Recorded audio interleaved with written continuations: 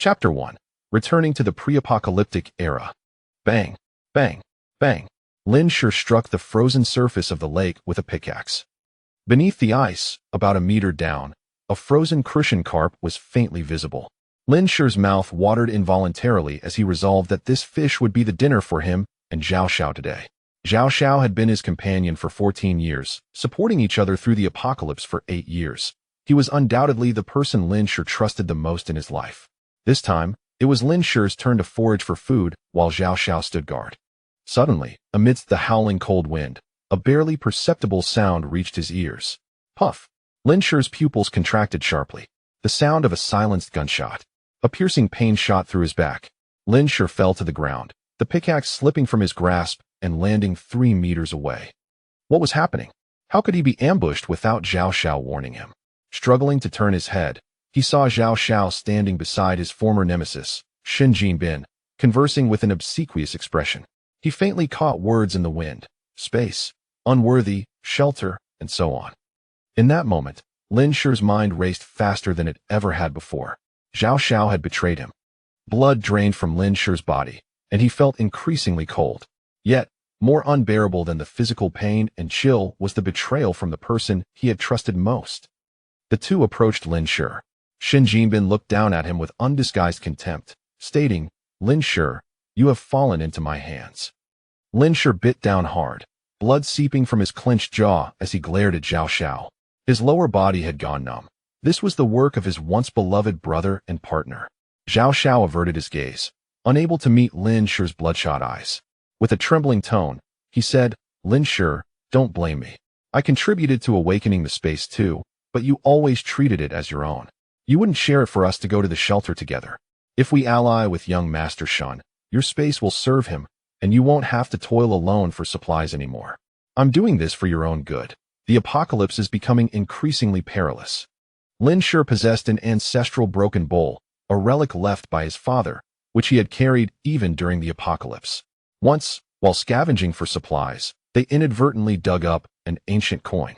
Initially deemed worthless, when Lin Shi picked up the coin, it activated the bowl, granting him a personal space. The saying "the rich suffer from inequality rather than scarcity" proved true. From that day on, Xiao Xiao's attitude underwent a subtle transformation. Meanwhile, Lin Shi remained preoccupied with thoughts on how to ensure both of them could eat their fill, oblivious to Xiao Xiao's change. 8 years. A full 8 years. Lin Shi suddenly found it laughable. "You actually. Ha ha ha. You betrayed me for this. Ha ha ha." Bloodied and deranged, he laughed maniacally. Xiao Xiao, who knew very well that Xin Jinbin was one of the people Lin Shi despised most, had supported each other unconditionally for 8 years, yet their bond shattered over a space awakened for less than half a year.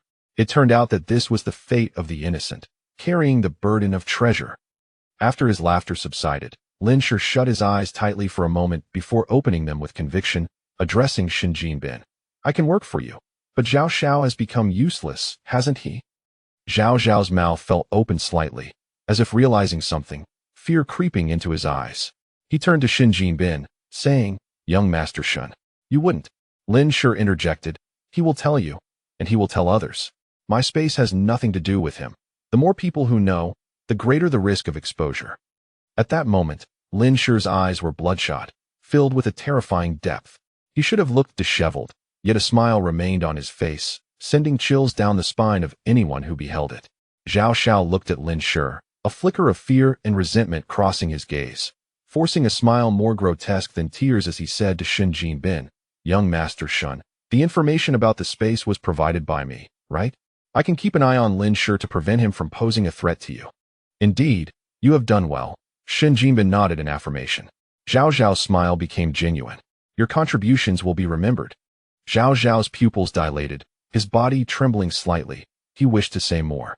Yet, Xin Jinbin had already pressed a gun against Xiao Xiao's head, having never intended for him to live. Puff! Blood and brain matter erupted from the back of Xiao Xiao's head. Swish! In an instant, as Xin Jinbin turned his gun to execute Xiao Xiao, Lin Shi summoned all his strength, propping himself up with one arm while grasping a sharp shard of ice in the other, hurling it fiercely at Xin Jinbin. Perhaps fate favored him. The shard struck Xin Jinbin squarely on the head. Xin Jinbin's body collapsed onto the ice, the gun slipping from his grasp, landing a meter away from Lin Shi. Desperately, Lin Shi crawled toward the firearm, closer and closer. That strike wasn't enough to be fatal. He needed to kill Xin Jinbin. He had to. Enmity surged in Lin Shi's eyes as he finally grasped the gun. A flicker of joy crossed his face. Puff! A sharp pain struck the back of his head, and his consciousness plunged into darkness. Beep, beep, beep, beep. Lin Shi jolted awake, gasping for breath. Had he not just died? Was there a fourth person present at that moment? Who could it be? At that moment, Lin Shi realized that his injuries had vanished without a trace. The warm temperature and soft bed surrounding him were utterly alien to the harsh, icy apocalypse. The jarring beeping continued, and Lin Shi's dazed gaze fell upon a mobile phone on the bedside table. A phone, one that had been rendered useless at the onset of the apocalypse. It took Lin Shi quite a while to calm himself down and confirm that he had been reborn. He had returned to before the onset of the frigid apocalypse. The time was now March 1st, 2024, 7:30 a.m. At this moment, he was merely 19 years old, a freshman at a local university. He did not stay in a dormitory, but lived at home. Standing on the balcony of his bedroom, Lin Shi felt the cool morning breeze of March. The morning sun carried warmth as it rose. From the 28th floor balcony, he gazed down at the bustling road outside the community. Soon, it would be engulfed in traffic congestion. Yet, this peaceful and thriving scene would soon be replaced by a vast expanse of white snow, never to be seen again. The reason lay in the sun hanging high in the sky. Lin Shi raised his hand to shield his eyes, casting a sidelong glance at the sun upon which humanity depended for survival. Perhaps humanity had never pondered the consequences if, one day, the sun faced a crisis. Lin Shi, however, knew that it would herald disaster, signaling the end of humanity. Chapter 2. The Quest for Ancient Coins. 3 months later, on June 1st, an unprecedented SSS-class solar flare erupted in the annals of human scientific history, marking the calculated onset of the apocalypse.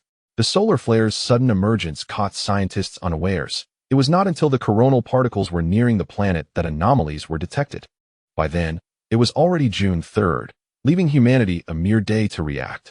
At 10 a.m. on June 4th, a violent electromagnetic pulse annihilated every satellite orbiting the planet. Without exception, all electronic devices succumbed to failure. This was swiftly followed by a global geomagnetic storm. The electricity, which had taken humanity centuries to harness, was obliterated in an instant, plunging society back into a dark, primitive state. Yet, this was not the most terrifying aspect. Following the solar eruption, the sun appeared to enter a phase of weakness, diminishing visibly before the eyes of humankind. Within 3 days, the globe descended into a frigid average temperature of below 50 degrees, encasing the planet in ice and ushering in an era of extreme cold. Over 90% of species faced extinction. Animals, plants, food supplies, and even low-lying structures were all imprisoned beneath layers of snow and ice. Humanity was confronted with an unprecedented existential catastrophe. From that moment forward, survival became an arduous struggle for those who wished to endure. Returning to his chamber, Lin Shi paused for a moment of contemplation before unlocking the safe and retrieving an unremarkable bowl.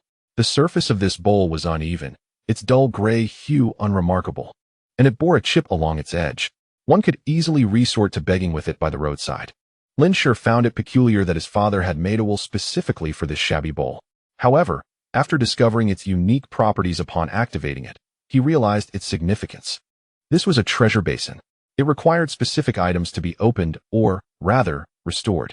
In his previous life, Lin Shi had only managed to restore the treasure basin in the 8th year of the extreme cold apocalypse, gaining access to its space. Regrettably, at that time, the supplies he uncovered were scarcely enough to stave off hunger, let alone to store. What was most vital in the wake of the apocalypse? Resources. Portable resources that could not be easily stolen. Lin Shi's first task now was to unlock this treasure basin. The item required to activate it had been discovered in the ancient artifact market in the southern part of the city during his previous life. Time was of the essence. That particular item was pivotal to his greatest reliance in this new existence. Lin Shi resolved to set off immediately. He retrieved a backpack, placed the treasure basin inside, and set out. Upon descending, he noticed a breakfast shop and remembered that he had yet to have a meal. Accustomed to hunger in the apocalypse, he often went days without food, surviving only on snow to quell his appetite. Lin Shi entered the breakfast establishment and devoured a hearty meal with fervor. After finishing, he relied on his memories from his past life, aided by navigation, and drove towards the market of ancient artifacts in the southern part of the city. Early in the morning, the antique market bustled with life, featuring over 100 stalls lining the street. It was here that Lin Shi, in a previous life, unearthed a crucial artifact for the restoration of a treasure pod, a unique ancient coin adorned with intricate patterns. In that past existence, the coin had been discovered beneath a thick blanket of snow, but now Lin Shi could only ascertain that it was somewhere within this antique market. The exact location obscured from memory, compelling him to search each stall one by one. The market was replete with ancient coins. Nearly every stall boasted piles of them, numbering in the hundreds. After 2 hours of fruitless searching, Lin Shi's expression grew grave. He had just learned that the market only opened on weekend mornings, and the vendors were not fixed, making this news particularly disheartening. If the vendor who possessed the coveted coin had only set up shop on the day of the apocalypse, he might have to wait 3 months for another opportunity to find it, significantly diminishing the advantage his rebirth conferred, as the stalls would soon begin to close. He realized that if he did not locate the coin, he would have to return next weekend in hopes of fortune. With a deep breath, Lin Shi steeled himself and continued his search at the next stall. Lin Shi? A familiar voice called from behind. Lin Shi's gaze sharpened, a flicker of menace crossing his clear eyes. He would never forget this voice. It was Zhao Xiao, his classmate and friend from middle school to high school, the one who had betrayed him after 8 years of shared trials during the apocalypse. Suppressing the malice that welled within him, Lin Shi turned in surprise. Zhao Xiao? What brings you here? Zhao Xiao, clad in urban management uniform, approached and playfully patted Lin Shi on the shoulder. I was about to ask you the same. What is this? The top student has taken an interest in antiques? Zhao Xiao teased, a hint of barely concealed jealousy flashing in his eyes as he regarded Lin Shi's handsome features and expensive attire. Having lived a life longer than Zhao Xiao's, Lin Shi noted the jealousy and felt a cold light flicker in his eyes. It seemed that Zhao Xiao had harbored discontent towards him even back then. As a temporary worker for the city's management bureau, Zhao Xiao's presence here was not unexpected. With casual indifference, Lin Shi brushed off Zhao Xiao's hand resting on his shoulder and replied, I had some free time this weekend and heard there are many antiques here, so I thought I'd take a look. Zhao Xiao smirked internally, for he had worked nearby for nearly a year and knew that this street was rife with deceitful trinkets. Many people came hoping to stumble upon a treasure. Yet in reality, a genuine find was a rarity. The last time, a naive youth had been swindled out of over 100,000, causing quite an uproar. However, he would not share this information with Lin Shi. He secretly hoped Lin Shi would fall victim to the schemes, as he was not lacking in funds. Maintaining the facade of their relationship was essential. After all, how else could he exploit Lin Shi, the unwitting dupe? With a smile, Zhao Xiao remarked, there are quite a few fakes here, but some genuine items as well. Half a year ago, an elderly gentleman spent 200 here to unearth a genuine artifact from the Han Dynasty, which he subsequently sold for 500,000. Any ordinary 19-year-old hearing such a tale would undoubtedly feel a rush of excitement. Even those who initially came merely to browse would be tempted to purchase a couple of items to test their luck. Lin Shi, however, concealed his amusement behind a calm facade, inwardly scoffing at how he had previously failed to recognize the devious nature of Zhao Xiao. Nodding at Zhao Xiao, he remarked, I must take a good look then. At that moment, a commotion erupted nearby, drawing a sizable crowd. Compelled by curiosity, Lin Shi moved closer. As the throng became congested, Zhao Xiao shouted, Make way! Make way! The city management is doing their duty. The crowd indeed parted, allowing Lin Shi to advance to the front. A young man, approximately 25 or 26, appeared agitated, brandishing an ancient coin while passionately declaring, Old man, I had this appraised yesterday, and it turns out to be a modern imitation. It's fake. How could you sell it for 100,000? Refund me. You must return my money today. The vendor, an elderly man in his 70s, clad in a coarse fabric shirt, bore the marks of time etched deeply into his face, now contorted with worry. This truly is a cherished heirloom of my family. What worthless trinket. Will you refund me or not? If not, I'll call the police. The onlookers appeared keenly entertained, with Zhao Xiao leaning closer to Lin Shi, whispering, Such incidents occur here every few months. In the past, this young man would have certainly received a beating. There's an unwritten rule in the antiques world. Once an item is purchased, even if it's a forgery, it cannot be returned. If one misjudges, it's merely a lesson learned at the cost of their own ignorance. However, it was clear that the young man either genuinely did not understand the rules or was feigning ignorance, insisting on a refund. Lin Shi's gaze sharpened as he recognized the ancient coin in the young man's hand. It was the very coin that unlocked the treasure trove. The elderly vendor trembled, a pained expression on his face, pleading, "This truly is a family heirloom, passed down from my great-grandfather. I am not deceiving you." Many in the crowd regarded the young man with disdain. Did he not comprehend the customs of the trade? Simultaneously, some spectators felt the old man was putting on quite a convincing act. After all, once authenticated, could a genuine piece ever be declared a fake? Lin Shi took a deep breath and approached the young man, curiosity piqued. "May I see the coin you hold?" Chapter 3. 2 Ancient Coins. Qin Tai, noticing that the newcomer was a student even younger than he, waved his hand dismissively. "Step aside. Go play somewhere else." Lin Shi remained unfazed, saying, "I collect various currencies, and I am quite interested in the coin you possess. Perhaps you would consider selling it to me?" Upon hearing this, whispers spread among the onlookers. Was this young man out of his mind? Why would he want to buy something he knew to be fake?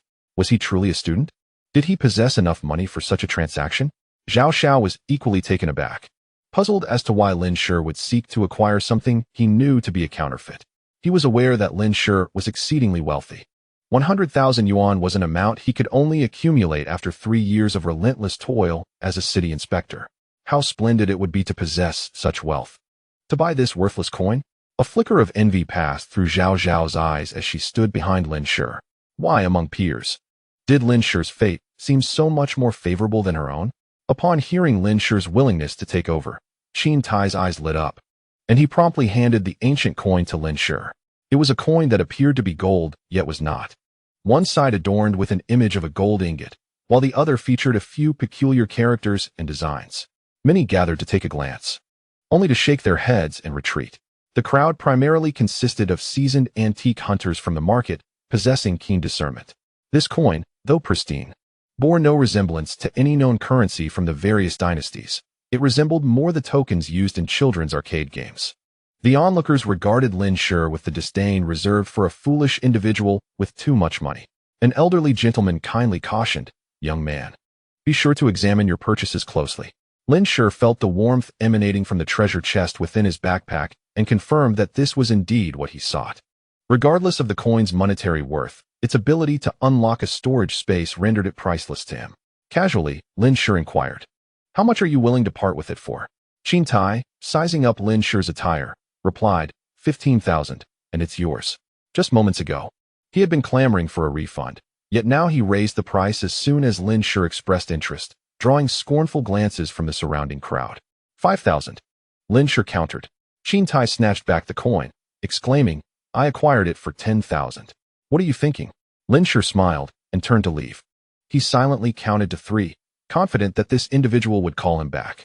Indeed, after just a few steps, someone halted him. It was not Qin Tai, but the elderly vendor. "Young man, if you desire such a coin, I have another one here for 8,000. Lin Shi pivoted, intrigued. "You have another?" The elderly man, trembling, retrieved a cloth pouch from his bosom and produced another ancient coin, hopefully extending it toward Lin Shi. He was indeed in dire need of money. His son was afflicted with leukemia, which compelled him to part with this ancestral possession. His forebears had insisted that these 2 coins must never be lost, yet now, if he did not sell them, his lineage would come to an end. The sale of these coins would secure the funds for his son's surgery. As Lin Shi accepted the coin, he lowered his gaze to conceal his astonishment and delight. The 2 coins were indeed identical. The treasure chest responded as well. He had not anticipated that such ancient coins existed in pairs. "How many more of these coins do you possess?" Lin Shi inquired. "Only these 2, passed down through generations. Were it not for my urgent need for funds, I would never consider selling," the elderly man sighed. This answer was expected. The quantity of such unique coins was bound to be limited. "This coin in my possession must be the one I discovered in my previous life. The one in Qin Tai's hand is the one that went unnoticed back then." "Very well, I shall take this one." Lin Shi nodded at the old man and promptly initiated a transfer on his phone. Observing Lin Shi's swift payment, Qin Tai scrutinized the ancient coin in his grasp. pondering whether there might be some hidden significance to it. The old man, pleased with the transaction, began to tidy up his stall in preparation to leave. Noticing the expression on Qin Tai's face, Lin Shi discerned that suspicion had taken root. He was determined to acquire the second ancient coin. However, from their earlier exchange, he had recognized Qin Tai's greedy nature. Should he catch wind of any hint, he would undoubtedly inflate the price or refuse to sell altogether. Thus, after completing the transfer to the old man, Lin Shi turned to depart, feigning disinterest in the ancient coin held by Qin Tai. This unexpected demeanor left Qin Tai, who was eagerly waiting for Lin Shi to reveal his intentions, somewhat flustered. Ultimately, he chose to trust his cousin and quickly intercepted Lin Shi, saying, "Hey, why not take this coin from me as well?" Lin Shi replied with displeasure, "I already possess one. This coin holds little significance for me now." Glancing at the departing old man, Qin Tai refrained from pursuing him further, fully aware that the chances of a refund were slim, as the antiquities trade had its own rules. Initially, he had relied on his youth to try and play tricks.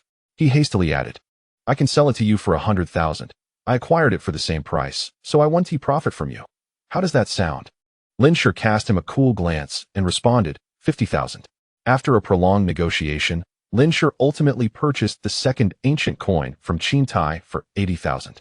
Gazing at the two coins in his palm, a faint smile graced Lin Shi's lips. Had he not come today, this coin would have slipped through his fingers. He was eager to see what transformations the treasure basin would undergo in this life. Dismissing the envious Zhao Xiao, Lin Shi hurried home. Zhao Xiao would eventually face consequences, but that was not a concern for the present. Upon returning home, Lin Shi locked the door securely and entered the windowless storage room, closing the door behind him. The awakening of the treasure basin was no small event, and he could not afford to draw attention. He retrieved the slightly warm treasure basin and placed one of the ancient coins inside. The basin levitated, suddenly emanating a blinding light. The grime and patina fell away in layers, revealing the true form of the treasure basin. Subsequently, it transformed into a beam of golden light that entered Lin Shi's brow. As his vision blurred, a game-like interface materialized before him. Treasure basin, function, storage space 333, funds required for upgrade, 1,000, space measured in meters. The space had manifested. When he had activated the treasure basin in his past life, a similar digital interface had appeared. At that time, Lin Shi had not discerned its significance, and this time, he would not squander time in exploration. Existence itself carries meaning. Gaining this space, Lin Shi clenched his fists, unable to conceal his delight. The expanse of the space was akin to that of a small room. Any object that could fit within it, aside from living beings, could be accessed through sheer will. Time within this realm stood still, with items retaining the state they held upon entry. Most importantly, this space could be enhanced using gold, silver, and precious jewels. In his previous life, Lin Shi had attempted to upgrade the space with gold and silver, but regrettably, during the 8th year of the apocalypse, such materials lay buried beneath thick layers of snow, leaving him unable to complete even a single upgrade. He pondered whether possessing an ancient coin in this life would induce any remarkable changes to the treasure basin. Lin Shi picked up a second ancient coin and placed it upon his forehead. Immediately, he felt a warmth at his brow, and the coin vanished from his grasp. Before him, the treasure basin interface appeared garbled and indistinct. Moments later, it restored clarity, revealing significant alterations. Treasure basin, function, storage space 333, wealth points required for upgrade 1,000, function, item duplication 3, chapter 4, item duplication, a new function for item duplication. Lin Shi's eyes sparkled. Could this be the duplication he had envisioned? He immediately set to work preparing an experiment. With only 3 duplication attempts available, he was determined not to squander them. After a moment's contemplation, he returned to his bedroom, opened the safe, and retrieved the most valuable items in his possession, 500G gold bars left by his father. Holding them in his hands, Lin Shi softly uttered, "Item duplication." A flash of golden light enveloped him, and the next moment, 5 gold bars materialized out of thin air, cascading to the ground with a crisp sound. Lin Shi quickly crouched to pick them up, arranging them on the table for comparison with the bars he held. The size and weight of the duplicated gold bars matched perfectly with those in his possession. Even a tiny flaw on one of the bars was flawlessly replicated. Lin Shi glanced at the treasure basin interface, noting that the item duplication count had now diminished to item duplication 2. Currently, the international gold price stood at 430 yuan per gram, while pawnshops offered a rate lower than the market by 10 yuan. The gold bars in his possession, remnants from his father, could fetch a total of 1.05 million yuan. With the item duplication, the treasure basin had instantly augmented his assets by that considerable sum. The treasure basin is indeed a true treasure trove, Lin Shi murmured. He fixed his gaze on the 10 gold bars before him, striving to calm his racing heart. While he understood that another duplication could potentially double his holdings to 20 bars, he was uncertain whether the total of 3 duplications was a fixed limit or if it could be replenished. If it were indeed limited to 3, he would need to conserve the remaining 2 attempts for a more opportune moment. Moreover, the legendary Shen Wansan, renowned for his immense wealth, fell victim to the envy of emperors, leading to his untimely demise. A common man, innocent yet burdened by the possession of great riches, often finds himself a target of suspicion. Contemplating this, Lin Shi resolved to utilize the 5 gold bars he had replicated to enhance his treasure basin. He grasped one of the bars and silently intoned, "Upgrade space." Suddenly, several crimson characters flashed upon the treasure basin's interface. Replicated items cannot be used for upgrades. To his dismay, he discovered that these bars were indeed ineligible for enhancement. Lin Shi scrutinized the gold bar in his hand, identical to any ordinary gold bar, and, confirming there were no loopholes, felt a tinge of disappointment. Yet, this outcome was within reason. He then picked up another gold bar retrieved from his safe and intoned once more, "Upgrade space." The numbers on the interface began to dance, transforming into treasure basin, function, storage space 333, required wealth points for upgrade 500, function, item replication 2, required wealth points for upgrade 10,000. A 500G gold bar could be exchanged for 500 wealth points, while 1 gram of gold equated to 1 wealth point, a fact Lin Shi was well aware of from his previous life. In contrast, silver required 100G to be exchanged for a single wealth point. Lin Shi then consumed another gold bar, and as the interface shimmered, the space upgraded. Treasure basin, function, storage space 666, required wealth points for upgrade 2000, function, item replication 2, required wealth points for upgrade 10,000. The space had expanded. Though the numerical increase appeared modest, it had actually grown 8-fold. The wealth points required for the upgrade had also doubled. The value of 2 gold bars, amounting to 420,000, had vanished in an instant. Had this been 3 years prior, Lin Shi would not have even qualified for an upgrade of the treasure basin. 3 years ago, Lin Shi's father had passed away unexpectedly, leaving behind a legacy and a hefty death compensation of 10 million. The treasure basin was a bequest from his father. Currently, apart from his home and these gold bars, he possessed 52 million in cash. Such an amount might be trivial in the eyes of the affluent. Yet for a 19-year-old, it constituted a substantial fortune. However, for Lin Shi, this sum was far from sufficient. To upgrade to the next level of storage, 4 gold bars were required, translating to 860,000 in cash, while enhancing item replication necessitated 24 million. Additionally, he needed to stockpile numerous supplies and construct a shelter, which demanded considerable funds. After pondering for a moment, Lin Shi formulated a plan. He retrieved his phone and searched for several real estate agents' contact numbers, proceeding to call them one by one. His first intention was to sell his apartment located near the city center. Experience from his past life had taught him that in an impending apocalyptic cold era, such high-rise complexes would be ill-suited for habitation. Sanyuan City, with its flat terrain and prosperous economy, was home to a dense cluster of skyscrapers.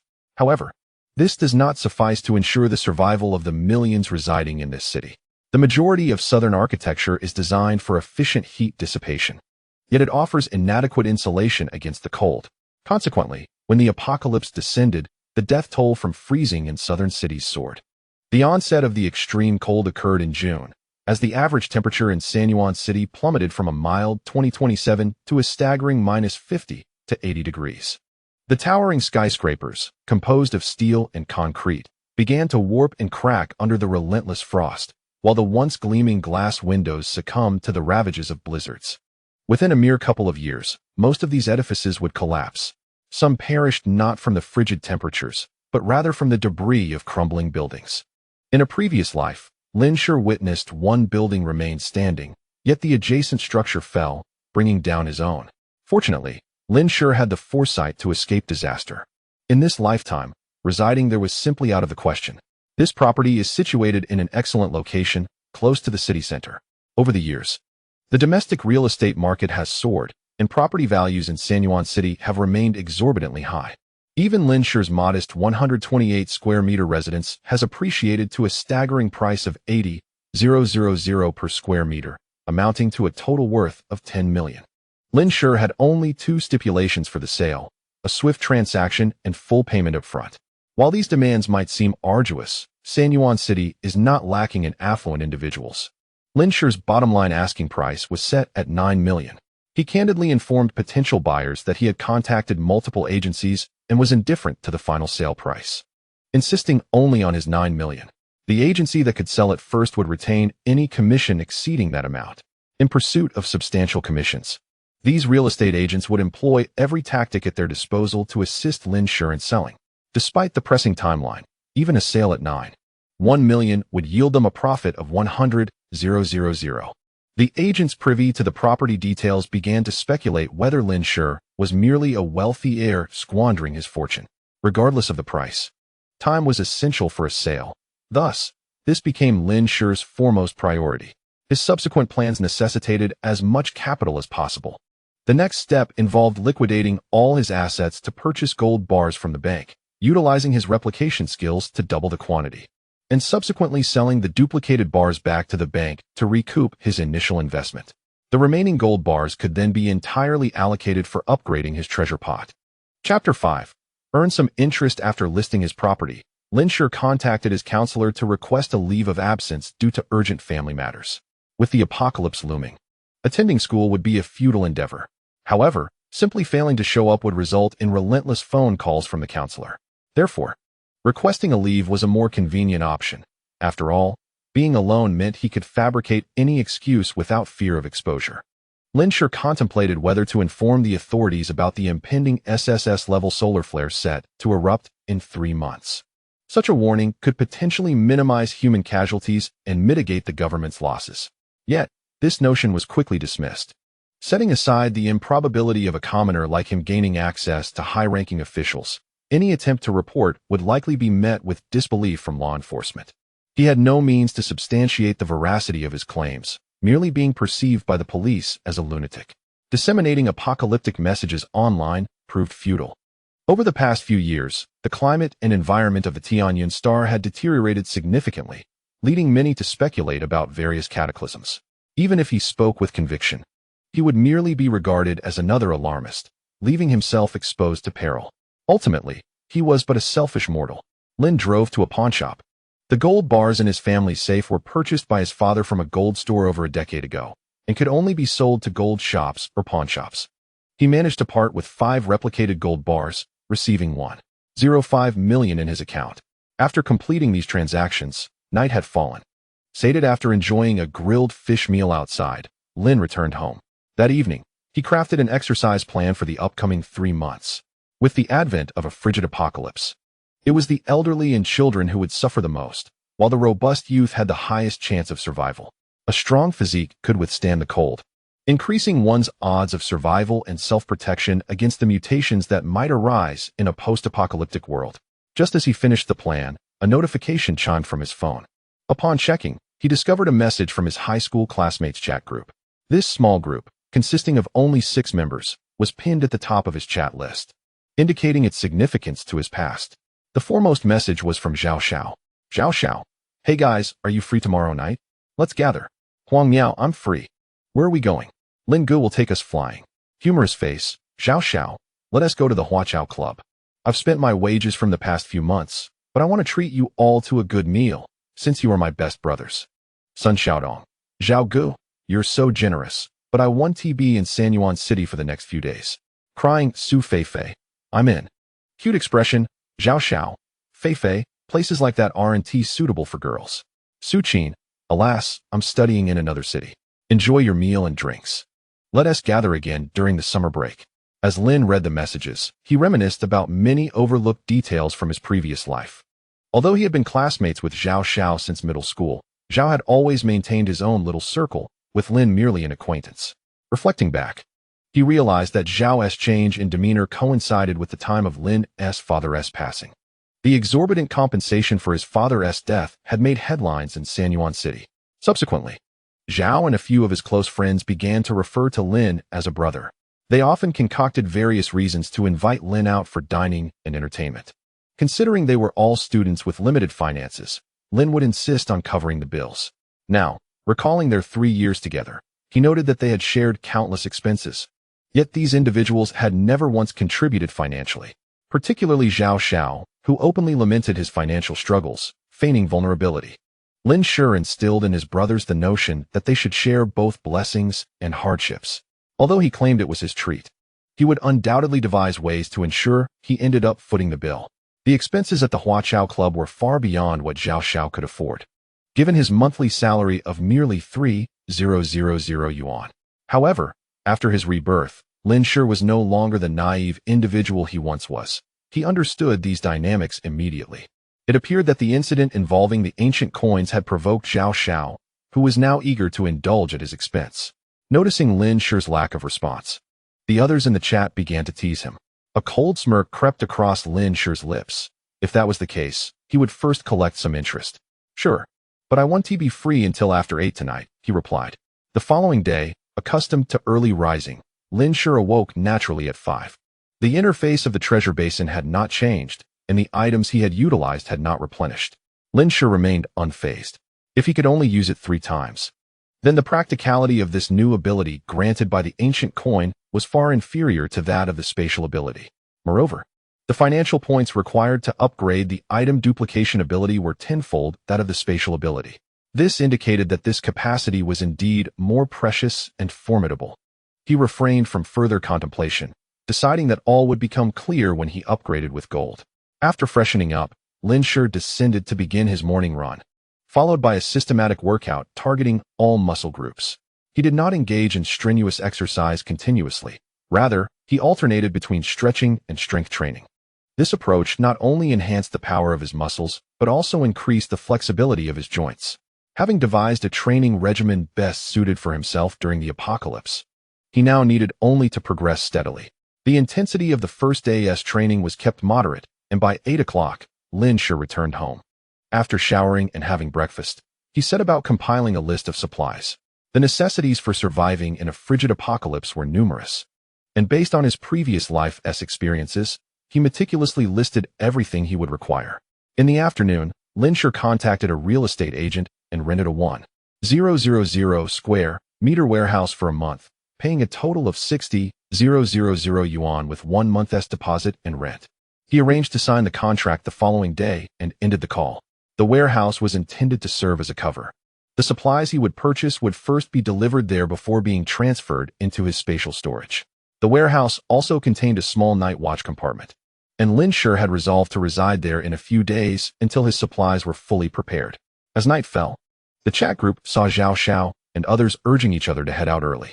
Lin Shi was in no hurry. He changed into a fresh outfit just before 8 and drove to the Huaqiao Club. Upon his arrival, Zhao Xiao, Huang Miao, and Su Feifei had already imbibed quite a bit in their private room. Su Feifei's eyes lit up at the sight of Lin Shi entering. Her cheeks flushed as she approached him, playfully wrapping her arm around his. Lin Shi, why did you come so late? It's been so long. Did you miss me? She teased.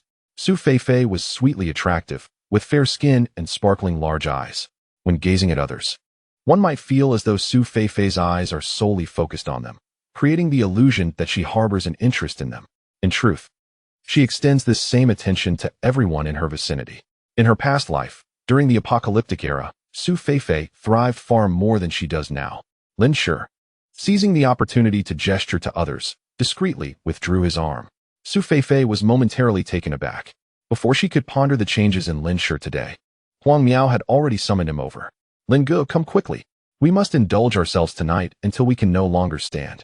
Zhao Zhao's gaze swept over Lin Shi's arm, which had been intertwined with Su Feifei's, and the smile on her face noticeably faded.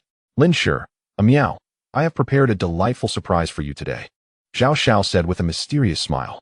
Huang Miao, intrigued, inquired, what kind of surprise? Shortly thereafter, 4 voluptuous women entered the private room.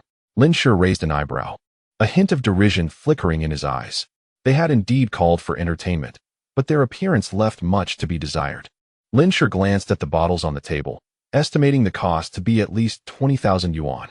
He was curious to see if Zhao Xiao could truly afford such an expense today. Zhao Xiao, looking at Lin Shi, remarked, "Lin Shi, this is all for you, and a meow. Thank you for being my brothers. Now let us raise our glasses." Chapter 6. You wouldn't be treating us without any money, would you? Lin Shi refrained from picking up a glass, stating, "I have a slight cold today and took some medication. I cannot drink. You all enjoy." The others paid little mind to his words. The three of them continued to sing and drink in the private room. As the clock struck 1 in the morning, the table was littered with empty bottles. Everyone, except for Lin Shi, had succumbed to intoxication. Su Feifei, with hazy eyes, expressed her desire to return home. Zhao Xiao immediately offered to escort her. Huang Miao, his eyes glinting, chimed in, "I'll join you both, it's on my way." "Then let us settle the bill and depart together," Lin Shi said with a smile. The waiter was summoned to bring the bill. Zhao Xiao sidled up to Lin Shi, draping an arm around his shoulder, her gaze a blend of dazedness and cunning. "Lin Shi, come over for dinner at my place tomorrow. My parents have missed you. Remember how my mother wanted to adopt you as her godson? How have you considered that?" Zhao Zhao's words took a moment for Lin Shi to recall. Last month, during his visit to Zhao Zhao's home, her parents had expressed their strong fondness for him, suggesting the idea of adopting him as their godson to become part of their family. Lin Shi's father had moved to Sanyuan City from elsewhere, and throughout his life, he had never engaged with relatives from his father's side. After his father's passing, his mother remarried, severing ties with her own relatives as well. The presence of Zhao Xiao and her family filled a void in Lin Shi's heart, fostering his trust in them. Although Lin Shi had declined the offer to become the Zhao family's godson in his past life, he had grown closer to Zhao Xiao. They had even lent her family 1,000,000 yuan when they purchased a new house. Later, the apocalypse arrived, and Zhao Zhao's parents perished in the early days of the catastrophe, leaving behind debts that were never repaid. As time passed, it was nearly the moment for Zhao Xiao to request a loan again. "No, I am unaccustomed to playing the role of a son for others." Lin Shi smiled, but the mirth did not reach his eyes. From the very beginning, Zhao Xiao had approached him with ulterior motives. In his previous life, Lin Shi had regarded Zhao Xiao as his dearest friend, overlooking many significant aspects. Now, devoid of the lens of friendship, Lin Shi discerned that Zhao Zhao's tricks were not particularly sophisticated, and he could see through them with ease, a skill honed by witnessing the treachery of human nature during the apocalypse. Zhao Xiao, taken aback by Lin Shi's rejection, was momentarily stunned as the waiter entered with the bill. The total came to over 38,000, rounded down to 38. The waiter presented the bill before the group. Zhao Xiao, Huang Miao, and Su Feifei turned their gazes towards Lin Shi. Lin Shi raised an eyebrow, inquiring, "What do you look at me for?" Zhao Xiao claimed he was treating. It seemed Zhao Xiao had only just realized this, as he awkwardly rummaged through his pockets, and, with embarrassment, exclaimed, "Oh no, my phone is dead." He cast a pleading glance at Lin Shi. In his previous life, Lin Shi would have immediately risen to settle the bill without a second thought. Yet, at this moment, Lin Shi wore a half-smile, his eyes glinting with mockery as he addressed the waiter, "Fetch him a charger." The waiter's expression soured, casting a disdainful glance at Zhao Xiao before departing the room to retrieve the charger. Upon exiting the private room, he instructed those outside, "Keep an eye on things." The people outside instantly understood. The atmosphere within the room grew tense. Huang Miao and Su Feifei exchanged glances, already accustomed to Lin Shi's eagerness to pay the bill. They had never anticipated such a scene today. Although Zhao Xiao had continuously asserted he was treating, they were well aware of who would ultimately foot the bill. Was there a rift between Lin Shi and Zhao Xiao? Huang Miao signaled Zhao Xiao with a glance, asking, "What is going on?" Zhao Xiao, equally perplexed, felt a surge of anger. Lin Shi's behavior was causing him considerable embarrassment. His phone was indeed charged. He had merely powered it down to provide Lin Shi with a plausible reason for settling the bill. Did Lin Shi intend for him to beg? Resentment towards Lin Shi began to brew within Zhao Xiao, yet he forced a smile and said, "Lin Shi, you settle this meal today, and I shall treat next time." Lin Shi, unfazed, retorted with an air of confusion, "Zhao Xiao, it was you who insisted on treating and invited everyone out. Am I mistaken? Don't tell me you're treating without any money." Zhao Zhao's smile faltered. Huang Miao and Su Feifei looked at Lin Shi with incredulity. They had witnessed how well Lin Shi treated Zhao Xiao over the past 3 years. Never had they seen him behave this way. Meanwhile, four hostesses remained in the room, having yet to receive their tips, as the scene of a potential dine-and-dash unfolded. At the outset, Zhao Xiao confidently proclaimed that he would treat everyone, an assertion that was met with various expressions of disdain, skepticism, and astonishment directed at him. At that moment, a waiter entered bearing a charger, placing it before Zhao Xiao while gesturing invitingly. Faced with the charger, Zhao Xiao found himself in a quandary. The waiter, with an impassive demeanor, urged, "Please charge it, sir. We will be closing in an hour." Zhao Xiao's countenance resembled a palette of overturned colors, red, white, and black flashing across his face. Despite any cunning he might possess, he was merely a 19-year-old navigating the complexities of life, and his simmering anger could no longer be contained. Enough. Zhao Xiao gritted his teeth and, addressing Lin Shi, managed to squeeze out a few words. "Lin Shi, I beg you to settle the bill first. Can we discuss everything else later?" He still believed that he had inadvertently displeased Lin Shi, and if he could just return to his previous accommodating self, Lin Shi would comply as before. However, after experiencing Zhao Xiao's betrayal, Lin Shi was no longer the naive fool he once was. Lin Shi's expression turned frosty. "So, you truly invited us without any money?" Zhao Xiao felt his pride being ground into the dirt, his eyes reddening with indignation. "Yes." Lin Shi chuckled, casting a glance around the group. "If that's the case, let's go Dutch." "What? Go Dutch?" Huang Miao and Su Feifei were taken aback. Su Feifei frowned. "You can't expect me, a girl, to cover the bill for everyone, right?" Huang Miao's eyes flickered with uncertainty as he lamented, "I didn't know we were going Dutch today. I didn't bring any money." He nudged Zhao Xiao, whose face was as dark as a pot's bottom. "Zhao Gu, what did you do to offend Lin Gu? You should apologize." Zhao Xiao looked at Lin Shi's enigmatic smile, wishing he could strike him down. He couldn't even recall how he had angered Lin Shi. Ignoring the three of them, Lin Shi paid for his own share, which amounted to 30 yuan for a lemonade. Zhao Xiao, in disbelief, exclaimed, "Didn't we agree to go Dutch?" His mind was racing, unable to comprehend the situation. Lin Shi smirked, reveling in Zhao Xiao's disarray. "Indeed, we are going Dutch. Each person pays for their own expenses. I only had one juice tonight. You can check the surveillance if you doubt me." As events unfolded, the establishment had no choice but to review the surveillance footage, confirming Lin Shi's account. After Lin Shi settled his 30 yuan, he exited, leaving Zhao Xiao and his companions seething with indignation. They were soon met by the waiter, who coldly prompted, "There remains a balance of 37,970 yuan. Please settle the bill." Chapter 7. Liao Peng. Did Lin Shi truly just walk away? The trio could scarcely believe that the usually affable Lin Shi had turned so callous. By the time they processed the situation, Lin Shi had already distanced himself. "Lin Shi, wait for me." Su Feifei wished to accompany Lin Shi, but was halted by the waiter. "Why are you stopping me? That person ahead is my boyfriend." Su Feifei glared at the waiter, her tone sharp. The waiter sneered, "You may call your boyfriend and have him settle your bill." Su Feifei's chest heaved with anger. Yet she dared not confront the seemingly formidable waiter. Turning, she shot a fierce glare at Zhao Xiao. "What are you dawdling for? Pay up." I don't have that much money." In front of the girl he admired, Zhao Xiao felt utterly humiliated, his resentment towards Lin Shi growing. Having worked for less than a year, his savings had barely crossed 4 digits. How could he possibly afford 38,000? Lin Shi had indeed guessed correctly. After witnessing Lin Shi spend over 100,000 in mere minutes the previous day, Zhao Xiao felt like a sour lemon. Plotting to invite Lin Shi out today to extract a hefty sum, he knew that Lin Shi would inevitably foot the bill, as he was inseparable from their close-knit circle of friends, and despite the discomfort, he would relent. Why had things changed so drastically today when it had always been this way? Zhao Xiao skeptically dialed Lin Shi. Stepping out of the club, Lin Shi felt refreshed. Dismissing Zhao Xiao's call, blocking him, and returning home. The call was cut off, and when Zhao Xiao tried again, it went straight to voicemail. It was then that he truly grasped that Lin Shi would no longer involve himself with them. Faced with the watchful eyes of the waiter and several security guards outside, Zhao Xiao muttered, "Let's split the bill." Huang Miao and Su Feifei refused, as one had just started working while the other was still a student, both lacking funds. The idea of visiting the club had originated with Zhao Xiao, who had also claimed he would treat them, even arranging for the drinks.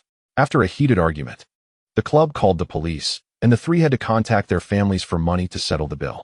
Zhao Xiao had ordered the most expensive drinks, resulting in a debt of 18,000. Huang Miao had also indulged, needing to contribute 13,000. Su Feifei reluctantly paid 7,000. The trio exited the Hua Chao Club in discontent. Huang Miao and Zhao Xiao erupted into a fierce argument, nearly severing their friendship. Su Feifei offered Zhao Xiao no sympathy either, blocking him once she returned home. What had started as a mere gathering had led to a rift with his closest friends, and the girl he cherished casting him aside. Zhao Xiao harbored a deep-seated hatred for Lin Shi. However, upon returning home, rather than comfort, he faced a furious reprimand from his father, who slapped him and berated him for his lack of maturity. Zhao's father scolded him for jeopardizing their plans to borrow money from Lin Shi for a house purchase, demanding that he immediately apologize to Lin Shi. He believed that Zhao Zhao's overt intentions to exploit Lin Shi had offended him, provoking Lin Shi's anger. Yet, Lin Shi remained oblivious to all this. Even if he were aware, it would matter little to him. The following day, Lin Shi rose early once again to engage in his morning exercises. Shortly after finishing his breakfast, he received a telephone call from a real estate agent. This young agent, named Chun Qingqing, inquired, "Mr. Lin, I have a client eager to view a property. When would you be available? Is it that urgent?" Lin Shi responded, slightly taken aback. "I am free at the moment. You may bring them over." Within a mere 10 minutes, the doorbell rang. Upon opening the door, Lin Shi was greeted by a middle-aged man clad in a jacket, accompanied by the vibrant and attractive Chun Qingqing. She commenced a detailed exposition of the property's merits, while Lin Shi stepped aside, allowing the professionals to handle the sale. After the viewing, the middle-aged gentleman expressed his willingness to purchase the property outright. Chun Qingqing negotiated a price of 9.45 million. Lin Shi was somewhat astonished. This was significantly swifter than he had anticipated. However, as the two were departing, Lin Shi noticed the man making an inappropriate advance towards Chun Qingqing, and in that moment, he grasped the underlying dynamics at play. Not long after their departure, Chun Qingqing returned. "Mr. Lin, I have negotiated with the client, and we shall proceed with the transfer formalities tomorrow. Please prepare the necessary documents in advance." Given the magnitude of this transaction, the urgency was palpable, and Chun Qingqing was evidently employing all her wiles. "Very well," Lin Shi replied. Though he was taken aback by her methods, he found himself quite pleased with the outcome. The sooner he sold the property, the sooner he could embark on his next venture. Chun Qingqing then began to elaborate on the documentation required for the transfer. As she spoke, she gradually leaned closer to him. Lin Shi retreated a few steps, casting a cold glance at her. Chun Qingqing, in her mid-20s, was undoubtedly in the prime of her youth, possessing an admirable figure. Yet, he felt no attraction towards such a calculating woman. The chill of Lin Shi's gaze left her feeling disheartened. She had never encountered such an icy demeanor from a young man. Nevertheless, contemplating the substantial commission, she managed to present her most charming smile. "Mr. Lin, you previously mentioned that any amount exceeding 9 million would constitute my commission. I am a woman of my word. The funds will be transferred to you upon completion of the transaction. I must be on my way now. I have other commitments," Lin Shi stated, aware that he would be signing a contract for a warehouse rental that day. The warehouse had impressed him during his inspection, and he was satisfied with it.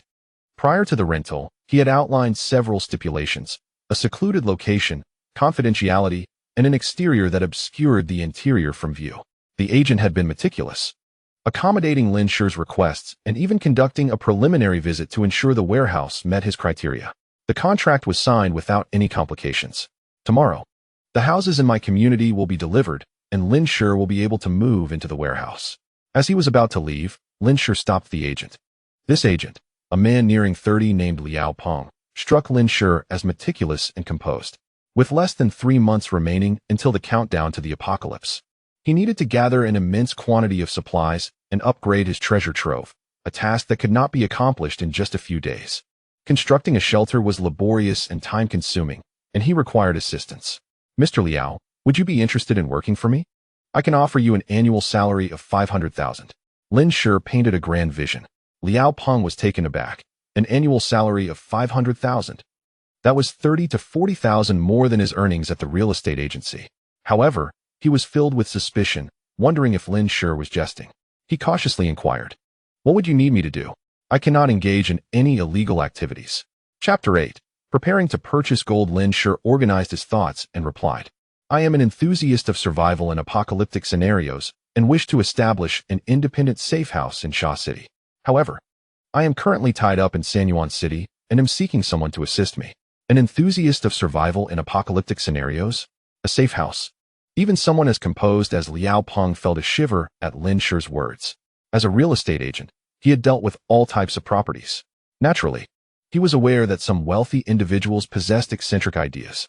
Due to rumors circulating online about a potential Third World War or natural disasters, some affluent individuals, fearing for their lives, would create extreme survival systems in basements beneath their villas. However, such requests typically came from seasoned businessmen well into their 40s. This was the first time he had encountered someone so young asking for assistance in constructing a safe house. Were it not for the fact that this young man had just closed a deal through him, Liao Peng might have suspected he was being conned. Lin Shi understood that mere words would not suffice. He gestured for Liao Peng to take out his mobile phone and transfer him 100,000. This represented over 2 months' salary. With this, Liao Peng began to believe Lin Shi's words. Who would joke about such a substantial amount of money? Nonetheless, his cautious nature led him to request a contract with Lin Shi. Lin Shi was equally inclined, recognizing that the shelter was intrinsically linked to his future survival. He could not expect Liao Peng to be wholly dedicated without formalizing their agreement. After discussing the contract's details, they signed an agreement stipulating that Lin Shi would employ Liao Peng as his personal steward, offering an annual salary of 500,000. Liao Peng would be responsible for overseeing the construction of the new house in Sha City, supervising and inspecting the work, as well as assisting Lin Shi with various tasks. Lin Shi assured Liao Peng of his salary and other necessary benefits. Given the urgency of Lin Shi's timeline, Liao Peng promptly resigned from his current position to commence his new role. With this job, he believed he could afford to purchase a house in the suburbs of Sanyuan City within a few years, a significant improvement over his previous employment in real estate. He resolved to work diligently, hoping to prove his worth to Lin Shi. Little did he know, this position would come to an end in merely 3 months. Lin had never intended to employ him for long. Once the construction of the shelter was completed, Liao Peng's role would come to an end. Lin commanded, Liao Peng, proceed to Shushi and locate a piece of land that is willing to be sold, adhering to my specifications. Lin's requirements were a high, flat terrain, devoid of towering buildings. Situated in a remote area, with a substantial land area suitable for immediate development. This was Liao Peng's forte, and he found it should not pose much difficulty. Understood, boss. He replied, swiftly immersing himself in his task and promptly booking the earliest flight. Shushi, located in the southern province, is a renowned tourist destination and the city closest to the equator, enjoying a winterless climate year-round. With the onset of the extreme cold apocalypse, the living space for humanity has drastically diminished. The northern regions have become inhospitable due to frigid temperatures. Although northern constructions are more resistant to cold, their natural gas pipelines quickly succumb to freezing, leading to a loss of heating. With outdoor temperatures averaging at a staggering -70 degrees, food sources dwindled, compelling northern inhabitants to migrate southwards. This dire situation merely reflects the summer conditions. Only a few regions with state grain reserves managed to survive, establishing survivor shelters. While the equatorial areas have not completely escaped the extreme cold, their temperatures remain a few degrees warmer than those in the north, averaging between -30 and -50 degrees. Moreover, being coastal, Shushi benefits from the government occasionally dredging the ice to retrieve frozen fish, alleviating the food scarcity faced by the northern territories. Lin's preparations in this life were not driven by a desire for state resources. With the ability to carry vast amounts of supplies in his spatial storage, safety became Lin's paramount concern. In the apocalypse, the most terrifying threat was not the severe weather, but humanity itself. In the absence of food, the desperate resorted to extreme measures, and instances of murder and resource theft became commonplace. No city maintained a stable order. Shushi housed the largest official shelter in the Qiming nation, where most of the nation's elite, scientific researchers, and military personnel congregated, resulting in a significantly better order compared to other locations. Furthermore, he had heard that Shushi had developed methods to cultivate food in extreme cold conditions in his previous life. In this life, he aimed to excel, establishing his shelter directly in Shushi. After advising Liao Peng on the pertinent precautions for constructing the shelter, Lin returned home. The following morning, after completing his usual morning exercises, Lin gathered all items from his home that he could take with him into his spatial storage, discarding the useless ones downstairs. Before departing, he cast a final glance at the empty house, turning away without a hint of nostalgia. It was merely a house. To him, home was wherever he was. Unbeknownst to Lin, shortly after he left, Zhao Xiao came to his home in search of him. Unable to find Lin, she endured a torrent of scolding from her parents in the ensuing days. Lin proceeded to handle the transfer of property as per their agreed timeline. Upon receiving the funds, he promptly transferred 450,000 to Qingqing and then made his way directly to the bank. The Qiming National Bank, the largest branch in Sanyuan City, is situated in the heart of the city. Given the substantial amount of gold required, and apprehensive that the bank might not have sufficient stock at once, Lin Shi had already contacted the client manager to schedule an appointment after confirming the house transfer for today. By the time he arrived at the bank, it was already afternoon. On the way, he conveniently purchased a suitcase to hold the gold. Currently, Lin Shi's savings have reached 25.4 million. This sum comprises his original savings, the proceeds from selling 3 gold bars, and after deducting expenses for warehouse rent and payments to Liao Peng alongside other miscellaneous expenditures, he still has 15.4 million remaining. He sold the house for 9 million and borrowed 1 million through various online lending applications. Were it not for the regulation limiting an individual's loans across different legitimate platforms to a maximum of 1 million, Lin Shi would have borrowed even more. Presently, Lin Shi's total capital amounts to 25.4 million, sufficient to purchase 60 kilograms of gold. According to the principle that wealth doubles with each upgrade of the treasure trove, 60 kilograms of gold can facilitate 4 upgrades of the space and subsequently allow for 2 duplications of items. Simply upgrading the space 5 times or duplicating items 3 times is inadequate. Currently, the volume of the space stands at 666,216 cubic meters, and after 4 upgrades, it should be nearly sufficient. What Lin Shi is particularly curious about is how the ability to duplicate items will evolve post-upgrade. The bank was bustling with patrons, and Lin Shi, with his suitcase in hand, stood out conspicuously. He was promptly approached by a bank employee who inquired, "May I assist you with your business today?" Lin Shi replied, "I am here to purchase gold. I made an appointment yesterday. Could you please tell me which manager I am to meet?" "Manager Chu," he responded. Shortly thereafter, Lin Shi was escorted to the office door. Chu Xiaodai is the client manager at Qiming National Bank's main branch in Sanyuan City. The day prior, she had received a call from a client with a deposit of 10 million, who expressed the intention to purchase 60 kilograms of gold. Chu Xiaodai was quite taken aback. What does 60 kilograms of gold signify? Although the international gold price has decreased slightly in recent days, each gram of gold still costs 413 yuan, plus the bank's minimum service fee of 5 yuan, making the total for 60 kilograms an astounding 25.08 million. Generally, affluent investors tend to opt for gold stocks or futures, with few choosing to acquire such a substantial quantity of physical gold. Moreover, given the current unstable geopolitical climate, gold prices have remained high, making the purchase of such a large amount of physical gold potentially risky. Curiosity piqued, Chu Xiaodai delved into the client's profile. The records indicated that the individual's name was Lin Shi, and he was merely 19 years of age. Chu Xiaodai had a vivid recollection of this young man. 3 years prior, a tragic incident occurred at Tianqi New Energy Company, the largest new energy company in Sanyuan City, where an electrical engineer lost his life due to an accident at work. The company generously compensated 10 million yuan, garnering widespread acclaim at the time. Before long, the son of the electrical engineer received his compensation, and it was none other than Chu Xiaodai who assisted him with the transaction. Chu Xiaodai remembered that the boy's name was Lin Shi. After checking the bank's inventory of physical gold, she confirmed the availability and informed Lin Shi that he could come by at any time to complete the purchase procedures. She waited throughout the morning, her eyes occasionally drifting toward the door. However, as time passed, no one arrived. Just as she was preparing to take a brief rest at noon, a knock echoed from outside. "Manager, the client for the gold purchase has arrived." Chapter 9. Encountering an unexpected situation, Lin Shi waited in the lobby for a while until a poised woman clad in uniform emerged. He glanced at the name tag adorning her chest. "Client manager, Chu Xiaodai. Are you Mr. Lin?" Chu Xiaodai greeted him with a polite smile and gestured, "Please follow me." Lin Shi nodded and accompanied her to the VIP lounge. Chu Xiaodai began by explaining the purchasing process for physical gold bars. when buying physical gold. If the price does not appreciate by at least 10 yuan, it results in a loss, she noted, as the purchase incurs additional processing and service fees.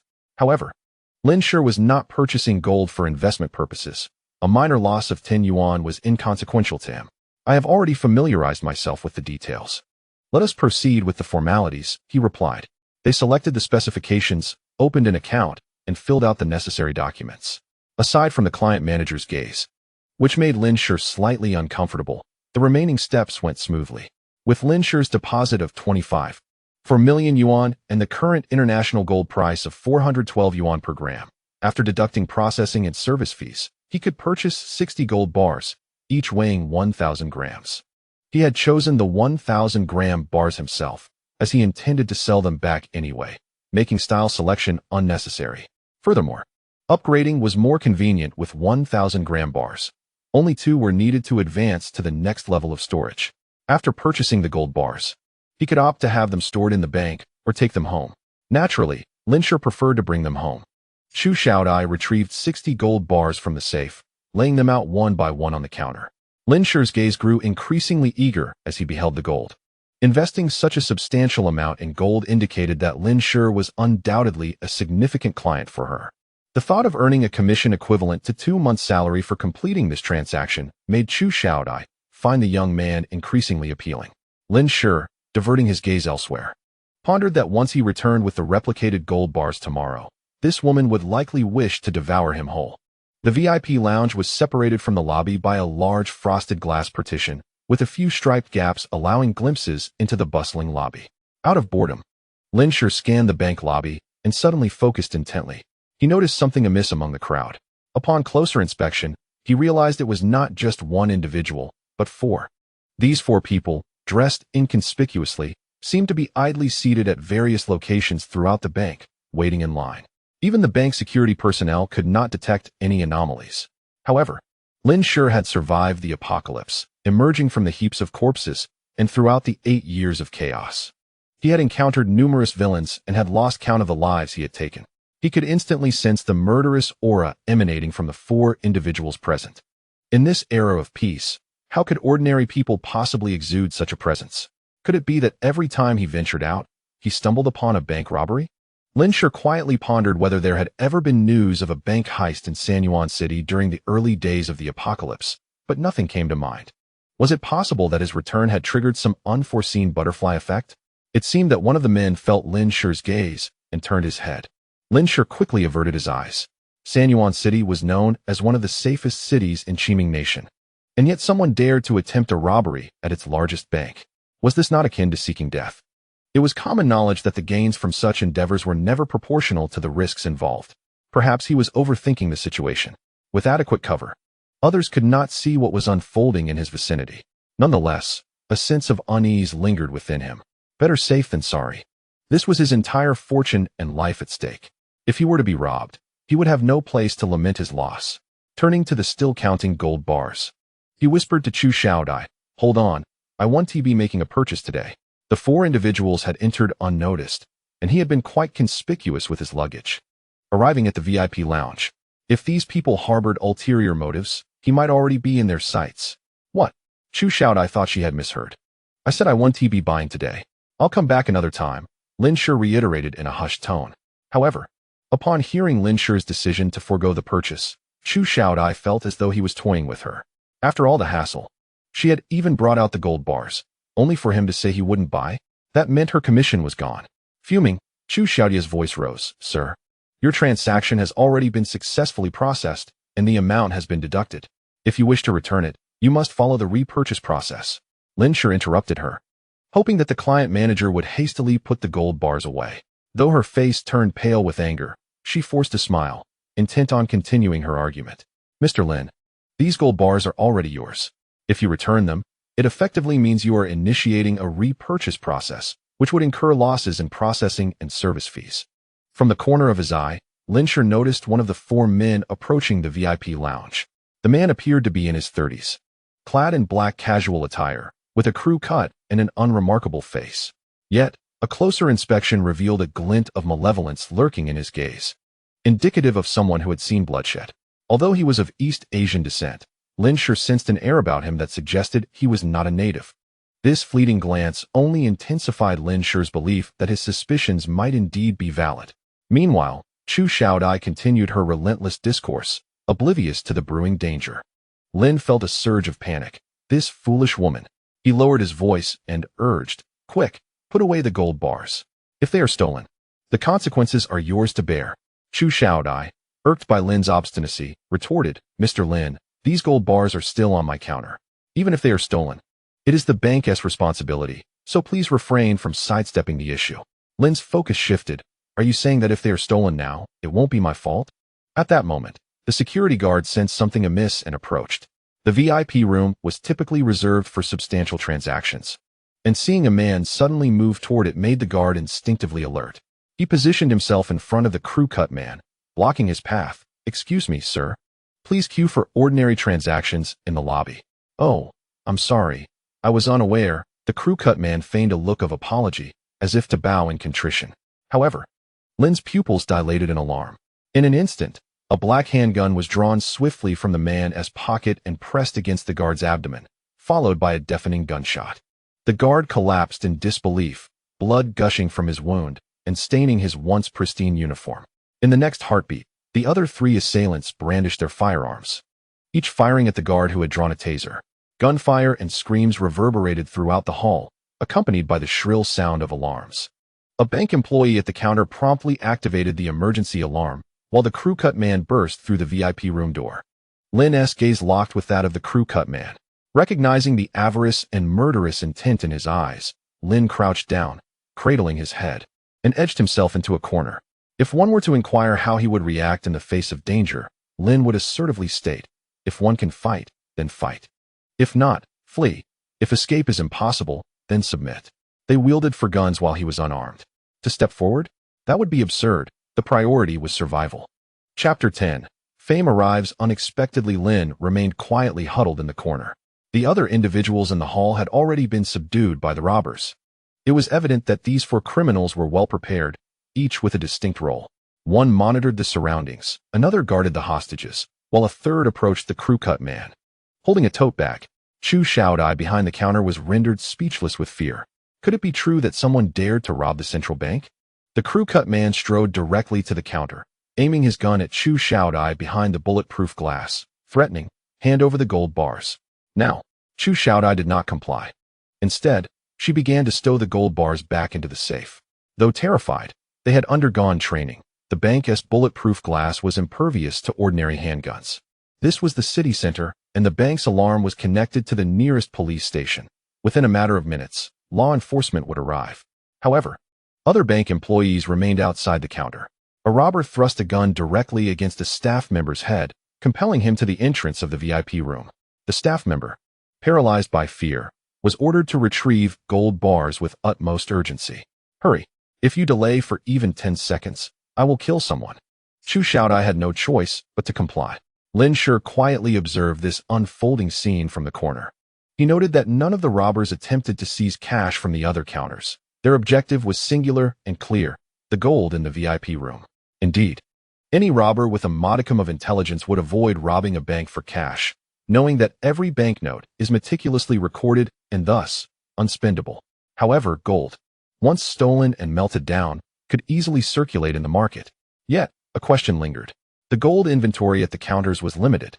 Substantial gold reserves were typically housed in the vaults. If they failed to secure a significant amount of gold, the risks of robbing the bank would far outweigh the potential rewards. How could these robbers ascertain that a considerable quantity of gold would be available at the counter that day? Few individuals, like himself, would spend 25 million on physical gold. Lin Shi's gaze shifted to the trembling Chu Xiaodai, who was handing over gold bars to the robber. Suddenly, a flash of insight struck him. It was possible that someone had leaked information about his intent to purchase a large amount of gold today. With this realization, everything became clear. They had been waiting for this batch of gold to appear. A chill ran down Lin Shi's spine, and an icy resolve settled in his gaze. Fortunately, he had refrained from taking the gold bars, and the security personnel's awareness of the anomaly had allowed him to escape unscathed. Otherwise, had he attempted to place the gold bars into his suitcase, he would have undoubtedly found himself defenseless and unable to survive the encounter. 60 gold bars were swiftly passed out of the window by Chu Xiaodai and collected by the robbers into their bags. Although the gold bars appeared relatively small, their weight, 120 pounds, was substantial, making it cumbersome for one robber to carry. At that moment, the buzzcut robber noticed the suitcase beside the counter. Lin Shi inwardly cursed his misfortune. As anticipated, the buzzcut robber's gaze turned towards Lin Shi. To accommodate the gold bars, Lin Shi's suitcase was a modest-sized black model equipped with a combination lock. The buzzcut man menacingly commanded, "Come here. Open that suitcase." Lin Shi feigned fear and obediently approached, revealing the contents of the suitcase. The robber placed the bag containing the gold bars into the suitcase. Throughout this process, Lin Shi remained acutely focused on the robber's movements. With 25 million worth of gold confined within a mere suitcase, he contemplated using spatial manipulation to conceal the gold bars. However, he swiftly dismissed the notion. The bank's surveillance equipment was still operational. The sudden disappearance of a suitcase in plain sight would undoubtedly draw attention. The vanishing of 25 million in gold would lead to an inevitable investigation. Should his spatial treasure be exposed, the consequences would be catastrophic. In the distance, the faint sound of police sirens could be heard. The robbers moved with urgency, yet the authorities acted even more swiftly. Upon hearing the blaring horns, the robbers visibly faltered. Their panic evident. They were eager to escape. Before leaving, the man with a buzz cut cast one last glance at Lin Shi. Suddenly, he lunged forward. Reaching for Lin Shi. Instinctively, Lin Shi prepared to evade and retaliate. However, a sudden thought halted his reflexes, compelling him to remain still. The buzzcut man seized Lin Shi, pressing a gun against his back, and growled, "Move." Lin Shi obediently followed the robber out of the bank. Outside, a getaway vehicle awaited them. Lin Shi was shoved into the car, realizing that there were 5 robbers in total. It was an SUV, and the 4 burly men in the back seat were cramped. Yet none complained. They tacitly accepted the buzzcut man's authority in bringing Lin Shi aboard. As Lin Shi was forcibly ushered into the vehicle, a journalist who happened to be working nearby arrived just in time to capture footage of Lin Shi's abduction. The Sanyuan city headquarters has been robbed. A young man has unfortunately been taken hostage. Through the short video, this news swiftly ascended to the trending topics. Countless netizens witnessed the moment Lin Shi was taken away. Wow, in my lifetime, I actually see someone robbing a bank. Incredible. Someone actually dared to rob the headquarters. They must have guts. I bet these robbers won't escape for long. They even have guns. I'll wager on it. I trust in our law enforcement's capabilities. The poor fellow being held hostage is likely in grave danger. That hostage looks like my high school classmate. Wait, ISNT, that Lin Shi from my university. Wow, I have a high school classmate named Lin Shi too. Soon, people began to realize that the Lin Shi they knew was indeed the same person. Consequently, another short video emerged. A 985 university top student is held hostage during a bank robbery, his fate uncertain. This video quickly gained traction. It featured a clear frontal image of Lin Shi, whose youthful and handsome face evoked concern and prayers from countless older women and girls. They fervently hoped for the successful rescue of the hostage. The classmate who posted the video gained numerous followers as a result. Unbeknownst to Lin Shi, he had become an overnight sensation. Shortly after the vehicle started moving, the sound of police sirens grew increasingly closer. The 5 individuals inside the car noticeably began to breathe heavily. One of them babbled incessantly. Lin Shi then realized that these 5 men were likely not from his country. At that moment, a golden suitcase was placed at one robber's feet. Lin Shi could easily reach it with his foot. If he could touch the suitcase, he could transfer its contents into his spatial pocket. Indeed, Lin Shi had come for that suitcase filled with gold. Chapter 11. Feigning ignorance when the gold was stolen. It remained untouched within the counter. Thus the loss would be accounted to the bank. He would still receive compensation for the 60 kilograms of gold bars from the bank. If he were to claim the gold taken by the robbers into his space, regardless of whether the robbers managed to escape, the loss would still be theirs to bear. He would possess a total of 120 kilograms of gold. After duplication, that would amount to a staggering 240 kilograms. Upgrading the wealth pool with 120 kilograms of gold would exceed his initial plans by a factor of 2. Prosperity is often born from risk. As long as these 5 robbers remained safe, so too would he. At this moment, Lin Shi sat with the 3 robbers in the back row, perilously close to the suitcase. However, bending down to reach for the suitcase would be too conspicuous. He awaited the perfect opportunity. The robber driving the SUV exhibited exceptional driving skills, weaving through traffic at speeds near 80 miles per hour. They narrowly avoided other vehicles multiple times, distancing themselves from the police car in pursuit. Soon, however, the robbers noticed 2 helicopters trailing them from above. Lin Shi heard the buzzcut man curse in a fit of anger. Shortly thereafter, they encountered a roadblock ahead. A row of sharp spikes lay in wait, impenetrable even for an SUV. A contingent of SWAT officers stood ready behind the barricade. The screech of sudden brakes pierced the air, causing all passengers in the SUV to lurch forward. Lin Shi's eyes gleamed with opportunity. As everyone lost their balance, their attention fixated on the roadblock and the officers. He seized the moment to bend down, swiftly tapping the suitcase before straightening up again. Not a single robber noticed the anomaly. Unbeknownst to them, the gold they had laboriously stolen had vanished, all collected into Lin Shi's space. Next, he needed to devise a means of escape. The SUV reversed wildly, turning around to flee down a narrow path, with the helicopters in pursuit. One helicopter captured the scene, its camera trained on the robber's vehicle. The SUV seemed to circle back, and after several minutes, they approached an overpass. Below the overpass, traffic flowed incessantly, yet Lin Shi's body tensed with apprehension. There was an ordinary black sedan parked beneath the overpass, but Lin Shi immediately sensed something amiss. Typically, even those in a hurry would stop at the roadside outside the overpass, not underneath it, which was conveniently a blind spot for the helicopter's surveillance. This could very well be a vehicle prearranged by the robbers to elude capture. If they disembarked, they would discover the gold bars missing from the suitcase, leaving Lin Shi in a precarious position. As it turned out, Lin Shi's intuition was correct. The SUV came to an abrupt halt beneath the overpass. If it weren't for the need to switch vehicles, there would have been no reason for such a sudden stop. As the off-road vehicle screeched to a halt, Lin Shi, caught between 2 robbers, suddenly reached out and grazed the hands of the assailants gripping their firearms. Just as the robbers were about to react, their weapons vanished from their grasp, leaving them momentarily stunned. In an instant, Lin Shi wielded one of the robbers' handguns, aiming at the third armed thug in the back seat and executing a precise shot that shattered his skull. Following that, he discharged 2 more shots, each finding its mark in the heads of the 2 unarmed robbers seated behind. At such a close range, aiming was hardly necessary. Upon hearing the gunfire erupt from the back, the man in the front seat, sporting a buzz cut, instinctively turned around, his body leaning forward from inertia. Before he could react, Lin Shi had already leveled his weapon at the man's head. The buzzcut thug's pupils dilated in shock. He had underestimated what he thought was merely a feeble scion of wealth, only to witness this seemingly powerless hostage disarm his companions with deftness. The swiftness and accuracy of Lin Shi's actions, coupled with a chilling indifference that belied his youth, left the man speechless. Just as he opened his mouth to utter a word, Lin Shi squeezed the trigger. Though this sequence of events may seem lengthy in recounting, it transpired in the blink of an eye.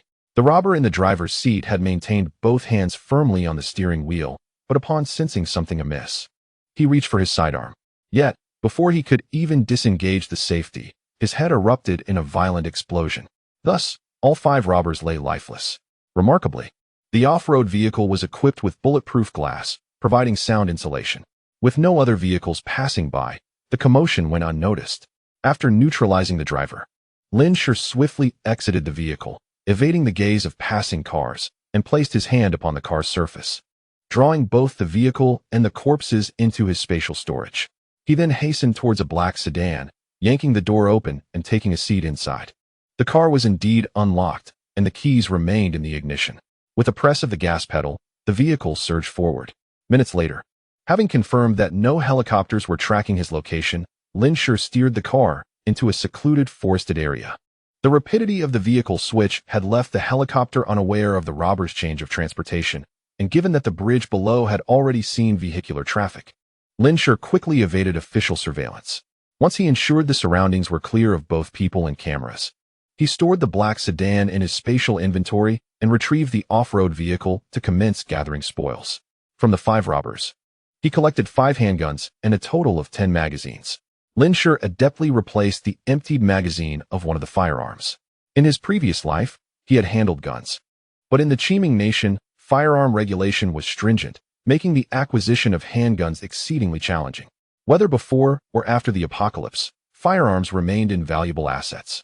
The considerable risk he had undertaken was not solely for the gold bars, but also for the firearms, which would undeniably enhance his survival capabilities in the early days of the apocalypse. Lin Shi continued to search within the vehicle's confines, uncovering a small sum of cash and 2 daggers. He gathered these items along with the gold bars, securing them all. Despite the unexpected developments surrounding the bank's acquisition of gold bars, the outcome surpassed all anticipations. After ensuring nothing was overlooked, Lin Shi returned the off-road vehicle to its designated space. In the aftermath of the apocalypse, he contemplated discarding these individuals into the sea, allowing them to be entombed beneath thick layers of ice, lost to eternity. Having resolved all matters, Lin Shi ventured a short distance to hail a taxi, heading toward the Public Security Bureau. Meanwhile, police vehicles arrived at the overpass, the last known location of the missing off-road vehicle, only to find it devoid of any presence. The robbers and the vehicle seemed to have vanished into thin air. The surveillance cameras beneath the overpass had long been sabotaged by the well-prepared criminals, leaving all law enforcement officials empty-handed. Half an hour later, within the bustling precinct of the Public Security Bureau, are you saying that after driving the vehicle into the mountains, they released you? Then they drove away? The officers pressed with a barrage of questions. Do you recall the license plate number? Did you see which direction they took? The officers continued their inquiries, as the bank had been robbed of gold bars valued at $25 million, alongside the abduction of a hostage. This incident had garnered widespread attention throughout San Juan City and the nation at large. Although the hostage was safe, the absence of both the robbers and the gold bars posed a significant dilemma for the leaders of the Public Security Bureau. In response to the officers' queries, Lin Shi answered truthfully where he could, feigning innocence where he could not, expressing ignorance and a lack of awareness. With the robbers and the vehicle seemingly evaporated, the more lies concocted, the more evident the inconsistencies became. Lin Shi merely needed to play the fool, despite the suspicions cast upon him. Any thorough investigation would reveal that he had no prior contact with the robbers before today. It was important to note that only days ago, he had been an earnest university student. There was no need for an elaborate fabrication. The official investigation would absolve Lin Shi of any wrongdoing. Chapter 12. Threats Officer. Is there a chance the gold bars can be recovered? If not, the bank will compensate me, correct? After the questioning concluded, Lin Shi expressed concern for his gold bars. Just as an officer was about to respond, Chu Xiaodai and a sharply dressed middle-aged man hurried into the police station. The moment the man entered, he inquired urgently, "Have you found the hostage? Where are they? What about the gold bars?"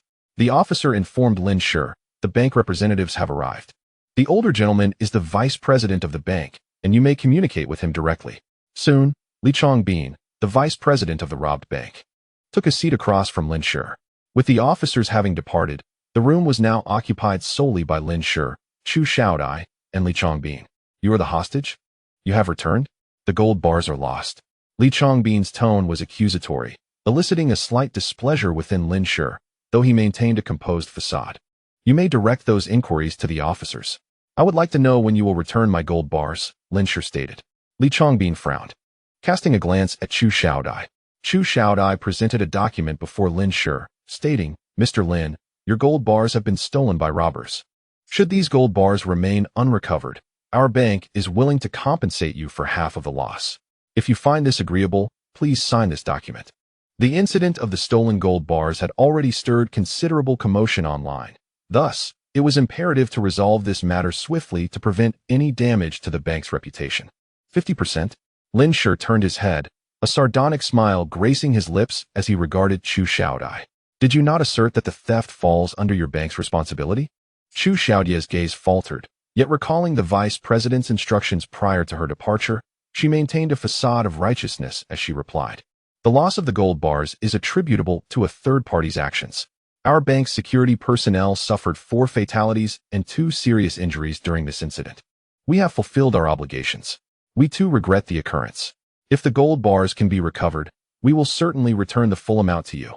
Lin Shi glanced at the document Chu Xiaodai had handed him, filled with a myriad of technical jargon.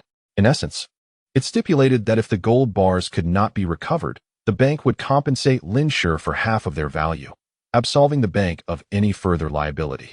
A chuckle nearly escaped Lin Shi. Their self-serving argument seemed to treat him as a mere child. He cast a sidelong glance at the vice president, who appeared self-satisfied. as though offering half compensation was an act of immense generosity. I recall that those gold bars were stolen directly from the counter. The bank never delivered them to me. Thus, our transaction remains incomplete. Your bank's failure to secure the gold bars has nothing to do with me. Li Chongbin, somewhat taken aback by Lin Shi's composure in the face of danger at just 19, spoke earnestly. Lin Shi, the loss of the gold bars is not solely our bank's fault. How about this? Let us increase the compensation to 60%. Additionally, I have a good rapport with a professor at your university. I could facilitate a spot for you in a graduate program. What do you think? Not interested. Lin Shi replied curtly.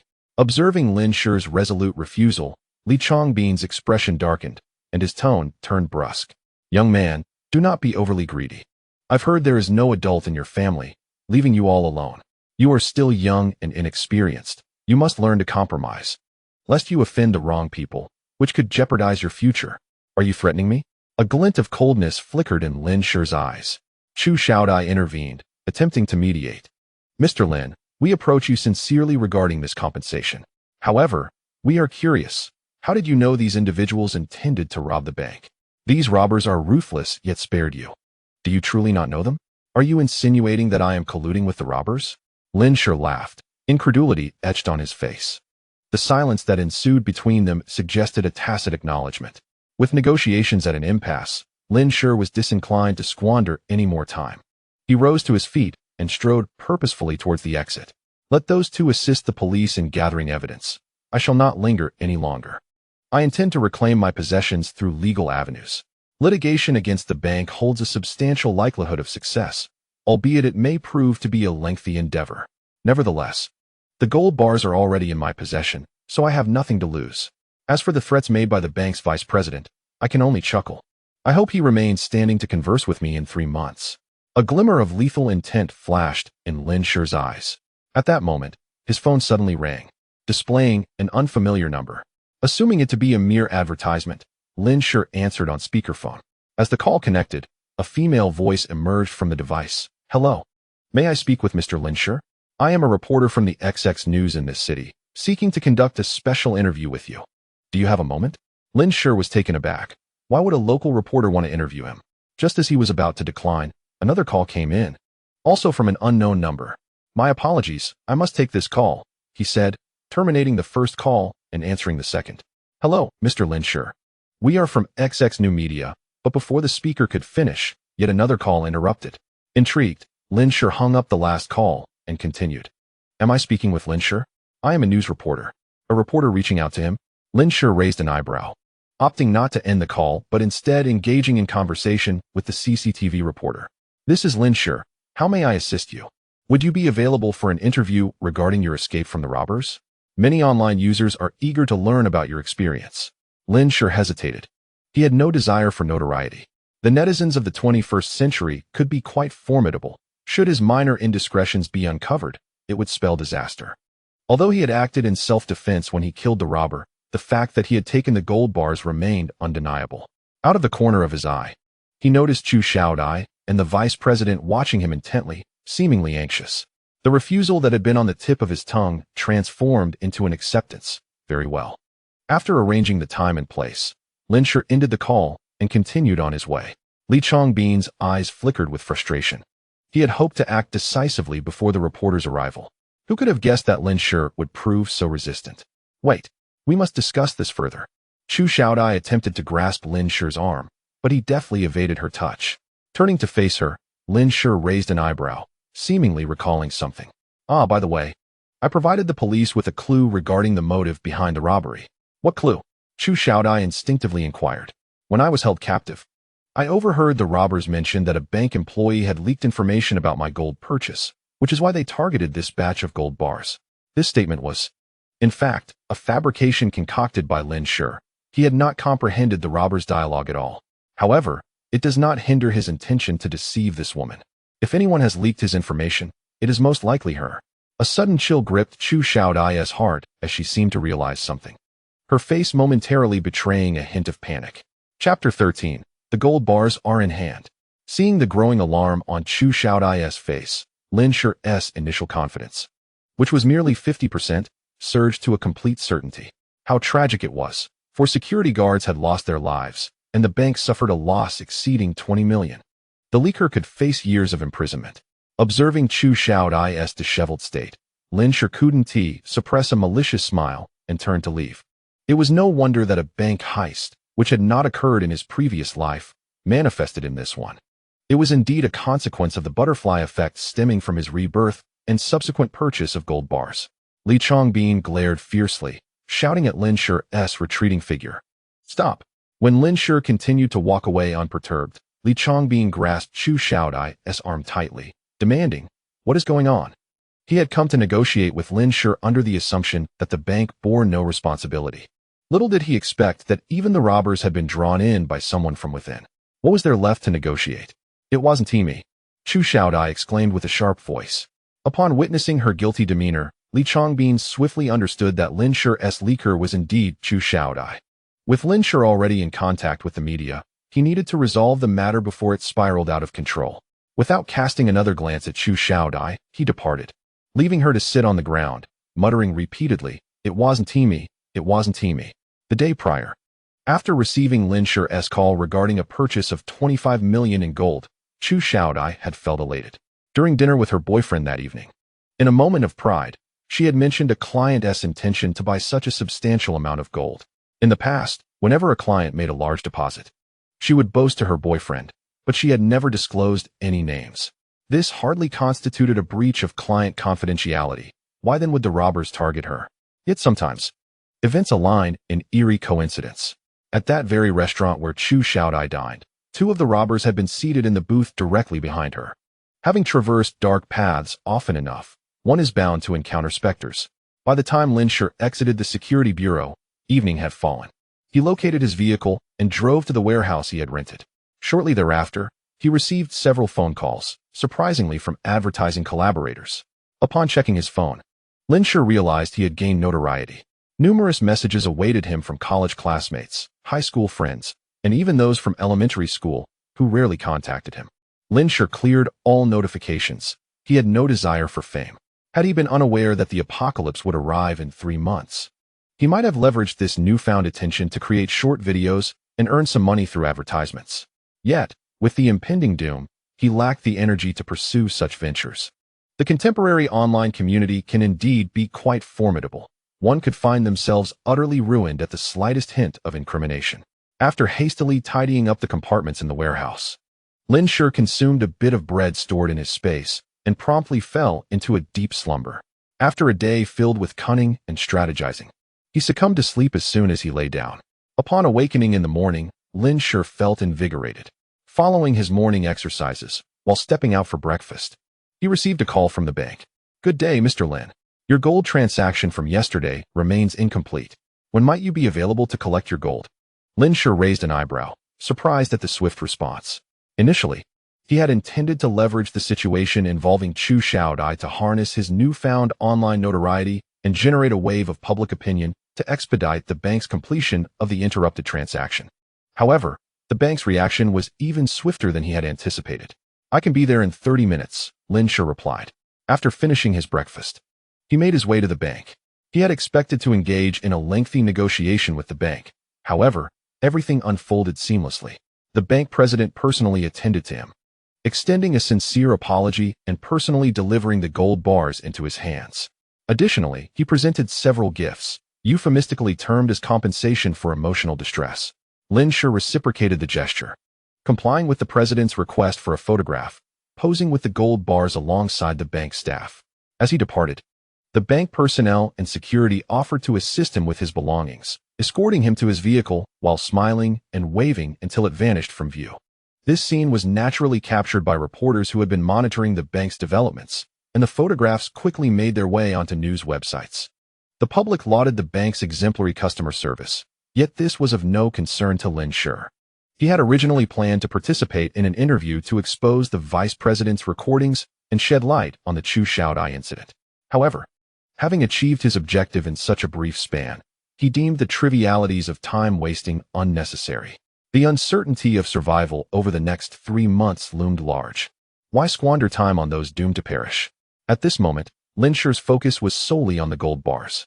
In his modest compartment, Two dazzling stacks of gold bars were meticulously arranged on the bed. One stack comprised the gold he had just retrieved from the bank, while the other was seized from the bandits the previous day. Additionally, 3 smaller bars remained from his prior collection, a total of 50 million in gold. The prospect of these bars potentially doubling to 100 million quickened Lin Shi's heartbeat. Naturally, he could not lift the 120 kilograms of gold as he had done before. Instead, he rested his hands on the gold bars. Item duplication, he uttered. As the words left his lips, brilliant golden light illuminated the small compartment. Gold bars materialized in the air before him. The sound of heavy objects thudding onto the bed echoed continually. The iron-framed bed creaked ominously under the strain. But Lin Shi was unconcerned about potentially having to sleep on the floor that night. He counted and found that he had successfully duplicated 123 gold bars, 120 weighing 1,000 grams each, 3 at 500 grams, and not a single one was missing. Lin Shi let out a gentle sigh of relief, and a wave of ecstatic joy washed over his face. Transforming 25 million into 100 million within just 2 days would send anyone into a frenzy of happiness. Initially, he was uncertain of his success. What if the treasure basin had a limit on duplication? What if it could only replicate gold bars that were physically touched? Or if there were other restrictive factors that might lead to failure? Fortunately, his concerns were unfounded. This item proved to be even more formidable than he had anticipated. At that moment, the interface of the treasure basin underwent a transformation. Treasure basin, function, storage space 666, required wealth points for upgrade, 2,000, function, item duplication 1, required wealth points for upgrade, 10,000. Only one opportunity for item duplication remained. He wondered if this count would change upon upgrading. Lin Shi began to organize the gold bars. Each gold bar from the bank bore a unique identification number. He first sorted out the duplicates of the 60 bars he had withdrawn today, setting them aside to prepare for sale back to the bank. The remaining 63 duplicates were placed on another side, which he intended to melt down and find channels for sale. Lin Shi picked up 2 original 1,000-gram gold bars and silently murmured to himself, "Upgrade the space." Chapter 14. Treasure Basin Upgrade. Suppressing his excitement, Lin Shi proceeded with his original plan to upgrade the space. As his palm emptied, the interface of the treasure basin began to shift. In the blink of an eye, the dimensions of the space in his consciousness doubled, increasing its volume 8-fold. Treasure basin, function, storage space 121212. Required wealth points for upgrade, 4,000. Function, item duplication 1. Required wealth points for upgrade, 10,000. The wealth points required for the next level of upgrade had doubled. Without hesitation, Lin Shi continued by picking up 4 gold bars to further upgrade the space. Then he took 8, followed by 16. After using a total of 31,000-gram gold bars, the storage space transformed into treasure basin, storage space, 969696. Required wealth points for upgrade, 32,000. Function, item duplication 1. Required wealth points for upgrade, 10,000. The area of the space had expanded to over 9,000 square meters, with a volume nearing 900,000 cubic meters, equivalent to the size of a museum. In terms of ordinary shipping containers, it was comparable to the size of over 29,000 containers stacked together. Such a vast space was more than sufficient for his current needs. Now, only 91,000-gram gold bars and 3 500-gram bars remained for upgrading. Lin Shi picked up 10 gold bars this time, filled with anticipation, ready to upgrade item duplication. As soon as the words left his lips, the gold bars in his hand vanished without a trace. The numbers on the interface flickered rapidly before coming to a halt. Treasure basin, storage space, 969696. Wealth points required for upgrade, 32,000. Function, item duplication 4. Wealth points required for upgrade, 20,000. The increase in duplication attempts was indeed real.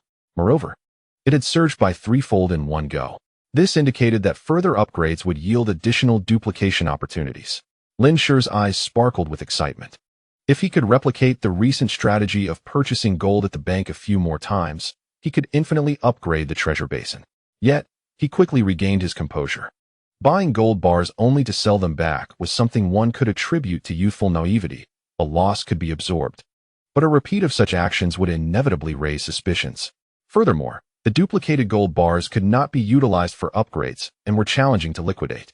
In contemporary Xia country, Every citizen's account was under the watchful eye of the state, and large, unexplained inflows of funds would promptly trigger investigations by the relevant authorities. Aside from the original 25 million, any additional funds could not be revealed, let alone spending them. His intent in upgrading the treasure basin was to prepare for the impending harsh apocalypse. To squander precious time accumulating resources merely for an upgrade would entirely contradict his original purpose. Moreover, the arrival of the apocalypse would present the optimal opportunity for gold collection. Within a month of the apocalypse, a vast number of plants and animals would perish. Human food supplies would dwindle drastically, and at that point, just a few loaves of bread could be exchanged for a kilogram of gold. No one would care for gold, silver, or jewels when they struggled to meet basic needs. Having come to this realization, Lin Shi placed his hand on the remaining gold bars and continued to upgrade the item duplication. As the gold bars swiftly disappeared, the numbers on the treasure basin interface began to dance once more.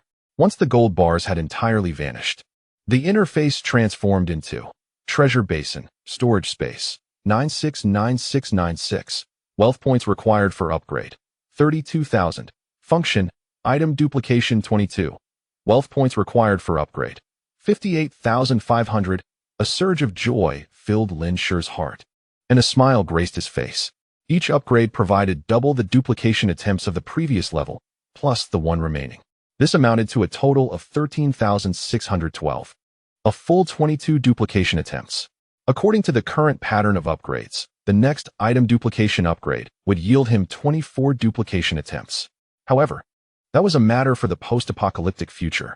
At present, the most crucial task was to stockpile resources. Lin Shi had 320,000 left in his possession. He needed to sell the gold bars to recover the funds from the bank's gold bar replicas. Considering that the gold bars had just arrived, Lin Shi decided to wait 2 days before selling them at the bank, ensuring a more secure approach. With that in mind, he resolved to dispose of another batch of illicit gold bars. Lin Shi sought out an individual in Haishur via the internet, a type of reclusive man who spent his days idly wandering the web.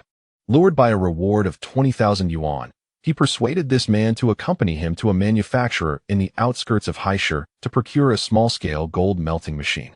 Subsequently, he enlisted another person to acquire several crucibles from a different factory and a third individual to obtain molds. He instructed these three to place their acquisitions in 3 relatively secluded locations, where surveillance was sparse, before he disguised himself to retrieve them.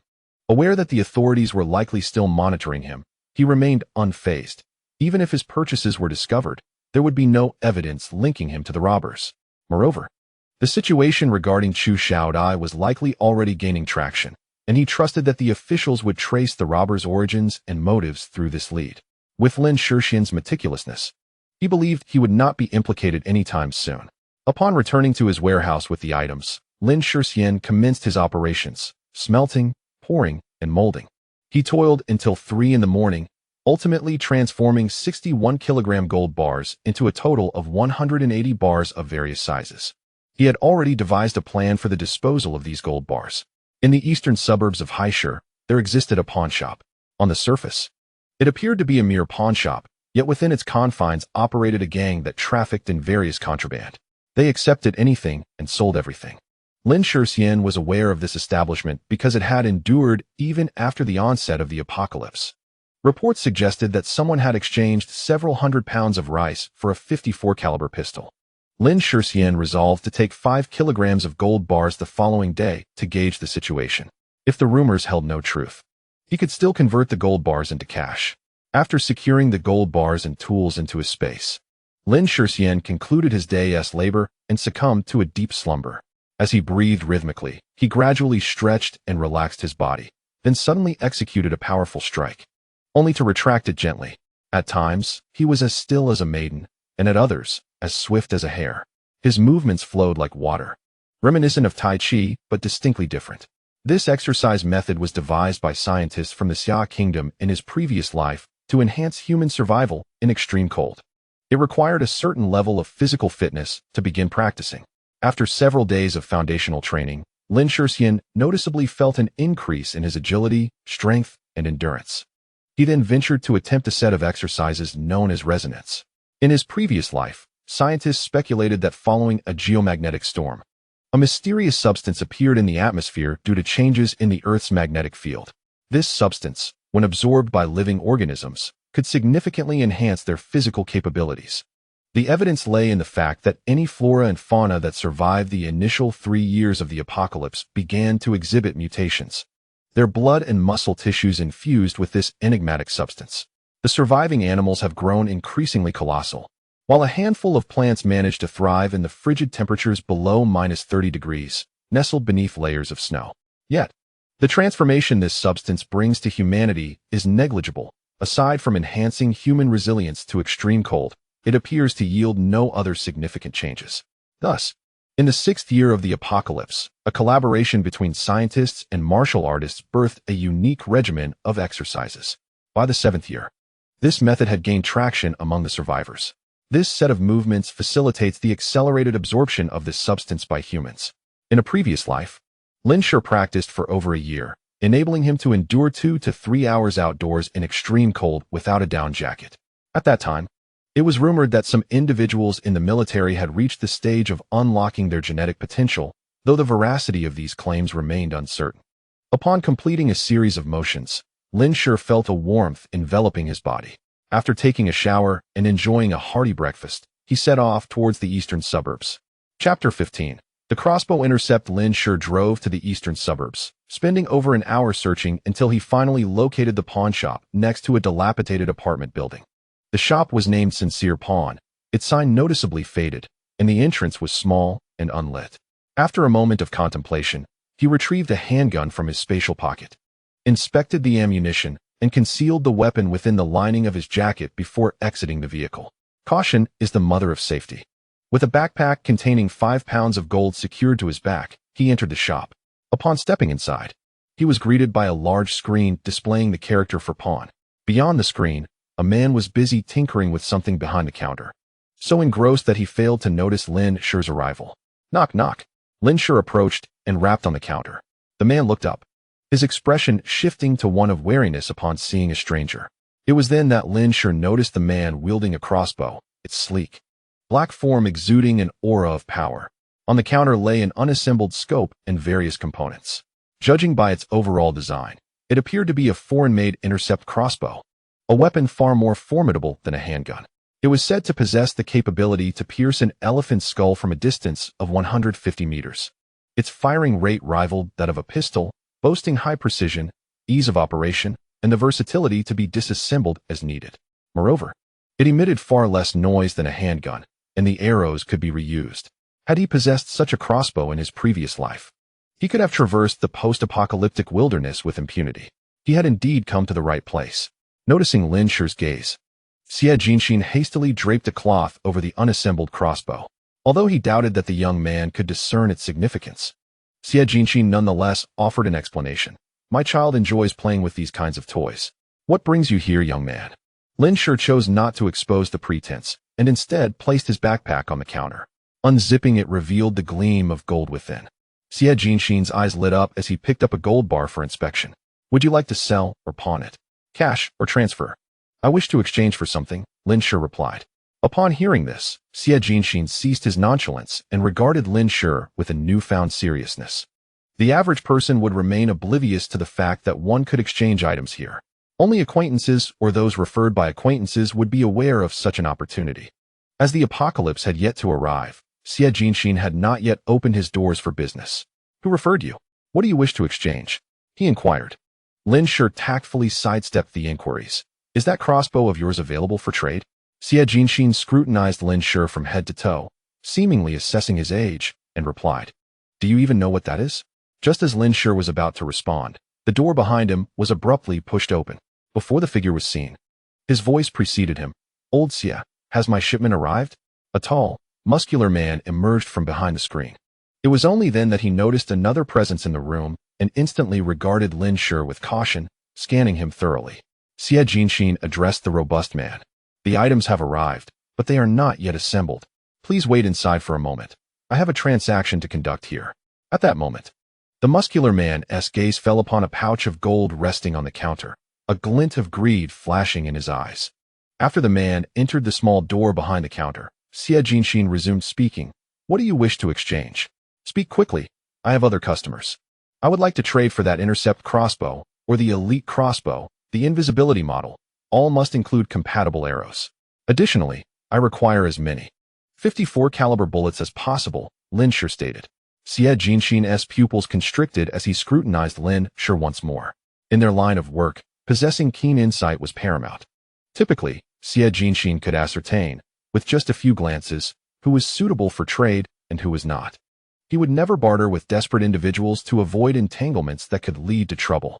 Likewise, he would not trade with ordinary people, as they had no use for his goods. His exchanges were reserved for those who frequently traversed the borderlands or mercenaries, individuals who often placed their lives on the line and would express gratitude once they acquired the equipment they sought. Having conducted business for so many years, Xie Jinshin relied on his discerning eye. However, as he observed Lin Shi, he found himself perplexed. At first glance, Lin Shi appeared to be a mere student, likely seeking to pawn something. Upon closer inspection, Xie Jinshin noted Lin Shi's calm, yet penetrating gaze, his body tense. Limbs seemingly relaxed, yet poised for action. Such vigilance was characteristic of those who often danced on the edge of life and death. Yet, this young man's skin and hands lacked the ruggedness typical of those who lived on the brink. They were too fair and smooth, devoid of calluses and the aura of desperation. Nonetheless, he could immediately discern that the crossbow was not yet assembled. Xie Jinshin found himself at an impasse, uncertain of how to proceed. Ultimately, Xie Jinshin chose to trust his intuition. Young man, the items you desire cannot be obtained with these gold bars alone. As long as you possess what I seek, money will not pose an issue. Xie Jinshin nodded. Follow me. He turned and pushed open the door behind the counter. The burly man from earlier seemed not to have wandered far, standing at the door's edge as it swung open. Old Xie, what business do you have bringing this lad in? Old Jin, your matters can wait. I shall first allow this young brother to make his selection. It was revealed that this imposing figure was named Old Jin, and Lin Shi could sense the aura of menace emanating from him. Old Jin cast a disdainful glance at Lin Shi and scoffed. Old Xie, have you fallen so low that you are willing to engage in business with just anyone? Selling goods to this unrefined boy, are you not concerned that soon your hideout will be exposed? Xie Jinshin narrowed his eyes slightly, his smile fading. I am well aware of my own affairs. There is no need for you to meddle. In his heart, Lin Shi silently completed the latter part of Xie Jinshin's statement. Humph. I am merely concerned that our years of business might be jeopardized by this young lad. Old Jin emitted a discontented grunt, his gaze narrowing menacingly at Lin Shi. Lin Shi met his gaze with calmness.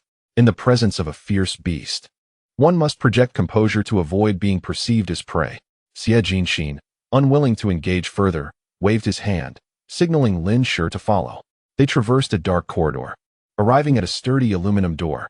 Xie Jinshin extracted a key, unlocked the door, and felt along the inner wall for a moment before the lights within flickered to life. Through the crack of the door, Lin Shi glimpsed rows of wooden shelves. Come in, Xie Jinshin said, stepping through the door.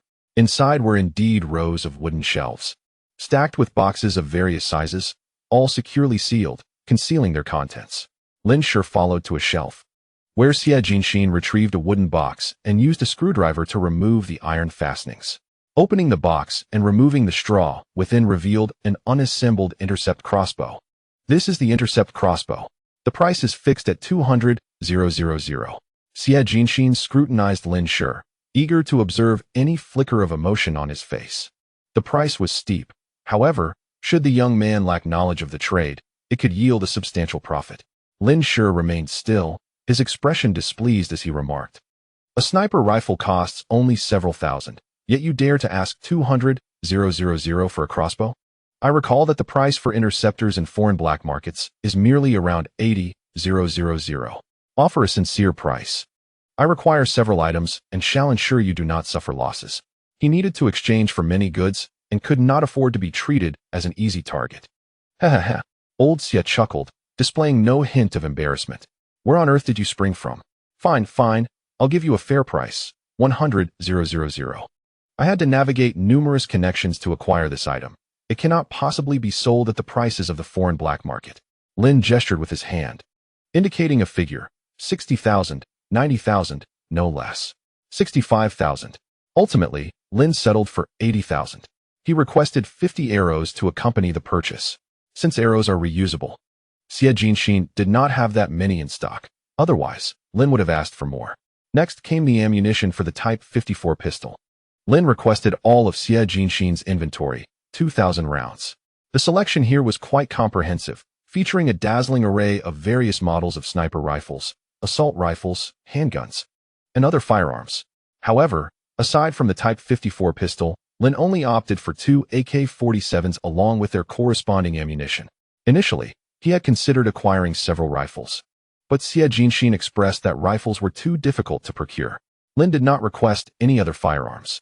Precision weapons like sniper rifles had become little more than scrap metal in the extreme cold, due to the principles of thermal expansion and contraction. The resistance of firearm components increased in frigid temperatures, and gun oil became viscous, making precision firearms more prone to jamming. Some even cracked under such severe cold. Sniper rifles, precision rifles, and high-caliber handguns were equally rendered useless.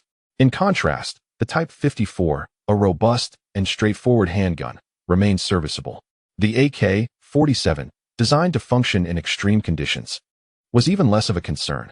Nevertheless, even these reliable weapons would have their lifespans significantly diminished. After firing a few rounds, they would require maintenance to continue functioning. Otherwise, the moisture generated from the heated barrel in the cold would quickly freeze the barrel. In a snowstorm, snowflakes could easily enter the barrel. Their role as a deterrent far exceeded their practicality. For mere self-defense, handguns were sufficient, especially since Lin possessed more than one. However, for hunting and gathering supplies, cold weapons proved to be more effective. The post-apocalyptic era of extreme cold marked the rise of cold weaponry. Ultimately, Lin chose 3 Nepalese kukris and 3 daggers. When confronted with Xie Jinxin's promotion of the Tang Dao, Lin politely declined. "I thought young people favored such blades?" Xie Jinxin muttered. The Tang Dao had indeed gained popularity online in recent years. Although it was sharp, the blade was too straight and long, making it prone to breaking upon impact with hard objects or weapons in extremely low temperatures. Lin smiled without elaborating and inquired, "Do you accept pre-orders here?" With confidence, Xie Jinxin responded, "Feel free to express your desires. As long as it's not too large, I can procure it for you. I want the finest military-grade cold-weather gear, along with matching cold-weather boots, combat gloves, and a helmet. It must be top-tier, the most resistant to cold. Can you manage that?" Xie Jinxin's eyes widened. The finest military cold-weather combat gear consists of over a dozen pieces, suitable for combat in temperatures well below zero, and the cost is certainly not insignificant. Each set is priced at no less than several $100,000. Lin Shi added another number behind it. 50 sets, all tailored to my specifications. 50 sets. Xie Jinxin's eyes widened in astonishment as he exclaimed, "Are you preparing for war? Is this young man truly that affluent?" Lin Shi, with an air of solemnity, responded with a fabricated tale, "I plan to spend a few years in Antarctica." Naturally, Xie Jinxin did not buy such a far-fetched story. However, upon hearing Lin Shi's subsequent requests, he began to reconsider the possibility that Lin Shi might indeed be serious. 5 night vision goggles, 20 military walkie-talkies, 20 low-temperature resistant integrated tents, and 50 military sleeping bags. Additionally, procure a few military crossbows and gather a considerable number of arrows. As for ammunition, acquire as much as possible. Xie Jinxin calculated roughly, realizing that the value of these items had already surpassed 10 million. To place such a large order, you must provide at least 1 million as a deposit. "I will only accept cash or gold," Xie Jinxin stated, his demands entirely reasonable. Lin Shi nodded. "I will return tonight." There were still many gold bars in his space, but he could not take them out directly. After they set a time, Lin Shi departed the pawnshop, carrying a mountaineering backpack gifted by Xie Jinxin. Once Lin Shi left, Xie Jinxin continued assembling crossbows. Old Jin, with a knowing glint in his eyes, casually inquired, "Old Xie, is this sheep fat?" "Old Jin, don't entertain such thoughts." Xie Jinxin surprisingly defended Lin Shi. He found the young man inscrutable and wished to avoid trouble. When he requested the deposit, the young man had displayed no hesitation whatsoever. Anyone capable of easily producing such a large sum of cash or gold and acquiring so much equipment could not possibly be ordinary. Most importantly, he had never witnessed such calm composure in someone so young. After listening to Xie Jinxin, Old Jin fell silent, shadows flickering in his eyes. Upon returning to the car after leaving the pawnshop, he ensured there were no surveillance cameras around before stowing the items in his space. After dinner that evening, Lin Shi retrieved 5 pounds of gold from his space and made his way back to Xie Jinxin's pawn shop. The already secluded outskirts were even more tranquil under the night sky. Lin Shi entered the pawn shop directly, presenting the gold bars for old Xie to count. Xie Jinxin inspected the gold and said, "All right. When the goods arrive, you can settle the remaining balance. I'll take my leave now." Lin Shi was unperturbed by the thought of old Jin absconding. Firstly, old Jin was renowned in the post-apocalyptic world for his good reputation. Although his prices were steep, he delivered genuine goods once payment was made. Secondly, the gold was not of much use to Lin Shi. Losing it would not significantly impact him. As Lin Shi turned to leave, he was called back by Xie Jinxin. "Wait." After a moment's hesitation, Xie Jinxin spoke cautiously, "Be careful at night." Lin Shi was slightly taken aback, but quickly responded, "Thank you. Exercise caution during the night. After all, what does a robust man have to be wary of? Naturally, one must be vigilant of others. Someone has set their sights on him." The vehicle glided along the somewhat tranquil streets, and with a discerning mind, Lin Shi chose to drive cautiously. After a brief while, he abruptly hit the brakes. A row of nails appeared on the road ahead. Lin Shi narrowed his eyes slightly, shifted the gear into reverse, and pressed the accelerator to retreat. He maneuvered back to the intersection he had just passed, swiftly changed gears, and redirected onto another road. This unforeseen turn of events completely caught the ambushers off guard. A reasonable person would either find themselves forced to repair a flat tire or would step out to inspect the situation, clearing the nails aside. Who would simply turn and run without a second thought. Not far from where the nails had been scattered, old Jin, clad in black and wearing a motorcycle helmet, awaited his prey. Witnessing this scenario, old Jin cursed under his breath, twisting the throttle as he pursued Lin Shi's departing figure. Chapter 17. Erasing evidence. Having driven a few hundred meters, the sound of a motorcycle engine echoed from behind. A glance in the rearview mirror revealed a figure clad in black, helmet obscuring their face, barely visible under the dim streetlights. Lin Shi veered towards a secluded road, with the motorcycle closely tailing him. Old Jin's face was mostly concealed, save for his eyes, which glinted with malice. Having risked life and limb in a perilous existence, he had only managed to scrape together a meager sum over several months. If he could capture this lucrative target and extort a few $100,000 or even millions from him, he could enjoy a prolonged period of leisure. Such affluent heirs are often paralyzed by fear. With just a bit of coercion and a few compromising photographs, they would likely part with their wealth to preserve their lives. Old Jin was no stranger to such endeavors. He had successfully executed similar plans on multiple occasions. Lin Shi's lavish demeanor and youthful appearance stirred old Jin's ambition. After traversing a residential area, old Jin revved the throttle and surged in front of Lin Shi's vehicle, executing a drift to block his path. Simultaneously, he discreetly gripped a dagger concealed at his thigh. Should Lin Shi exit the car, he would be able to subdue the young man in an instant. It was merely 8 o'clock in the evening, still quite early. Although in a remote suburb, a few pedestrians could be spotted in the distance. This hour often lulls individuals into a false sense of security, and it was common for privileged youths to vent their frustrations and exit their vehicles during such times. Moreover, the surveillance cameras along the route had already been sabotaged by old Jin. If he acted swiftly, seizing both man and vehicle as Lin Shi stepped out, it would be challenging to trace the incident back to him. Unfortunately for old Jin, Lin Shi was not an ordinary young man.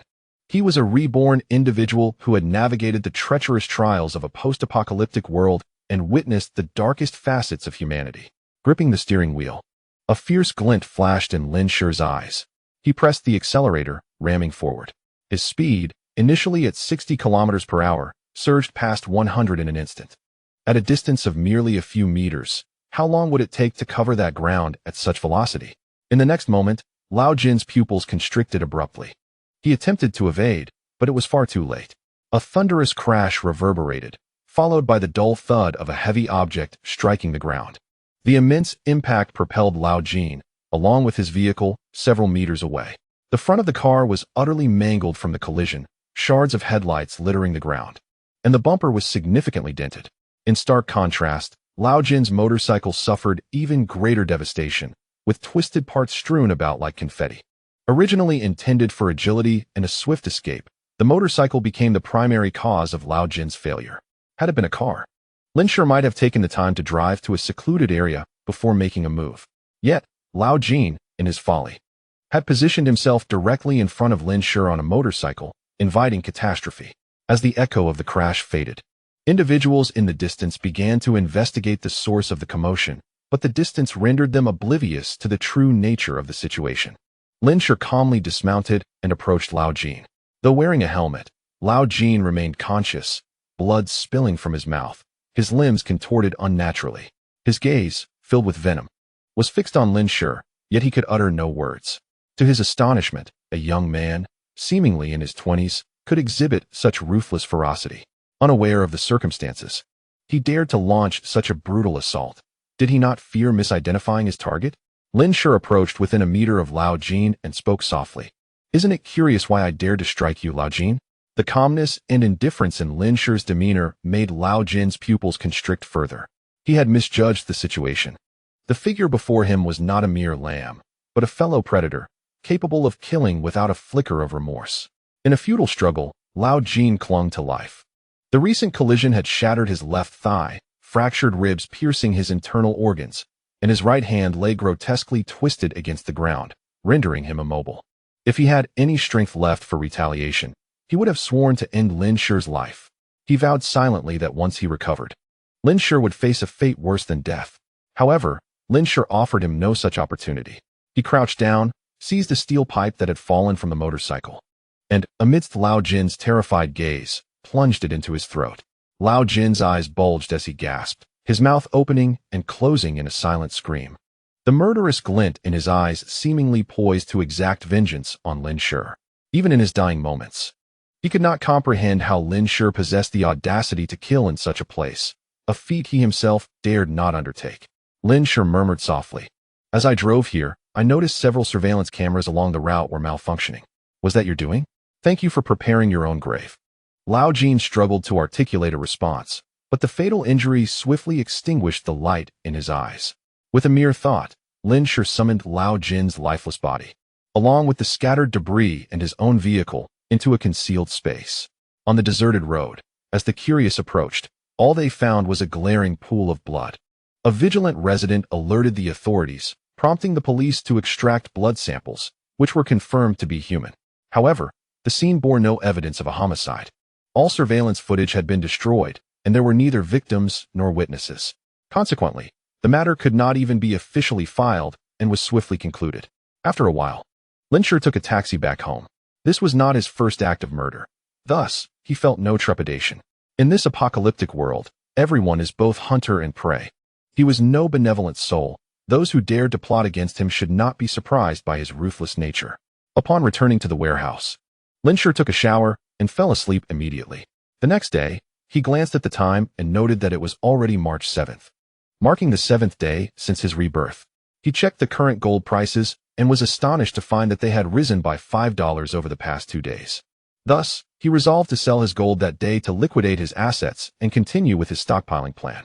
After completing his morning exercise and having breakfast, Lin Shi headed to the bank. Just days prior, Lin Shi had been something of a celebrity at the bank. As he entered with his suitcase, he was immediately recognized. "Mr. Lin, how may I assist you today?" Following the revelation of Chu Xiaodai's leak of client information by Lin Shi, the bank had discreetly dismissed her to protect its reputation.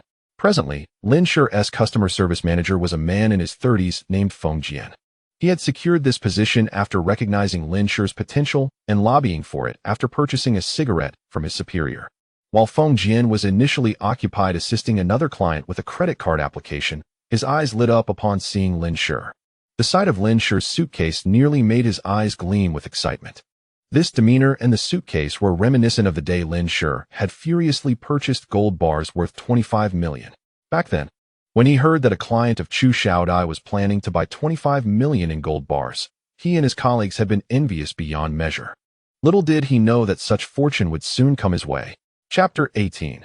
Selling the gold bars. Feng Jian promptly abandoned his current client, leaving them in the care of a colleague. Compared to the commission from selling 25 million in gold, processing a credit card application was trivial. He hastily approached Lin Shi, donning the most sincere smile. "Hello, Mr. Lin. I am your new account manager, Xiaofeng. What business do you wish to conduct today? Let us discuss it inside." "Certainly. Please follow me." Feng Jian eagerly ushered Lin Shi into the VIP lounge, relishing the envious gazes of his colleagues. Lin Shi's casual purchase of $25 million in gold surely indicated that he possessed even greater deposits in other banks. If he could secure those funds, his performance would skyrocket. The other bank employees shared this sentiment, for to them, performance equated to salary, and high-quality clients were akin to benefactors. However, Feng Jian acted with such swiftness that they could only mutter their grievances in secret. What a petty individual. Lin Shi approached the VIP window, on the verge of speaking, when Feng Jian hurriedly interjected, "Mr. Lin, please take a seat and wait a moment." With that, he quickly departed. Lin Shi had no choice but to sit and wait. Before long, Feng Jian returned, holding an exquisite gift box. Each year, the bank prepares gifts for its esteemed clients, offering different tiers of presents based on their status. This year, the bank had prepared 2 bottles of Maotai liquor for its most distinguished clients. Although Lin Shi was not originally among the highest tier, Feng Jian, eager to retain Lin Shi as a valuable client, took it upon himself to supplement the gift from his own pocket. If Lin Shi were to return to the bank for a substantial financial investment, not only would Feng Jian recuperate his expenses, but his performance metrics and salary would soar. He had initially intended to call Lin Shi to deliver the gift, but was surprised by Lin Shi's direct visit. "Mr. Lin, this is your gift for the year, which also includes some personal sentiments from me." Lin Shi paid little heed, nodding slightly before getting straight to the point. "Please assist me in processing the repurchase of these gold bars." With that, he opened his suitcase, revealing an entire collection of 60 kilograms of gold bars. Feng Jian was momentarily taken aback, his expression a vivid tableau of astonishment. He confirmed once more, "You mean to say you wish to repurchase these gold bars?" Lin Shi nodded. Upon glancing at the day's gold price, Feng Jian mustered a smile. "Mr. Lin, if you were to part with these gold bars now, it would result in a loss." Lin Shi had already prepared his rationale for the journey. "I am aware. I have done my research. My previous impulse to acquire such a quantity of gold bars was misguided. I have come to realize that investing in gold is not prudent, and I intend to allocate these funds elsewhere." Despite Feng Jian's attempts to dissuade him, Lin Shi's resolve only grew impatient. Reluctantly, Feng Jian began the intricate process of repurchasing the gold bars. The procedure was far more cumbersome than the purchase, requiring verification of the certificate codes and the serial numbers on each gold bar, ensuring that the packaging remained intact and the bars were free of scratches. This was not a task that could be completed in haste. Feng Jian summoned a counter-staff member to assist him in the organization. Upon hearing that Lin Shi intended to sell the recently acquired gold bars, the staff member cast Feng Jian a glance tinged with schadenfreude. Feng Jian's expression darkened further. While he would not receive a commission for this transaction, he was now required to exert effort for the repurchase. Were it not for his belief in Lin Shi as a potential client, Feng Jian would have already directed several scornful glances toward him. After spending the entire morning, all the gold bars were finally repurchased. Lin Shi's account reflected a sum of 24.78 million, incurring a loss of over 600,000. Objective achieved. Lin Shi was unconcerned with such trifling money. After rejecting all of Feng Jian's financial proposals, Lin Shi departed, while Feng Jian forced a smile as he watched him take away the 2 bottles of Maotai, feeling a deep sense of regret within. In pursuit of this gift, he incurred an expense exceeding 1,000 yuan, even sacrificing a pack of cigarettes. What infuriated Feng Jian further was the impending ridicule from his colleagues, who would secretly label him a fool. Naturally, Lin Shi remained indifferent to these concerns. After departing the bank, Lin Shi proceeded directly to the wholesale grain and oil market. He ordered 100 tons of rice, amounting to 2,000 bags, 1,000 bags of flour, 100 boxes of cooking oil, and 1,000 boxes of table salt. The reason Lin Shi stockpiled such an abundance of salt was due to the extreme difficulty of extracting it once the seawater froze, a task that would become 100-fold more challenging than it currently was. Given the current affordability and minimal space requirement of salt, he decided to acquire extra supplies. Next, he procured 100 boxes each of monosodium glutamate, chicken essence, soy sauce, vinegar, and various condiments. Additionally, he ordered 1,000 boxes each of instant noodles, sausages, ham, and luncheon meat. He also requested 100 boxes of hot pot base and assorted seasoning packets. The thought of enjoying hot pot and boiled meat in the extreme cold was truly enticing. Lin Shi also surveyed other miscellaneous items for purchase. In total, the supplies filled 7 shipping containers, costing him over 1,000,000 yuan. The owners of the wholesale market perceived Lin Shi as a purchaser for a large supermarket, offering him the lowest prices in anticipation of his future orders. Loading the goods, which required several hours even with the utmost efficiency, prompted Lin Shi to request additional workers for the task. After paying a deposit and leaving his address, he rushed to the adjacent farmer's market. There, he ordered several thousand jin of various live fish, insisting that they be gutted and scaled. He procured 1 ton each of chicken and duck, alongside 1 to 2 tons of fresh pork, beef, lamb, and eggs. As it was already afternoon, these could only be delivered the following day, particularly for the live fish, which he requested to be freshly killed. The price increased by 1 yuan per jin, and the delivery would take several days to complete. Following this, he ordered several hundred jin of dried seaweed and assorted dried seafood, as well as ginger, scallions, and garlic. The unique properties of his storage space ensured that items remained unchanged upon entry and exit. Had it not been for the constraint against storing live creatures, Lin Shi would have also acquired fresh shrimp and crabs. He then reserved 3 tons of various vegetables and gourds, as well as 3 tons of fruit, requesting delivery first thing in the morning. Subsequently, Lin Shi visited a pharmacy to procure medications. Unlike food, there were restrictions on the quantity of pharmaceuticals an individual could purchase. His endeavors extended into the evening as he scoured over a dozen pharmacies, ultimately acquiring 50 boxes of antibiotics, 72 boxes of cold medicine, and various antiviral powders and oral solutions. He purchased 126 bottles of vitamins priced at 2 yuan each for 100 capsules. Yet, this was still insufficient. In the face of an apocalyptic scenario, the scarcity of medicine was dire. A mere cold in such frigid conditions could prove fatal. Lin Shi resolved to place additional orders online. At this juncture, the first batch of goods from the wholesale grain and oil market had already arrived near the warehouse Lin Shi had rented. Upon receiving the call, Lin Shi hastened back, driving swiftly. Just as he arrived at the warehouse entrance, his mobile phone rang again. It was Liao Peng calling. Calculating the time, Lin realized that Liao had been in Shashi for 4 days. It seemed he had made some progress. Chapter 19. Acquiring supplies. Lin answered the call. Liao Peng's voice resonated through the phone. Boss, I've traversed Shashi these past few days and discovered 3 locations that align perfectly with your requirements. I've sent the detailed information to your WeChat. Please take a look. All right, I have matters to attend to, and I will return your call later, Lin replied. He proceeded to open the warehouse door and, alongside a dozen laborers, began unloading the goods. It took over 3 hours to unload 3 containers and store everything within the warehouse. Once the workers had departed, Lin placed his hands upon the pile of supplies. Absorbing the sight of the materials, which merely represented the tip of the iceberg, he understood that this was merely the beginning. After a refreshing shower, Lin reviewed the information Liao Peng had sent. He had to admit that he had chosen wisely. The 3 locations provided by Liao were indeed suitable for Lin's needs. Each site boasted high terrain, secluded locations, and the absence of towering buildings, allowing for immediate construction.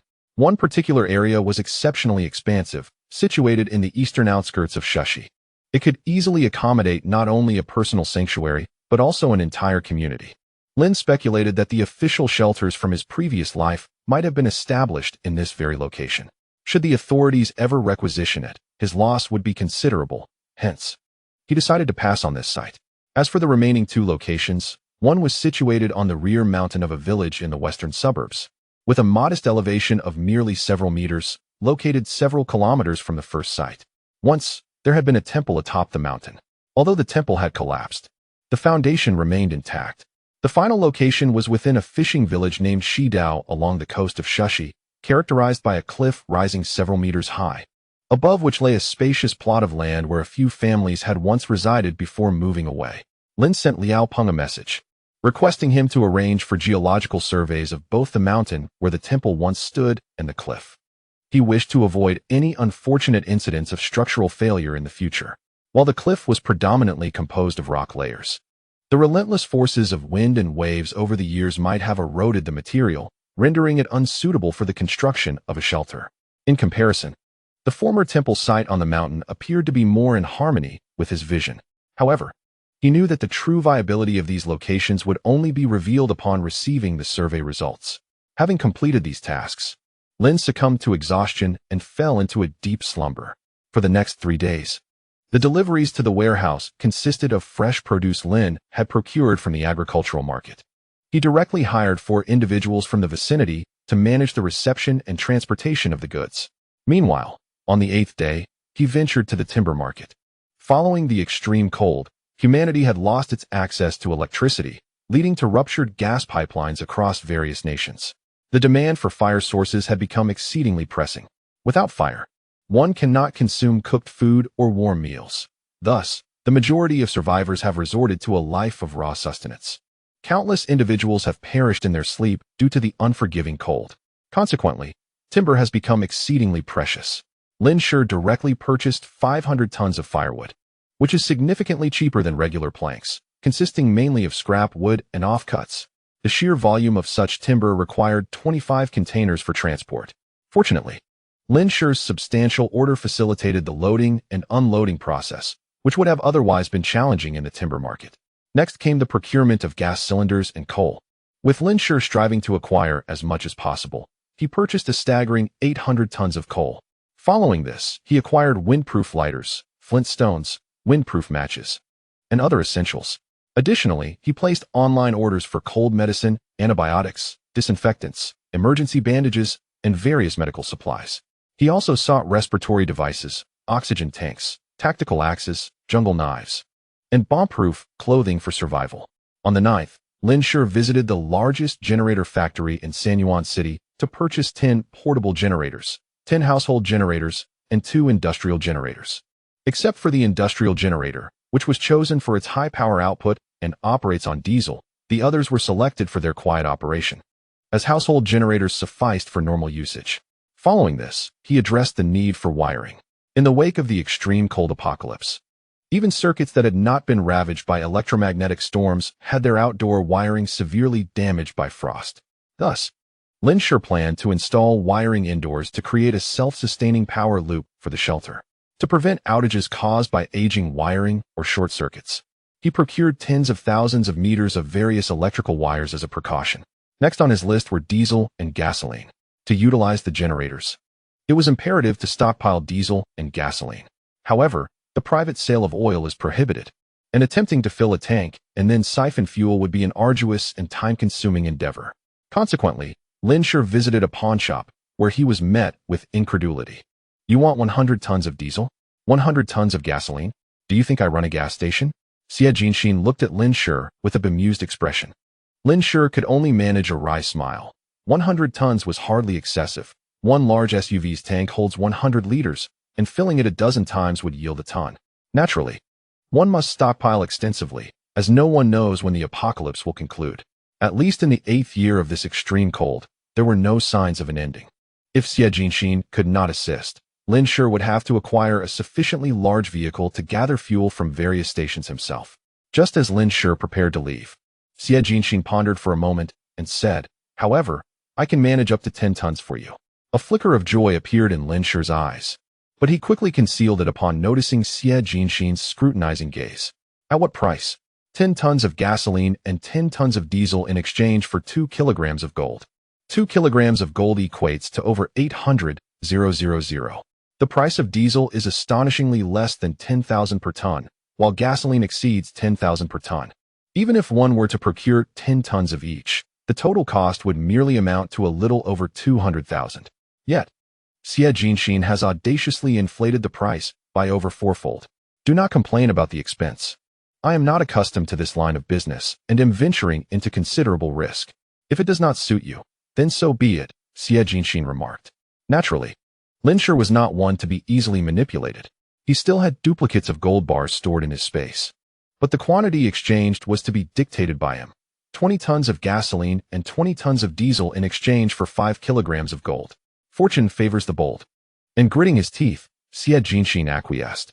Seeing Xie Jinxin agree so readily, Lin Shi's eyes flickered with interest as he inquired, "Could you procure some pharmaceuticals for me?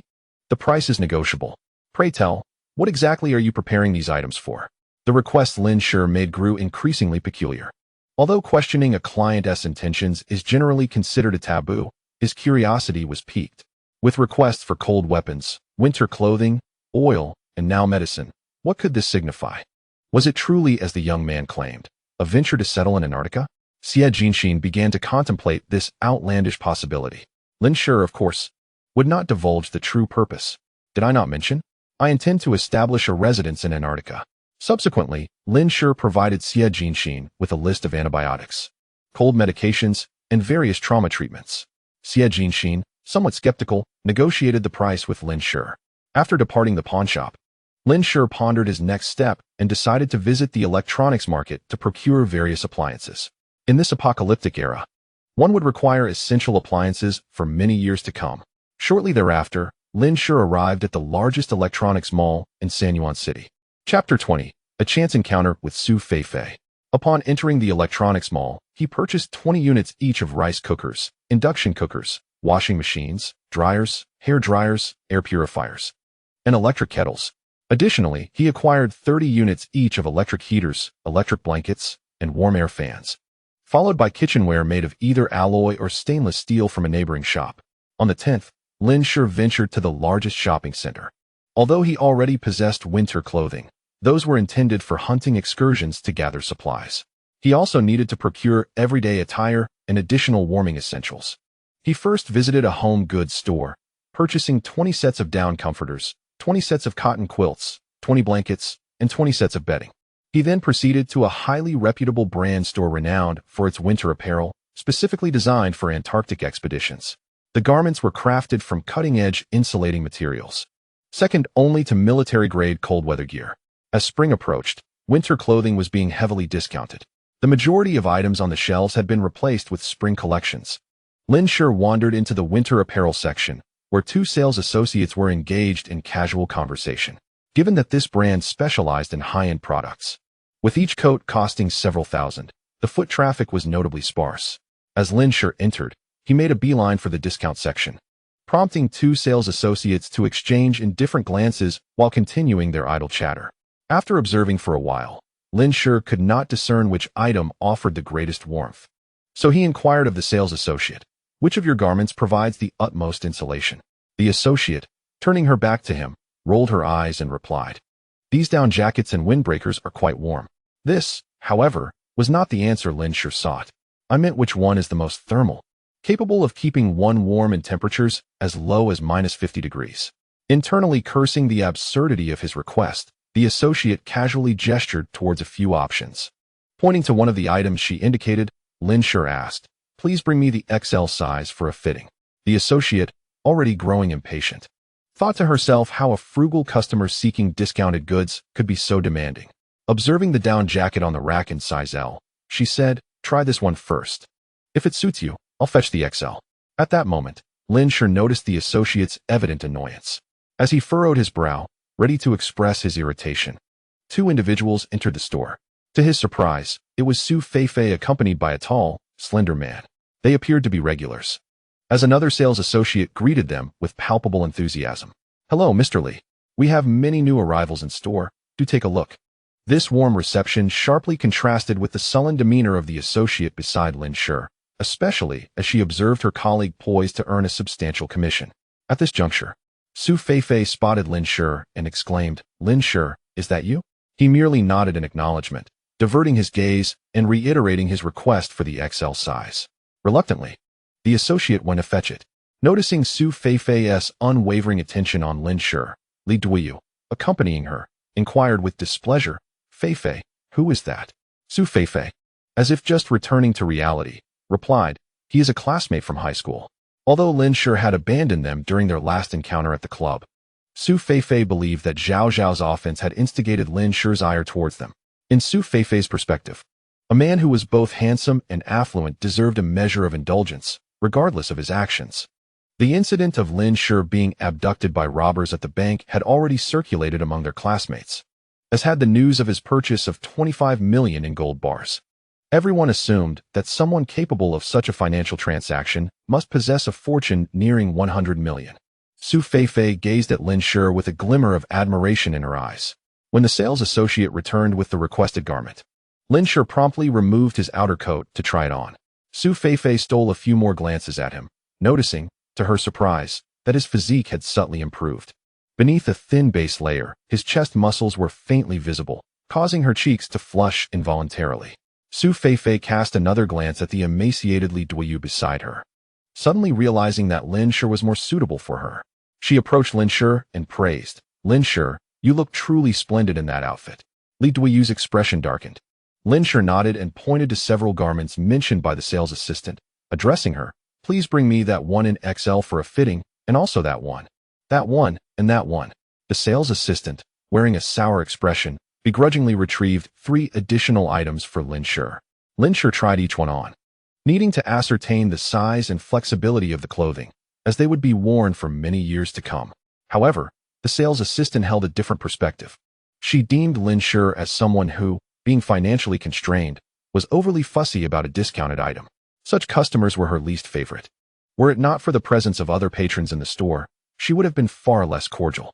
Su Feifei incessantly complimented Lin Shi on how well the clothes suited him. Yet, Lin Shi found the woman beside him rather bothersome and was about to dismiss her when Li Duyu, who had been ignored, could no longer contain himself. "Feifei, if your classmate can't afford the clothes, I'll cover the bill. Let us not make things awkward for the sales assistant." The sales assistant immediately cast a grateful glance at Li Duyu. Su Feifei's expression became somewhat complicated. Lin Shi was short on funds. He had invested 25 million in gold. After all, though she did not understand Lin Shi's fixation on discounted items, Su Feifei believed this reflected his admirable virtue of frugality. "Li Duyu, don't speak nonsense," Su Feifei interjected.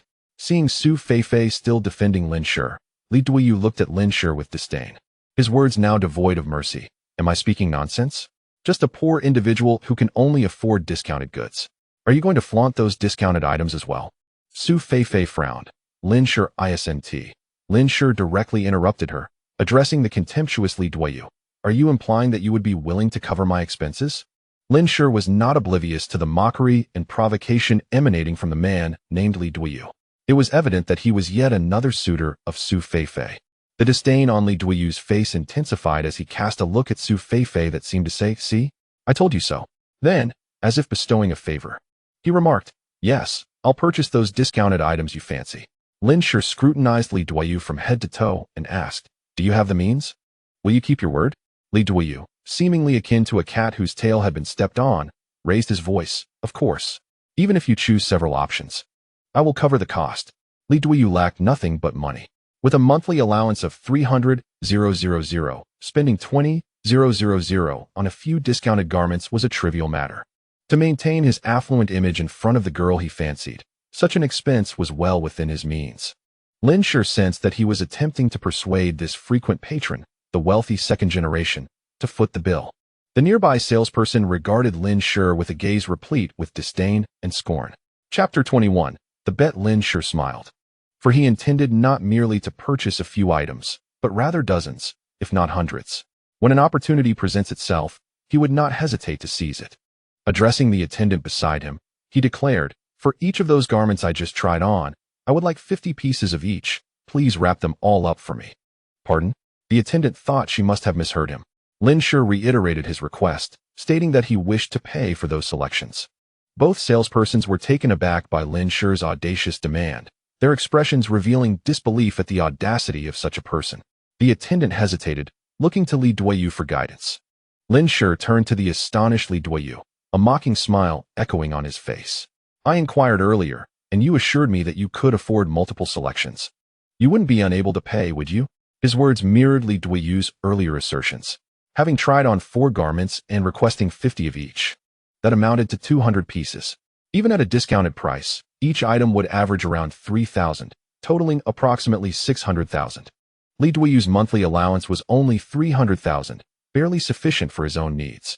Lin Shi's opening gambit threatened to consume 2 months of his spending money. "Are you jesting with me?" Li Duyu's anger surged, convinced Lin Shi was merely toying with him to embarrass him in front of Su Feifei. It was not that he could not produce 600,000, but rather that he would never spend such a sum for a man.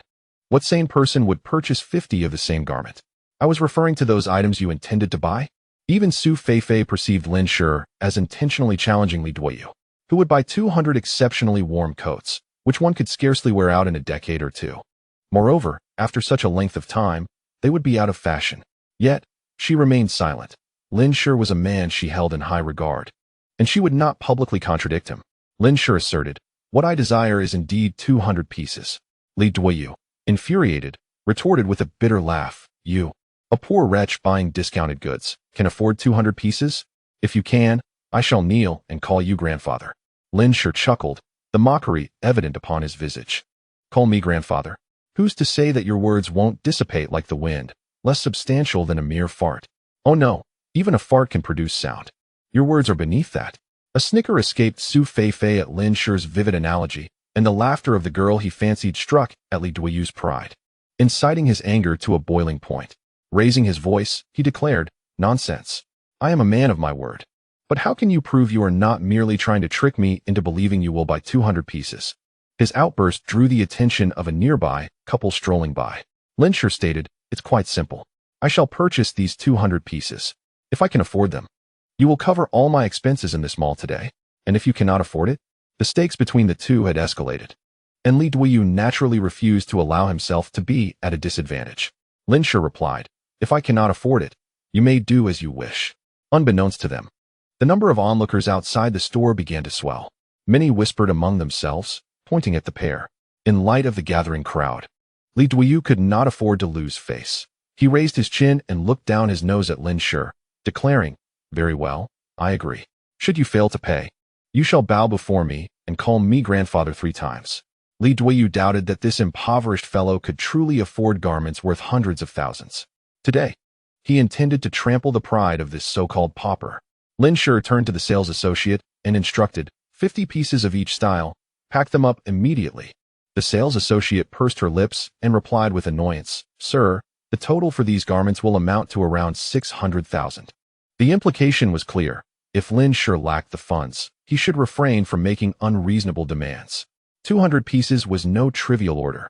If they had someone retrieve them from the warehouse and he ultimately declined to purchase, they would face reprimands or even penalties. Lin Shi extracted a card from his pocket and stated, Calculate the total, I will pay by card. The sales associate's eyes widened upon seeing Lin Shi's black card. Not daring to be negligent, she accepted it with both hands, scrutinizing it closely. Indeed, it was a card reserved for those with deposits exceeding 10 million.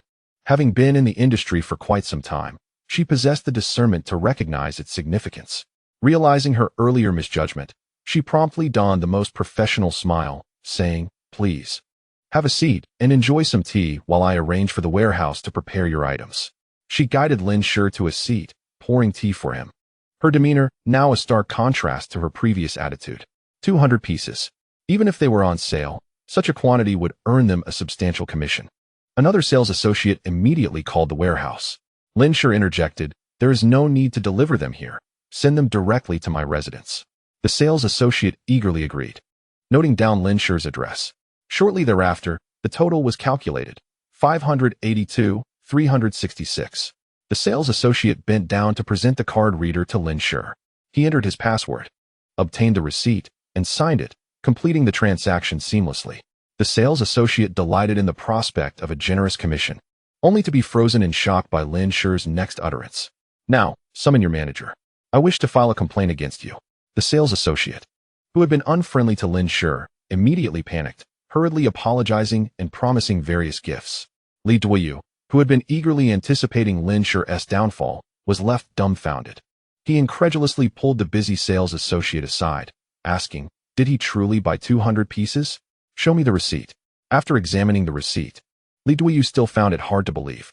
Since one can wager 580,000, why then resort to purchasing clothing in the clearance discount section? Is there a lack of sound judgment? Li Duoyu perceives Lin Shi as targeting him deliberately. He is convinced that Lin Shi's purchase of 200 identical garments is merely an act of defiance rather than a genuine necessity. However, Lin Shi indeed requires these items. The wager was merely a reaction to Li Duoyu's insufferable chatter. Do you comprehend the situation? Are you prepared to honor the bet?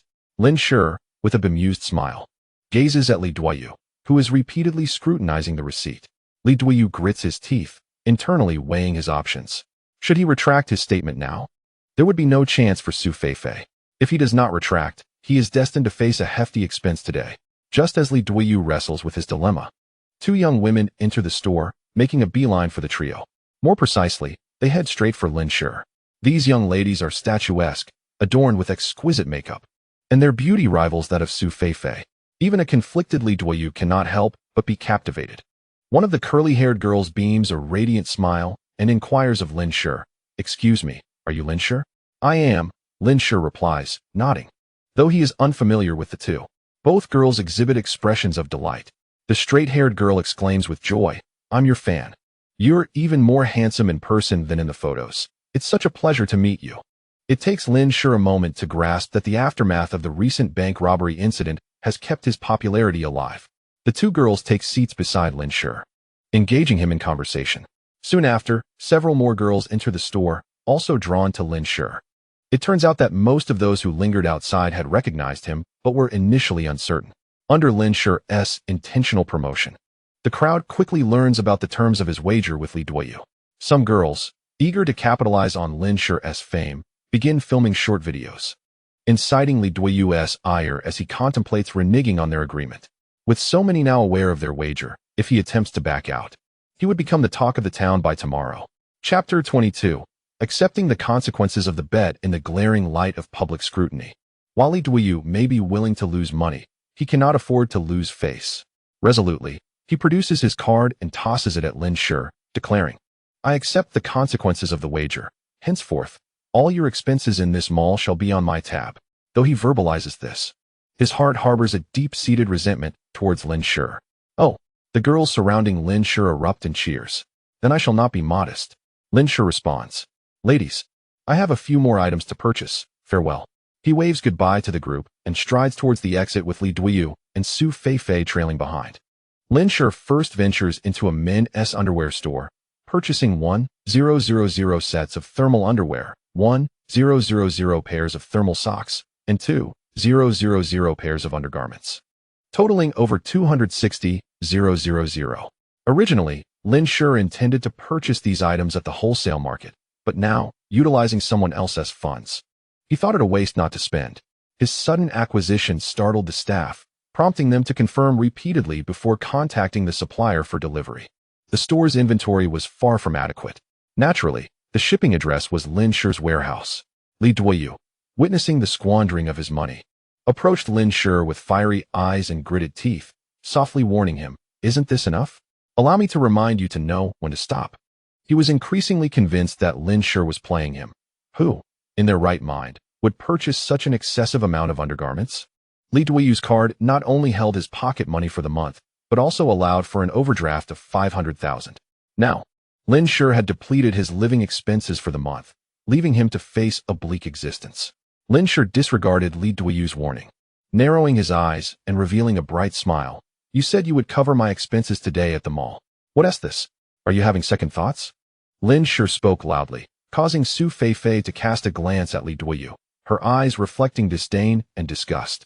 She loathed men devoid of integrity. Li Duoyu, taken aback by Lin Shi's audacity to use his card without a hint of respect, nearly contorted his face in anger, pointing a finger at Lin Shi and exclaiming, "Fine. Just you wait." He shot Lin Shi a fierce glare, abandoning his card, and stormed off, his expression indicating he would not let this matter rest easily. As he departed, Su Feifei remarked, "I heard Li Duoyu's father is a shareholder in a publicly traded company." Lin Shi nonchalantly acknowledged this with an indifferent "oh." After witnessing unimaginable darkness in a post-apocalyptic world, the tactics of these young individuals in a peaceful society seemed trivial to him. With firearms still present in his space, he felt no fear. Moreover, in a couple of months, Li Duoyu, the wealthy second-generation heir, would no longer hold that status. Lin Shi chuckled nonchalantly and continued his shopping. 100 pairs of snow boots, 50 thermoses, 100 backpacks, thermal hats, gloves, and more. He only ceased when Li Duoyu's card was maxed out. Tossing the card to Su Feifei, who had been trailing behind him, he commanded, "Stop following me." With that, he exited the mall, leaving Su Feifei visibly frustrated. After spending an entire afternoon at the mall, her feet sore from high heels, she was astonished that Lin Shi didn't even treat her to a meal. He was never like this before. Su Feifei stomped her foot in anger. Upon returning to the warehouse, Lin Shi found it filled with the purchased appliances and the last batch of fish. The owner had kindly placed ice in every box of fish, along with several medications Lin Shi had ordered online a few days prior. After dismissing the laborers, he stored all the goods in his space. Currently, Lin Shi possesses over 200 boxes of cold medicine, as well as an extensive collection of antiviral and antibacterial antibiotics exceeding 100 boxes. He has prepared thousands of bandages and medicinal supplies. Additionally, he has acquired 200 boxes of frostbite ointment. He took out the shopping list he had initially compiled, methodically crossing off the items he had successfully purchased. What remains are some outdoor essentials such as windproof lamps and sleds, along with various bathing supplies. Lin Shi has directly placed orders for these items online, including shampoo, body wash, toothbrushes, toothpaste, and towels. In fact, such luxuries are considered extravagant in a post-apocalyptic world. Initially, Lin Shi had not contemplated their purchase. Survivors in the extreme cold tend to forego bathing, as the natural oils and dirt on their bodies serve to enhance insulation and protect the skin. Moreover, where would one find warm water for bathing? Even a sip of hot water becomes a luxury. In his previous life, Lin Shi had only managed to wash himself a few times with snow during the 8 years of the apocalypse. However, circumstances are different now. He has been reborn and has the opportunity to prepare in advance, so why not allow himself a more comfortable existence? Subsequently, Lin Shi made further purchases from an outdoor sports brand online, acquiring kerosene lamps, windproof lights, moisture-resistant mats, sleds, snowboards, batteries, radios, and purification tablets. Snowboards are vital for transportation in extreme cold. As the frigid weather descends, relentless blizzards blanket the land, covering the entire Tianjin star in a thick layer of snow. Initially, the freshly fallen snow is particularly soft, easily enveloping anyone who steps into it, rendering travel nearly impossible. As the snow gradually hardens, most vehicles become buried beneath the accumulating layers. Even those that remain are often rendered inoperable due to the extreme cold, or they may skid and crash upon starting. The arrival of the extreme cold apocalypse has caused humanity's technology to regress by several centuries. In addition to regular snowboards, Lin Shi also purchased 20 snowmobiles, the optimal mode of transportation in such harsh conditions. Presently, these machines are primarily rented out as toys for recreational use in snowy areas. A high-quality snowmobile can reach speeds of up to 200 kilometers per hour. They are reasonably priced, with several tens of thousands being a fair cost for a good model. The sole drawback is their conspicuousness and the buzzing noise they emit, akin to that of a regular motorcycle. Lin Shi would refrain from using one unless absolutely necessary. After completing these tasks, Lin Shi casually freshened up before retiring for the night. In the depths of the night, he abruptly opened his eyes, reaching for his phone. He glanced at the time. It was already past 2 in the morning. At that moment, however, he heard the distinct sound of a truck's wheels rolling, and the noise was growing closer. In the darkness, Lin Shi moved stealthily to the warehouse door, akin to a cat on the prowl. Bathed in moonlight, he beheld a large truck indeed approaching from a distance. The vehicle came to a halt right at the entrance of Lin Shi's warehouse. Lin Shi instinctively squinted his eyes, on high alert. Although he had ordered numerous items over the past few days, what could possibly arrive stealthily in the dead of night? The visage of old CS surfaced in his mind. Could it be the diesel and gasoline he had ordered a few days prior? Indeed, just as this thought crossed his mind, 2 figures leapt from the vehicle, dressed entirely in black and donning masks. One of them bore a resemblance to Xie Jinxin. Lin Shi did not let his guard down. Instead, he retrieved a handgun from his concealed space. Upon exiting the vehicle, Xie Jinxin verified the address against the number on the warehouse door. Confirming its accuracy, he gently knocked on the large iron door. Chapter 23. Xie Jinxin's visit. Knock, knock, knock. Xie Jinxin softly tapped the door. A small side door beside the main entrance opened silently. What is it? Lin Shi's half-hidden figure lingered in the shadows, coldly scrutinizing the newcomers. Goodness, you scared me half to death in the middle of the night, Xie Jinxin exclaimed, placing a hand on his chest. I have your goods. Let me in. Noticing the 2 men remained motionless, Lin Shi closed the small door before opening the large one. The truck drove directly into the warehouse. Xie Jinxin tapped the side of the truck, saying, everything is here. Abayo, the truck driver, was a robust and towering figure. He opened the back door of the truck, revealing barrels of oil stacked inside. Brother, check the goods. Xie Jinxin gestured towards Lin Shi. No need. I trust you. Lin Shi replied, refraining from stepping into the dim cargo hold. Xie Jinxin smiled and signaled to Abayo, who entered the truck alone, pulled out a loading ramp, and rolled the barrels down. Xie Jinxin caught them and arranged them neatly. Lin Shi stood by, observing with his arms crossed. He would never expose his back to someone he did not trust. He had conducted transactions worth over 10 million in gold with Xie Jinxin. Wealth can corrupt, and in the face of sufficient temptation, anyone can turn into a devil. Naturally, Lin Shi would not entrust his safety to Xie Jinxin's character. After more than 3 exhausting hours, the two men finally unloaded all the barrels of oil. Xie Jinxin bid a hearty farewell to Lin Shi before climbing back into the truck with the bio, departing swiftly. Lin Shi continued to watch the vehicle until it disappeared from sight, retracting his gaze only then. It appeared that he had underestimated the intentions of others. Yet caution bore no fault, and Lin Shi felt no regret for his actions. Inside the truck, Xie Jinxin, who had been glancing at the rearview mirror, withdrew his gaze only after Lin Shi's figure was no longer visible. Abayo, the driver, voiced his dissatisfaction. "Old Xie, aren't you being overly cautious? We clearly had an opportunity to act just now." Having been in the business for many years, Xie Jinxin was certainly no saint. He would seize any chance for black market dealings, but only when he had a significant advantage. Maintaining a commendable reputation hinges upon 2 essential conditions. First, one must sincerely fulfill transactions. Second, when engaging in underhanded dealings, one must execute them with utmost precision. Xie Jinxin smiled and remarked, "It is not that I am overly cautious. Rather, that young man exhibits an extraordinary wariness throughout our interactions. Did you not notice his vigilance?" Abiao cast a glance into the rearview mirror, where the figure was no longer visible, and dismissively replied, "He is merely a sprout. I could easily crush him." Xie Jinxin, leisurely extracting a cigarette and lighting it, appeared relaxed, yet his eyes bore the weight of concern. "I beg to differ. When I stood beside him earlier, I sensed that any movement on my part could provoke lethal consequences." Abiao's demeanor shifted to one of seriousness. "Really? I observed that he bore no weapon. Even if he were to draw a gun, he could hardly be faster than you."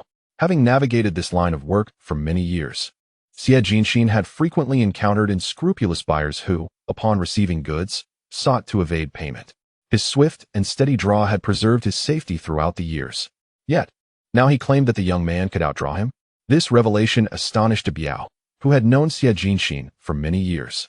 "You must understand that my instincts have saved me countless times." Xie Jinxin exhaled a plume of smoke. "Have you forgotten about old Jin's disappearance? That day, I sensed he intended to strike at this individual, and I casually mentioned my concerns. Yet, since that day, old Jin has vanished, while the young man remains unharmed. The implications are clear, are they not? To handle matters so deftly in Sanyuan City speaks volumes. I do not overestimate this lad. In fact, I suspect I have underestimated him. Before we ventured out today, we agreed to merely assess the situation, and if no opportunity arose, we would withdraw. The outcome confirmed our prudence. Had we acted, at least one of us would have faced dire repercussions." Abiao opened his mouth as if to speak, yet ultimately refrained. Xie Jinxin extinguished his cigarette and regarded Abiao, who still bore a hint of disbelief. "After so many years, you know I possess a keen eye for character. Trust me, refrain from provoking that young man. I have a foreboding sense that as long as he survives, he will not fade into obscurity. By the way, let us stockpile some diesel and gasoline. It's prudent to prepare in abundance. I cannot shake this feeling of unease, as if something significant is about to transpire." After securing the warehouse door and ensuring all oil barrels were intact, devoid of any surveillance devices, Lin Shi finally felt a sense of relief. He opened several barrels for inspection, confirming their contents were satisfactory. Precisely 400 barrels stood neatly arranged in a square formation. After thoroughly verifying that no one lingered outside the warehouse, he placed his hand upon one of the barrels and silently intoned, "Item duplication." Before his eyes, the interface of the treasure trove displayed a change from 22 to 21 in the quantity of items. In a flash of golden light, an additional 400 barrels materialized before him. Lin Shi examined the replicated items. From the oil barrels to the oil within, everything had been flawlessly duplicated. 20 tons of gasoline and 20 tons of diesel had transformed into 40 tons of gasoline and 40 tons of diesel. Excitement sparkled in his bright eyes. Yet, merely 20 tons of diesel and 20 tons of gasoline were insufficient. What he sought was fuel that could sustain usage for decades after the harsh winter set in. The future of the shelter relied on this fuel to power the generators, and his snowmobile also required oil to operate. Thus, when he proposed a trade with Xie Jinxin, Lin Shi had already envisioned utilizing his item replication ability to duplicate the oil. Now, possessing 40 tons of gasoline and 40 tons of diesel still left him unsatisfied. Gold that had been replicated once could be replicated again, but what about the replicas? Could the duplicates be replicated anew? Previously, Lin Shi refrained from using the gold replicas for further duplication due to their circulation difficulties. However, with oil, even the replicas of replicas would function seamlessly, provided the items remained identical. Lin Shi connected the two piles of oil. After some contemplation, he also retrieved the generator and additional supplies from his storage to place alongside the barrels. Once more, he employed the item replication ability. A flash of golden light illuminated the warehouse, and amidst the brilliance, the original 800 barrels of oil multiplied to an additional 400. Yet, it soon became evident that only the original 400 barrels could be replicated. The replicated barrels could not undergo further duplication. Lin Shi felt a tinge of disappointment. Had the replicas been capable of replication, he would have ended up with 800 barrels this time, and next, 3,200 barrels, with several duplications. He would possess an inexhaustible supply of oil. Furthermore, different items could not be replicated simultaneously. He had now discerned the limitations of the treasure basin's replication function. First, replicas could not be used for space upgrades. Second, only one type of item could be replicated at a time. And third, items that had been replicated once could be duplicated again, but the newly produced replicas could not be replicated further. Although they appeared identical, the replicated items somehow lacked the treasure basin's recognition. There must be some subtle difference between the two. Chapter 24. Purchasing land with a wave of his hand. Lin Shi placed the replicated barrels and the original barrels into his storage separately. Since replicas could not be duplicated further, he decided to use the replicas first, and, after their consumption, employ the replication function again for continued use. It seemed that the current capacity for item replication might still prove insufficient. Presently, the treasure basin interface displayed. Treasure basin, storage space, 969696. Wealth points required for upgrade, 32,000. Function, item replication 20. Wealth points required for upgrade, 58,500. As the apocalypse loomed, he would need to seek out gold, silver, and jewels to facilitate the treasure basin's upgrade. After returning to take a brief nap, Lin Shi received a call from Liao Peng early the next morning while engaging in his usual morning exercises. Liao Peng brought news regarding the geological surveys of two locations. As Lin Shi had surmised, the rocks at the cliff exhibited signs of sandification. In the current climatic conditions, residing there for decades posed no issues. However, it remained uncertain how long it could withstand extreme cold. Conversely, the site of the old Taoist temple surprisingly contained abundant granite, which was remarkably stable. Thus, Lin Shi decisively opted for the old Taoist temple site. He instructed Liao Peng to negotiate the price while he booked a flight online to Shushi for the following morning.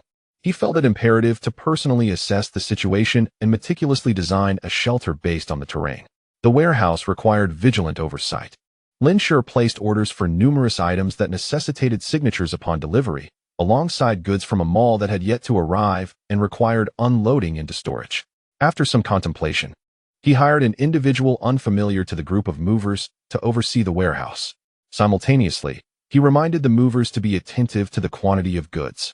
With all preparations in place, Lin Shi felt reassured as he boarded the flight to Shushi. True to its reputation, Shushi was the hottest city in Qiming Nation. Even in March, girls donned light short-sleeved shirts and shorts, unabashedly showcasing their youthful figures. Upon disembarking, Lin Shi shed his outer jacket, revealing a loose short-sleeved shirt beneath. Subtle outlines of muscle were discernible on his arms and chest, though not overtly pronounced. To an outsider, he merely appeared fit. Only Lin Shi understood that. After weeks of rigorous training, his physique had transformed dramatically since his rebirth. He was exceedingly disciplined, incrementally increasing his training regimen each day. His strength now rivaled that of individuals who had dedicated years to gym workouts. His training was not merely for physical fitness, but for combat. He aimed for every muscle and bone to unleash its maximum potential at the slightest thought.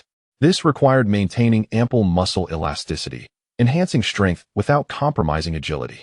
With just over 2 months remaining, time was of the essence. He needed to treasure each day to bolster his abilities. The harshness of the apocalypse demanded more than mere material resources for a comfortable existence. Conversely, Possessing ample supplies without strength would render one's situation far more dire than having nothing at all. Liao Peng arrived at the airport exit early to await Lin Shi's arrival.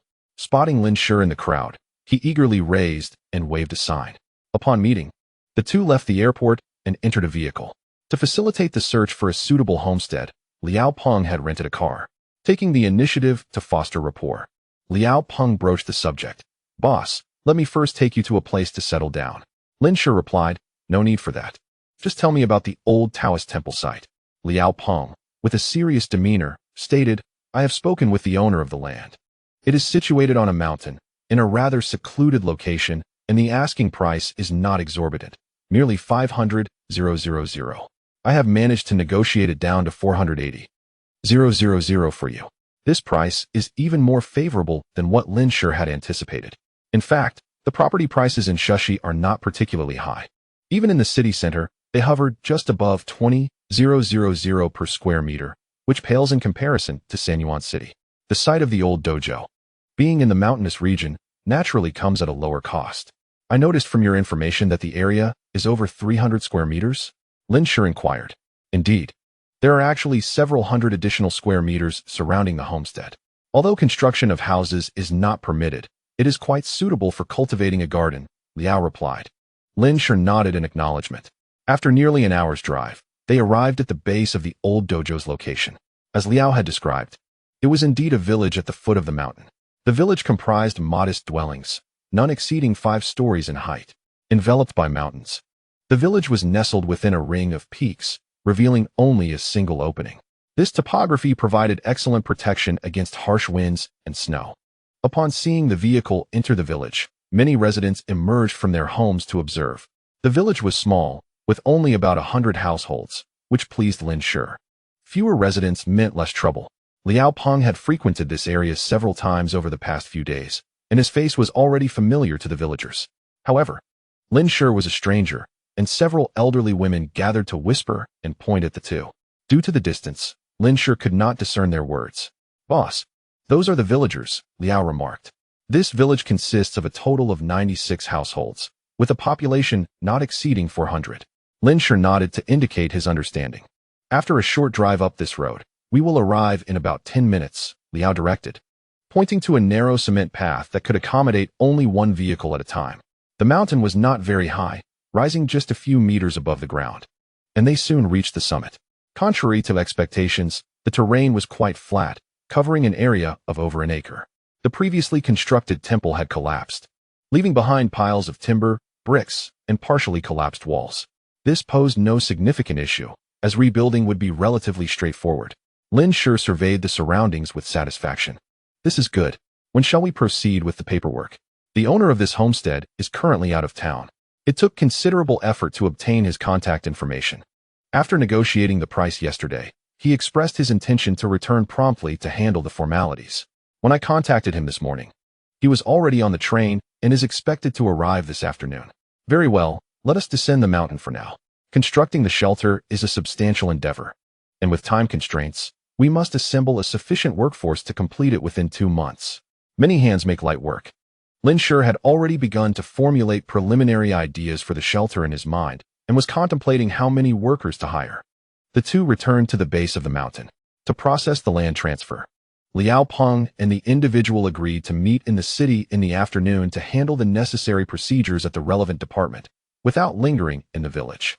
The transfer proceedings were remarkably smooth. The former owner was a middle-aged Taoist priest, lacking any ethereal demeanor, instead appearing somewhat rotund. After signing the transfer contract, he hesitated momentarily, yet ultimately refrained from speaking further, hastily departing after receiving the payment. This left Lin Shi with a slight sense of foreboding. "Liao Peng, have you inquired about why that Taoist temple fell into disuse?" Liao Peng was taken aback by Lin Shi's question, for he had indeed not looked into it. Being a person of considerable social finesse, Liao Peng immediately grasped the implication of Lin Shi's inquiry and promptly pulled out his phone to call the aforementioned Taoist priest. 30 minutes later, Lin Shi, Liao Peng, and the portly Taoist were seated in a restaurant. As the Taoist diligently stuffed his mouth with meat, he mumbled, "This is how it is. I did not intend to conceal anything, but I have been in dire financial straits lately." He cast a furtive glance at Lin Shi. betraying a hint of guilt. Lin Shi maintained a calm demeanor, revealing no sign of emotion. It turned out that the Taoist had purchased the land 5 years prior, intending to establish a temple on what he believed to be a site of auspicious feng shui. He had invested significantly in constructing a cement road and erecting the temple, and everything had proceeded smoothly. The portly Taoist had envisioned spending his retirement in this temple. However, shortly after its completion, villagers from the settlement below the mountain approached him, claiming that the mountain housed their village's dragon vein and that his temple was suppressing it. The land had originally been acquired from the villagers, and at the time of purchase, the Taoist had clearly stated his intention to build a temple. The villagers had not objected to this at the time, nor had anyone attempted to interfere during the construction. Yet, it was only after the temple was completed that they began to raise concerns. The construction had depleted the Taoist's savings, making it impossible to dismantle the temple. Initially, the Taoist disregarded the villagers, as his temple was legally established, and they had no grounds for demolition. However, matters proved to be more complex than he had anticipated. From that point onward, villagers stationed themselves at the entrance of the cement road daily, obstructing any vehicles attempting to ascend the mountain. The Taoist had established the temple to attract worshippers, and without them, a significant source of income was lost. Additionally, an elderly woman began to come daily to berate him at the temple's entrance. Unable to drive her away or silence her, the Taoist found himself increasingly troubled. After several negotiations with the villagers, he eventually conceded and paid them 20,000 yuan to settle the matter.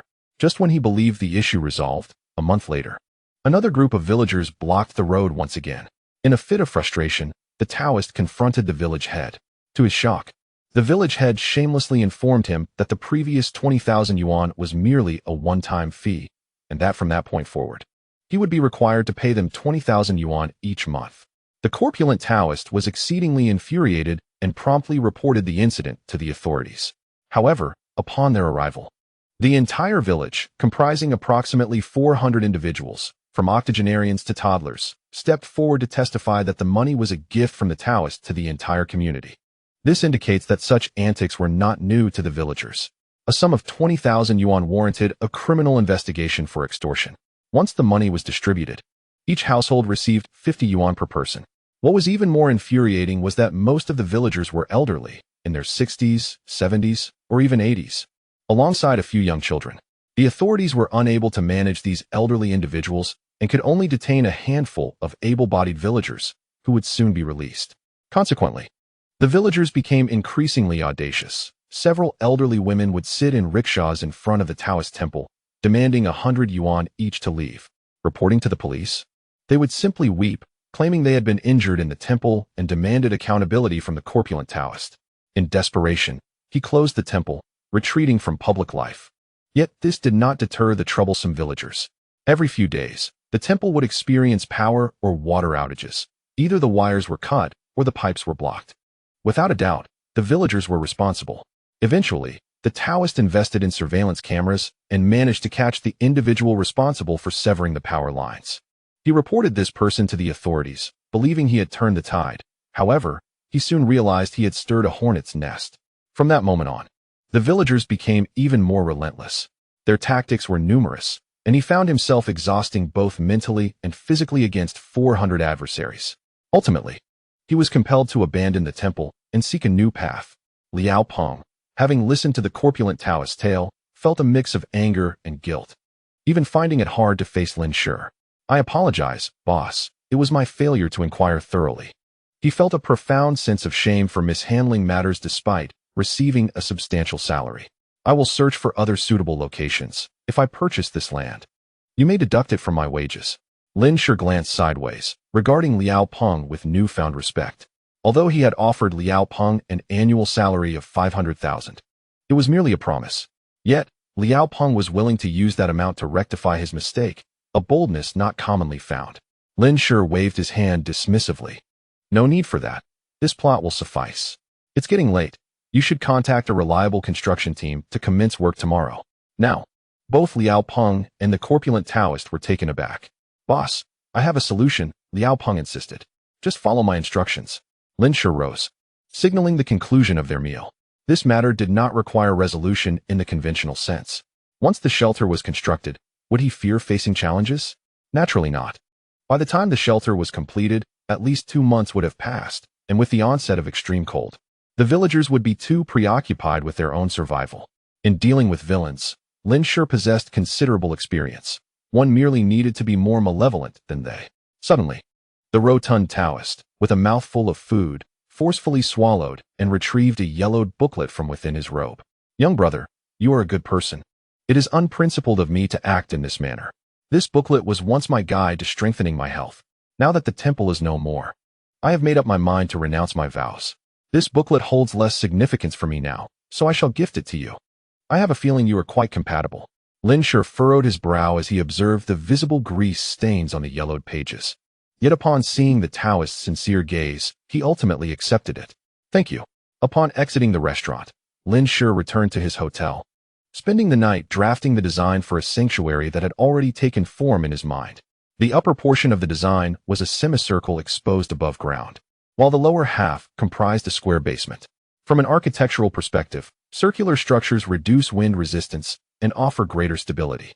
In terms of thermodynamics, a circle is the shape that dissipates the least heat, thereby enhancing insulation. This principle is why those who once inhabited the Arctic constructed semicircular igloos.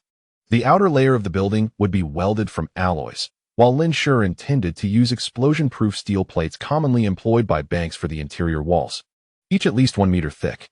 Inside the steel walls, he planned to add a layer of the most cold-resistant thermal material, followed by standard protective materials. Lin Shi also envisioned a fireplace at the center of the circular structure, providing warmth during times when electricity was inconvenient. Above it, a flue would facilitate ventilation. Each level of the building would feature its own electrical circuit. However, he had not yet contemplated the issue of water. The water purifier he purchased, along with its purification tablets, was not merely for show. The details of the design still required refinement by a professional, but the overall concept was clear. After completing the design, Lin Shi prepared for sleep when he caught sight of the booklet he had carelessly set aside, the one given to him by the rotund Taoist. Out of curiosity, he picked it up and began to flip through its pages. Chapter 26. The warehouse ignites. As Lin Shi casually turned the pages, he discovered that the booklet was, in fact, an illustrated manual, depicting a small figure demonstrating various stances. It bore a striking resemblance to martial arts manuals. Intrigued, Lin Shi began to read from the beginning. The more he delved into it, the more serious his expression became, even bordering on incredulity. The movements described within the booklet bore a remarkable similarity to the resonance techniques he had been practicing. This revelation astonished Lin Shi. He immediately leapt from his bed and began to practice the movements outlined in the booklet. As he engaged in the exercises, he realized that while the sequence did share some similarities with resonance, it was far more intricate and challenging to master. Fortunately, having cultivated experience from his previous life in exploring resonance and having honed his body during this time, he was able to perform the movements with some degree of competence. With each inhalation and exhalation, the motions flowed with a rhythmic elegance, seemingly imbued with a certain profound cadence. As the first round of exercises concluded, Lin Shi was drenched in sweat, yet his breath remained utterly unperturbed. His entire being felt invigorated and warmly embraced. The effect surpassed even the resonance technique by several magnitudes. Although the resonance did warm the body, its effects were rather subtle. Lin Shi solemnly retrieved the grimy booklet, flipping it open. The 3 characters for health preservation techniques were evidently a later addition, as the original title seemed to have been worn away. This was certainly no ordinary manual on health preservation.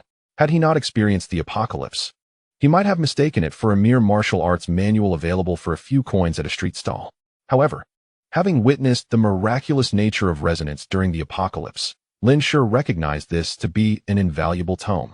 Once the extraordinary substances of the apocalypse emerged, the true potential of this technique would be unleashed. Nonetheless, Lin Shi found himself contemplating. Resonance was said to have appeared only in the 6th year of the apocalypse, purportedly the result of collaborative research between scientists and martial artists. Could the rumors be erroneous, or was this tale merely a fabrication released by the official shelters? Yet, Lin Shi had a premonition. The emergence of resonance was undoubtedly intertwined with this booklet. Now that it was in his possession, could it potentially alter the course of the future? After a brief moment of reflection, he decided not to dwell on it further. Even if the future were to be changed, it was not a concern for him at this moment. Moreover, he was not the sole possessor of this technique. The portly Taoist was also privy to it. Upon awakening after a restful slumber and completing his practice of the health preservation techniques, Lin Shi discovered that Liao Peng had already summoned personnel to commence work at the ruins of the Taoist temple early that morning. After breakfast, Lin Shi joined the site. 2 excavators were diligently clearing away the remnants of the original structure.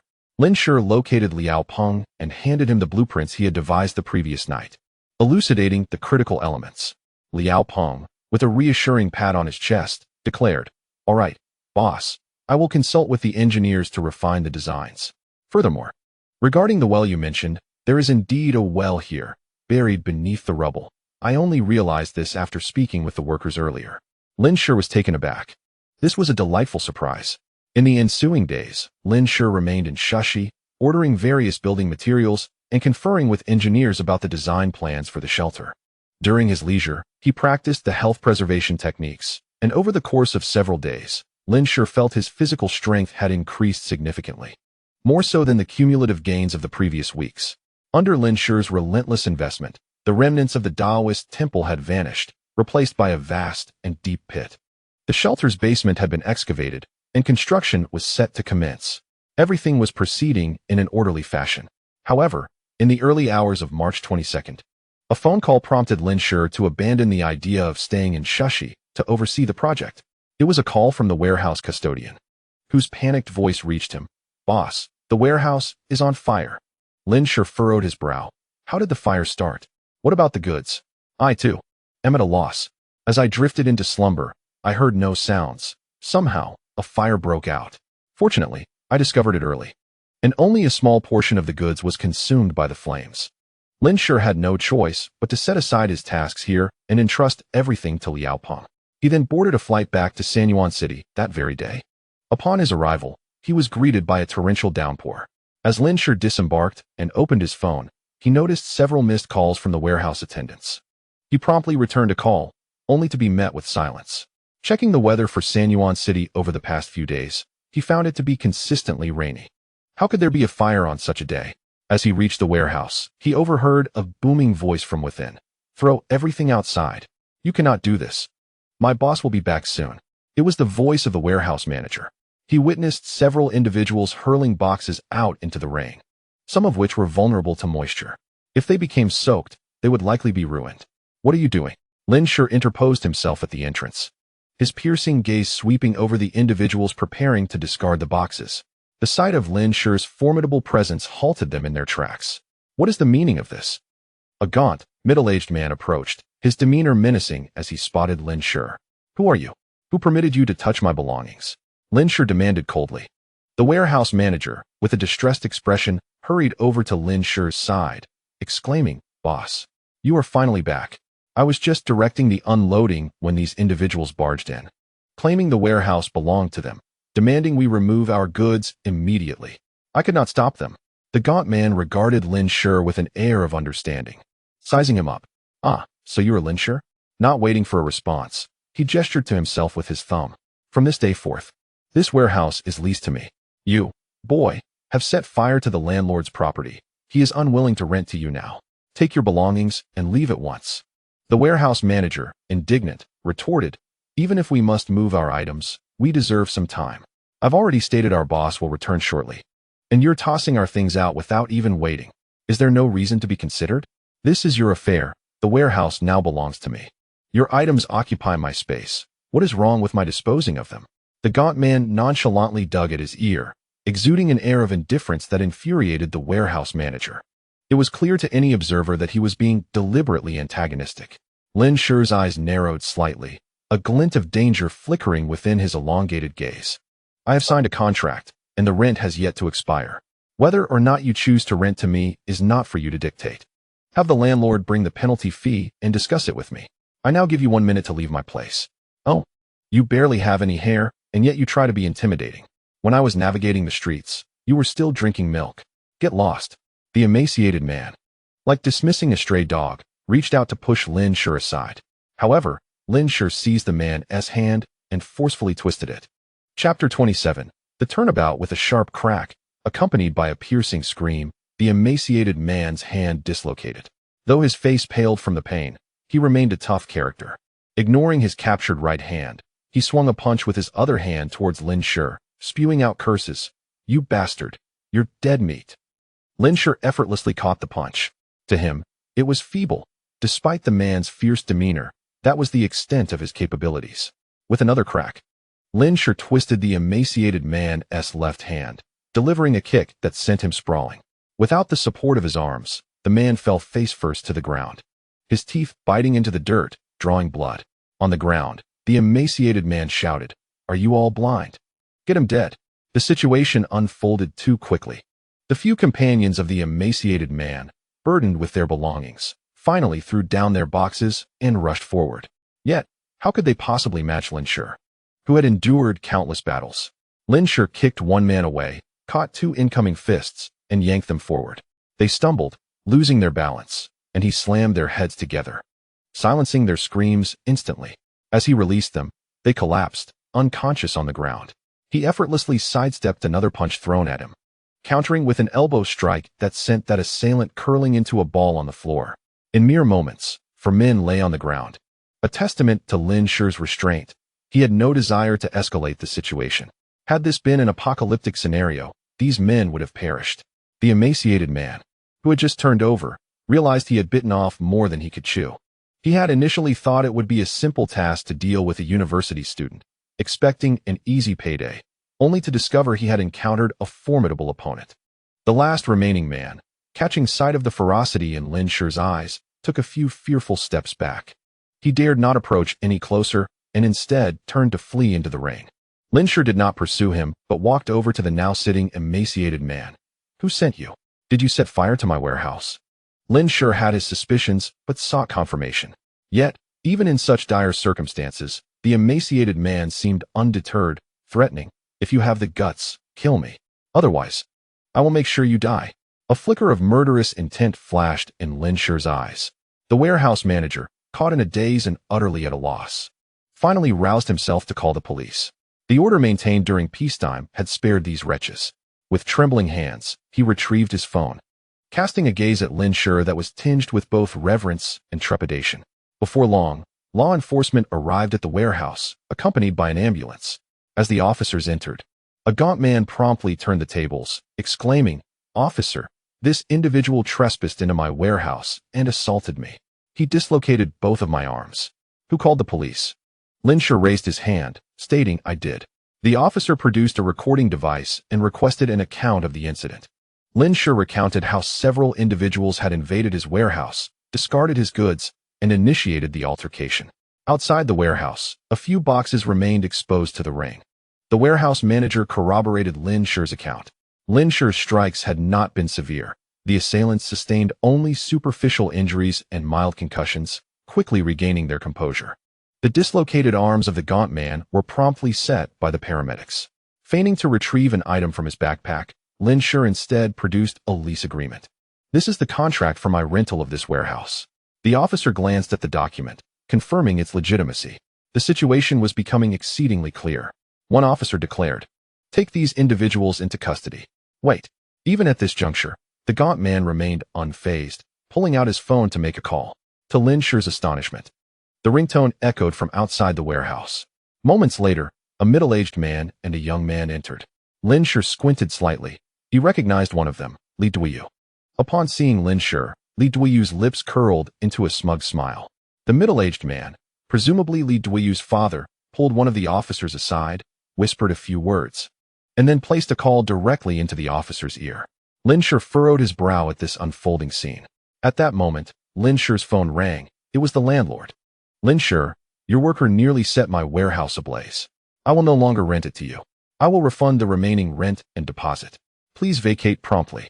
Lin Shi frowned and replied, "There is no clause regarding this in the contract, and the fire incident has yet to be investigated." The landlord's voice was laced with frustration and urgency. "Stop the investigation. This is all you're doing. Please move out. I beg you. I will refund all of this month's rent." With that, the call was abruptly terminated, and he immediately returned the sum of 60,000 yuan to Lin Shi. It appeared that the warehouse was indeed no longer tenable. Given that Lin Shi's belongings were nearly amassed, relocating was of little consequence to him. However, being forced out in such a manner was undeniably displeasing. Li Duoyu approached Lin Shi, sneering as he leaned in to whisper, "This is the consequence of crossing me.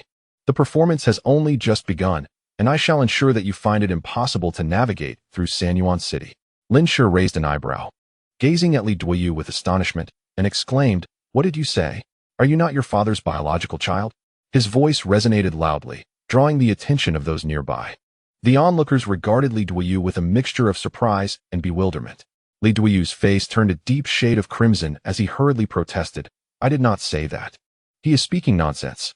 His eyes burned with resentment as he glared at Lin Shi, wishing he could strike him down with a mere glance.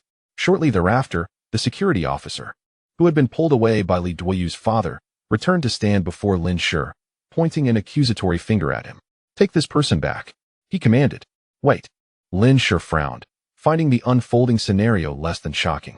From the outset, the gaunt man had exuded an air of confidence, and the series of events that followed led Lin Shi to surmise that these individuals must possess some form of backing. However, he was no pushover. "I would like to inquire why you intend to take me back." The security officer's expression remained grave. "You are suspected of arson and intentional bodily harm to another. You must accompany me to the station for investigation." Li Duoyu looked on with a triumphant expression, clearly reveling in Lin Shi's predicament, as if to say, "This is the consequence of crossing me. Once you arrive at the security bureau, your fate is sealed." Lin Shi remained unperturbed, steadfastly defending himself. "As I stated earlier, they were the ones who initiated the altercation. That is merely your word and cannot serve as evidence," the security officer retorted, a flicker of irritation crossing his features. "The witnesses on their side outnumber yours. We have the right to conduct a further investigation. You must accompany us." "But I possess evidence," Lin Shi declared, a chilling smile spreading across his face as he lifted his phone. "When I moved in, I installed several surveillance cameras in the warehouse. Whatever you just discussed in the corner should have been recorded." Chapter 28. The coming apocalypse. The angrier Lin Shi became, the brighter his smile shone. Though an icy coldness in his eyes threatened to freeze those around him, he suddenly found himself yearning for the arrival of the apocalypse, for in such a world, the notion of evil was unequivocally defined. The security officer before him felt momentarily unsettled by Lin Shi's maniacal grin, a visage typically associated with a deranged killer. Moreover, what had he just mentioned? Recording? The officer's expression shifted dramatically as he reached out to seize Lin Shi's phone. However, Lin Shi seemed to possess a precognitive ability, effortlessly stepping back 2 paces before the officer could lay hands on him. "Allow me to show you," he said, lowering his gaze to operate his device. The officer, realizing the situation, lunged at Lin Shi with haste. Yet, astonishingly, Lin Shi evaded the grasp as if he had eyes on the back of his head. Once could be deemed coincidence, but twice left everyone present in shock. This individual possessed remarkable agility. No wonder he could take down 5 men with his bare hands. "Why are you suddenly trying to seize my phone?" I was so startled that I ended up posting the video online. Lin Shi, with an innocent expression, displayed the screen before everyone. Li Duokai, Li Duoyu's father, was so enraged that his face turned pale. Before coming here, Li Duokai had confirmed with the landlord that there were no surveillance devices in the warehouse. Only then did he relent to his son and come to handle the situation personally. It was unexpected for the landlord to install cameras in a place rented for just 1 month. If the conversation between the two in the corner were to be uploaded online and the situation escalated, not only would they face dire consequences, but several others would also be implicated. The phone call Li Duokai had just made was to the chief of the Public Security Bureau of Sanyuan City. If this trivial matter were to involve the chief, it could trigger a cascade of repercussions. The network of connections Li Duokai had painstakingly built over the years in Sanyuan City could suffer a severe blow. He shot a fierce glare at Li Duoyu. But now was not the time to discipline this unruly son. Li Duokai needed to intercept the video before it gained traction online. Unfortunately, he was unaware that Lin Shi's hundreds of thousands of followers had already seen the inadvertently posted footage and were fervently sharing it. It was too late for Li Duokai to intervene. The emaciated man clearly realized something, his expression shifting visibly. If there was surveillance, then wouldn't the scene of him setting the fire in the early hours have also been recorded? The previous altercation would have been captured as well.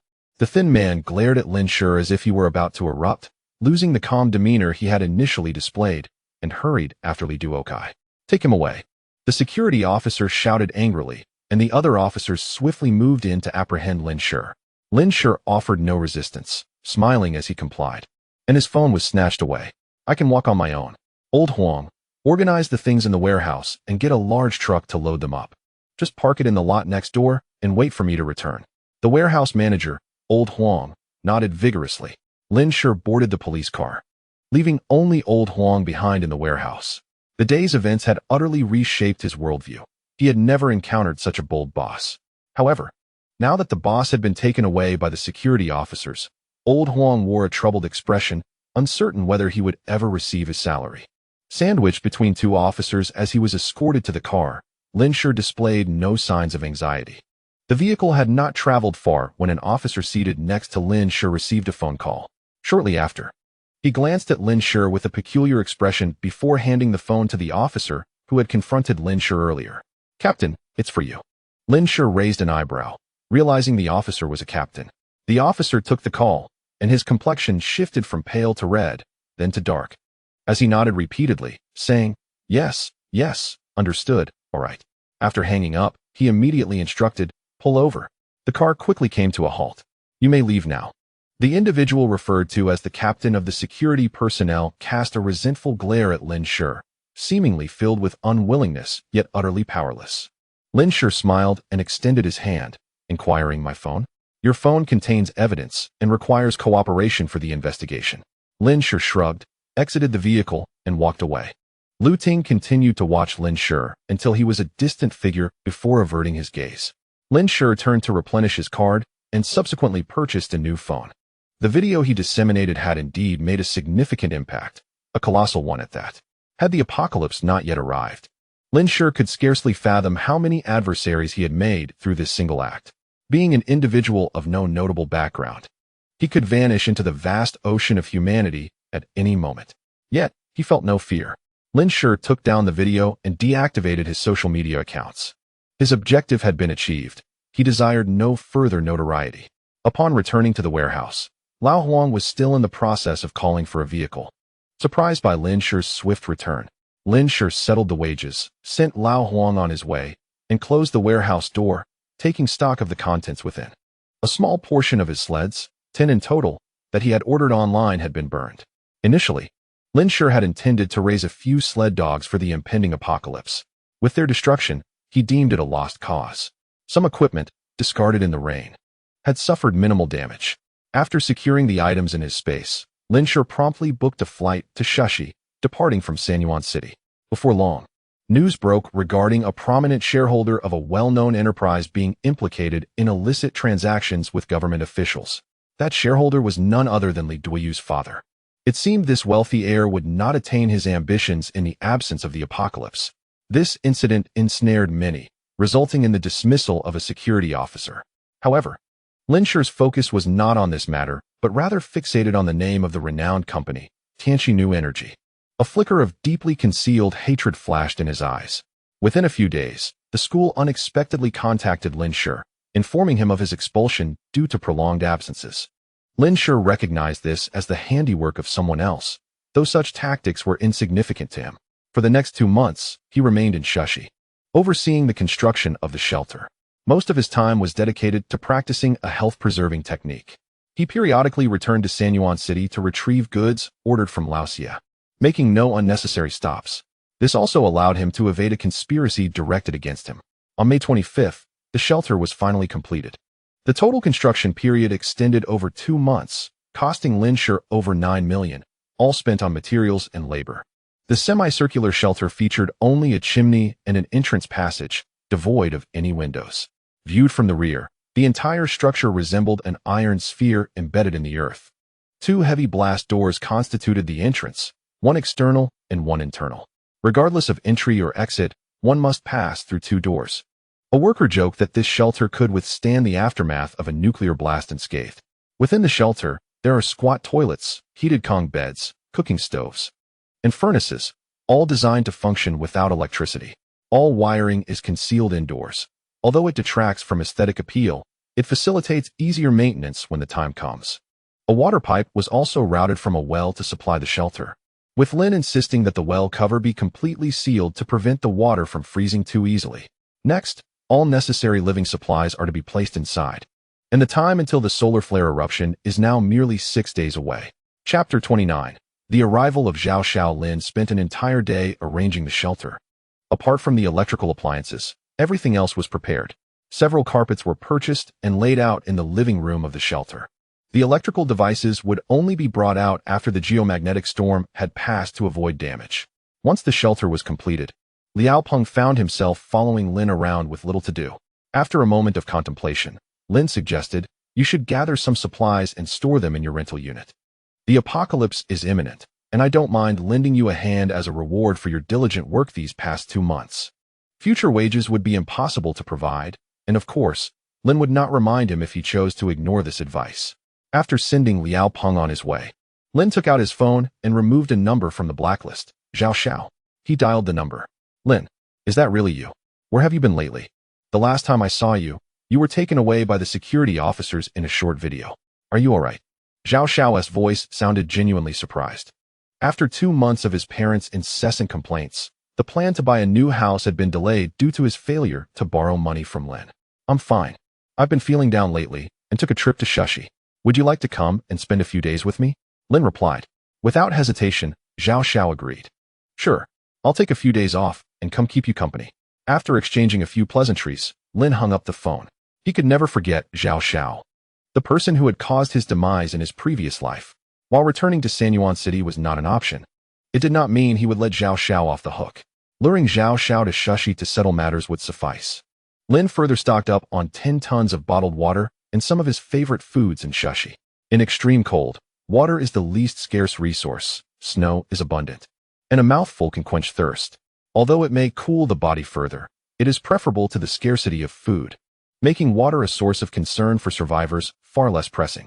Viruses and bacteria, however, are omnipresent, and whether one consumes snow has little impact on the likelihood of falling ill. Most survivors have developed antibodies after years of enduring the apocalypse.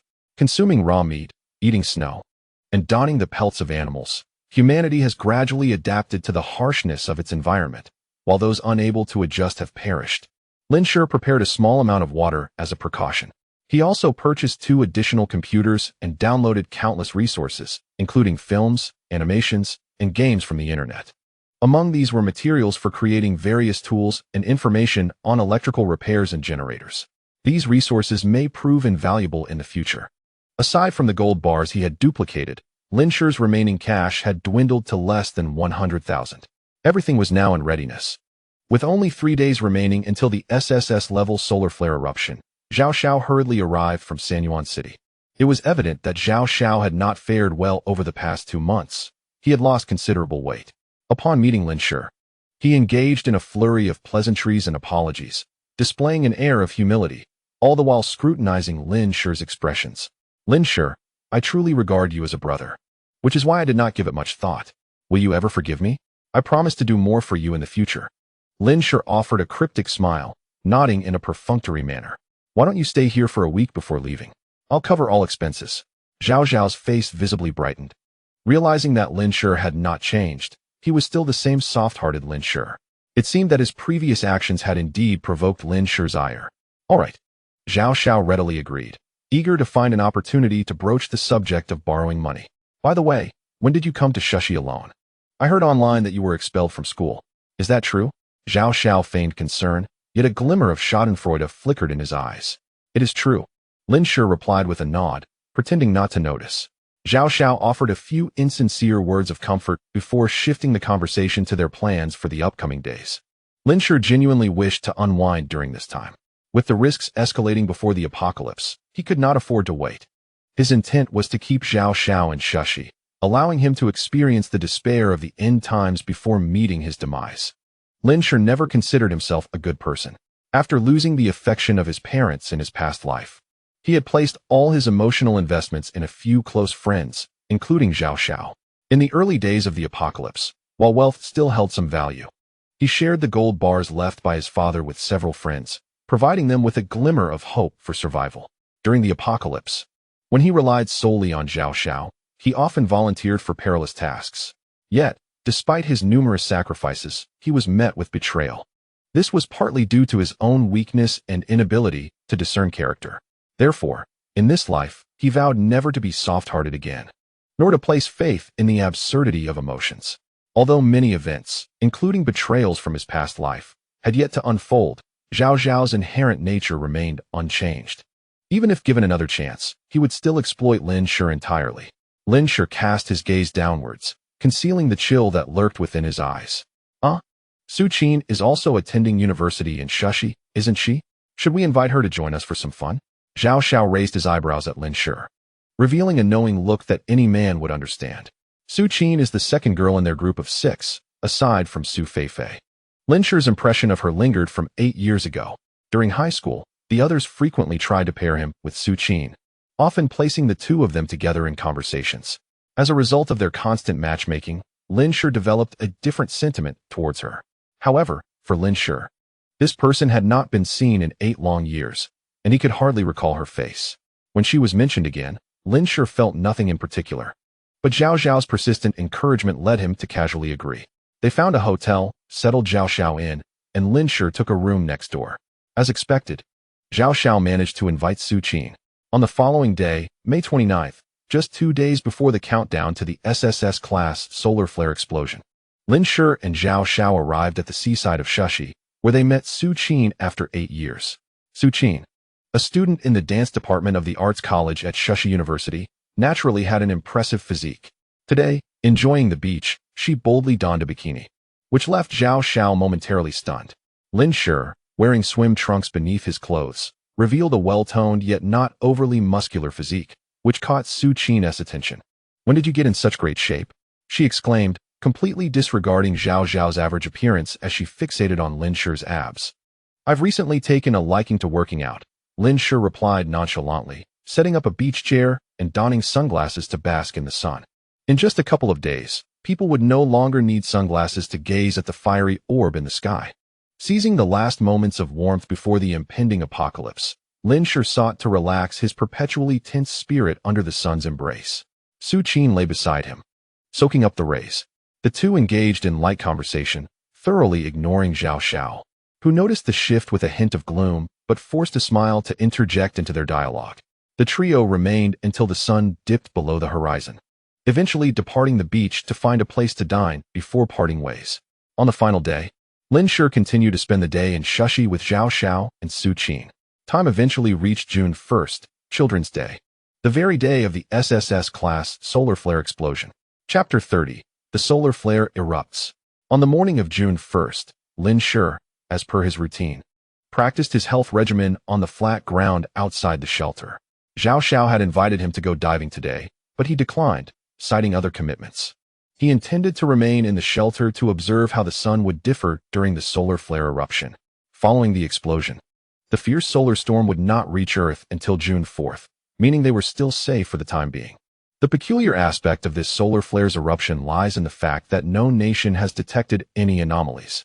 Given the current technological advancements on the planet Tianyun, such a situation is indeed extraordinary. At this moment, Lin Shi, adorned with a pair of sunglasses, was engaged in a series of dynamic movements. Yet his gaze remained fixated on the sun above. This posture undoubtedly appeared somewhat comical. A few villagers from the mountains, observing from a distance, began to discuss the scene. "What is that young man doing? Is he performing some sort of ritual? It looks rather eerie. The object he has constructed hardly resembles anything normal. Should we still ask for money?" "Yes, we absolutely must. What do we have to fear? We will go and demand it tomorrow. I will consult Uncle Li about how to approach this matter." As Lin Shi progressed through the 5th set of his health regimen and began the 6th, he suddenly halted.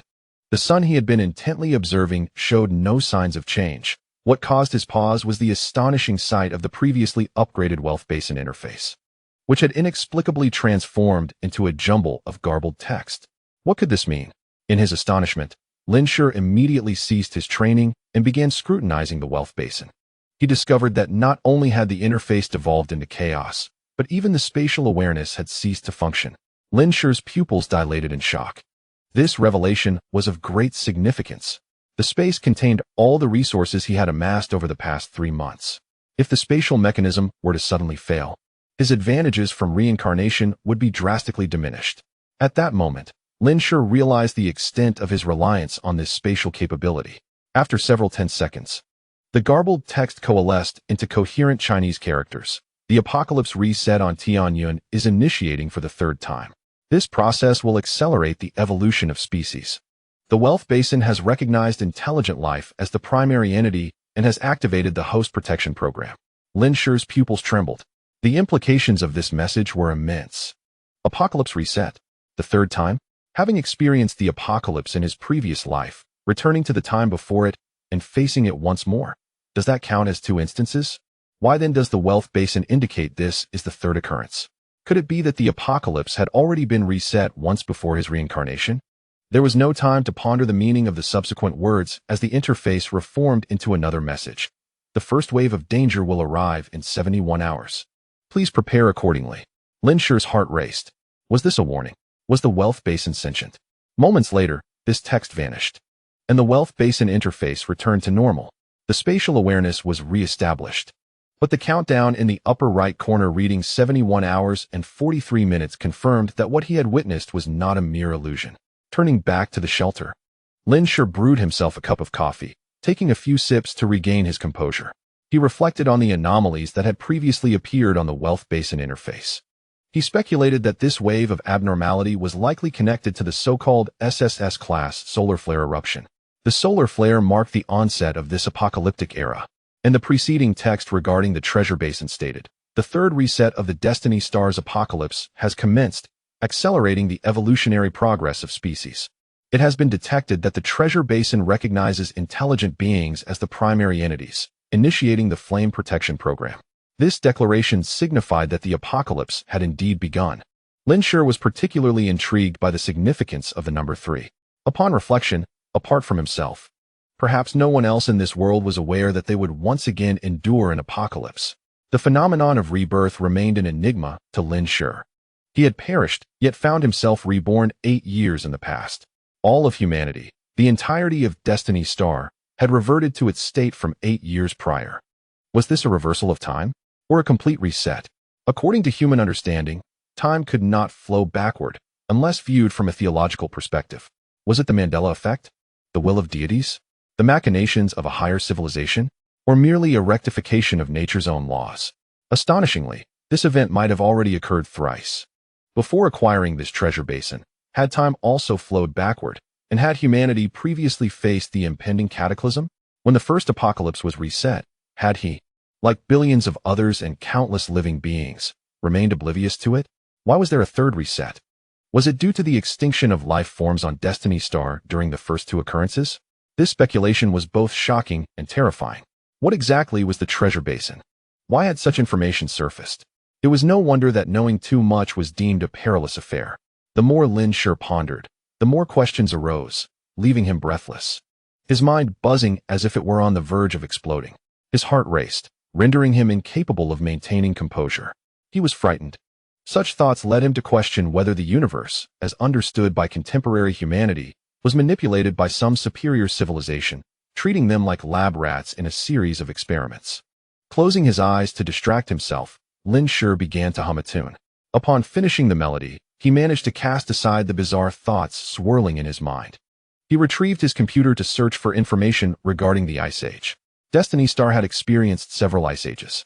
Prior to the arrival of this frigid apocalypse, humanity's ancestors had endured an ice age lasting over 2 million years, which concluded just over 10,000 years ago. This period is referred to as the Quaternary Glaciation. Lin Shi had only skimmed the specifics of whether humans participated in the previous 3 ice ages. Focusing on the Quaternary Glaciation, it had nearly led to the extinction of all non-cold resistant animals. Those that survived in the icy wilderness were predominantly hairy creatures. Yet, humanity had persevered. Scientists speculated that it was humanity's remarkable creativity and adaptability that enabled their survival. However, Lin Shi believed that such assertions lacked a solid foundation. Those who have never endured the extreme cold cannot fathom its terrors. In the 8th year of the apocalypse, fewer than 1 million of the 7.8 billion humans remained. This stark reality underscores the horror of the end times. Over 2 million years ago, During that era devoid of any technological advancements and plagued by a severe scarcity of resources, there was a dire lack of vegetation and, even more critically, no medicinal supplies. Countless formidable carnivorous mammals, such as saber-toothed tigers, short-faced bears, savage lions, and dire wolves, roamed the earth during this period. Their massive physiques and ferocious natures rendered them apex predators, with ordinary humans merely becoming their prey. Even if one could survive the frigid temperatures, the odds of enduring against such beasts were grim. Strangely, after the Ice Age concluded, these vicious giants became extinct, while humanity continued to thrive. This phenomenon is difficult to explain solely through the lens of adaptability and creativity. However, if the involvement and assistance of a higher civilization were to be considered, the circumstances would seem far more plausible. Chapter 31. The villagers ascend the mountain yet. These thoughts were merely Lin Shi's conjectures. His primary intention was simply to survive in this apocalyptic world, regardless of the reasons behind it. Given that he had been granted a second chance at life, he resolved to live it fully. To survive was to uncover more clues regarding this calamity, if his suspicions held true. And each mass extinction led to a reset of the apocalypse. Then, as the sole bearer of this knowledge, he might truly need to take action. After all, no one could predict how many such resets might occur. If this were the final opportunity, would the planet Tianyin transform into a lifeless orb?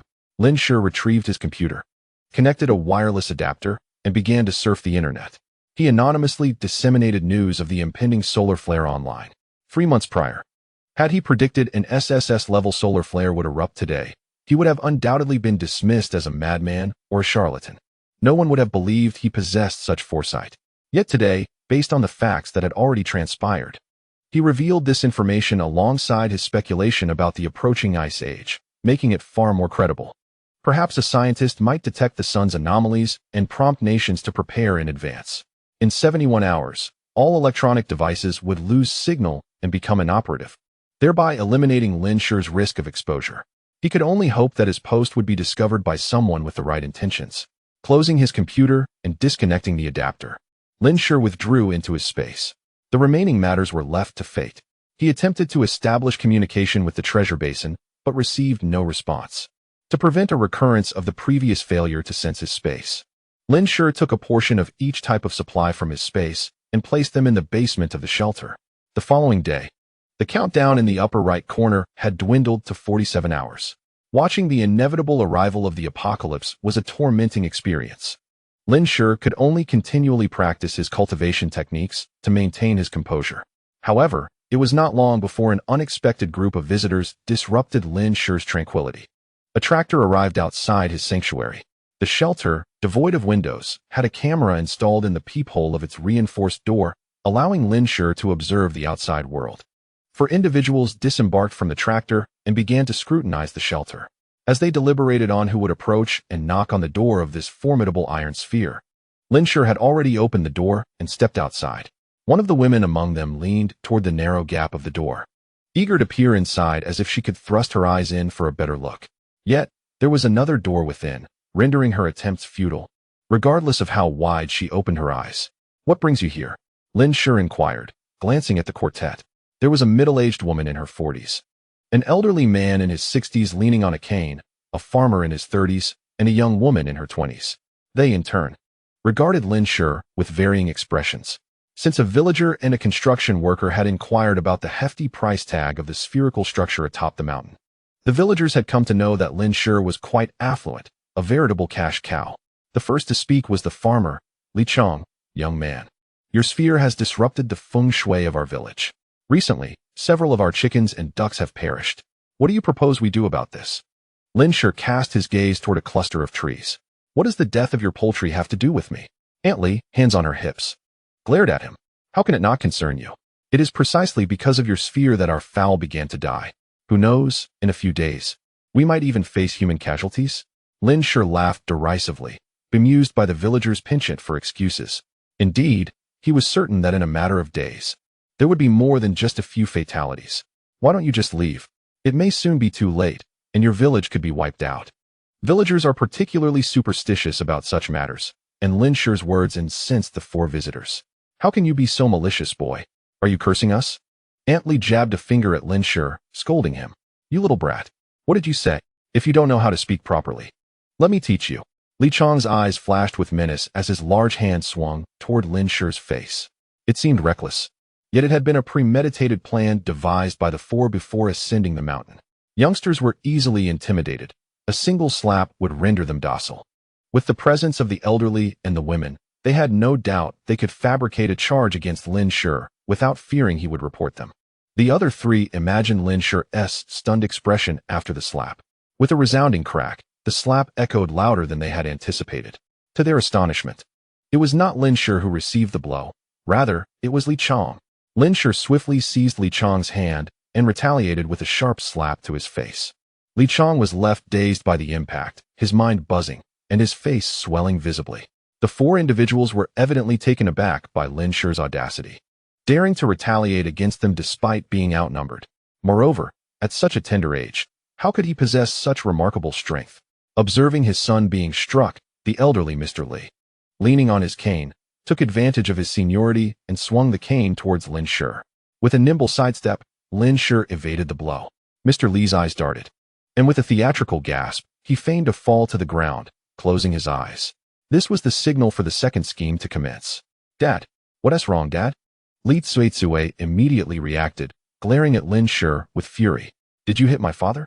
I didn't even touch him, Lin Shi replied coolly, casting a glance at the elderly Mr. Li, whose eyelids were twitching on the ground. We all witnessed this, Li Dama exclaimed. Don't think you can weasel out of it. Mrs. Li knelt before the old man, embracing him and wailing dramatically. Oh, the wickedness. City folks bullying us country folk. If you leave me, I'll just throw myself against this iron ball.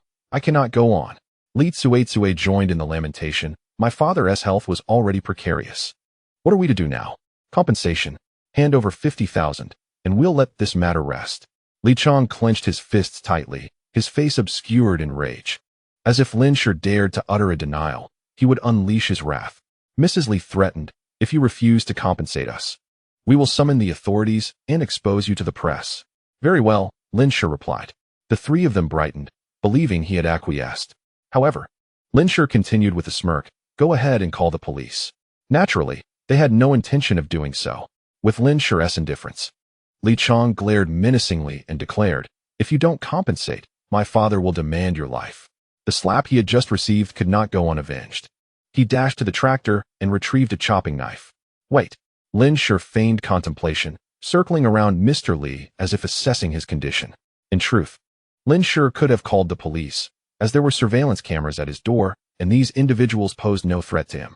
However, the previous encounter with the security officer had left him with a poor impression of the authorities. He had several methods to dispatch these four, but he opted for the one that would relieve his stress the most. Mrs. Li and her children exchanged triumphant glances, believing Lin Shi had succumbed to fear. Li Chang felt a surge of self-satisfaction, thinking, see, he's just a 20-something kid, easily intimidated. Suddenly, Lin Shi planted his foot on Mr. Li's hand that dangled helplessly on the ground. Ah! Mr. Li screamed in agony, his eyes snapping open. Lin Shi turned to the still-dazed Li Chang and said, I've revived your father.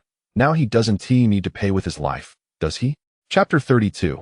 Shunjin bin Li Chang, Li Tsuitsue, and Mrs. Li were utterly flabbergasted by Lin Shi's unconventional approach. It wasn't until the old man's cries of distress pierced the air that they regained their senses. Alas, my hand is broken. Elderly trembled as he clutched his hand, his face contorted in pain as the wrinkles deepened. Lin Shi's kick was indeed no trifling matter. Initially, he merely intended to feign injury, yet now he found himself genuinely hurt. The other three were seething with rage, ready to erupt. Suddenly, Lin Shi interjected. Why don't you take this old gentleman to the hospital first? I shall reimburse you for the medical expenses later. This unexpected concession left the trio momentarily stunned, as if a heavy weight had lodged in their chests. Elderly S. wife nearly gasped in disbelief. She had been prepared to hurl insults at Lin Shi just moments ago. However, with Lin Shi's agreement, they hesitated. Should they escalate the matter further? There was a risk he might retract his offer. You must compensate for medical expenses, nutritional support, and emotional distress, not to mention lost wages. Elderly S. wife panted. Testing the waters. Lin Shi nodded, surprisingly accommodating. Very well.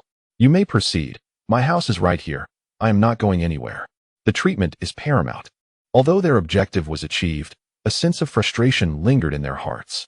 Elderly wails continued unabated. Li Chong, not daring to delay, pointed a finger at Lin Shi. If you dare to refuse compensation, I will ensure you regret it. After exchanging a few more harsh words, the three helped Elder Li onto the tractor and set off downhill. Lin Shi watched the tractor depart. He had no intention of compensating for any medical expenses. He merely sought to send these four away. If, in a few days, a blizzard struck and they managed to ascend the mountain again, he would consider himself defeated. Lin Shi strolled towards a nearby grove. As he exited the shelter moments ago, he had sensed a gaze upon him, a heightened awareness of scrutiny since his rebirth. He could perceive the slightest attention from as far as 50 meters away. Upon entering the woods, his phone suddenly rang, followed by distant, hurried footsteps retreating rapidly. He caught a glimpse of a shadowy figure vanishing into the thicket. Lin Shi retrieved his phone, the caller ID displaying Zhao Xiao. He answered the call with irritation. What is it? He surmised that after leaving Zhao Xiao hanging for 2 days, his friend could scarcely contain himself. Lin Shi, guess who I ran into here? Zhao Xiao's voice carried an air of mystery. Lin Shi raised an eyebrow. Who? Zhao Xiao's tone grew animated. The son of the wealthiest man in Sanyuan City. Shen Jinbin. Lin Shi tightened his grip on the phone. Shen Jinbin. Indeed. He even initiated conversation with me, knowing I was in Shushi. He proposed we go diving together tomorrow and asked me to bring you along. Lin Shi, incredulous, thought to himself how Zhao Xiao could be acquainted with such a privileged heir. His concealment was remarkable. Zhao Xiao continued to chatter on the line. But Lin Shi's mind was consumed by the revelation of Shen Jinbin's presence in Shushi, rendering his subsequent words a blur. Shen Jinbin, one of the culprits who caused his own demise in a previous life. However, the enmity between Lin Shi and Shen Jinbin had been established long before. Lin Shi's father was once an employee at Tianqi New Energy Company. On the day of the tragic incident involving Lin Shi's father, the chairman of Tianqi New Energy brought his son to inspect the factory. Upon reaching the electrical area managed by Lin Shi's father, the chairman's son abruptly splashed his drink onto the electrical equipment, resulting in a short-circuit explosion that claimed Lin Shi's father's life on the spot. In an effort to quell the situation, Chairman Xin Fanren of Tianqi New Energy offered substantial hush money to everyone present and had them sign non-disclosure agreements, subsequently concluding the matter with an exorbitant death compensation. However, an employee who had a good relationship with Lin Shi's father clandestinely informed Lin Shi of the truth. It was then that Lin Shi realized his father had not perished due to operational negligence, but had been deliberately murdered. That chairman's son was none other than Shen Jinbin. Lin Shi recounted the incident to his mother, and he would forever remember the look she gave him, a complex mix of entanglement, hesitation, disgust, and pity. Ultimately, his mother vowed to investigate the matter and urged Lin Shi to focus on his studies. From that moment on, the employee who had disclosed the truth mysteriously vanished. A few months later, Lin Shi's mother remarried, and to Lin Shi's horror, her new husband turned out to be Xin Fanren, the chairman of Tianqi New Energy. Lin Shi felt ensnared in a vast conspiracy. To avoid bringing disaster upon himself, he never spoke of this to anyone else in his previous life. Save for a mention to Zhao Xiao during the apocalypse, he sought to gather evidence discreetly, but discovered that the Shun family had monopolized power in Sanyuan City, erasing all traces of evidence long ago. The survivor shelter in Sanyuan City, where he had sought refuge, was also established by the Shin family. He found no opportunity for revenge. Even the singular chance he had before his demise was interrupted. Now, with Shen Jinbin in Shushi, he believed this time he could finally eliminate him without anyone intervening. His fingers turned pale from the pressure until the sound of shattering glass from his phone screen jolted him back to reality. Lin Shi? Lin Shi? Are you coming or not? Zhao Xiao urged from the other end of the line. Presently, Zhao Xiao remained unaware that Shen Jinbin was Lin Shi's father's murderer. Yes, of course I will go. Regardless of Shen Jinbin's purpose for appearing in Shushi, he was determined to kill him. Lin Shi lowered his gaze, his eyes deep and unfathomable, a cold smile gracing his lips that sent chills through anyone who beheld it. The birds in the forest sensed the aura of death and took flight. On June 3rd, at 1 p.m., the countdown in the upper right corner of the treasure trove displayed 21 hours remaining. Lin Shi arrived at a dock where private yachts were moored. In the distance, he spotted Zhao Xiao animatedly conversing with a young man with white hair who had his back turned to him. Lin Shi immediately recognized the figure before him, Shen Jinbin. Suppressing the murderous intent that flickered in his eyes, Lin Shi approached the two. Lin Shi, why did you arrive so late? Young Master Shun has been waiting for quite some time, Zhao Xiao chided, standing beside Shen Jinbin. Had the focus already shifted to Shen Jinbin? A cold smile crept into Lin Shi's heart. Indeed, whether in this life or the last, Zhao Xiao would always turn against him when faced with Shen Jinbin. Maintaining his composure, Lin Shi replied, I was caught in traffic and arrived late. Shen Jinbin turned to reveal a pallid face, marked by excesses, with a shock of white crew-cut hair that exuded an air of arrogance. His gaze, as condescending as in the past, scrutinized Lin Shi as though assessing a cheap commodity. At this moment, Shen Jinbin had not yet developed the brutal demeanor that would characterize him in the apocalypse. In his previous life, he often killed over the slightest provocation and treated women as mere possessions, viewing himself as the sovereign of Sanyuan City. Never mind, as long as you're here. Let us board the yacht, Shen Jinbin gestured dismissively. Chapter 33. Uninhabited Seas. Shen Jinbin stepped onto the yacht first, with Zhao Xiao following closely behind. Lin Shi narrowed his eyes as he trailed the two onto the vessel. No sooner had he set foot on the yacht than he was stopped by a burly man in black. Sir, I must check for any dangerous items you may be carrying. Zhao Xiao appeared to be undergoing a similar inspection by another man ahead, seemingly compliant. Lin Shi frowned. I was invited here for leisure. Is this how you treat your guests? This is merely a standard procedure to ensure the safety of everyone aboard. The man in black responded with unwavering resolve. Well, if that is the case, I shall not partake, Lin Shi declared, turning to leave. However, the bodyguard shifted to block his path. What? Am I not allowed to leave? Lin Shi's expression darkened. Sir, if you have nothing dangerous on you, then a search should not be an issue. This is young Master Shun's private yacht. Please cooperate and show some respect, the bodyguard insisted. Realizing that this yacht belonged to Shen Jinbin, Lin Shi chuckled and cast a sidelong glance at Shen Jinbin, who was observing the scene from a few meters away. His eyes grew cold. What does he amount to that I should show him respect? Do I even know him? You. The bodyguard glared, an overwhelming aura emanating from him, pressing down on Lin Shi. At that moment, the yacht had already departed from the dock. Lin Shi furrowed his brow. What? Do you intend to resort to violence in broad daylight? Just then, Shen Jinbin stepped forward, speaking ambiguously. Biao, this is my half-brother. Why are you being so oblivious? Brother? The revelation that Lin Shi was Shen Jinbin's brother left everyone astounded, their gazes fixed on him in shock. The expressions of the several bodyguards were a mixture of astonishment and disdain. The most taken aback was Zhao Xiao, who had known Lin Shi for many years. How could he be unaware of Lin Shi's connection to the wealthiest man in Sanyuan City?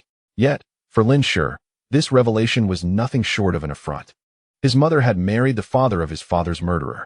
What brother? This was the first time they had ever met. It was merely a cruel taunt from Shen Jinbin, the reason for which remained a mystery. Lin Shi gritted his teeth, striving to suppress his murderous intent. He reminded himself to remain composed. To Shen Jinbin, he was merely an inconsequential insect, and in his past life, Shen Jinbin had never even laid eyes on him before the apocalypse. The sudden approach must have a purpose.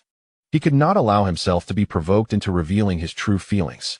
Lin Shi looked at Shen Jinbin with confusion. What are you talking about? I don't know you at all. Shen Jinbin feigned enlightenment, pointing at Lin Shi and saying, Oh right, you weren't there when my father married your mother.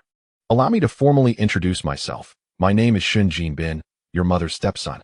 She is a wonderful mother, treating me even better than her biological son. Lin Shi clenched his fists. A bodyguard named Biao positioned himself in front of Shen Jinbin, ready to subdue Lin Shi at a moment's notice.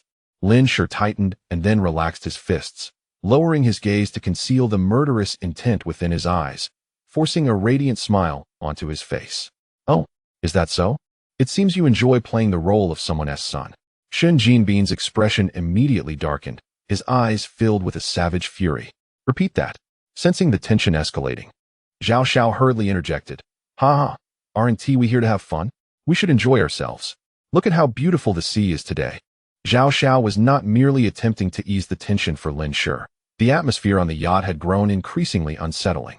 Aside from Lin Shi and Zhao Xiao, the boat was occupied by Shen Jinbin and 8 imposing figures clad in black, all of whom were currently scrutinizing the two with predatory gazes. This was hardly an auspicious sign. Shen Jinbin concealed his fury, replacing it with a chilling smile as he turned to re-enter the cabin. The remaining bodyguards followed suit, leaving Lin Shi and Zhao Xiao on the deck, accompanied by the aforementioned bodyguard, Biao.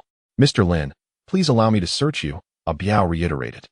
Zhao Xiao gently nudged Lin Shi and whispered in his ear, "Lin Shi, a wise man does not suffer losses in front of others. He is a young master from a prominent family. It wouldn't be shameful to appease him." Lin Shi cast a cold glance at him and opened his arms to the black-clad bodyguard. "Go ahead." Biao regarded Lin Shi with disdain, and after conducting a thorough search and confirming that Lin Shi bore no dangerous items, he finally stepped into the cabin. Inside the yacht's room, Shin Jinbin violently swept the last cup off the table, sending it crashing to the floor. A nearby bodyguard was cleaning up the shards of glass, wincing as he endured the pain from a cut on his hand while continuing his task. As Biao entered the room, he remarked, "Young master, I have confirmed that he has brought nothing with him. However, the one named Lin Shi has undergone extensive physical training, so he may pose a challenge. Once he enters the water, I will take care of him." Shin Jinbin slammed his hand heavily on the table, his face contorted with malice.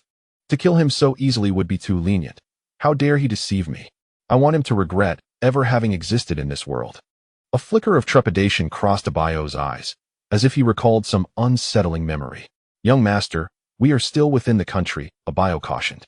Shin Jinbin, unwilling to relent, struck the table again and coldly glared at Biao. "Make sure to deal with the one who came along as well." "Understood." On the deck, Lin Shi and Zhao Xiao were admiring the sea view when a servant brought them drinks. Before long, Shin Jinbin emerged, regaining his initially roguish demeanor and engaging the two in light-hearted banter. "This time, we're going diving at a more remote location. I know of a small island where there are hardly any people nearby, and the underwater scenery is particularly stunning.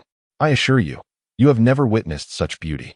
Shin Jinbin exaggeratedly described the allure of the waters. Zhao Xiao nodded enthusiastically. "I'll follow whatever arrangements you make, young Master Shin." Lin Shi did not voice any objections. Approximately 2 hours later, the yacht arrived near an uninhabited island. No boats were in sight, nor any signs of life.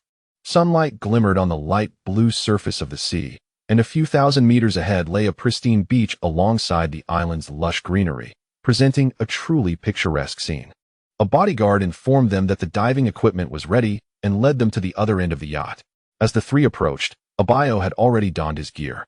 Shin Jinbin immediately picked up a wetsuit and began to put it on. Biao laid out 2 additional suits before Lin Shi and Zhao Xiao. Zhao Xiao rubbed her hands together nervously. "I've never been diving before.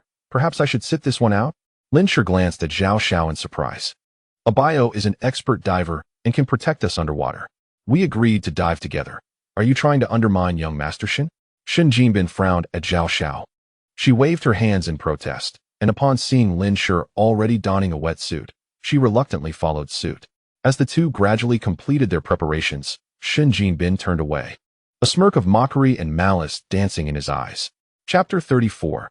Underwater Murder. Once everyone was dressed and had secured their breathing apparatus, Zhao Xiao, standing behind Lin Shi, suddenly tugged at him, squinting through her diving mask. Lin Shi chuckled. "Why are you squinting your eyes like that? Did some sand get in?" It seemed Zhao Xiao was not entirely naive. She had sensed something amiss. Setting aside Shin Jinbin's status as a wealthy heir, it was indeed odd for a stranger to invite one out to play, accompanied by 8 imposing men, and to take them to a desolate place. This matter indeed sounds exceedingly perilous. Initially, Zhao Xiao sought to ingratiate himself with Shin Jinbin, which blinded him to the underlying anomalies. It is often the case that ordinary individuals, when confronted with those of significant power and influence, instinctively revere and trust them, thereby overlooking crucial details.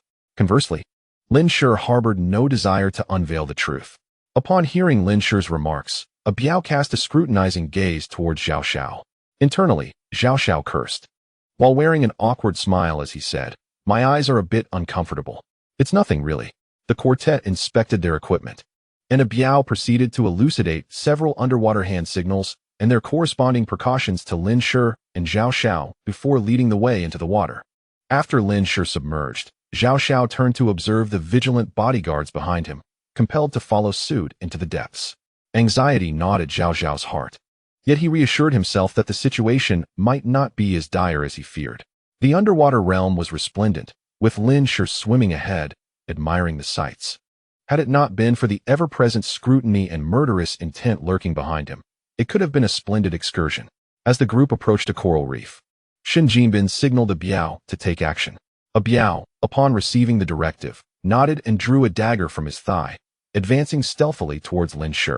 Observing a Biao's approach, Shen Jinbin's eyes gleamed with a frenzied excitement behind his diving mask. Being a novice at diving, Zhao Xiao lagged behind the others. And upon witnessing this scene, his spirit plummeted in terror. He yearned to alert Lin Shi, but as he opened his mouth, his breathing apparatus nearly slipped out, prompting him to hastily close his lips. As a Biao reached Lin Shi's rear, raising the glimmering dagger, Zhao Xiao's legs turned to jelly. He swiftly glanced back at Shen Jinbin, only to find an expression of exhilaration on his face. It was over. Despair engulfed Zhao Xiao. This was a murder plot. Realizing the gravity of the situation, he immediately turned to swim towards the surface. As for Lin Shi, Zhao Xiao had already resigned himself to the belief that Lin Shi was doomed. Lin Shi's physique could never match that of a bodyguard. He had to escape swiftly. Delays could lead to his silencing. Zhao Xiao attempted to ascend, but in his panic as a first-time diver, he forgot to release his weights, floundering helplessly in place. Lin Shi sensed an unusual current surging behind him and, without a moment's hesitation, swiftly turned. A glimmering dagger sliced past him. A Biao, taken aback by Lin Shi's agility, lunged forward for another strike. This time, Lin Shi clearly discerned the dagger aimed at his breathing apparatus. Indeed, in these peaceful times, even those intent on murder were not reckless. They aimed to create an illusion of accidental death by asphyxiation. Constrained by the water's resistance, Lin Shi had nowhere to evade. He grasped a Biao's hand that wielded the dagger, preventing the destruction of his breathing apparatus. A Biao's other hand lunged toward Lin Shi's breathing apparatus, only to be seized by Lin Shi as well. The two engaged in a fierce struggle beneath the water's surface. A Biao's face was contorted with ferocity, tinged with a hint of shock and disbelief. He exerted every ounce of strength to free himself from Lin Shi's grasp. Yet it felt as if he were ensnared by an iron vice, making no progress whatsoever. How could this young man possess such formidable strength? Lin Shi lifted his foot and forcefully kicked against a Biao, propelling himself over a meter away. Just as a Biao attempted to lunge forward once more, Lin Shi reached behind him, then brought his hand back to the front, now brandishing a pistol. A Biao's body, previously surging forward, suddenly froze. His eyes widened in disbelief and terror. When had this boy concealed a firearm? It was impossible. He had thoroughly searched Lin Shi and confirmed that he bore no weapon. Moreover, during the change into diving suits, there had been no opportunity to hide a gun. This was inconceivable. A Biao even wondered if he was hallucinating underwater, for the very presence of the gun in Lin Shi's hand seemed more surreal than any illusion. However, the violent eruption of blood from his chest brought him crashing back to reality. The bullet, slowed by the resistance of water, traveled at a speed 772 times slower than on land. Nevertheless, human limbs also became sluggish in water at this distance. Even a seasoned fighter like a Biao could not evade the onslaught. 3 consecutive shots struck vital points, until his last breath. A Biao could not fathom how Lin Shi had managed to bring a pistol underwater. Zhao Xiao also watched in disbelief, feeling that today's experience was utterly surreal. How could Lin Shi possibly possess a firearm? The Lin Shi he knew, so composed, resolute, and adept with a gun, was this truly the same person he had come to know? The situation, which had seemed dire for Lin Shi, had suddenly taken a dramatic turn. Among the 3, the quickest to react was unexpectedly Shen Jinbin. As Lin Shi drew his pistol, Shen Jinbin swiftly swam towards Zhao Xiao, who was floundering helplessly in place. By the time Lin Shi aimed his gun, Shen Jinbin had reached Zhao Xiao, grasping the terrified young man and positioning him in front of himself. At the same moment, he pressed the deflation button on his diving suit. Zhao Xiao, terrified beyond measure, shook his head vigorously as he ascended, watching the barrel of Lin Shi's gun rise. The effective range of a handgun underwater would not exceed 15 meters. As the distance began to widen, Lin Shi's gaze turned frigid, and without hesitation, he fired. The bullet sliced through the water, but with so many disturbances, what was intended for Shen Jinbin's head instead struck Zhao Xiao in the neck. Zhao Xiao's eyes widened in horror behind his diving mask, and his breathing apparatus fell from his mouth as blood gushed from his mouth, nose, and neck. Lin Shi sought to fire again. At that moment, A school of fish swam between the two. Once the fish passed and visibility was restored, the distance between him and Shun Jinbin had exceeded 2 meters. Lin Shi fired again, but the bullet faltered mid-flight and fell short. As Lin Shi's pistol posed no threat, Shun Jinbin released Zhao Xiao, whose pupils had dilated, and swam swiftly towards the surface.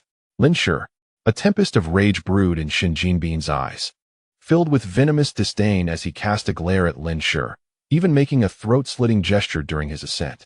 Never had he felt such humiliation. He was determined to eliminate Lin Shi. Approaching the water's surface, the distance between them widened to 3 meters. Lin Shi, with a profound gaze, maximized the air supply in his diving apparatus, shedding his weights, and ascended with greater speed than Shun Jinbin.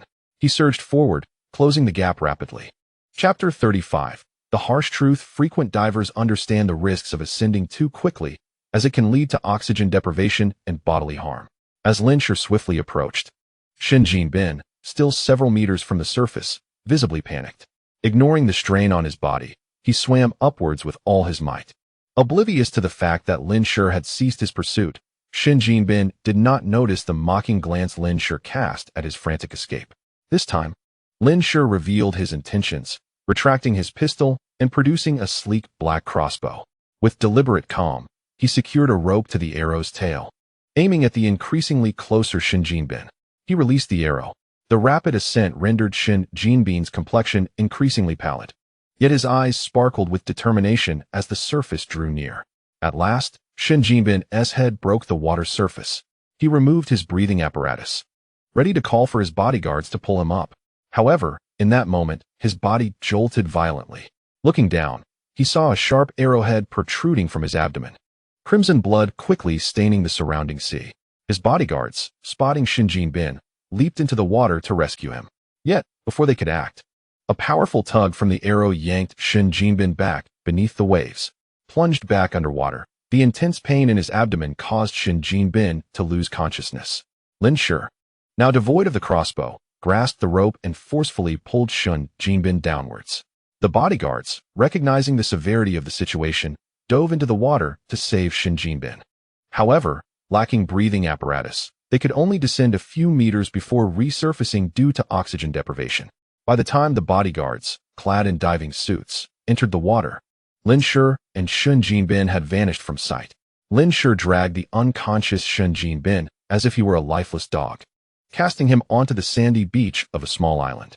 Having ascended too rapidly, Shun Jinbin's substantial frame exhibited symptoms of decompression sickness, his upper body grotesquely swollen.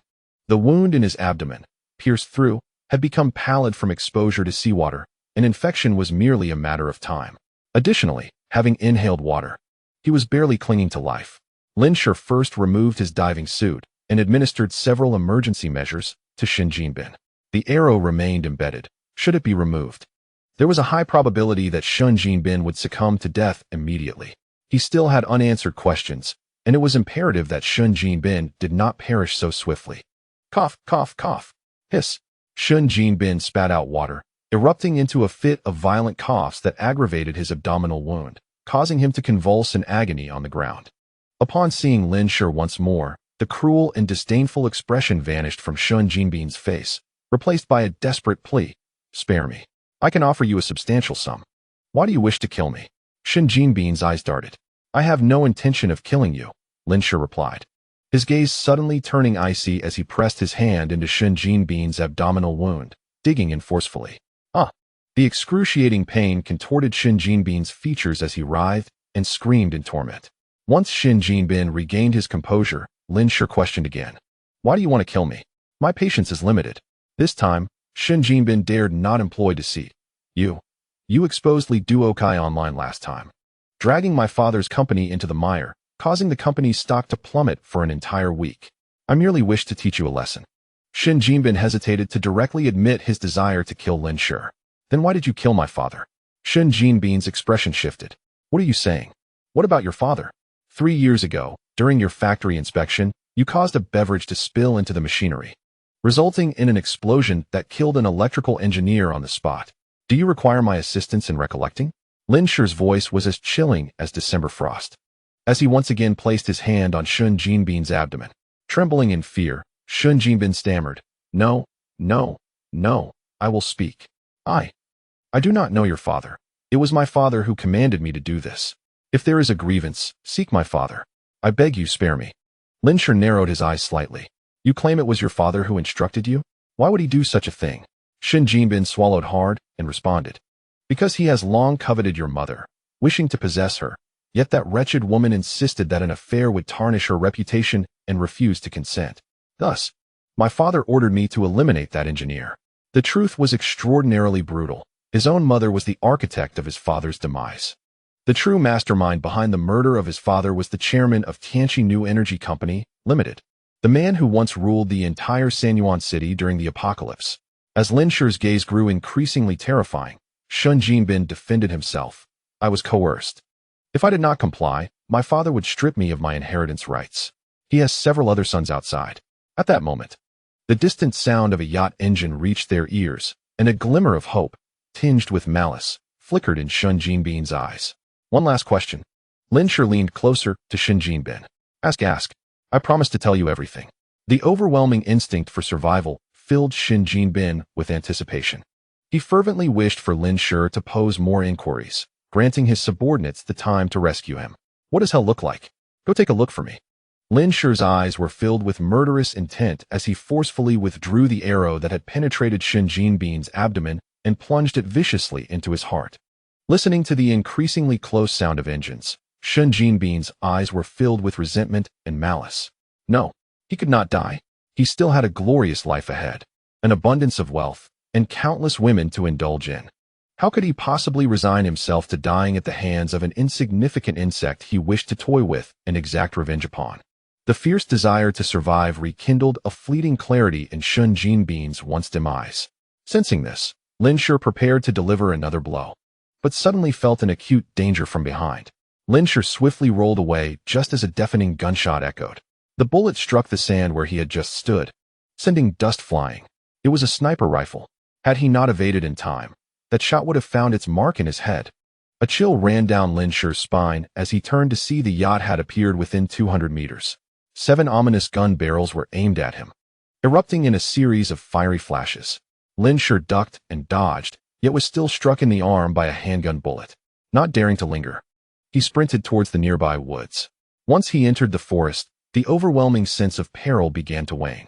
His limbs were scratched by thorns and underbrush, leaving trails of blood. Yet he pressed on, deeper into the dense foliage. The author wishes to note, as a spoiler, Shun Jinbin does not die here, but he will meet his end after 4 chapters. This is crucial to an important plot point, and I hope readers will refrain from expressing discontent over this aspect. I assure you, his demise is imminent. Chapter 36. Ambush on the island until he could no longer hear any sounds behind him. Lin Shi leaned against a large tree to catch his breath. After an intense underwater battle, he had swum several kilometers with Shun Jinbin to reach the island.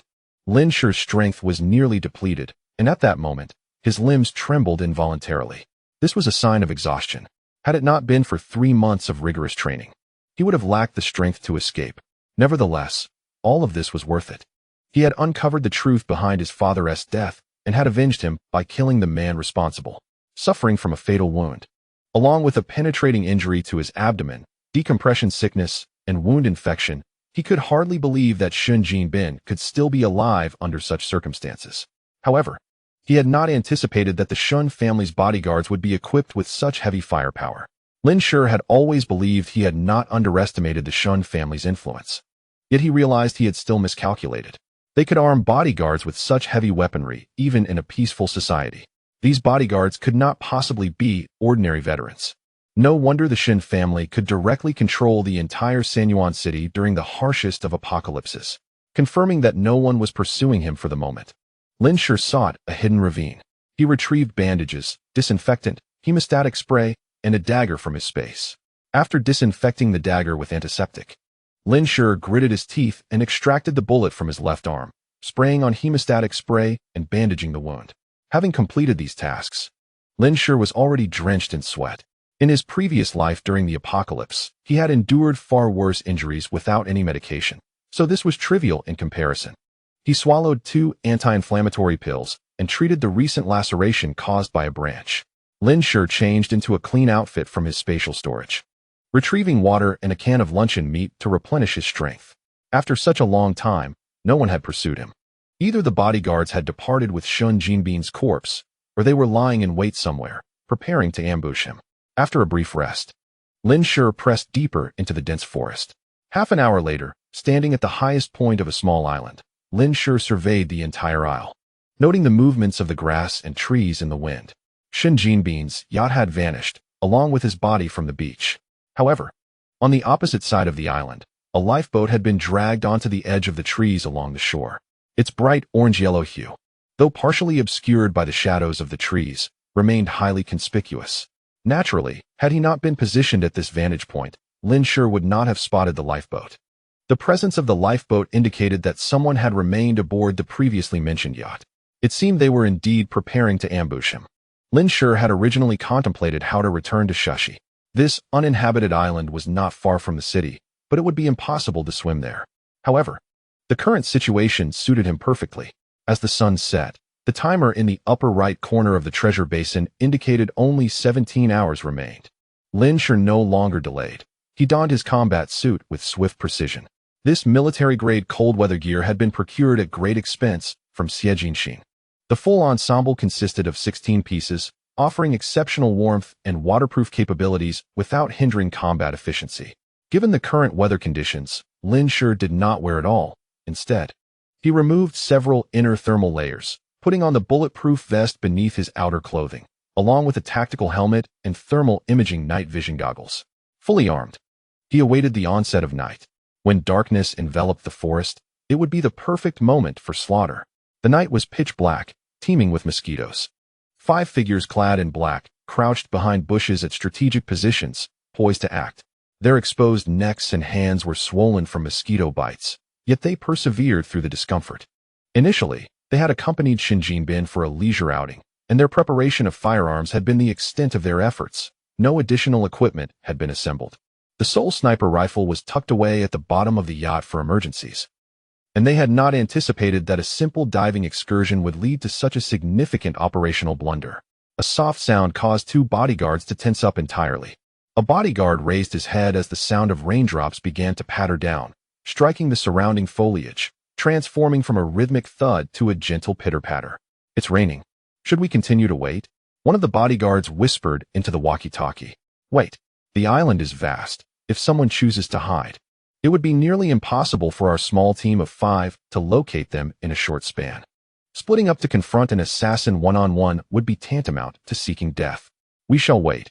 He will undoubtedly seek a way to escape, and then we shall test our patience against his. If we fail to eliminate him this time, our fates will be equally grim." Several bodyguards examined Shun Jinbin's injuries and speculated that Lin Shi had meticulously prepared for the assassination, indicating the presence of a premeditated assassin.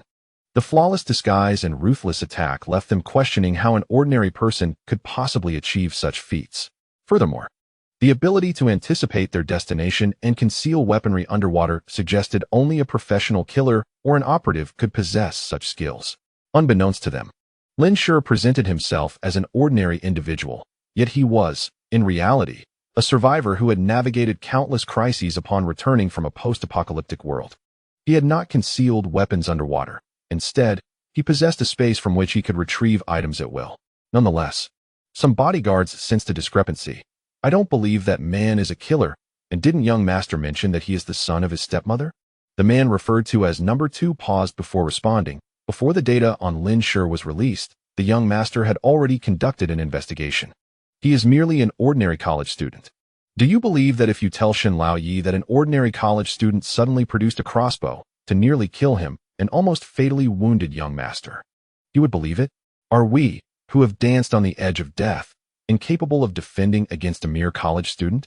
It would be more logical to consider that a killer is masquerading as Lin Shi, which would also provide a convenient excuse for our shortcomings." Number 2 continued. "This time, we administered all the gene repair medications to young master to keep him alive. Whether we can save him remains uncertain. If he dies, consider the consequences." The bodyguards fell silent. Lin Shi, unaware of the precarious situation surrounding Shun Jinbin, had stealthily made his way into the dense forest at the foot of the mountain. The sudden onset of rain startled him at first, but then he felt a surge of joy. Fate seemed to be on his side. The dense sound of rain would easily mask his footsteps. The hulking figures of the bodyguards were clearly visible through the night vision goggles. From 300 meters away, Lin Shi lay in wait, retrieving a crossbow. The intercepting crossbow was powerful, yet its sound was not discreet. The crossbow in his possession, a compound crossbow, emitted a notably soft sound, making it ideal for close-quarters combat. It was a recent acquisition from his last supply run. Carefully placing several bolts into his quiver, Lin Shi cautiously approached the ambush position of the 5 men.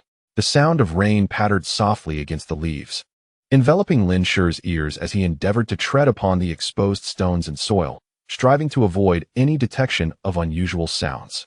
Upon nearing a distance of approximately 200 meters, he paused, fully alert. At this proximity, any infrared sensing device possessed by the adversary would surely reveal his presence. After a brief moment of waiting without any reaction from the other side, Lin Shi recognized that this distance also fell within the effective range of his crossbow. He readied the weapon, aiming at a figure unshielded by foliage, and released an arrow. Chapter 37. Nighttime sniping. Although his practice with the crossbow had been limited, its inherent precision and user-friendliness made it an effective tool. Having experience with firearms, he adeptly handled the crossbow. The arrow flew silently, yet its passage through the underbrush produced a distinct sound. The unusual noise amidst the relentless rain caught the attention of bodyguard number 2. Something was amiss. Just then, bodyguard number 2's alert and the muffled grunt of another bodyguard coincided as the arrow struck one of their ranks directly through the thermal imaging night vision scope. The positions and movements of the 5 concealed individuals behind the bushes were presented with crystal clarity before Lin Shi's eyes. Get down. The bodyguards reacted swiftly, immediately lowering themselves into the muddy ground. 4 of them lay still, paralyzed by fear. On this moonless night, within the dark rain-soaked jungle, they had no inkling of where the enemy lurked or the origin of the attack. Be cautious. The enemy possesses thermal sensing equipment, bodyguard number 2 whispered. If the adversary approached, they would have surely sensed it. The only possibility was that the attack was coming from a distance. While they had sniper capabilities among them, a sniper rifle was ineffective in such dense foliage. It had to be a crossbow.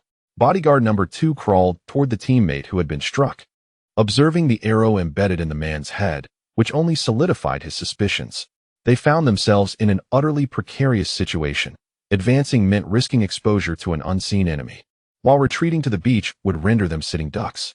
The remaining bodyguards were engulfed by despair, having underestimated the assassin's preparedness, who had evidently laid out equipment in advance on this small island. Their initial disbelief in Lin Shi's guise as a killer began to waver. Amidst the torrential downpour of the dark night, Lin Shi's keen gaze fixed upon the scope, his demeanor icy, lips pressed into a thin line.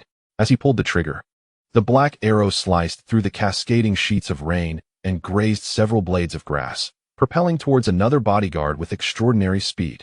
With a soft thud, the arrow found its mark, followed by a suppressed groan. Yet, after a brief moment, Lin Shi noted that the thermal imaging scope did not indicate a rapid loss of body heat in the struck individual. He was not dead. It appeared that the arrow had not struck a vital area. The remaining 4 bodyguards lay concealed in the grass, the dense undergrowth of the island significantly compromising the accuracy of his crossbow. Lin glanced around, his gaze settling on a pine tree to his right. With a deft movement, he stowed his crossbow into a spatial pocket and, like a nimble lynx, ascended the tree, quickly finding a secure foothold and concealing his presence. He produced a crossbow once more, aimed, and released. A sharp, brief cry pierced the air as a bodyguard was struck in the chest by a lethal arrow. He S down, called out another bodyguard who had been near the victim. Yet, before he could assess his fallen comrade, another arrow descended like rain, piercing the forehead of the bodyguard who sought to investigate. Number 2 furrowed his brow and exclaimed, "Northwest direction, in the tree." Without hesitation, he moved in a zigzag pattern, advancing several meters before taking cover behind a tree, drawing his weapon to fire. Bang! His shot was remarkably precise, striking the very spot where Lin had just concealed himself. Unfortunately, that location was now devoid of Lin's presence. After releasing 2 arrows, Lin's crossbow vanished from his grasp, and he swiftly descended, hugging the trunk as he landed on the ground. Snipers are known for their practice of relocating after each shot. He would not be foolish enough to remain in one position for long. While number 2 fired, Lin had already ascended to another tree several meters away from his previous location.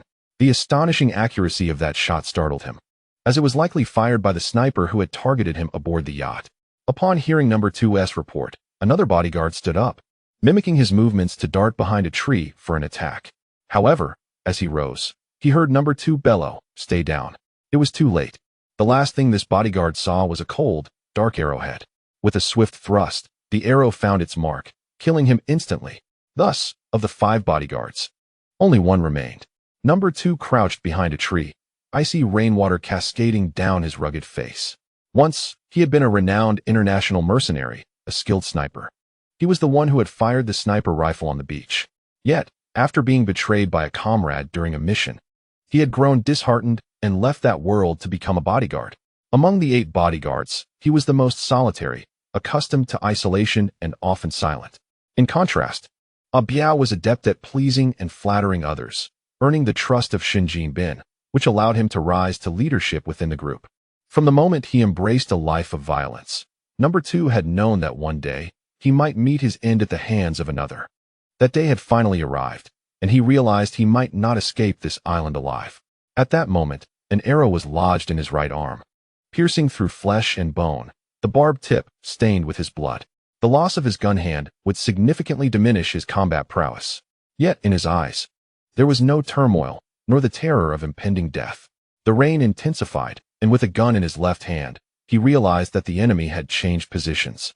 He attempted to warn his comrades, but it was already too late. A faint sound of something slicing through the air signaled his teammate's demise, leading him to pinpoint Lin Shi's location. Taking a deep breath, he steeled himself, his expression betraying no emotion as he calculated Lin Shi's position in his mind. Swiftly darting from his cover, resolutely he fired. Lin Shi, perched high in the tree, released an arrow, and an overwhelming sense of danger engulfed him. The peril he felt was far greater than when he had been targeted by a sniper on the beach. He loosened his grip, leaning back just in time to narrowly evade a bullet. However, the tree was slick with rain, and he found himself suspended in midair, about to fall. This situation was exceedingly precarious. Once airborne, the enemy could easily predict his location.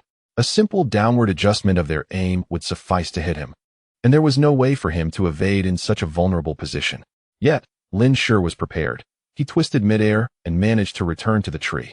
Remarkably, he had been holding onto a rope all along, already secured to the trunk. At that moment, Lin Shi was filled with astonishment. How could the enemy possess such remarkable marksmanship? Detecting his position over 200 meters away in the pitch-black downpour once could be attributed to mere chance, but twice indicated an extraordinary skill. Thus, after being discovered the first time, he had readied himself to evade. Without any night vision devices, Lin Shi believed the enemy would be unable to locate him again. However, he was mistaken. Bang! Another gunshot rang out, and the instant Lin Shi returned to the branch, a bullet struck his left shoulder. Even defying the laws of physics to return to the tree, the enemy had still identified his position. How could this be? Lin Shi was astounded. Was it merely a stroke of luck? Though the bullet was stopped by his bulletproof vest, the impact sent him tumbling back towards the ground. At that moment, an intense sense of danger enveloped him. Chapter 38. Jean Locke faced with a life-threatening crisis. Lin Shi instinctively released his hold on the rope. Yet, that was not enough. Suddenly, an object appeared before him, a riot shield. Bang, bang, bang. 3 bullets struck the shield almost simultaneously, narrowly missing him. What terrified Lin Shi was that the 3 shots were aimed at 3 vital points. Had the enemy anticipated that he would let go? How was that possible?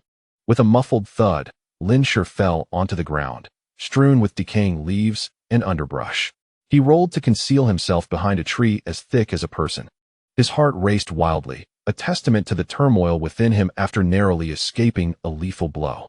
Were it not for his spatial abilities, his knack for retrieving items, and his quick reflexes, those 3 bullets would have surely struck his head, neck, and heart. The other 2 positions were manageable. However, the neck was entirely unprotected. If struck by a bullet, he might have met his demise here today. Such terrifying marksmanship. Lin Shi leaned against the tree, attempting to calm his racing heart. Suddenly, a blood-curdling scream pierced the air from 200 meters away. Lin Shi's heart raced, Cautiously, he used his thermal imaging night vision goggles to assess the situation. He discovered the only surviving bodyguard lying on the ground, convulsing. There were no other living beings in sight. Suspecting a trap, Lin Shi refrained from approaching. Instead, he drew a crossbow and shot an arrow at the man. Struck by the arrow, Lin Shi observed that the man continued to convulse uncontrollably, displaying no instinct to evade. Only then did Lin Shi cautiously approach. Upon closer inspection, he noticed the bodyguard's face was twisted in agony, blood streaming from his mouth and nose. His body spasming as if it were beyond his control. The previous arrow had struck his thigh, and another arrow protruded from his arm. Yet it seemed he was beyond caring for his wounds. Upon seeing Lin Shi's figure, the second man's eyes widened in shock. Seemingly unable to believe Lin Shi was still alive, he struggled to speak. How could you possibly be alive? Lin Shi picked up the handgun that had fallen from the second man's grasp and aimed it at his head. What is happening to you? It's a genetic collapse. Genetic collapse? Lin Shi furrowed his brow. The aftermath of unlocking the genetic lock. Before the second man could finish, he coughed up a mouthful of blood. A genetic lock? Even in times of peace, someone can unlock it? Lin Shi felt a jolt of shock in his heart and asked, "How can I save you?" He did not genuinely wish to save the man. Rather, he sought to uncover the secrets of the genetic lock. This was the first human Lin Shi had encountered who had unlocked it. The apocalypse was imminent, and danger lurked everywhere. If he could extract even a fragment of knowledge from this individual, unlocking the genetic lock in advance would grant him a greater capacity for self-preservation. My pocket. The second man's eyes began to roll back. Lin Shi crouched down, rummaging through the man's inner coat lining and discovered a small box. Is this it? The second man nodded weakly. Lin Shi opened the box to reveal a blue pill inside. Out of the corner of his eye, he caught the second man's intense gaze fixed on the pill. Lin Shi broke the pill in half and placed one half into the second man's mouth. He stepped back 2 paces, raising the gun once more, aimed at the second man. The latter swallowed the pill with the blood, and his body gradually began to stabilize. He lay still, not moving. Is there anything you wish to ask? You may inquire. My time is limited. The second man's voice was hoarse, clearly aware of Lin Shi's ulterior motive for helping him. Lin Shi asked, "How do I unlock the genetic lock? Tell me, and I shall give you the other half of the pill." The second man smiled faintly and retorted, "Do you even know what a genetic lock is?" Lin Shi shook his head. He possessed only a superficial understanding. In his previous life, he was merely an ordinary individual. Even after enduring the 8th year of the apocalypse, he had accumulated merely a modicum of combat experience. The term gene lock, whoever coined it remains unknown to me. It was only upon unlocking the gene lock that I unearthed certain intelligence. Within the human body, there are a total of 5 gene locks. Upon unlocking the first tier, your mind shields itself from all external distractions, allowing you to recall information that would typically slip from your memory with a mere glance. In this state of combat, you can utilize everything available around you, as your brain functions with the precision and calmness of a computer, executing calculations with remarkable clarity. Upon reaching the second tier, you gain perfect control over every ounce of your strength, mastering each muscle. Even if you possess only 50 pounds of force, you could vanquish a boxing champion. The subsequent stages remain a mystery to me, as I have merely unlocked the first tier. To unfasten the first tier of the gene lock requires suffering, immense suffering. Lin Shi frowned. Suffering? Could you elaborate? The specifics elude me. When I first unlocked the gene lock, I fell into a state of shock and scarcely remember how I persevered. Subject 2's eyes glazed over, seemingly lost in a distant memory. So, the shots you just fired were in the state of an unlocked gene lock. Is your current condition also related to this unlocking? Lin Shi inquired hastily. Subject 2's complexion grew increasingly pallid. Indeed, I had just entered the gene lock state, yet my body could not withstand the aftereffects of unlocking it. This marks the 5th time I have accessed my gene lock, and my genes are on the verge of collapse. Had I not activated this gene lock, I might have survived a while longer. Now, even with medication to sustain me, Subject 2 coughed up a mouthful of blackened blood, the foul stench lingering in the air. What was that medication you just consumed?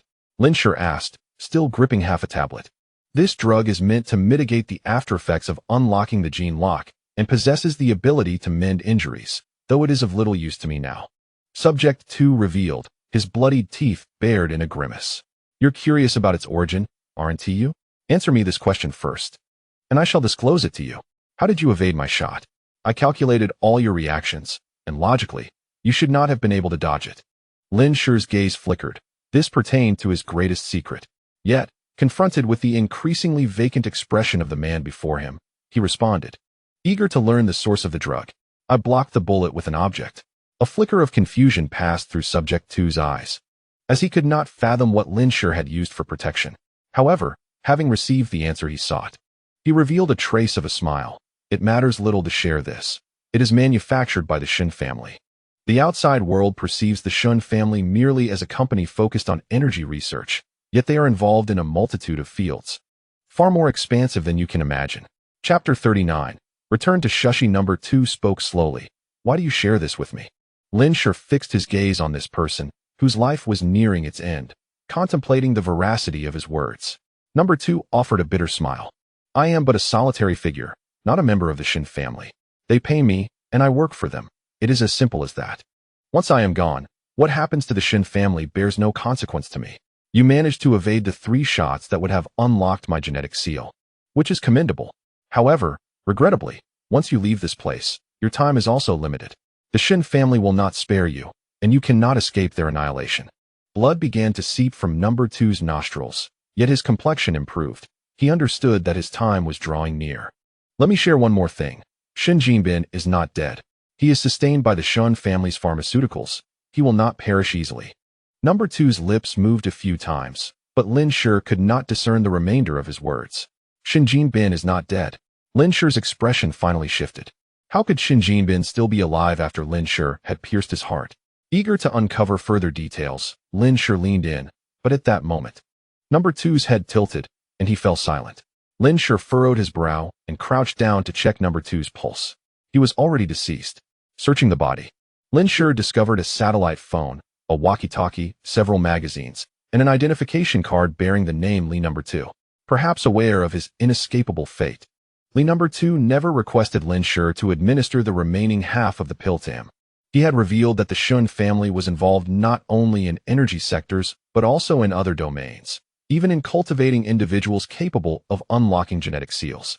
This revelation elucidated the Shin family's formidable strength in the post-apocalyptic world.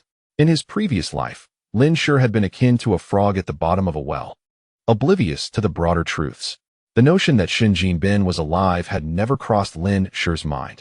He opened his palm to regard the half-blue pill, meticulously storing it in his spatial pocket. Given Shin Jinbin's grave injuries, even if the Shin family possessed miraculous healing abilities, it was inconceivable that he could recover swiftly. The tumultuous journey might exacerbate his condition, indicating that Shin Jinbin could still be in Shushi. Lin Shi rose to his feet and approached the other corpses. He swiftly retrieved all the arrows from the bodies, collecting his spoils before searching for the lifeboat. At this juncture, it was nearly 1 a.m., and the countdown in the upper right corner of the treasure basin indicated over 9 hours remained. He needed to return expeditiously to locate Shin Jinbin and eliminate him before the solar storm reached Earth. However, upon arriving at the beach, Lin Shi realized he could not proceed. It was raining heavily. The waves thrashing upon the surface of the sea and the absence of moonlight rendered the waters pitch black, nearly impossible to navigate. Venturing into the ocean in such weather aboard the small lifeboat would be tantamount to courting death. Thus, Lin Shi retreated back into the woods. As dawn broke and the rain ceased, he returned to Shushi, intent on locating which hospital housed Shin Jinbin. Time was of the essence. He needed to return to his safe house before the solar storm reached Tianyan Star. Lin Shi recalled the satellite phone he had retrieved from Li Erheo and dialed the number. Su-Chin, I require your assistance with a matter. After disconnecting the call, Lin Shi found a slightly elevated spot to pitch a tent and closed his eyes for a brief rest. In this environment, he dared not succumb to deep slumber. When the first light of dawn appeared, he packed away the tent and retrieved some water and food from his supplies, consuming a small amount. The rain had indeed stopped. It was now 5 a.m., and the countdown in the top right corner of the treasure basin indicated 5 hours remaining. Lin Shi changed into a fresh set of clothes. On his way to the beach, he passed the battlefield from the previous day and cast a glance at the corpse of Li Erheo. To his horror, the body had already begun to decompose significantly. In just one night, or more accurately, merely 4 hours, much of the skin had sloughed off, revealing exposed muscle beneath. And in some areas, The glint of bone was eerily visible. Was this the consequence of genetic collapse? He recalled the precise shots exchanged during his confrontation with Li Erheo, remarkably accurate predictions, exceptional marksmanship, and astonishing computational ability. Without external aid, it seemed nearly impossible for a human to achieve such prowess. The genetic lock, a formidable double-edged sword. Lin Shi made his way to the beach. The sea had calmed, and he pushed the lifeboat into the water, starting the engine as he set course for Shushi. Over 3 hours later, he neared the coast of Shushi. With just over an hour remaining before the solar storm arrived, as indicated by the countdown in the treasure basin, Lin Shi contacted Su Qin, inquiring if she had located that individual. He informed her that a friend of his had sustained grave injuries and was nearing death. He could not reach him and was returning to bid farewell. He implored Su Qin to search the major hospitals in Shushi, promising her a substantial monetary reward. Lin Shi provided Su Qin with Shun Jinbin's name, age, and other distinguishing features, advising her to start with the best-equipped hospitals. Initially, Su Qin contemplated ignoring the request, but upon hearing Lin Shi's promise of a 20,000 yuan reward, she forsook sleep and hurriedly took a taxi to scour the hospitals for him. She found him at Shushi First Hospital, in the intensive care unit on the 8th floor, room 1. There are indeed many specialists here for consultations. Who is your friend? He seems quite remarkable, she yawned, her voice weary. In truth, she had located him at the first hospital, but she feared that if the search proved too effortless, Lin Shi might reconsider. Thank you. Your reward has been transferred, Lin Shi replied as he ended the call. He found an unoccupied stretch of beach to land and stowed the lifeboat away. At this moment, the countdown in the treasure basin indicated 1 hour and 26 minutes remaining. Lin Shi donned a duckbill cap and a mask, then hailed a cab by the roadside, heading towards the Shushi First Hospital. Outside the No. 1 intensive care unit on the 8th floor, a throng of doctors stood, accompanied by a middle-aged woman. Astonishingly, these doctors were renowned specialists frequently featured in prominent newspapers and journals. They ought to have been at Sanyuan City or Kyoto Hospital, attending to scheduled appointments. Yet here they convened to deliberate on the condition of a single patient. Inside the ward, the rhythmic beeping echoed as Shun Jinbin lay on the hospital bed. His body enveloped in bandages and tubes, his breath faint. Doctors, how is my son? Can he be saved? The speaker was a middle-aged woman clad in a tailored suit dress, exuding an air of competence, though her striking face bore signs of fatigue and a flicker of resentment. Last night, Shun Fanrin, with whom she had severed ties for years, suddenly called to inform her of their son's predicament, claiming he was occupied in Sanyuan City and imploring her to come care for him. Upon her arrival at Shushi, Li Huilan learned of the gravity of her son's injuries. That heartless man, that beast, could he truly disregard his own flesh and blood, only to dote on that vixen? Chapter 40. Shun Jinbin's demise. The experts exchanged glances, shaking their heads with sighs. Young Master Shen's injuries are too severe. Though we do not know what has sustained his life, his will to survive is strong. Yet the extent of the injuries is such that for a typical person, their words were gentle. But the implication was clear. It was a miracle he had survived this long. What further hope could there be for salvation? Li Huilan, overwhelmed by despair, cried out. I implore you, are you not esteemed experts? You must save my son. One of the doctors cautiously inquired. We have detected a unique substance within young Master Shun. It appears to be sustaining his last shred of life. Do you know if he consumed anything prior to this? The collective interest of the specialists was palpable. They, too, yearned for answers. What? I do not know. Li Huilan turned to the bodyguard who had accompanied Shun Jinbin to the hospital, clutching at him as though he were a lifeline. What did you give Jinbin? Is there any left? Hurry, bring it forth. The two bodyguards exchanged glances. One of them replied, there is none left. That was the life-saving medication entrusted to us by Mr. Shun, and there was only one capsule. However, the courier is en route. At that moment, one of the bodyguards answered a call. Hello? Yes, on the 8th floor. After hanging up, he turned to Li Huilan. The courier has arrived. He is downstairs. Li Huilan's expression brightened. That is wonderful. Jinbin is saved. The countdown began. 48 minutes remained. Lin Shi arrived outside the first hospital, making his way towards the inpatient department.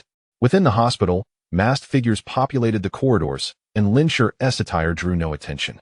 The intensive care unit and the general wards were situated in separate buildings, with few individuals present. Soon, Lin Shi reached the elevator lobby of the inpatient department and pressed the button for the lift. A figure approached from the side, seemingly also waiting for the elevator. At that moment, the elevator doors opened with a chime. As Lin Shi was about to step inside, he caught a glimpse of a silhouette in the elevator's mirrored surface. Momentarily taken aback, the reflection revealed a man standing just behind him, clad in black, with a robust physique and a cold demeanor, carrying a case in his hand. This individual bore a striking resemblance to Shen Jinbin's bodyguard. Unfazed, Lin Shi continued into the elevator, and the man in black followed suit. The doors closed slowly as Lin Shi pressed the button for the 7th floor. If this person were indeed connected to Shen Jinbin, he would likely be heading to the 8th floor. Sure enough, the next moment, the man advanced a step and pressed the button for the 8th. A glint of determination flashed in Lin Shi's eyes beneath his cap. Now he was certain the man was affiliated with Shen Jinbin. The elevator ascended steadily. The building was nearly deserted, and the elevator continued uninterrupted to the 7th floor. Suddenly, Lin Shi clutched his chest and bent over, appearing as if he were having a medical crisis. The man in black glanced at Lin Shi, but chose to ignore him, stepping back instead. Ding! The elevator reached the 7th floor, and the doors opened. Typically, there were no patients waiting outside the hospital's inpatient elevator. To visit a patient, one had to exit the elevator and pass through an additional door to enter the ward. At that moment, Lin Shi had collapsed, facing downwards, wedged in the doorway, preventing the elevator from closing. Apart from the man in black, it seemed there was no one available to assist Lin Shi. Unless he helped Lin Shi up, the elevator could not function normally. The man furrowed his brow, tightening his grip on the case. Ultimately, he approached Lin Shi, bending down to extend a hand, intending to drag him out of the elevator. However, the moment his hand made contact with Lin Shi, the latter suddenly lunged into the man's embrace, revealing a dagger that had appeared in his hand, plunging it into the man's abdomen. He twisted the blade viciously. The man's eyes widened in disbelief as he crumpled into Lin Shi's arms. He never anticipated that someone would dare commit murder in such a monitored environment. Lin Shi refrained from withdrawing the dagger to avoid splattering blood everywhere. Uncertain of how many of Shen Jinbin's men were above, he decided that neutralizing one was better than none. At this point, he was no longer concerned about being discovered. In less than an hour, the entire world would be engulfed in chaos. He merely needed to resolve the situation with Shen Jinbin before the hospital security could react. He placed the incapacitated man outside the 7th floor ward. Lin Shi then noticed the case tightly gripped in the man's hand and swiftly seized it. He deftly slipped into the elevator just as the doors were about to close. Ding! The elevator arrived at the 8th floor, and Lin Shi hastily stepped into the ward. As Li Huilan caught sight of Lin, clad in black, she hurriedly approached and extended her hand, inquiring, "Are you the one delivering the medicine? Where is it?" Lin assessed this woman, who bore a striking resemblance to Shen Jinbin, confirming her identity without uttering a word. He proceeded directly towards Shen Jinbin's hospital room. "Hold on." One of Shen Jinbin's bodyguards, sensing something amiss, intercepted Lin, asking, "I don't recall seeing you before." Another bodyguard positioned himself behind Lin, effectively blocking his escape routes. They were the same two bodyguards who had escorted Shen Jinbin back from the yacht. Lin, lowering his gaze, spoke in a subdued tone. "I am the one responsible for overseeing the medication. Mr. Shen urgently required it, so I was sent to deliver it." This statement was deliberately ambiguous, capable of being interpreted as Lin being the usual custodian of the medication or merely someone tasked with delivering it. The interpretation depended solely on the listener. Upon hearing this, the two bodyguards visibly relaxed but still insisted, "Open the box for us to see." Lin's downcast eyes flickered. He had yet to ascertain what was truly inside the box. During the elevator ride, he had swapped its contents for a handgun. Without hesitation, Lin placed the box on the ground and unfastened the clasp. A crowd of experts gathered, eager to witness the miraculous object capable of saving a doomed life. Lin slowly lifted the box lid with one hand while the other reached inside. In a swift motion, he drew out a handgun and aimed it at the bodyguard in front of him. Pulling the trigger, a muffled shot rang out, and crimson blood erupted from the chest of the bodyguard before him. All present widened their eyes in horror, transfixed by the scene. Having seen guns only on television throughout their lives, they were utterly paralyzed by fear, unable to utter a word. The bodyguard standing behind Lin reacted the fastest, reaching for his sidearm. However, Lin was quicker. He pivoted and squeezed the trigger. A shot fired from below struck the bodyguard, the bullet piercing through his chin into his brain, a spray of blood erupting from the back of his head. At that moment, The experts and Li Huilan finally grasped the gravity of the situation. Li Huilan fainted from shock. He's killed someone. Quick run. Amidst the chaos, Lin burst into Shun Jinbin's room, confirmed his identity, and aimed the gun at Shun's head. Bang, bang, bang. 3 successive shots rang out, spraying Shun Jinbin's blood mixed with brain matter across the pristine white pillow. The heart monitor emitted a piercing beep. This time, Shun Jinbin was irrevocably dead. Lin holstered his weapon and departed. At that moment, a group of hospital security personnel, having witnessed Lin's murderous act on the surveillance footage, rushed towards his location, armed with batons and riot shields. The countdown to the apocalypse stood at 35 minutes. Chapter 41. Escape from the hospital. It has been 5 minutes since Lin Shi killed a bodyguard from the Shin family on the 7th floor. Security personnel have gathered in the monitoring room and are rushing towards the building, having already alerted the authorities, but it will take them several more minutes to arrive. Lin Shi hastily exited the hospital room, preparing to enter the emergency exit of the inpatient building and leave via the stairwell. However, at that moment, a hand grasped his pant leg. Li Huilan had awakened at some point, lying on the floor and gripping Lin Shi's trousers tightly. She had fainted out of fear, but, upon hearing the gunfire from the hospital room, forced herself to regain consciousness. Her eyes, red and filled with tears, fixed on Lin Shi with despair and rage. You killed my son, didn't you? You killed my son, didn't you? Lin Shi struggled, but could not break free. He lowered his gaze to this distraught mother, feeling not an ounce of compassion. Your son has killed many. You are aware of that, right? He deserved to die. If you wish to place blame, direct it at yourself for failing to educate him properly. Li Huilan screamed. He could have faced legal consequences for his actions. What gives you the right to take his life? What gives you that right? Even if my son has killed, they were merely worthless commoners. My son was born noble. To take the lives of a few lowly individuals and provide their families with compensation is their honor. You, executioner, return my son to me. If it weren't for her venomous words, her heart-wrenching expression of a grieving mother might have evoked some sympathy. Lin Shi scoffed, his eyes filled with derision. If that is the case, then let the law punish me as well. With that, he kicked the woman away and sprinted towards the emergency exit. Li Huilan's expression twisted with rage, her voice hoarse with resentment as she shouted at Lin Shi's retreating figure. You killed my son. I will ensure that your parents, brothers, and all your relatives and friends pay for his death. No matter where you flee, I will make you suffer and die in torment. Lin Shi abruptly turned around, his eyes turning icy and filled with murderous intent. He should have anticipated that someone like Shun Jinbin would be shaped by his family. Shun Fanren was not a good person. Shun Jinbin's mother was likewise a wolf in human guise. Every grievance has its source. He had initially wished to avoid further bloodshed. Realizing Lin Shi had halted, Li Huilan stepped back in terror. No. I was just joking. Before she could finish her sentence, Lin Shi shot her without hesitation. A gunshot rang out, a bloody hole appearing in Li Huilan's forehead. She widened her eyes in shock before collapsing to the ground with a thud. After firing the shot, Lin Shi did not spare her a glance and swiftly made his way down the corridor. Just as Lin Shi departed, the elevator doors on the 8th floor opened. 5 security personnel from the hospital surged out of the elevator, stunned by the gruesome scene that lay before them outside the intensive care unit. The corridor was awash with flowing blood. Good heavens! What animosity could have led to this?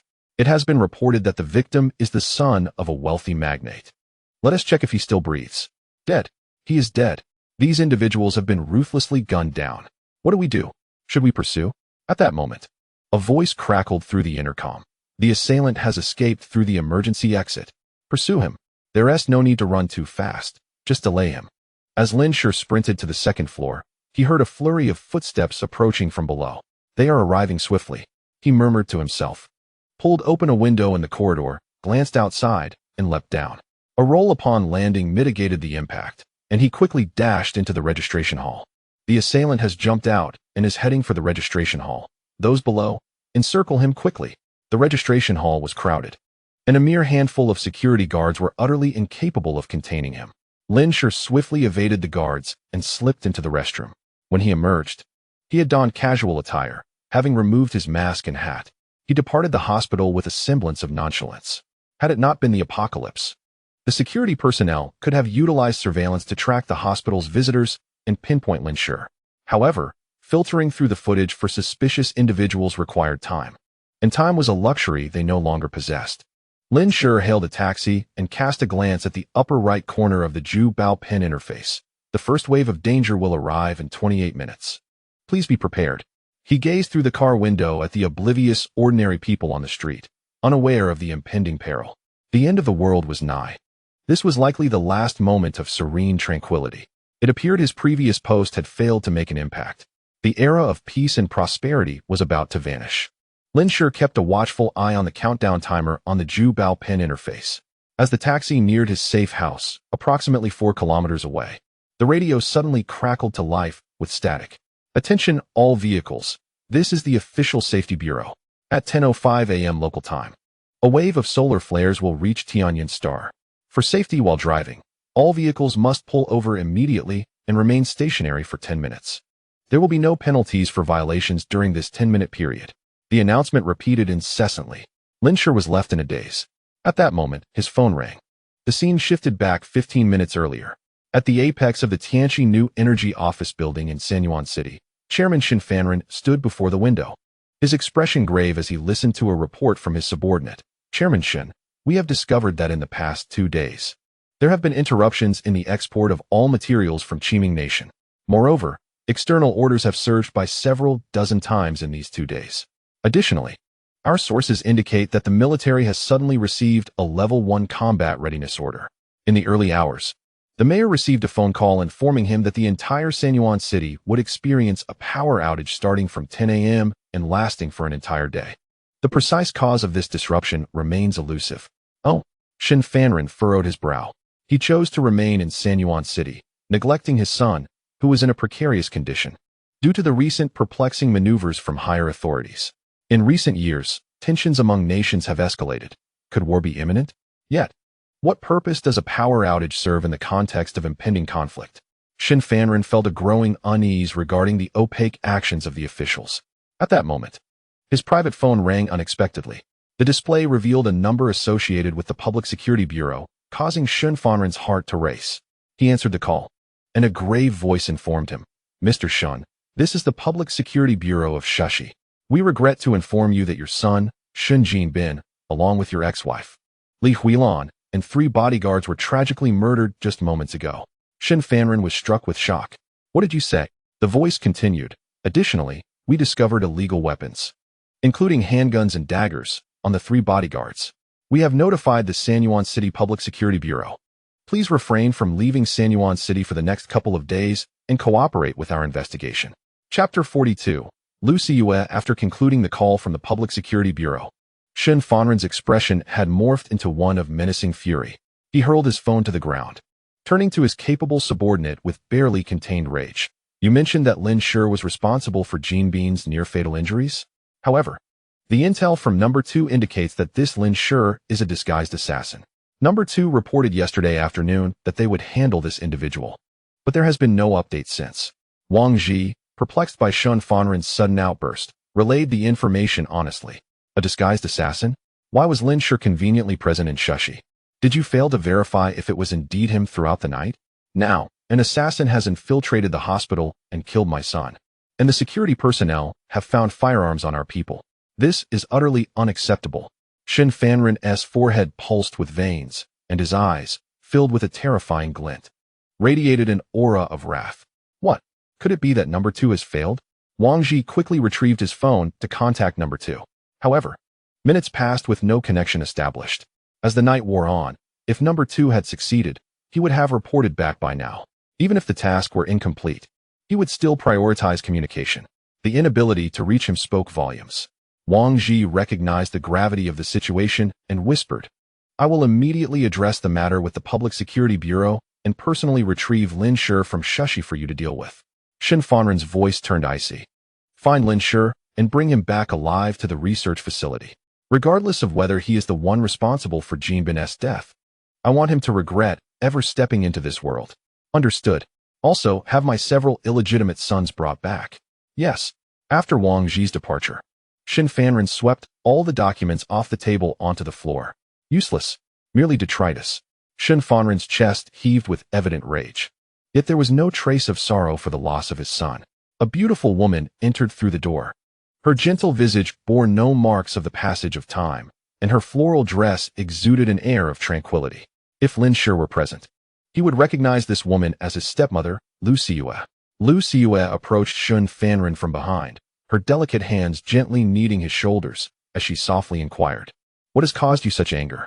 If you ruin your health, what will become of my happiness in the years to come?" Typically, Shun Fanren would be swayed by her words, yet today, he seized Lu Xiyue's hand and forcefully thrust her to the ground. "What is it? Your precious son has killed my son, and now the Public Security Bureau is after me. If this draws unwanted attention from above, I shall deal with you as well."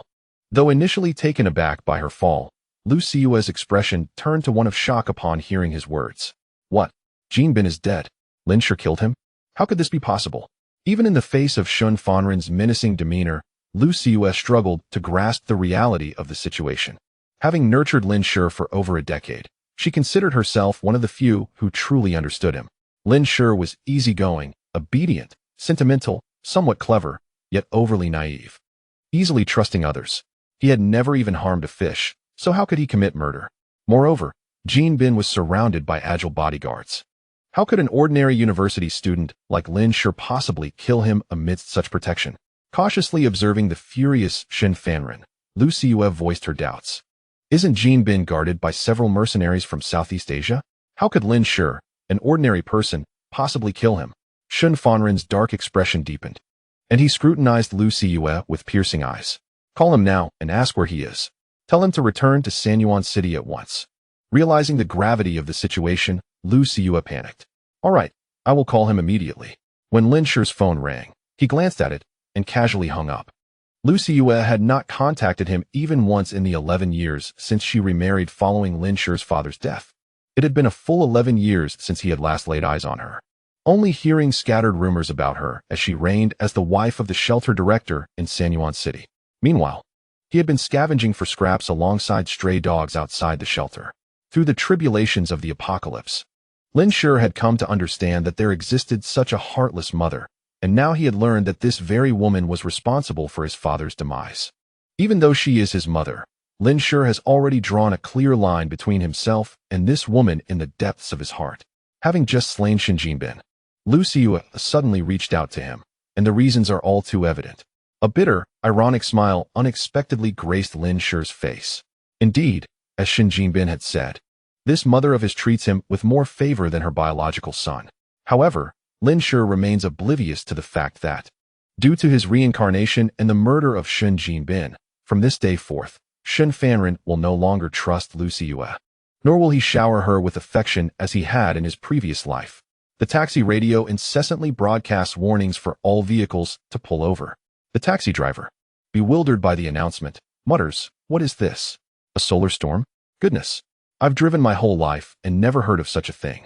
At that moment, Lin Shi notices a multitude of traffic safety officers appearing on the streets, managing traffic and halting all vehicles. The traffic lights along the entire road have turned red. This scene had not occurred in his previous life. When the solar storm erupted then, vehicles experienced sudden malfunctions, leading to countless traffic accidents and paralyzing the roads. Many had perished in that wave of solar storms. Did his earlier post have an effect? Or has his reincarnation triggered a butterfly effect? This scenario is not confined to Sha City. It unfolds across the nation. Soon, all vehicles on the streets gradually slow down and come to a halt, including the taxi Lin Shi is in. He glances at the upper right corner of his fortune pot. The first wave of danger will arrive in 7 minutes. Please prepare accordingly. Tossing a 100 yuan bill onto the seat, Lin Shi flings open the door and dashes out. He is the only one aware that this impending danger is far more than a mere solar storm. The electromagnetic pulse generated by the solar storm indeed poses little threat to the human body. However, there is also the supercharged geomagnetic storm triggered by the solar storm, which will cause a dramatic shift in the magnetic field of the Tianyin star. Almost everyone will experience discomfort, dizziness, nausea, and other symptoms. Those particularly sensitive to the magnetic field may even fall into a coma. Lin Shi himself had succumbed to unconsciousness on this very day in his previous life. He must return to his safe house to ensure his safety. Thankfully, time is still on his side. Lin Shi rushes to the roadside, retrieves his phone, and scans a shared bicycle, swiftly mounting it on the non-motorized lane. He speeds towards his safe house. Chapter 43. The End of Technological Civilization. The bicycle, which typically travels at 20 kilometers per hour, is now propelled by Lin Shi to a speed of 40 or 50. "Stop! Danger!" shouts a traffic safety officer behind him. But Lin Shi remains unfazed. After riding for a while, Lin Shi notices that all the advertising billboards and LED lights on nearby buildings are completely unlit. Normally, even from several kilometers away, the city center's billboards and various 24-hour illuminated LED lights would be visible, yet at this moment, they remain dark. The hospital had power just moments ago. How could it suddenly lose electricity? This fleeting thought crossed Lin Shi's mind. Without further contemplation, he pedaled furiously, racing back up the mountain just in time. "The first wave of danger will arrive in 31 seconds. Please brace yourself." He discarded the shared bicycle at the entrance, hastily approached the door, and unlocked it with utmost urgency. Once inside the first door, he secured it with a lock and swiftly removed the surveillance camera facing the entrance, stowing it away. "The first wave of danger will arrive in 5 seconds. Please brace yourself." Lin Shi quickly inserted the key into the second door. Click. It swung open. "The first wave of danger will arrive in 3 seconds. Please brace yourself." He stepped inside, forcefully shutting the door behind him, collapsing onto the sofa. "The first wave of danger will arrive in 1 second. Please brace yourself." The solar storm has arrived. A geomagnetic storm is forming, and source material is rapidly generating. In that moment of darkness, Lin Shi pondered, source material? What could that be? Simultaneously, an invisible solar storm swept toward the entire Tianyan star. Over 1,000 satellites, large and small, erupted in a dazzling display of sparks, akin to a grand fireworks show. All satellites were rendered inoperative, and even those that did not explode ceased to function. Debris from the satellite explosions rained down like projectiles upon various nations' manned spacecraft. The screens of all space stations instantly blacked out, then erupted in surges of electricity and sparks. The astronauts still working in the space stations faced annihilation from the onslaught of the solar storm. Despite having received warnings the previous night, they ultimately had neither the time nor the opportunity to return home. At that moment, all equipment on Tianyan star abruptly lost signal. Yet, this was merely the beginning. The overwhelming electromagnetic pulse from the solar storm engulfed the entire Tianyan star. A terrifying wave of energy unleashed an invisible ripple, swiftly dismantling all electronic devices containing circuitry across the globe. The electromagnetic pulse was indiscriminate, destroying not only the devices in use, but also those idle. In this era of advanced technology, nearly all belongings contain circuits. Aircraft currently in flight plummeted straight down from the sky. Ships, aircraft carriers, submarines, all were reduced to heaps of scrap metal. Countless household appliances erupted into sparks in an instant. Those fortunate enough saw only smoke, while others ignited in flames. In a state of panic, people fled their homes, yet some, like Lin Shi, succumbed to unconsciousness beneath the geomagnetic storm, engulfed by the inferno. Those near transformers were horrified to discover the chaos unfolding around them. A charred odor began to emanate from the vicinity of the transformer, with the wires connected to it igniting in flames. Across the globe, every power station, be it hydroelectric or nuclear, encountered an unprecedented surge. In that very moment, all operational energy sources were overwhelmed, resulting in blown fuses that ignited into flames. Some nuclear plants even experienced explosions, obliterating everything within hundreds of kilometers. The entire world was abruptly plunged into darkness without a trace of electrical supply. Much of the planet, cloaked in night, was swallowed by shadows. Countless individuals reliant on medical machinery for survival slipped into unconsciousness, teetering on the brink of death. Yet, this was not the end. All vehicles in motion, energy cars, battery-operated vehicles, suddenly malfunctioned without exception.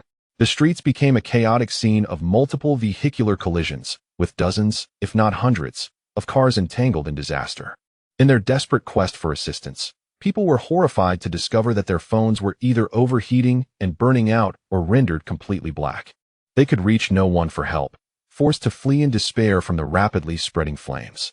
Within mere minutes, the entire planet was engulfed in a conflagration. Had someone been observing from outer space, they would have witnessed the fleeting demise of a technological era on this world. The monumental achievements of humanity's technological explosion over the past few centuries came to a catastrophic halt on this day. Lin Shi had experienced this calamity in a previous life. At this moment, he had succumbed to unconsciousness, much like many sensitive to the magnetic shifts occurring on the planet. With the power supply severed and all electrical devices stored away by Lin Shi, he remained untouched by the impending danger. Unbeknownst to him, his prior warning had led the nation of Qiming to shut down its entire power supply that morning, in stark contrast to the infernos and chaos engulfing other countries. While Qiming also faced casualties, the toll was significantly mitigated. The butterfly effect triggered by Lin Shi's rebirth began to alter the trajectory of the future from this moment onward. Unconscious, Lin Shi could not perceive the changes unfolding within the interface of the treasure basin before him. A vast generation of source energy is being initiated, accelerating the evolutionary pace of all life forms on this planet. The spark has been detected in a secure environment. Absorption of the source for evolution is imminent. Loss of consciousness in the spark detected. Auxiliary programs activated. The treasure basin has autonomously commenced operation, now in progress, and completed. Commencing absorption of the source. Lin Shi lay with his eyes tightly shut, a faint golden light emanating from his brow. Invisible, minuscule particles converged towards his being, merging into his body, his cells, his very genes. Had Lin Shi's genetic chain been observed at that moment, one would witness it rapidly absorbing this material. The genetic strands fragmented swiftly only to reassemble in an instant. This state bore striking resemblance to the unlocking of genetic locks. However, during typical circumstances, the recombination following genetic fragmentation occurs at a far slower pace. Thus, at this moment, the comatose Lin Shi remains entirely oblivious to the excruciating pain of unbinding the genetic lock. Simultaneously, other beings on the Tianyan star are unconsciously absorbing the source. Among them, animals absorb it the fastest, followed by plants, and finally, humans. There exists individual variability among humans. Yet even the mightiest creatures fall short of the quantity Lin Shi is absorbing at this very moment. After a day and a night, the geomagnetic storm nears its conclusion, and the formation rate of source materials in the air begins to wane. Those who fell into unconsciousness due to the drastic magnetic field changes gradually return to normalcy. The golden light at Lin Shi's brow slowly diminishes. Concurrently, the treasure basin interface presents a new notification. The apocalypse has officially commenced. The countdown to the next wave of danger will begin within 72 hours. Shortly after, Lin Shi's eyelids fluttered, and he awakened. Chapter 44. An encounter in the rain. Lin Shi slowly opened his eyes. The safe house was engulfed in darkness, devoid of any light source. Had the solar storm and geomagnetic storm passed? Lin Shi rubbed his forehead, feeling somewhat dazed. He retrieved an emergency flashlight from his space and switched it on, illuminating the wall. He then extracted a household gasoline generator and connected it to the household wiring.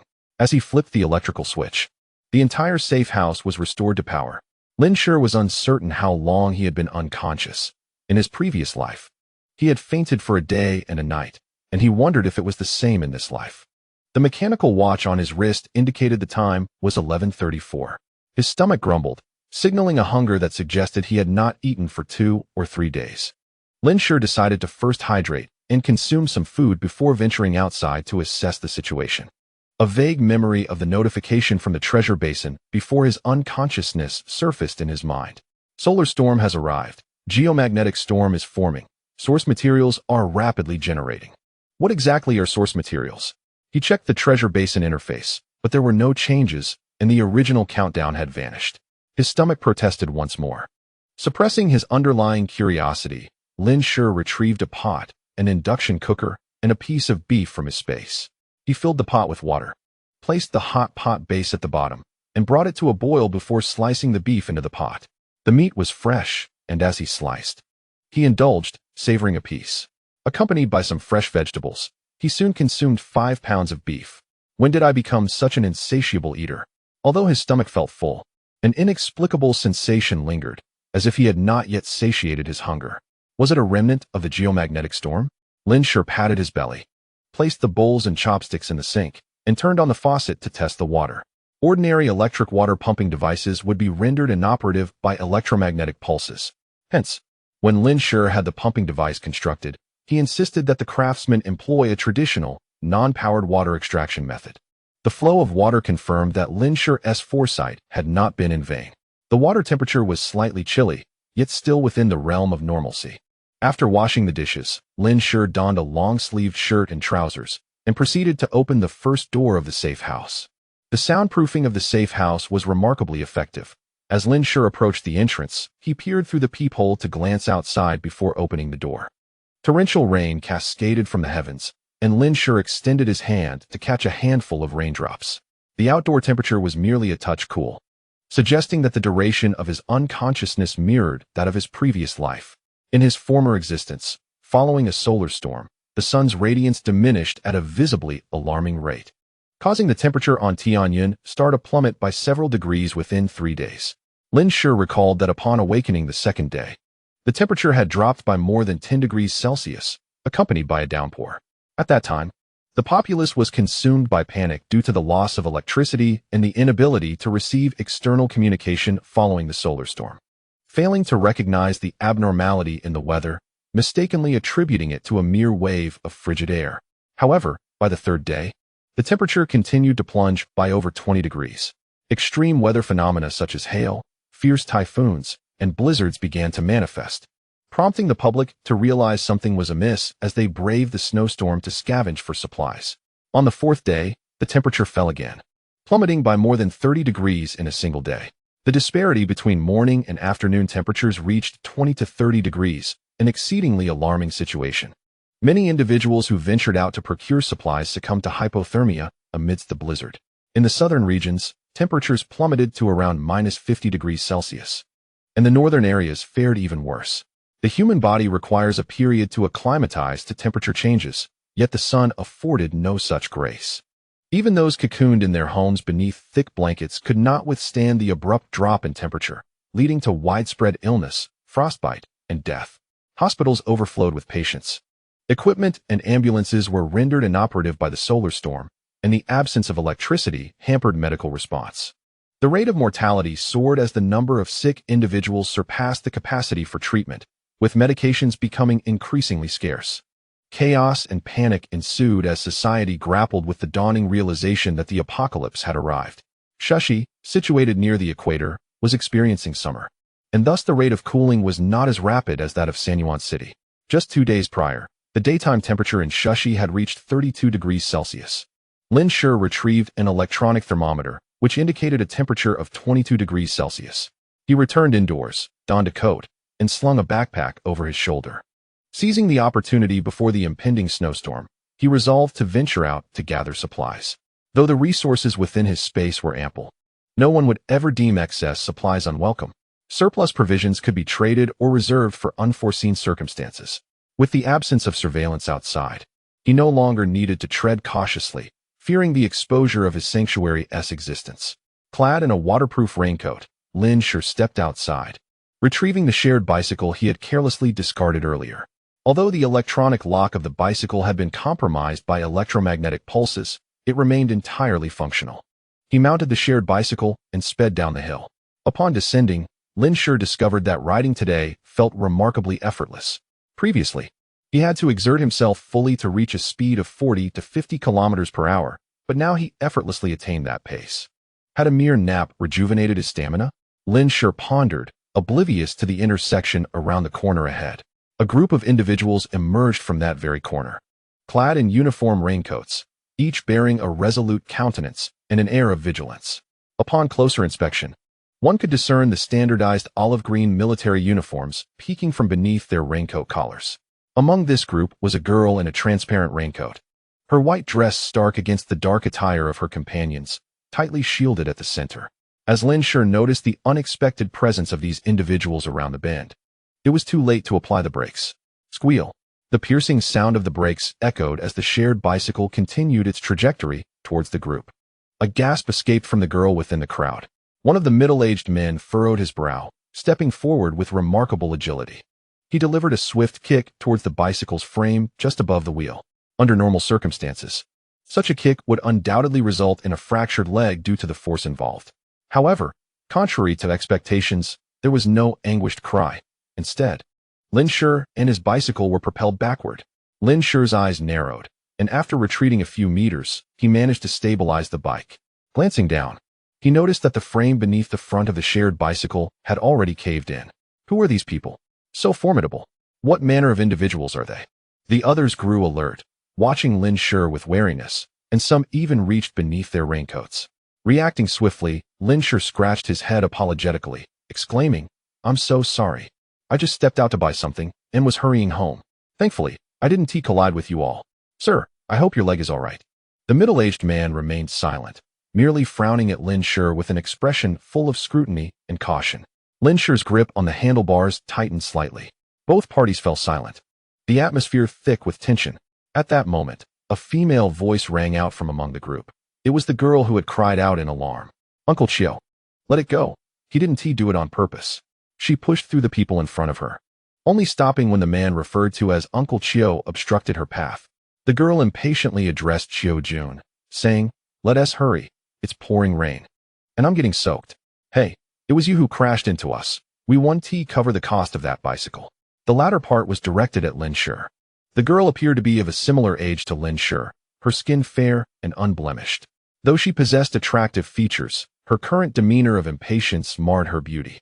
Lin Shi waved his hand dismissively, exuding guilt as he replied, No, it's my fault. I shouldn't have been riding so fast. If that uncle is injured, I can go home and bring money to cover the medical expenses."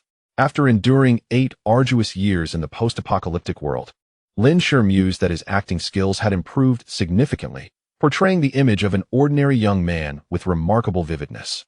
A middle-aged man, referred to as Uncle Chiu, cast a penetrating gaze at Lin Shi, drawing the girl behind him and clearing the path, then said to Lin Shi, "Next time, ride a bit slower. Going so fast is quite unsafe." The others also stepped aside, allowing Lin Shi to pass.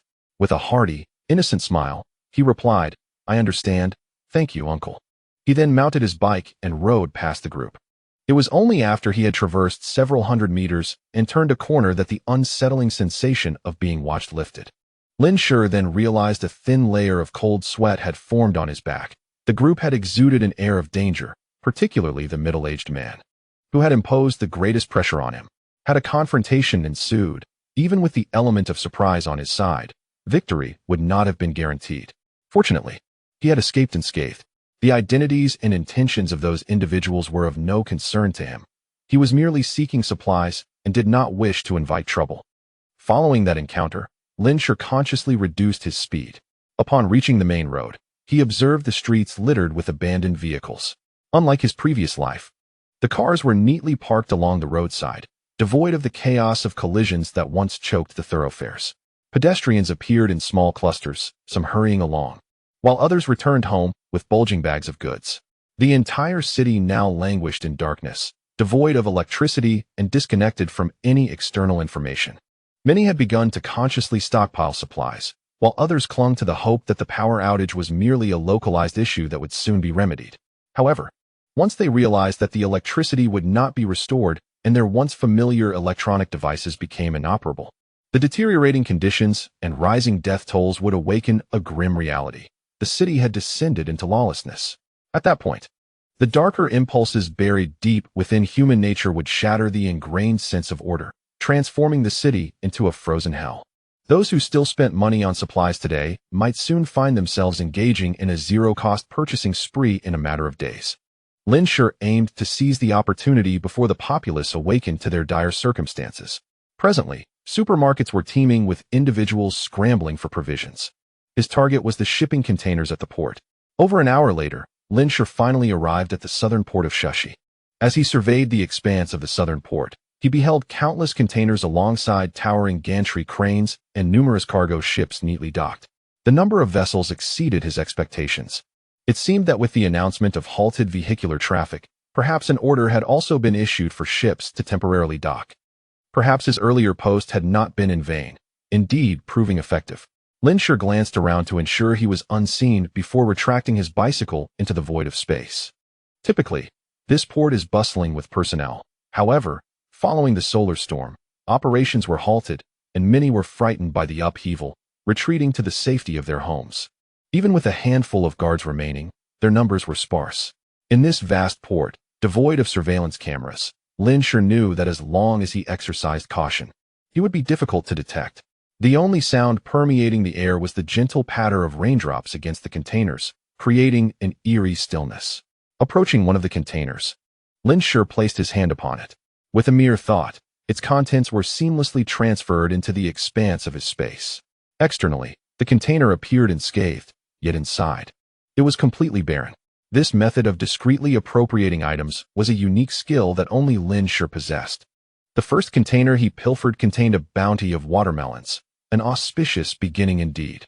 A faint smile graced his lips. The fruits of Shi, basking in abundant sunlight, were sweet and delectable. This single container of watermelons would last him a considerable time. He proceeded to the next container, which, to his delight, was filled with coconuts. After securing 6 containers brimming with fruit, Lin Shi ventured towards another section of containers. However, fortune was not in his favor this time. The container was empty. In fact, 3 consecutive containers yielded nothing. It soon became apparent to Lin Shi that locked containers typically housed goods, while those without locks were mostly vacant. The containers with cargo were distinctly separated from the empty ones. Upon realizing this, Lin Shi deftly avoided the unsealed containers and moved toward the next cluster. This time, he acquired a container filled with clothing, albeit primarily short-sleeved shirts.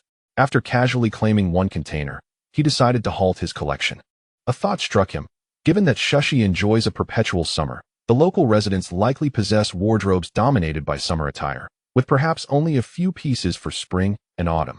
When the harsh winter arrives, it is uncertain how many of these indigenous people will succumb to the cold, perhaps even more than those in Sanyuan City. Subsequently, Lin Shi collected 3 containers of snacks, 4 of frozen seafood, and 2 of daily necessities. In one of the containers, he stumbled upon several imported vehicles, each with market values ranging from tens to hundreds of thousands. The sealed metal boxes could, to some extent, shield against electromagnetic pulses, so the cars might be either intact or damaged. Regardless, with ample space remaining, Lin Shi continued his collection without hesitation. He gathered electrical goods, crafts, household items, food, and industrial supplies. In a port housing nearly 10,000 containers, Lin Shi traversed the area like a child opening blind boxes, claiming the treasures within. However, it wasn't long before a group of uninvited guests arrived at the southern port. Brotherly, are we truly safe doing this? 5 young men, all around 25 or 26, swaggered towards the vicinity of the port. The speaker is one of the bald youths, appearing timid as he glances around, seemingly fearful of something. Li Kuei strikes the bald youth's head forcefully, his face contorted with displeasure. What are you afraid of? Did I not tell you? The entire city is experiencing a power outage, and all the surveillance cameras are down. With so many containers around here, we can easily empty one without anyone noticing.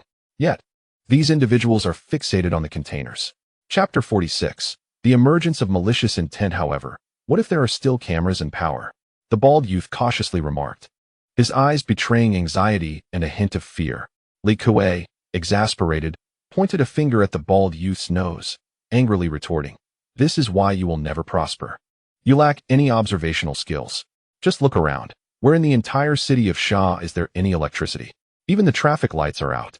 Casting a glance at the 4 companions who had followed him for 2 years, he absorbed their expressions of struggle and, in a guiding tone, continued, "I brought you along to seize this opportunity because I have seen your loyalty over the years.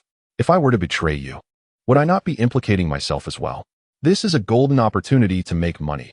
Once the power is restored, our chance will be gone. Think about those who look down on you. Why do they scorn you? It is simply because you lack wealth. The chance to earn is right before your eyes. Do you wish to remain impoverished and scorned for life?" Li Kuei spoke with fervor, his words laced with passion. His urgency stemmed from a recent gambling spree that had left him deep in debt to a predatory lender. Unlike the common thugs, these lenders wield significant power, and dealing with them was akin to child's play. Should he fail to repay, he faced dire consequences. Just as he was about to combust with anxiety, the entire city of Sha experienced a blackout. Was this not divine intervention in his favor? Thus, he resolutely set his sights on the nearby port, knowing he could not carry much alone, which is why he had summoned these 4 timid souls. Noticing that the 4 seemed swayed by his rhetoric, Li Kuei seized the moment. With so many boxes here, no one will notice if we empty one, especially with the lack of surveillance. Even if someone discovers it, they will not know it was us. What are you afraid of? If we do get caught, you can simply claim I directed you. Seeing the reason in Li Kuei's words, as he pounded his chest to take responsibility, the remaining four finally set aside their apprehensions, their eyes glinting with varying degrees of greed. All in their 20s, none of them had legitimate jobs, spending most of their time relying on their families. This shared circumstance had forged their bond. One of the youths, sporting bleached hair, spat on the ground, exclaiming, "Let us do it. This is wealth extracted from the common people by the capitalists. We are merely redistributing it." Brotherly is right. There are no cameras now. What is there to fear?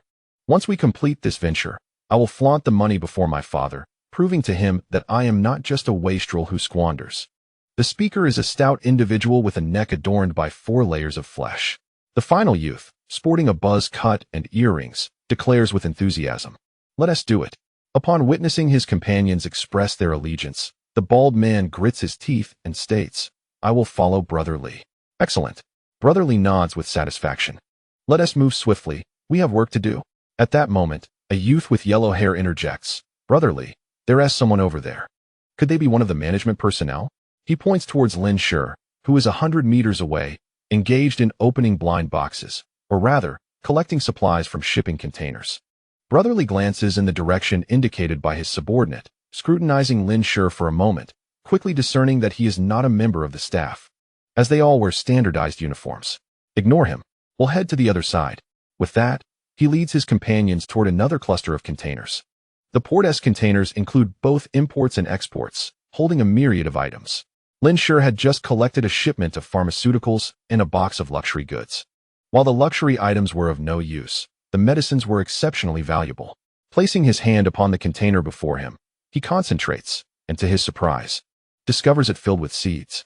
The container is brimming with over 2,000 cardboard boxes, each labeled with the names of various seeds. The seeds are remarkably small. A single box could contain tens of thousands of them. In total, this container harbors at least hundreds of millions of seeds. If he does not take them, they will freeze in a couple of days, rendering them unusable. However, even if he were to take them, the post-apocalyptic environment would prevent any successful planting. In this frigid end of days, apart from a few mutated plants, most flora would perish from the cold. The verdant greenery is no longer visible. The world is devoid of color, save for white. With a hint of regret, Lin Shi shakes his head but nonetheless stores the seeds in his space. Having collected supplies from over 100 containers, his space has only occupied a small corner. Given the current volume of his space, accommodating the supplies from over 20,000 containers poses no challenge. Lin Shi continues towards the next container. Suddenly, a series of metallic clanging sounds reverberates from the distance. Lin Shi furrows his brow, directing his gaze towards the source of the noise. A few containers obstruct his view of the situation several hundred meters away. Cautiously, he approaches, taking cover behind a container to peek around. He discovers 5 masked individuals wielding a stolen fire axe, attempting to break the lock on a container, generating the noise. A look of surprise crosses Lin Shi's face. It's astonishing that others have reacted so quickly, sharing the same objective as he. However, these individuals lack a space and can only destroy the lock to remove the contents. And without vehicles, they cannot transport much. Although the sound of rain muffles their efforts, the commotion could easily attract the attention of nearby management personnel.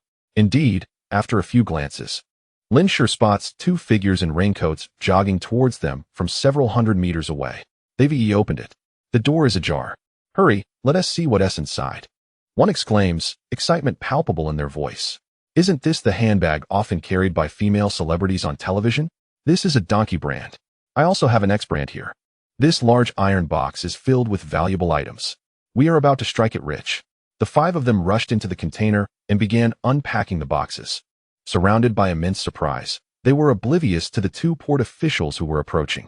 Lin Shi swiftly concealed himself behind the container, deftly storing the items within into his spatial realm. The 2 port officials, alerted by the noise, quickly discovered the open container. "Hey, what are you doing?" The 5 were startled into alertness. The bald young man dropped the box containing the donkey brand handbag onto the ground, exclaiming, Li Gu, we've been discovered." "Shut up, you fool," Li Kuei admonished sharply.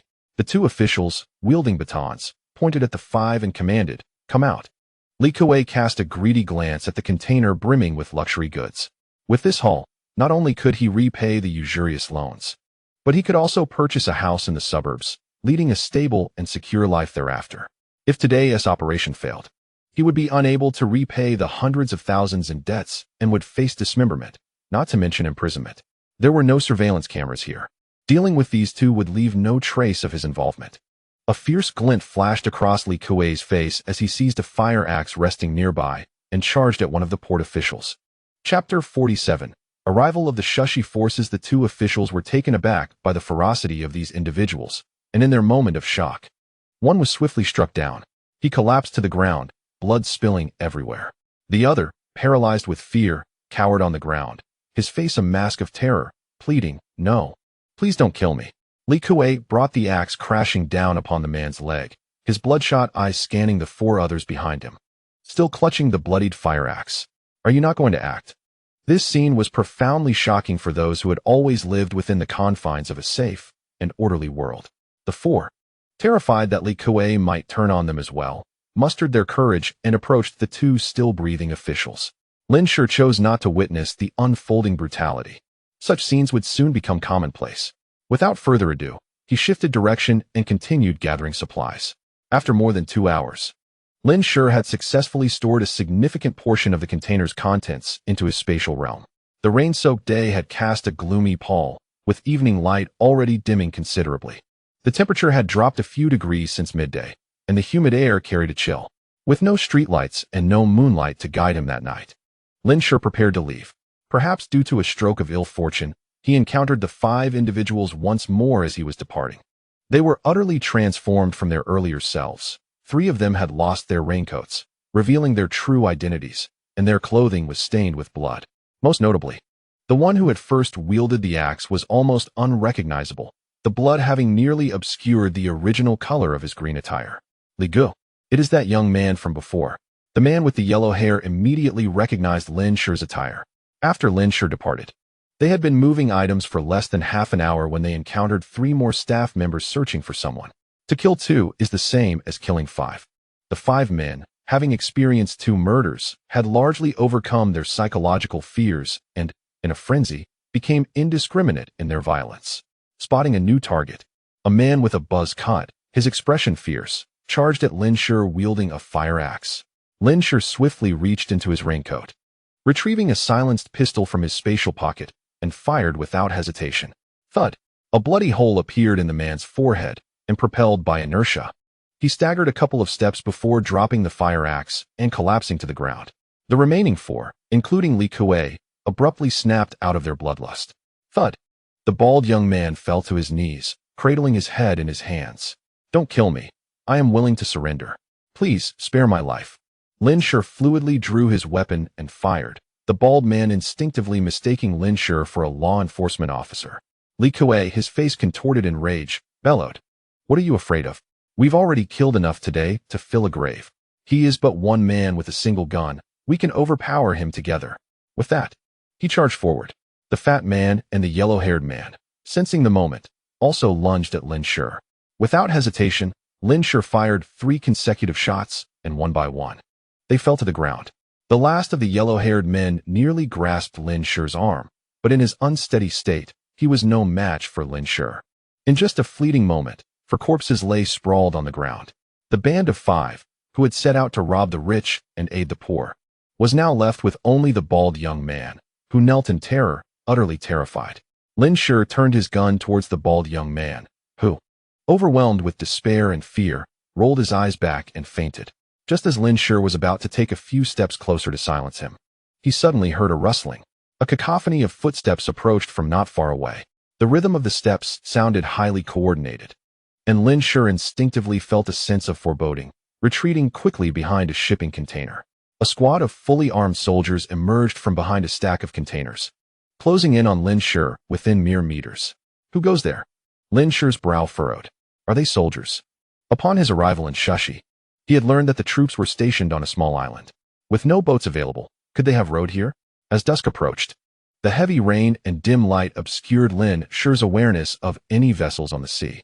These thoughts flitted through Lin Shi's mind as he lowered his footsteps and retreated swiftly, using the containers as cover to escape. However, fortune was not on his side today. Having evaded one group of soldiers, he had barely made it a short distance when another squad emerged from behind a container ahead, their rifles trained ominously on him.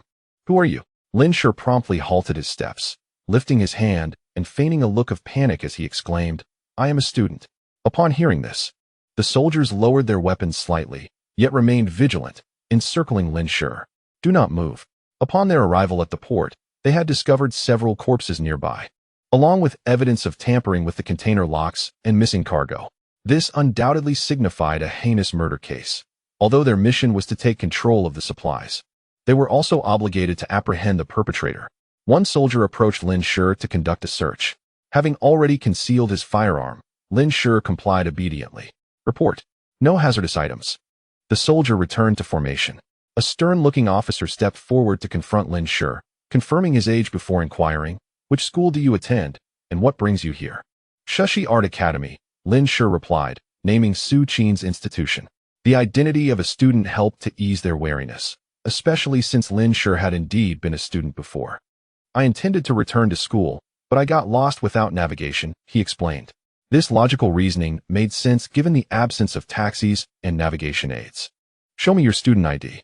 Lin Shi's expression turned uneasy as he admitted, "I don't have it with me. Is my ID card acceptable?" Seeing the officer nod, Lin Shi retrieved his ID from the unsearched compartment of his phone case. It was a habit of his to keep either his ID or access card there. Wang Chao took the ID, verified its authenticity, and returned it to Lin Shi, dressed neatly and without any traces of blood or weapons. Coupled with his mere 19 years of age, Lin Shi hardly fit the profile of a murderer. Nevertheless, Wang Chao couldn't shake the feeling that something about Lin Shi seemed amiss. "Come with me to the front. I will have someone escort you back to school shortly." Lin Shi's heart sank, but he maintained an indifferent facade, replying, "All right." Soon, Lin Shi was brought to an open area. A quick glance revealed at least several hundred soldiers, each armed, alongside hundreds of port management personnel in standardized uniforms, all gathered in the space. At that moment, a port official, notably rotund and balding, was seen weeping while speaking fervently to a suspected officer. Additionally, Lin Shi spotted the lone survivor from the group of 5, a bald youth tightly bound with ropes, his face painted with despair while being guarded by 2 soldiers. Just then, the bald youth suddenly lifted his head and cast his gaze in Lin Shi's direction. Chapter 48. Escape. Noticing the bald youth's gaze, Lin Shi quickly turned away, seeking refuge behind a tall figure to avoid recognition. "What are you hiding from?" A somewhat familiar voice called out from behind him. Lin Shi's body stiffened slightly as he turned his head, only to realize that the person he had used as a shield was none other than the commander of the soldiers who had brought him here, Wang Chao. Wang Chao's gaze was sharp, piercing directly into Lin Shi's eyes, as if he sought to unravel some hidden truth. Lin Shi understood that he was under suspicion. Before he could respond to Wang Chao's inquiries, another group of soldiers arrived at the clearing. "Report. We have discovered 2 students at the port exit who claim to be lost." Upon hearing this, Lin Shi turned to look. His expression shifted dramatically upon recognizing one of the 2 students who had been brought over. Wang Chao glanced at Lin Shi before striding toward the 2 students. For reasons unknown, his years of military instinct told him that this boy named Lin Shi was extraordinary. Wang Chao approached the 2 female students and inquired of the soldier who had escorted them, "Which school do they attend? Have their identities been verified?" "Report, Commander. They are from the Shushi Academy of Arts, and their identities have been confirmed." One of the girls, visibly distressed, exclaimed, "We have been wandering around for ages and can't find our way back. It's getting dark, and we are so scared. What has happened in Shushi? Why can't we use our phones? I just want to go home." She burst into tears at the sight of Wang Chao. Wang Chao furrowed his brow, intending to ask more questions. Lin Shi squinted and waved to the other female student, Su Qin.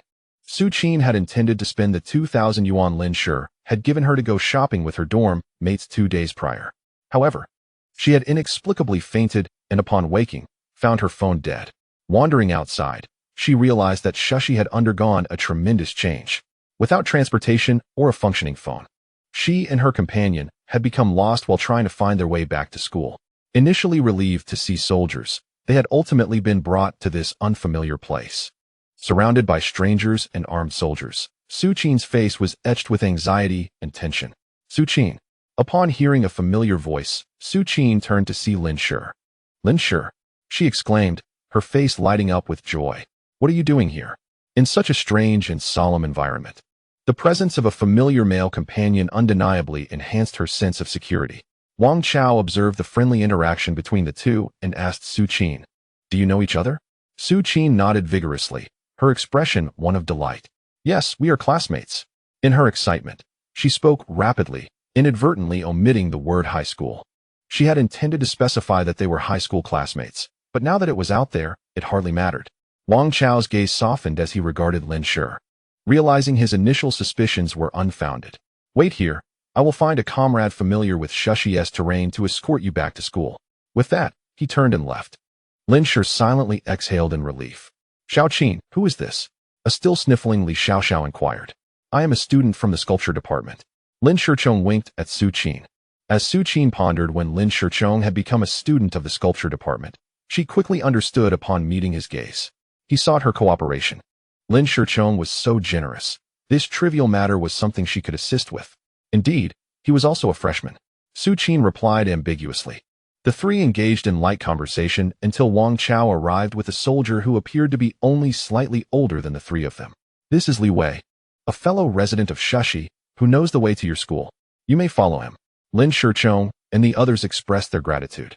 "It is our duty. Be cautious on the road. If it becomes dark, return tomorrow morning," Wang Chao advised, the latter part directed at Li Wei. Li Wei acknowledged and led the trio onward.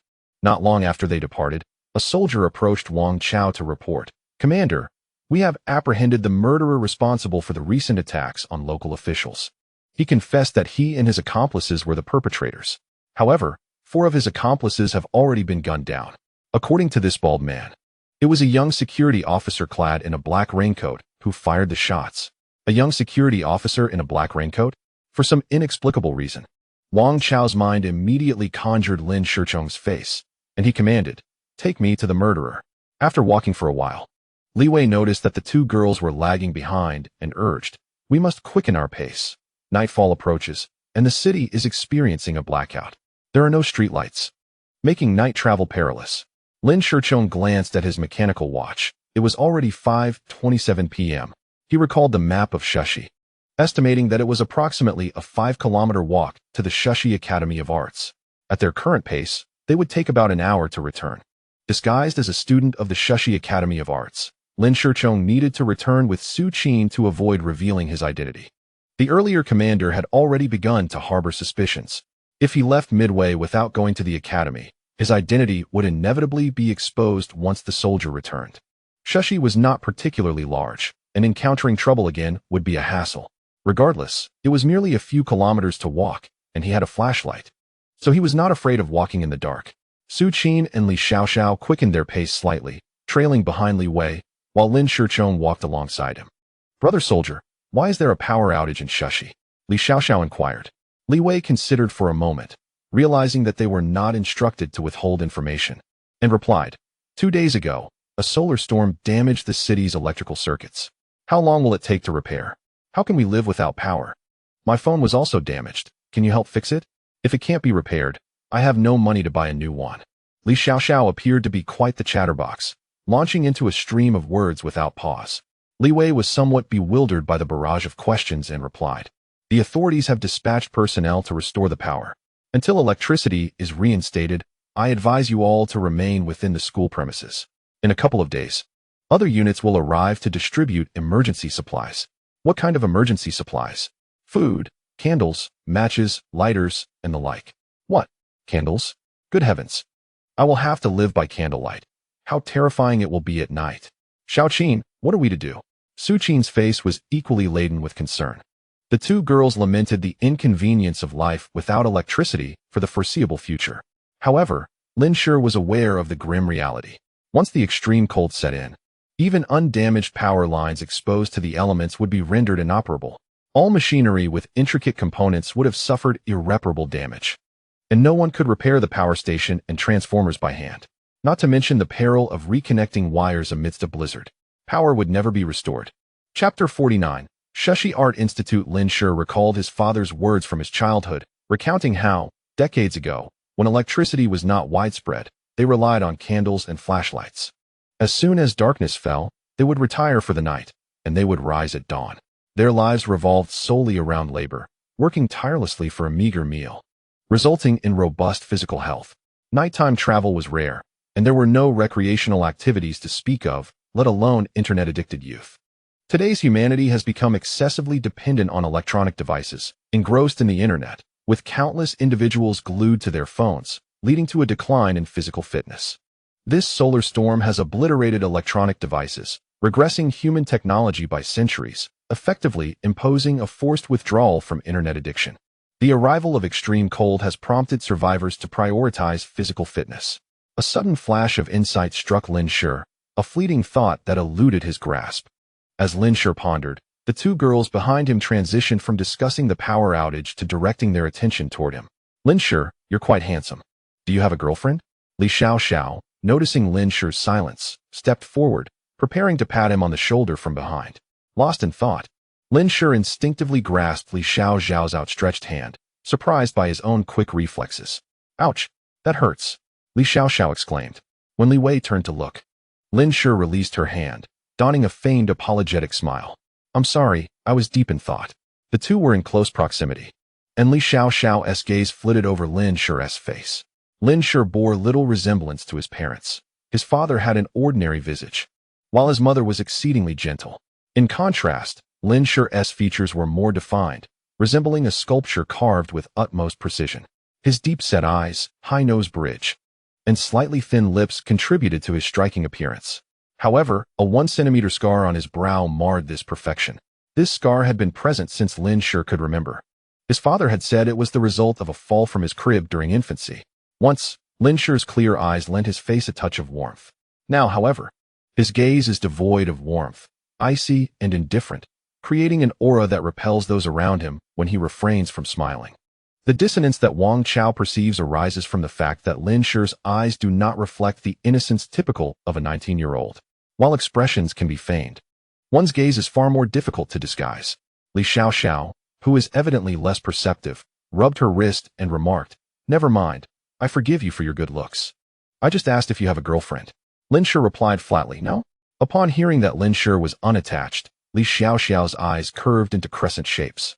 "Then you," Su Qin stepped forward, interrupting Li Xiao's infatuation. "Xiao, what time do you think it is? Stop fooling around. We must hurry back, it's getting dark." Witnessing Li Xiao's admiration for Lin Shi, Su Qin felt a sense of possessiveness over her own affections. Li Xiao, out of Su Qin's sight, pouted in annoyance. Lin Shi remained indifferent to the two girls' feelings.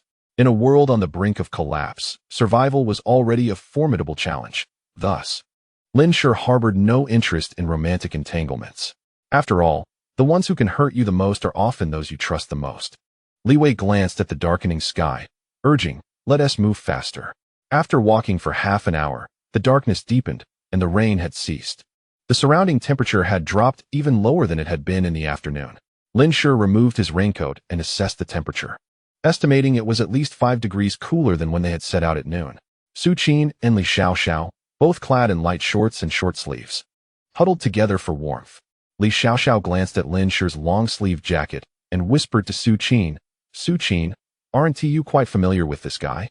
Why not ask him to lend us his jacket?" Even without Li Xiao's suggestion, Su Qin was already contemplating the same. With her charm, persuading a boy to lend her his jacket should be a simple task, especially when it was Lin Shi, who had harbored a crush on her since high school and had pursued her to Shushi. Indeed, Su Qin had romanticized Lin Shi's arrival in Shushi as being for her sake.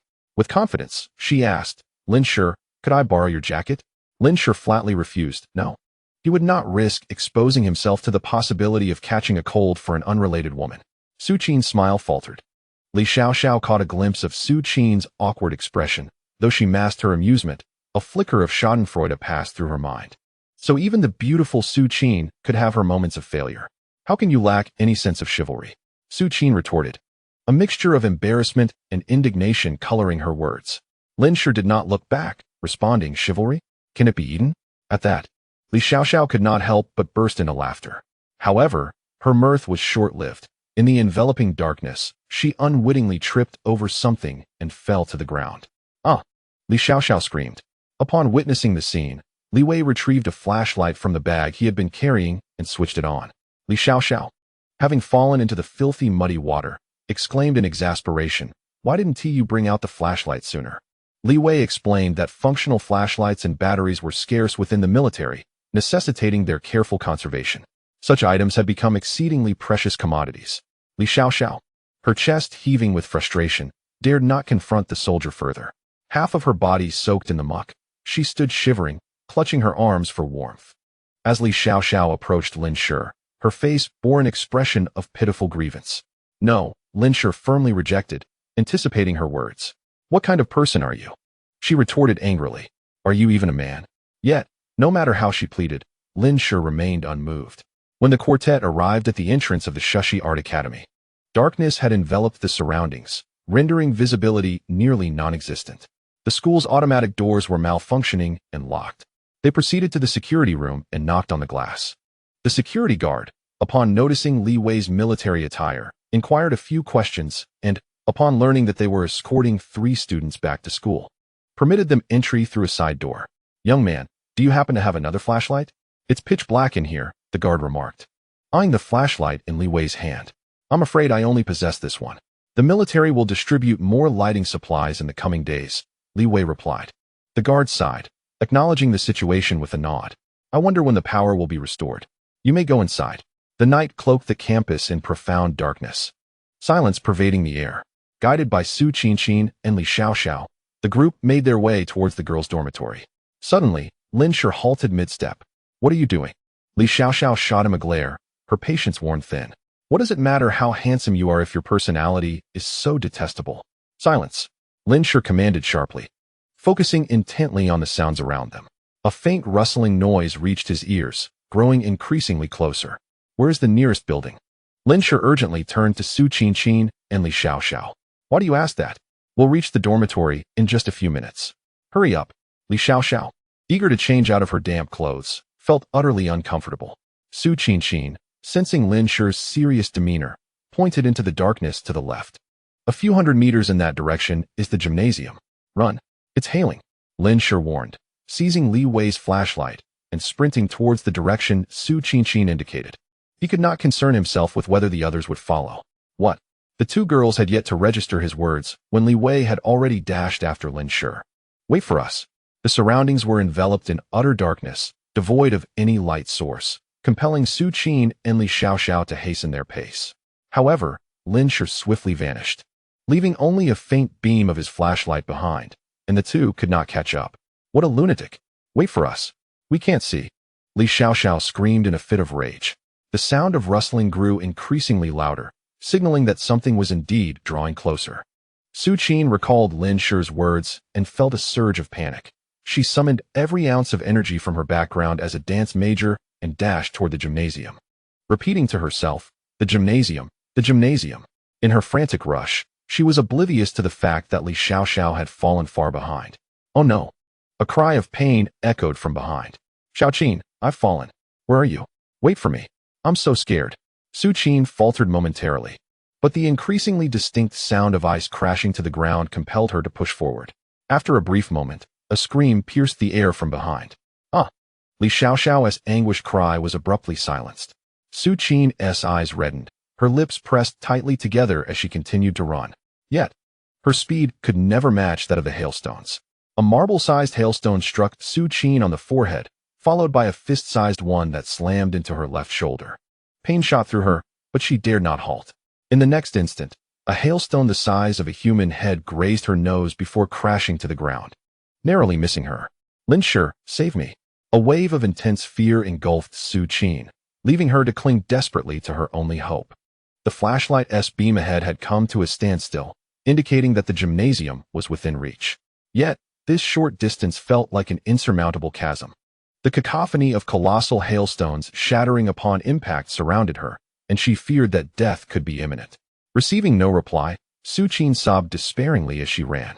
In the unseen depths of her being, her genes were undergoing rapid mutations, fracturing and recombining at an astonishing pace. In her flight, Su Qin executed astonishingly agile maneuvers, narrowly avoiding several hailstones the size of human heads. However, when she was just a few meters from the gymnasium, exhaustion overcame her. Her limbs suddenly weakened, and her vision began to blur. Just as she was losing consciousness, she caught sight of a figure appearing before her, hoisting her onto their shoulder and sprinting away. Then, everything faded to black. Standing at the entrance of the gymnasium, Lin Shi watched as Li Wei carried Su Qin back. Heaving heavily, Li Wei gasped for breath. A hailstone had recently struck him on the head, but fortunately, his helmet had spared him from serious injury. Nonetheless, he bore several painful bruises. Su Qin's clothing was stained with blood, while Lin Shi remained impeccably dressed, having taken refuge beneath the gymnasium's eaves before the hailstorm struck. Coldly observing those struggling in despair, Li Wei glared at Lin Shi with indignation. "Aren't you classmates? Why do you stand by and do nothing?" Lin Shi let out a cold, mocking laugh, laced with derision. "Isn't that woman also a classmate of the other? Why did she not come to the rescue?" They had undoubtedly heard Li Xiaoxiao's cries for help echoing from several hundred meters away. Su Qin, having arrived, clearly did not attempt to save Li Xiaoxiao. Li Wei was momentarily at a loss for words. Why did they not help? Because they feared for their own lives. Because the lives of others held less value than their own. Such is the nature of humanity. Lin Shi turned, flashlight in hand, and strode toward the gymnasium. He had no intention of playing the savior. Merely offering a word of caution was already an act of utmost generosity. The gymnasium was shrouded in darkness as Lin Shi entered, illuminating the surroundings with his flashlight. The first floor boasted several corridors, each marked with signs indicating their destinations.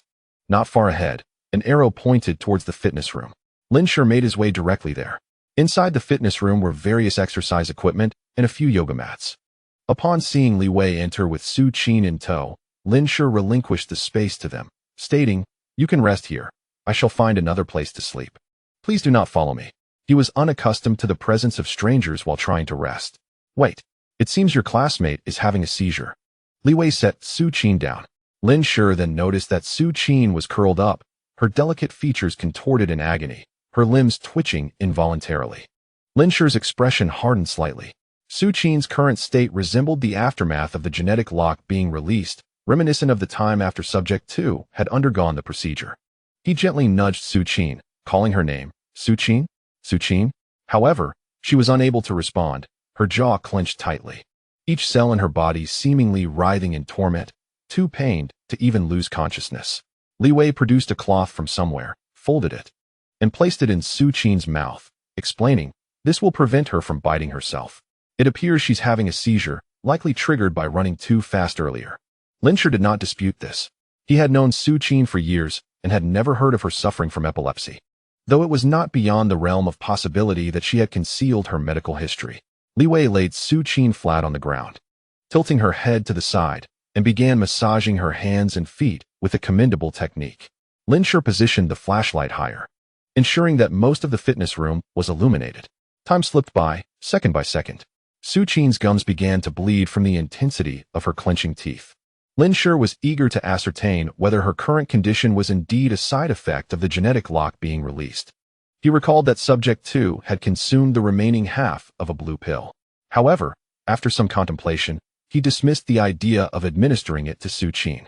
Subject 2 had previously mentioned that he experienced genetic collapse only after the fifth release of the genetic lock. The first 4 times, he managed to endure. At least according to the account of the second, the first instance was undoubtedly borne by himself, although Lin Shi harbored doubts about an ordinary person unlocking their genetic lock. The advent of the apocalypse, combined with the information gleaned from the treasure trove, suggested that the reboot of species would accelerate the pace of evolution. Thus, it was not inconceivable for an ordinary individual to unlock their genetic potential in the face of life and death. Lin Shi pondered deeply. "Are we to merely stand by and watch her suffer?" Li Wei remarked, gazing at Su Qin's agonized expression, unable to bear the sight. "What do you propose we do?" Lin Shi scoffed. "Are you intending to take her to the hospital? Without transportation, carrying someone on foot would take an eternity. Furthermore, it is hailing outside. Venturing out would be tantamount to courting death. The school does have a nurse, but where would you go in such times? And do not involve me in your plans." Lin Shi asserted. "Aren't you classmates? How can you turn a blind eye to her suffering?" Li Wei retorted, exasperated. As a soldier, the imperative to protect ordinary people was ingrained in his very being. Had he been more inclined to coarse language, he would have unleashed a torrent of expletives. "This is the second time you've uttered that phrase. I believe I have made my stance abundantly clear," Lin Shi replied coldly, casting his gaze toward the window. In a mere moment, the hail outside had diminished significantly. Li Wei retrieved a candle from his backpack and lit it, taking away the flashlight. I cannot stand idly by while she suffers. You stay here and tend to her. I shall venture outside. Lin Shi watched as Li Wei departed, murmuring softly, "There is not a soul left in this world for whom I would risk my life to save." Chapter 51. Darkness and Light after Li Wei's departure. Lin Shi sat cross-legged nearby, observing Su Qin's condition. Despite her evident pain, he remained unmoved. The sweat pouring from her agony soaked her hair and garments. The thin white t-shirt clinging to her form, subtly revealing her graceful silhouette.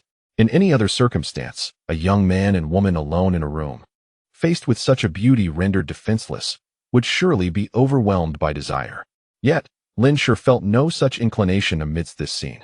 10 minutes later, the anguish etched upon Su Qin's face began to fade, and her body gradually regained its composure. Once she had gathered her strength, she weakly opened her eyes, glancing around. "Where am I? Am I not dead?" Lin Shi supported her, propping her against the wall. "You are in the gymnasium. You just experienced a seizure." "A seizure? I am not ill. I am uncertain of what transpired. I thought I had lost consciousness, only to be suddenly engulfed in excruciating pain," Su Qin replied, her expression a mixture of confusion and dread. The intensity of that pain had been overwhelming. Lin Shi's eyes flickered with suspicion. It seemed increasingly plausible that Su Qin had inadvertently unlocked her genetic potential. "Before entering the gymnasium, did anything particularly noteworthy occur, or did you experience a distinct sensation?" Su Qin shook her head, expressing, "I was overwhelmed with fear. All I could do was run, but in the midst of my escape, I fainted." "Who was it that rescued me and brought me here? Was it you, Lin Shi?" Su Qin fixed her gaze intently upon Lin Shi. "It was that soldier who saved you," Lin Shi stated without acknowledgement. Su Qin lowered her head. The dim candlelight obscured her expression. "What about that soldier?" she inquired. "He went to find the school doctor." Upon hearing this, Su Qin fell silent, and the atmosphere lingered in quietude for an extended moment. Suddenly, she spoke softly. "Why?" Lin Shi regarded her. "Why didn't you save me? Why didn't you wait for us?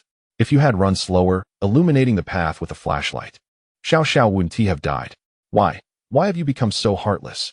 You are responsible for Xiao's death." The last sentence nearly erupted from her lips. Throughout the agonizing moments prior, she had remained conscious, overhearing Lin Shi's conversation with Li Wei, yet she was unable to voice her thoughts. After enduring a series of near-fatal encounters, Su Qin's psyche was already stretched thin. The aforementioned question became the final straw that broke the camel's back. Before her demise, Li Xiao had called out her name, yet she had not turned back, nor had she paused. Unable to bear the weight of her conscience regarding Li Xiao's death, she cast all blame upon Lin Shi. Su Qin's face was a canvas of accusation and resentment. Her crimson eyes fixed fiercely upon Lin Shi. His eyes grew cold, a flicker of murderous intent glimmering within their depths. Such occurrences were not new to him. Whether deemed cold-blooded or selfish, the apocalypse had taught him through a bloody curriculum. Do not extend genuine affection or kindness to anyone. Even though it was Lin Shi who had previously rescued Su Qin, she still perceived him as the one who caused Li Xiao's demise. Yet Su Qin did not contemplate that Lin Shi had no connection to Li Xiao. What right did he have to risk his life to save her? A thought flickered in Lin Shi's mind, and a dagger appeared in his hand from behind his back. He could not allow someone who harbored animosity towards him to remain alive, especially one who might unlock the genetic code. That posed a threat to himself.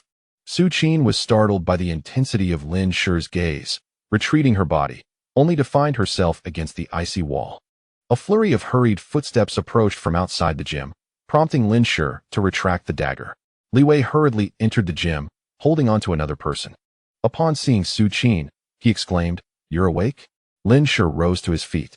Noticing a man clad in a white coat and carrying a medical kit behind Li Wei, the man swiftly approached, crouching down to examine Su Qin. "Su Qin, are you all right? Is there anywhere else that feels uncomfortable?" Remarkably, the man seemed to recognize Su Qin. Su Qin's expression was one of mild surprise. "Dr. Chu?" Lin Shi and Li Wei stepped aside, observing Dr. Chu as he inquired about Su Qin's condition and examined her injuries. Lin Shi refrained from questioning how the already bruised Li Wei had managed to find the school doctor, instead focusing intently on Su Qin's account. Her narrative mirrored precisely what she had conveyed to Lin Shi moments earlier. Suddenly, Dr. Chu turned to Lin Shi and Li Wei, stating, Su Qin has sustained numerous injuries. I will tend to her wounds. Gentlemen, please step outside for a moment. Su Qin lowered her head shyly. Lin Shi turned to leave, followed closely by Li Wei, who also closed the door behind them. As soon as the gym door was shut, Su Qin collapsed into Dr. Chu's embrace, weeping softly. It turned out that just moments ago, as Dr. Chu had leaned in to examine her, Su Qin had discreetly tugged at his clothing, using his form as a shield, and had written the words "Help me" in his palm. Woo, Dr. Chu, someone is trying to kill me. Just earlier, under the flickering candlelight, Su Qin had seen Lin Shi's silhouette reflected in the glass, along with a dagger that had seemingly materialized in his hand. Lin Shi had intended to kill her. Dr. Chu, enveloped by her soft presence, felt a fleeting spark of desire in his eyes. Gently patting Su Qin's back, he comforted her. Take your time. Tell me what happened. Outside the door, Lin Shi and Li Wei lingered. Li Wei hesitated momentarily before speaking to Lin Shi. The escort mission is complete. I should return now. Upon hearing Li Wei's intention to leave, Lin Shi nodded. Li Wei retrieved his only rations from his backpack and handed them to Lin Shi. You can share this later. When it's time for bed, blow out the candle. We must not waste it, as candles will soon become a precious resource. With that, Li Wei departed, denying Lin Shi the chance to protest. After taking a few steps, he heard Lin Shi's voice behind him. You needn't blame yourself. Had you not followed me, all three of you would have perished. At Lin Shi's words, Li Wei paused, his eyes instantly brimming with tears. He believed no one understood the turmoil within him. His question to Lin Shi was, in essence, a question to himself. Why did he not come to their aid? The moment he heard of the impending hail and saw Lin Shi grab the flashlight and flee, fear had overwhelmed him. His escape was an instinctive reaction. Having served less than 2 years in the military, he had initially anticipated merely fulfilling his service, only to receive an urgent combat readiness order, thus becoming a formal soldier. The world outside had changed drastically, and unforeseen events loomed on the horizon. At just 21 years old, he too experienced fear. He feared death. Yet, he was a soldier. Protecting civilians was the duty of a soldier, and his actions amounted to desertion. It was only upon reaching a safe location that he remembered he had left 2 female classmates behind. Upon hearing Su Qin's cries for help, Li Wei braved peril to rush out and carry her back. He risked his life to seek the school doctor when Su Qin showed signs of distress. Saving even one life alleviated a fraction of his deep-seated guilt. Lin Shi's words held truth. Had he not acted, all 3 might have perished beneath the hail. Though this did not wholly erase his remorse, it brought him some solace. A flicker of gratitude briefly illuminated Li Wei's eyes as he nodded to Lin Shi, then departed. Lin Shi gazed at the individual rations in his hands, his once icy demeanor softening slightly. He stored the items away. Reflecting on the duality of human nature, some hearts gravitate towards the light, while others succumb to darkness. Although Lin Shi did not consider himself virtuous, he did not shun true goodness, for good souls often meet untimely ends. With each loss, the world becomes a little emptier. A while later, the gym door swung open, and Dr. Chu announced, all is well now. You may enter. Lin Shi stepped inside, seeking a corner to sit. Su Qin fixated on the door, her gaze wandering as she inquired of Lin Shi, what about that soldier? He has left, Lin Shi replied nonchalantly. He just walked away without a word? Su Qin's voice edged with disbelief. His mission was accomplished upon reaching the school gates. Must he pledge his life to you merely for saving yours? Lin Shi retorted sharply. Su Qin's expression faltered. Ignoring her, Lin Shi closed his eyes, seeking rest. Panic flickered in Su Qin's eyes as she turned to Dr. Chu, who gently shook his head and proclaimed, let us rest here for the night. Su Qin found a spot to lie down, stating, I shall extinguish the candle now. Upon her words, she settled on a mat, and with a puff, the candle extinguished. Once Dr. Chu lay down, silence enveloped the surroundings. In the darkness, faint sounds of fabric brushing against fabric echoed before all fell still. Time passed, and the quietude was once again punctuated by subtle rustlings. Suddenly, Su Qin opened her eyes in the dark and reached out to touch Dr. Chu, who also awakened. Their gazes were clear, betraying no hint of sleep. They were both wide awake. In the obscurity, Dr. Chu could not discern Su Qin's expression, so he gently patted her hand to offer reassurance. Gradually, he rose. producing a sharp scalpel from his pocket. Unbeknownst to either, he had shed his shoes, moving soundlessly upon the ground, the only sound being the barely perceptible rustle of their clothing. Su Qin sat up, her heart racing in her throat, pounding fiercely. She clutched her chest, fearful that the sound of her heartbeat might awaken Lin Shi. Upon realizing that Lin Shi intended to take her life, Su Qin sought assistance from the school doctor, Chu. Originally, her most suitable confidant was Li Wei, but he had silently departed before she could find an opportunity to approach him. Chu informed Su that for the past few days, both the Public Security Bureau and the hospital had been unreachable. The entire city's communication and power systems had collapsed. He even suspected that the entire Qiming nation, or perhaps even the eastern or northern hemispheres, had been struck by a solar storm. Today, the principal had gone to the nearby Security Bureau for help, only to find it overcrowded and severely understaffed, leaving the school without any effective assistance. The disintegration of order seemed merely a matter of time. Su Qin was taken aback by the doctor's assertions. She recalled his earlier words. Xiao Qin, I care for you deeply. I cannot allow anyone to harm you. I can help you eliminate him. And I am willing to do anything for you as long as you are with me. The gaze of Chu felt foreign to her. Yet, contemplating Lin Shi's murderous intent, she realized that inaction would lead to her demise. She was unwilling to face death. Why did Lin Shi dare to kill? Why was he so cold-hearted? Was it not because order had disintegrated, and now, even murder would go unchecked? If they were to eliminate Lin Shi, surely no one would be aware of it. Rationalizing her thoughts, Su Qin ultimately acquiesced to Chu's proposal. However, she had not considered the question, what emboldened Chu to commit murder? In the darkness, a chilling smile spread across Chu's face. The past few days had been akin to paradise for him. Following the school's sudden notification of the solar storm, by 10 o'clock the next morning, a majority of the students exhibited various inexplicable symptoms of dizziness and vomiting. Many had even succumbed to unconsciousness, including several school doctors. Remarkably, only Chu remained unaffected, experiencing merely a slight sense of nausea. In the ensuing chaos, the teachers who had not yet fainted transported students to the school clinic, where most were treated by Chu. Initially, he diligently attended to the patients, but as he realized that no matter the method employed, the unconscious students would not awaken and were no longer in peril, a sinister thought began to fester within him. After one instance, no one noticed a thing. The school security reported that all surveillance systems had failed, and with the Public Security Bureau unreachable, Chu's audacity grew. Within a day and night, he had violated numerous female students, reveling in their youthful forms. To his astonishment, this morning, while assaulting one of the students, she regained consciousness, immediately struggling and crying out. In a panic, Chu killed her and concealed her body in a large garbage bag, hiding it within an empty refrigeration unit. This act was akin to unleashing Pandora's box. The school doctor, Chu, took advantage of the hospital's medications to inject female students who remained in a comatose state, allowing him to continue his nefarious acts. Tragically, 2 girls succumbed to an overdose and never awoke. The entire school was engulfed in panic and chaos due to the sudden and inexplicable changes. Even after 2 days and nights, no one had discovered the truth. When questioned about the missing students, Chu merely dismissed concerns, claiming they had left.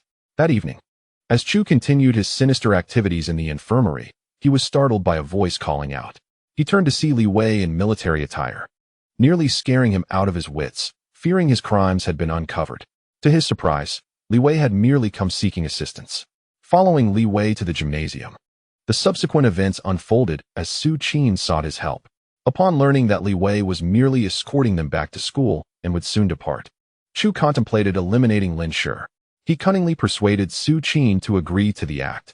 This time, he desired not a lifeless body but a vibrant, living woman. Eliminating Lin Shi would grant him the opportunity to possess Su Qin, the beauty he had long coveted.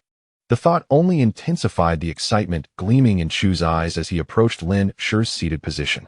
With a glimmering surgical knife raised high, Chu plunged it downward with great force. Chapter 53. I'll shoot at you. Let us see you dodge that. The shining blade tore through the air, aiming fiercely at Lin Shi's location. Su Qin, unable to see the unfolding scene, could only envision a gruesome spectacle in her mind, stifling a scream with her hands to suppress her terror. However, the anticipated bloodshed did not occur. Chu's blade found nothing but air. He was taken aback, his expression shifting dramatically. Where are you? Are you searching for me? A sudden beam of bright light accompanied Lin Shi's voice, illuminating the darkness. Lin Shi stood 2 meters away from Chu, wielding a powerful flashlight that dispelled the shadows of the gymnasium. This time, Su Qin could not suppress her startled cry. How could you be there? I distinctly remember you were sleeping in that spot. Chu shielded his eyes from the blinding light with one hand, while brandishing the surgical knife at Lin Shi with the other. Oh, I simply changed my sleeping place after extinguishing the candle, Lin Shi replied nonchalantly. Impossible. We didn't hear you move at all. And where did you get that flashlight? Su Qin's face was a portrait of panic at being discovered. Lin Shi shrugged, responding to her bewilderment. I'm not sure whether to commend your cleverness or label your naivety. I merely shifted positions before this doctor lay down, and his movements masked the sound of mine. The flashlight was naturally taken out from the backpack. By the way, you two aren't planning to murder me in the dead of night, are you? Lin Shi turned to look at Su Qin with a smile. However, I have a peculiar habit of never sleeping in the same room with strangers. If I were to do so, slumber would elude me entirely. After enduring the trials of the apocalypse, he had become all too familiar with the malevolence of human nature. The moment he laid eyes on the school doctor, he discerned a palpable aura of ruthlessness, as if the person had just committed murder. When the candlelight extinguished, he cautiously shifted his position. Furthermore, after his rebirth, Lin Shi had grown particularly sensitive to the gaze of others, even in darkness. He could still sense an almost imperceptible intent to kill. Thus, he had long since opened his eyes. Truly, he had no desire to prolong the night. Lin Shi's bizarre smile, coupled with the current atmosphere, sent a chill down Su Qin's spine. Was this truly the Lin Shi she once knew? Without further ado, Lin Shi advanced a few steps, effortlessly seizing the scalpel from the school doctor's hand and plunging it into his chest. No. Su Qin's voice rang out just as the scalpel found its mark in the school doctor's heart. The movement was so swift that the school doctor scarcely had time to react, ignoring the physiological tears streaming from his eyes in the harsh light. He cast a disbelieving glance at his chest. The scalpel had entirely penetrated his heart, leaving only the handle visible, as vivid blood radiated outward, centered around the knife. In the next moment, he fell to the ground with a thud. Lin Shi remained calm, as if he had merely accomplished a trivial task, turning to face the now speechless Su Qin, who was engulfed in terror. Since awakening from the geomagnetic storm, he had discovered an extraordinary enhancement in his physical prowess. Whether it was speed, strength, or reflexes, he had surpassed his former self by a considerable margin. Su Qin's eyes widened in fear, her body seemingly nailed to the ground. Trembling uncontrollably, "Please, don't kill me," she begged in desperation. "I can be your girlfriend. Don't take my life. You can do anything to me. I implore you." Lin Shi, we were good friends in high school, weren't we? In truth, I have always had feelings for you. Despair mingled with an ember of hope in Su Qin's eyes as she forced a look of affection onto her face. "Very well. I shall grant you a chance," Lin Shi replied with a smile, his gaze icy and unyielding, his words chilling to the bone. "I will shoot you. If you can evade it, I shall spare you." Su Qin's pupils quaked, as if she had encountered a specter, staring at the gun that had seemingly materialized in Lin Shi's hand, aimed directly at her. "I will count down from 3, and then I shall fire." Lin Shi deprived Su Qin of the opportunity to protest, beginning the countdown. 3. Despair flooded Su Qin's eyes. 2. Suddenly, her expression shifted dramatically. Without counting to 1, Lin Shi pulled the trigger. In that instant, Su Qin's demeanor transformed entirely. Her pupils constricted to the size of pinpricks, and the bullet, which should have been unavoidable, was miraculously evaded as her body tilted slightly. Realizing she had dodged the bullet, a euphoric thrill surged through her. She screamed internally, "I survived. I made it." However, just as the ecstasy flickered on her face, a burst of blood erupted from her shoulder. She cried out in pain, clutching her shoulder as she collapsed to the ground. Lin Shi had fired again. It seemed she could only evade one shot. Disappointment flickered across Lin Shi's expression. He had merely intended to extract the final value from Su Qin before her demise, to ascertain whether she could unlock her genetic code in a life-or-death scenario. Now, he was certain that she had indeed activated the gene lock. Chapter 54. The Return. At present, Lin Shi was 70% confident that the unlocking of the gene lock was intricately linked to a profound life-and-death crisis. "You deceitful wretch." Su Qin wished to confront Lin Shi, demanding to know why he had not kept his word. Yet, in the next moment, She fell to the ground, her body convulsing. 8 seconds elapsed from the moment Su Qin dodged the bullet to her collapse. Lin Shi observed her closely. This time, Su Qin did not lose consciousness. But her body exhibited the same reaction as before. Was it painful? Lin Shi noted that the side effects of the gene lock were significantly more severe this time. Blood seeped from her ears, nose, and the corners of her mouth, while her eyes were bloodshot. Su Qin could not utter a sound. She gazed intently at Lin Shi, her eyes clearly pleading, "End my suffering." Lin Shi remained impassive. Ultimately, 17 minutes later, the side effects subsided, and Su Qin fell into unconsciousness. Lin Shi holstered his pistol and plunged a knife into her heart, extinguishing her life. Glancing at his mechanical watch, he noted it was already past 3 in the morning. It was time for him to leave. After a moment's contemplation, he decided to place the bodies of the school doctor and Su Qin into his spatial storage, to prevent any future discoveries through their remains. Outside, an unexpected gust of wind howled, causing the glass windows of the Taekwondo hall to rattle ominously. The indoor temperature, which had been several degrees warmer before sleep, had plummeted to around 10 degrees. Outside, it was likely only 5 or 6 degrees. Lin Shi first retrieved a warmer set of clothing to don. He then took out a flashlight and made his way towards Shushi Art Academy. The road was shrouded in darkness, silent save for the water stains left by the hail that had fallen. After walking several hundred meters, Lin Shi produced a shared bicycle. Fastening the flashlight to its front, he pedaled towards the Shushi Crossy Bridge.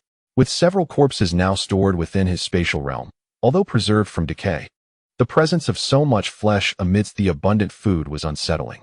Lin Shi intended to take advantage of the dark and stormy night to dispose of these bodies. After driving a few kilometers, the surroundings began to shroud in mist, reducing visibility. On the road, one could occasionally spot the stark, white corpses of those struck down by hail. Some bodies had their heads battered to the point of being unrecognizable, with brains splattered, while others were a gruesome mess, blood oozing everywhere. In such a pitch-black and silent night, the scene appeared particularly eerie and macabre. Lin Shi, however, displayed little change in expression. Having witnessed numerous corpses in this apocalyptic world, he had grown immune to such sights. The hailstorm in Shushi struck at night. Had it occurred during the day like in his previous life in Sanyuan City, the death toll would have been far greater. 20 minutes later, several corpses were unceremoniously tossed into the sea by Lin Shi, akin to dumplings being dropped. He also took the opportunity to wash the blood from the bulletproof SUV. Once the vehicle was cleansed of its gruesome contents, he drove towards the safe house. At this hour, it was unlikely anyone would be outside. Even if someone heard the sound of the vehicle, they would not discern who was driving. With the SUV's high chassis, there was no need to disembark to clear the bodies. He could simply drive over them, far more convenient than a shared bicycle. Lin Shi was certainly not foolish enough to ride a bike in the biting cold wind. As he passed through the urban area, some people heard the sound of the car beneath their windows. "Dear, wake up. I think I heard a car." "Stop joking. Go back to sleep. You must be dreaming." "A car? Are there still any working vehicles?" Someone opened a window to peer outside, only to be met with a gust of frigid air, hastily shutting the window again. The road was littered with corpses and obstacles, so Lin Shi maintained a moderate speed of 50 to 60 kilometers per hour. As dawn approached, Lin Shi returned the vehicle to his space and switched back to the shared bicycle. With the light of day, he noticed a greater number of hurried pedestrians than the previous day, predominantly young adults. While many had donned short sleeves yesterday, today they were uniformly clad in long-sleeved jackets. Though most appeared quite thin, as Lin Shi had surmised, in a city like Shushi, which enjoyed a near year-round summer, the local populace had little preparedness for winter attire. The fog thickened, and sporadic snowflakes fell, a meteorological anomaly in Shushi. Even the dimmest among them sensed that something was amiss. Those who had been out hoarding food yesterday were now preoccupied with acquiring clothing and blankets. Many on the streets had lips turning purple from the cold. Yet even in the biting chill, they felt compelled to venture out, for there were elderly and children at home in dire need of winter supplies. It was uncertain how many of these household pillars would return alive today. A blizzard was imminent. Lin Shi observed some individuals, unable to endure the cold, shattering the windows of closed shops. They tore down curtains or appropriated other items from stores to keep warm. The semblance of order was beginning to unravel. As the apocalypse descends upon the world, the lengths one might go to for survival become unfathomable. Around 6 in the morning, Lin Shi finally returned to Wulong village. The path leading to his safe haven lay just beyond the village, necessitating a detour around or through the heart of it. Knowing the nature of the villagers, Lin Shi opted for the longer route to avoid unnecessary trouble. However, on this particular day, a throng of villagers had gathered at the very route he needed to traverse. On the cement road outside the village, a group of over a dozen villagers wielded an assortment of weapons, kitchen knives, hoes, machetes, and clubs, forming a menacing circle in the middle of the path. Their raucous voices echoed within the confines of their makeshift barricade. Strike! Strike! Kill it! Liangzi, hurry up! In this frigid weather, I've longed for a dog meat hot pot. One shouted. What is there to fear? It's just an animal. We outnumber it. Another chimed in. Well, why don't you go ahead? At the center of the commotion lay a battered dog, its body marred with wounds, baring its teeth at the villagers while emitting a low, threatening growl. Judging by its stature, it was a large breed, its once pristine coat now obscured by dirt and grime. Its round eyes glinted with ferocity, and as it snarled, sharp fangs glistened with traces of blood. Astonishingly, the creature possessed heterochromia. Its left eye shimmered a deep ocean blue, while the right glowed a fierce crimson. Left and right, it's merely a beast. With so many of us, it can't possibly inflict mortal harm. One villager proclaimed. If we kill this creature, we can each take home several pounds of meat. It's impossible to find any at the market now. The speaker was none other than Li Chong, who had previously attempted to extort Lin Shi outside his safe haven. Though Li Chong's reasoning was sound, none dared to take the first step forward. They awaited someone else to attract the dog's attention, ensuring their own safety in the process. Who would willingly risk a bite? It was then that the village elder, the oldest among them, made a decisive call. Enough. Chong, Liangzi, you two are the strongest. Go ahead. Li Chong and Wang Liang exchanged glances, each comprehending the unspoken communication between them. Wang Liang, disgruntled, retorted, Uncle, if you insist on this, I might as well head home. Why must it always fall upon me and Chong to take the lead? Li Chong echoed Wang Liang's sentiments. Exactly. Last time I was sent up the mountain, it cost my father an arm. I'm still owed for that incident. Yesterday, Li Chong had pounded on Lin Shi's door in vain, exhausting himself without a response. And his frustration simmered within him. Without the promised money, he had already spent thousands on medical expenses. He silently vowed that the next time he encountered Lin Shi, he would make him pay. As fate would have it, just as he lamented, a shrill screech of brakes interrupted the air. The snow and fog obscured Lin Shi's vision until he drew near and spotted the villagers a mere 10 meters ahead. Upon seeing them, Lin Shi was equally recognized by the villagers. Li Chong, brandishing his machete, bellowed at Lin Shi, You little brat. We've finally found you. Chapter 55. The knife assault. Li Chong disregarded his dog and swiftly approached Lin Shi, blocking his path. With a fierce tone, he declared, Compensate me. My father's medical expenses, emotional distress, lost wages, nutritional support. The total amounts to 500,000. I recall you previously mentioned 50,000, Lin Shi replied, arching an eyebrow as he leisurely dismounted from the shared bicycle. Li Chong glared. That was then. Look at the current situation. Just a few days ago, meat was merely a dozen yuan per pound, and now it's nearly 50 and still unattainable. Can you compare the two? Other villagers began to encircle Lin Shi. According to village customs, no matter the amount demanded, the villagers would divide it equally. Compared to 500,000, what was a mere dog worth? And what if I refuse? Lin Shi, undaunted by the crowd, asked calmly. Refuse? Huh. Just ask our weapons if they agree. You wouldn't dare to call the authorities for help, would you? Go ahead, try it. A villager boasted, fully aware of the current ineffectiveness of electronic devices. Listen, this village and the surrounding hills are under our control. If you can't pay, you won't be leaving today.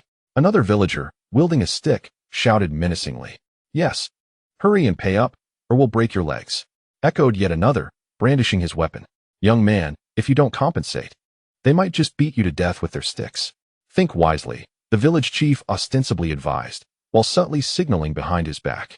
Upon noticing the chief's gestures, Li Chong understood it was a signal to teach Lin Shi a lesson.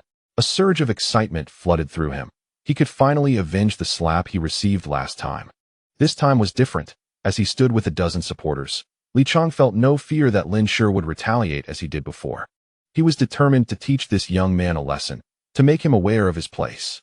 With a sinister grin, Li Chong stepped closer to Lin Shi and swung his hand toward Lin Shi's face with all his might. The resounding slap was delivered with full force. And should it connect, any ordinary person would surely be knocked to the ground. The other villagers wore expressions of anticipation. However, Lin Shi was destined to disappoint them. He seized Li Chang's hand firmly. With a resounding crack, a sharp slap landed on Li Chang's face. The scene felt eerily familiar, leaving Li Chang momentarily stunned. He spun half a circle before collapsing to the ground, his machete slipping from his grasp. His head buzzed, and upon tasting something in his mouth, he discovered it was two of his own bloodied teeth. Clearly, Lin Shi had held nothing back this time. The group of villagers fell silent. The atmosphere oddly still for a moment. Despite their numerical superiority of 13 against 1, with weapons in hand, they were at a loss. Never had it crossed anyone's mind that Lin Shi would dare to retaliate against such a multitude, and with such ferocity. Li Chang was beside himself. The last incident where Lin Shi had struck him had gone unseen by anyone except for his own family, yet Li Chang had harbored the memory of it deeply. This time, however, he found himself publicly humiliated, his face stinging from the slap. The sharp pain ignited a surge of rage within him. A primal urge to annihilate Lin Shi coursing through his veins. With reckless abandon, Li Chang sprang to his feet. Seizing a chopping knife and aimed a vicious strike at Lin Shi's head.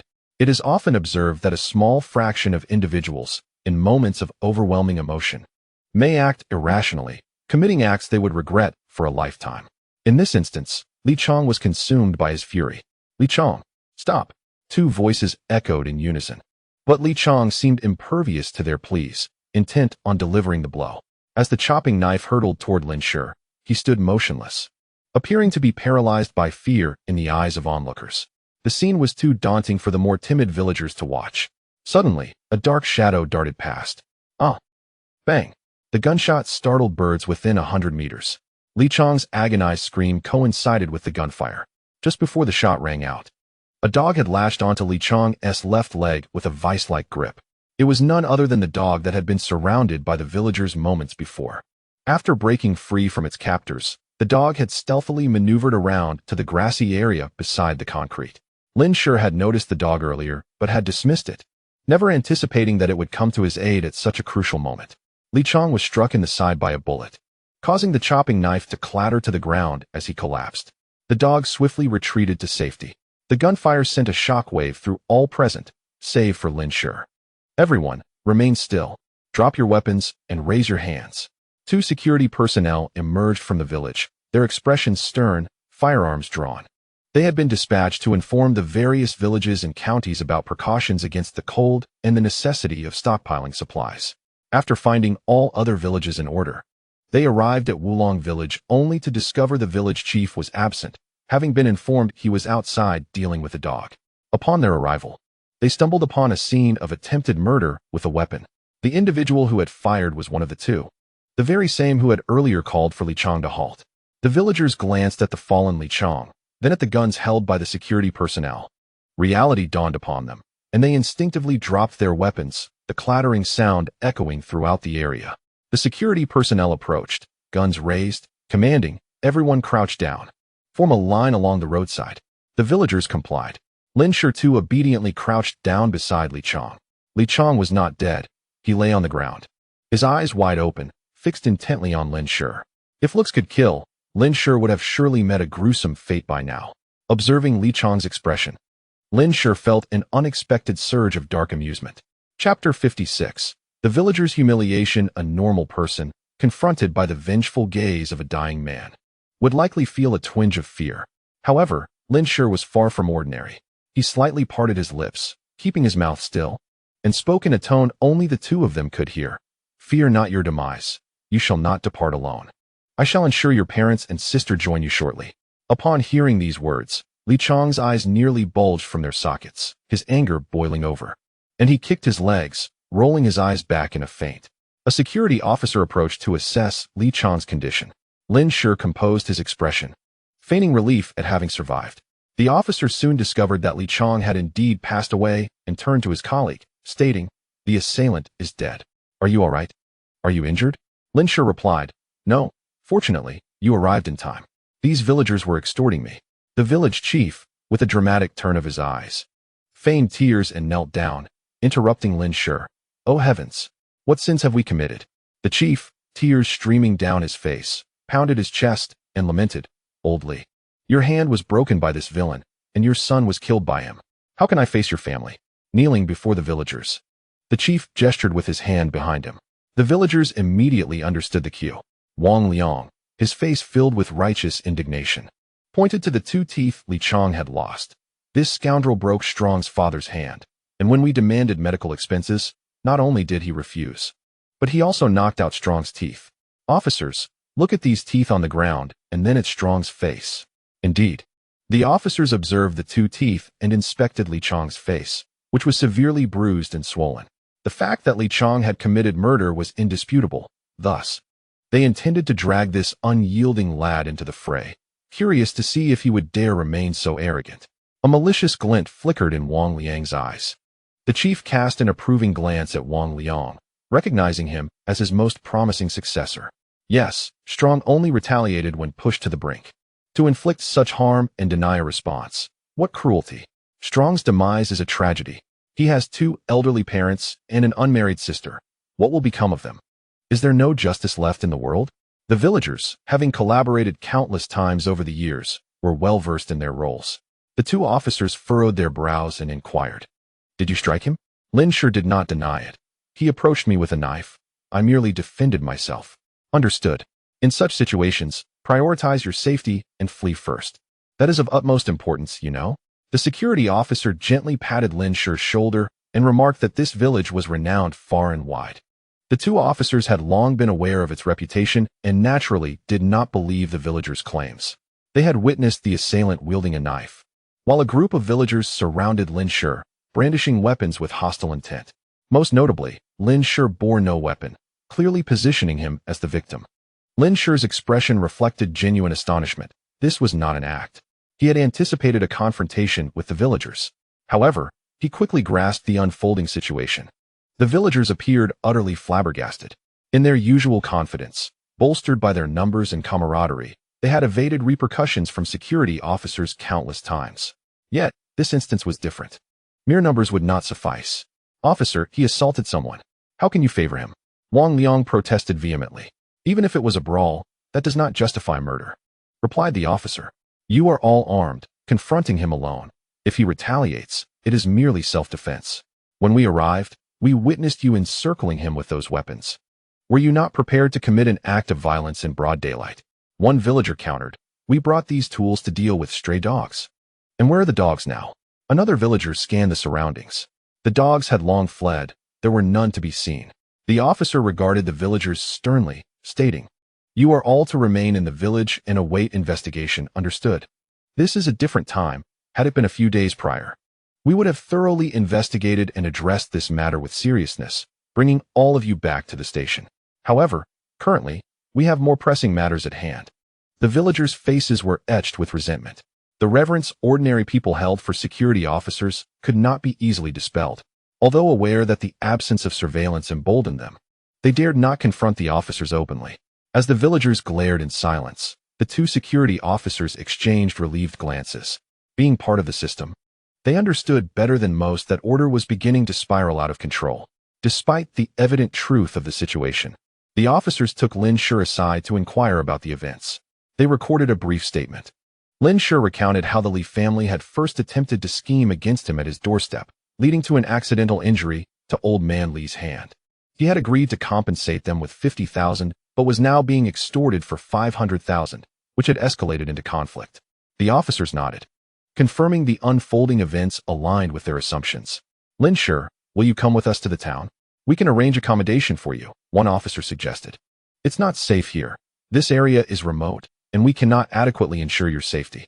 The implication was clear. They feared further hostility from the villagers towards Lin Shi. The villagers seethed with anger, muttering about the damned officers. To everyone's surprise, Lin Shi declined. "I will not go." The security officer pulled Lin Shi aside and whispered, "Once we depart, should these villagers trouble you, we will be unable to assist." Lin Shi met the officer's gaze, discerning the genuine concern behind his words. Yet, he could only decline the well-meaning offer, stating, "I shall safeguard myself. I have learned some martial arts. Besides, my home is secure. They cannot harm me." After exchanging a few more words, The officers, seeing Lin's resolute demeanor, conceded. If you encounter any issues, make haste to the nearest town security office for help, understood? Lin Shi nodded. Seeking assistance was an impossibility. It was these villagers who would require aid. Unbeknownst to the two security officers, who had their backs turned.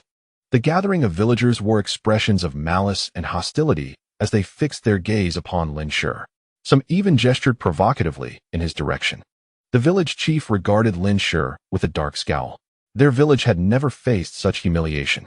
In the face of their hostility, Lin Shi merely curled his lips in a cold smirk. One of the security officers noticed Lin Shi's gaze and turned to look.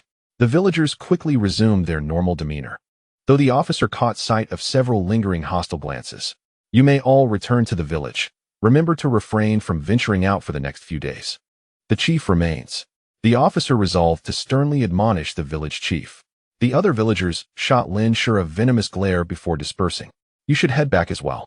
Try to avoid going out and take care to keep warm and store some food, the officer advised Lin Shi.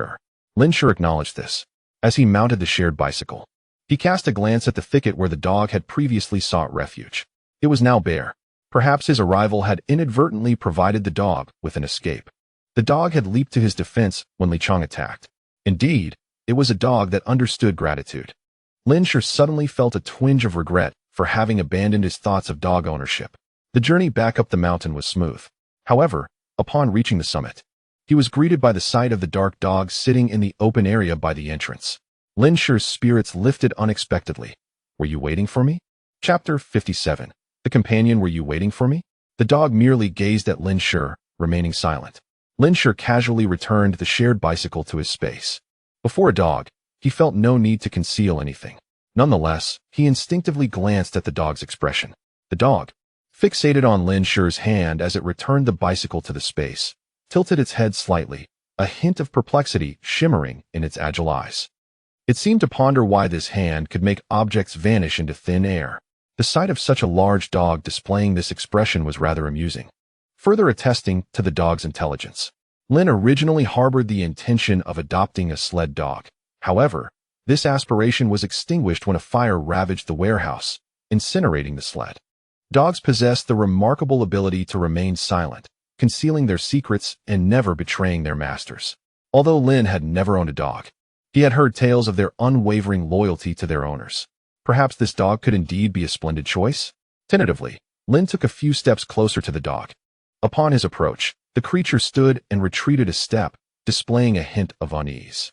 He immediately halted, feeling a pang of disappointment. This dog unmistakably bore the marks of a stray, possibly abandoned by humans, and had likely endured suffering. It was only natural for it to be wary of close contact. He would not impose his presence upon it. Yesterday, among the containers at the port, he had discovered a box of pet supplies. He casually retrieved a bag of dog food from his belongings and placed it before the animal. Here, something to eat. Go home, he said, then sidestepped the dog and walked towards the door. After only a few steps, he sensed a familiar gaze upon him.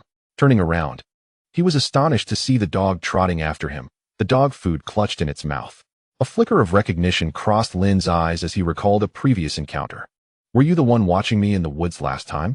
He mused aloud, then chuckled softly, realizing how absurd it was to expect the dog to comprehend his words. Yet, remarkably, the dog exhibited an intelligence beyond his expectations. It dropped the food and opened its mouth. Woof. Is it truly you? Do you wish to come home with me? Lin questioned, his skepticism palpable. The dog, still holding the food, took a few cautious steps closer, pausing to gauge Lin's reaction, seemingly ensuring that he did not recoil at its approach. Finally, it ambled up to Lin, lay down on the ground, and cautiously wagged its tail, gazing up at him. At this moment, Lin no longer doubted the dog's capacity to understand him. He bent down, extending a hand to touch the dog's head. The creature instinctively flinched, yet ultimately remained still, allowing Lin's hand to rest upon it. These reactions clearly indicated its subconscious aversion to human contact. Lin realized that had he not inadvertently saved its life, given its evident hostility and wariness towards humans, it would not have accepted him so readily. It seemed fate had intertwined their paths. Lin smiled, locking eyes with the dog's striking heterochromia, and earnestly declared, "Let us go home. From now on, we shall rely on each other." The dog gazed back at him with an intensity that suggested a silent acknowledgement. Upon returning to the safety of his abode, Lin first tended to the dog's wounds. The creature bore significant external injuries. Its matted fur was marred with several patches of raw flesh, blood oozing from numerous fresh wounds. Many of the injuries were obscured by its grimy coat, and had Lin not conducted a meticulous inspection, he might not have realized the extent of its suffering. Astonishingly, it still had the audacity to lunge at him as if it were unscathed. "You are indeed a brave one," Lin remarked with a touch of exasperation. Such a severe injury, if left unattended, would inevitably lead to inflammation and infection, resulting in the dog's demise within a few days. He could only hope that the dog had sustained no internal injuries. "I shall attend to your wounds now. I need to shave your fur, and it may be somewhat painful, so bear with it," he reassured the creature. Noticing the dog's lack of reaction, Lin Shi retrieved antiseptic solution, a shaving knife, bandages, and medical sutures from his supplies, and commenced the treatment. He meticulously shaved, disinfected, sutured, applied medication, and bandaged the wounds. After over 3 hours of diligent care, Lin Shi finally completed the treatment, administering a dose of anti-inflammatory injection. Remarkably, the entire process was performed without anesthesia.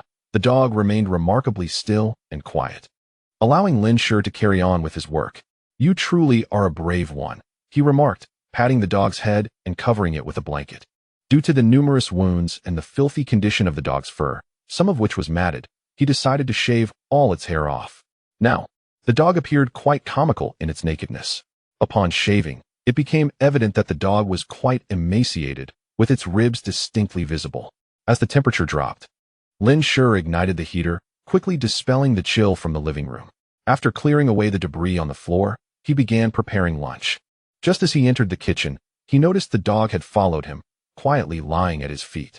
"You have stitches. Refrain from moving too much and stay in the living room," he instructed. The dog obediently lowered its tail and left. "By the way, should I give you a name?" Lin Shi pondered aloud. Having never owned a pet before, primarily due to the woman's aversion to small animals and the mess they brought, he lacked experience in this regard. Upon hearing the mention of a name, the dog paused, glancing hopefully at Lin Shi. "How about?" Lin Shi mused, observing the awkwardly naked dog. Still adorned with stitches. "Platter? Iron Man? Blue-Red?" The dog's expression visibly drooped at the suggestions.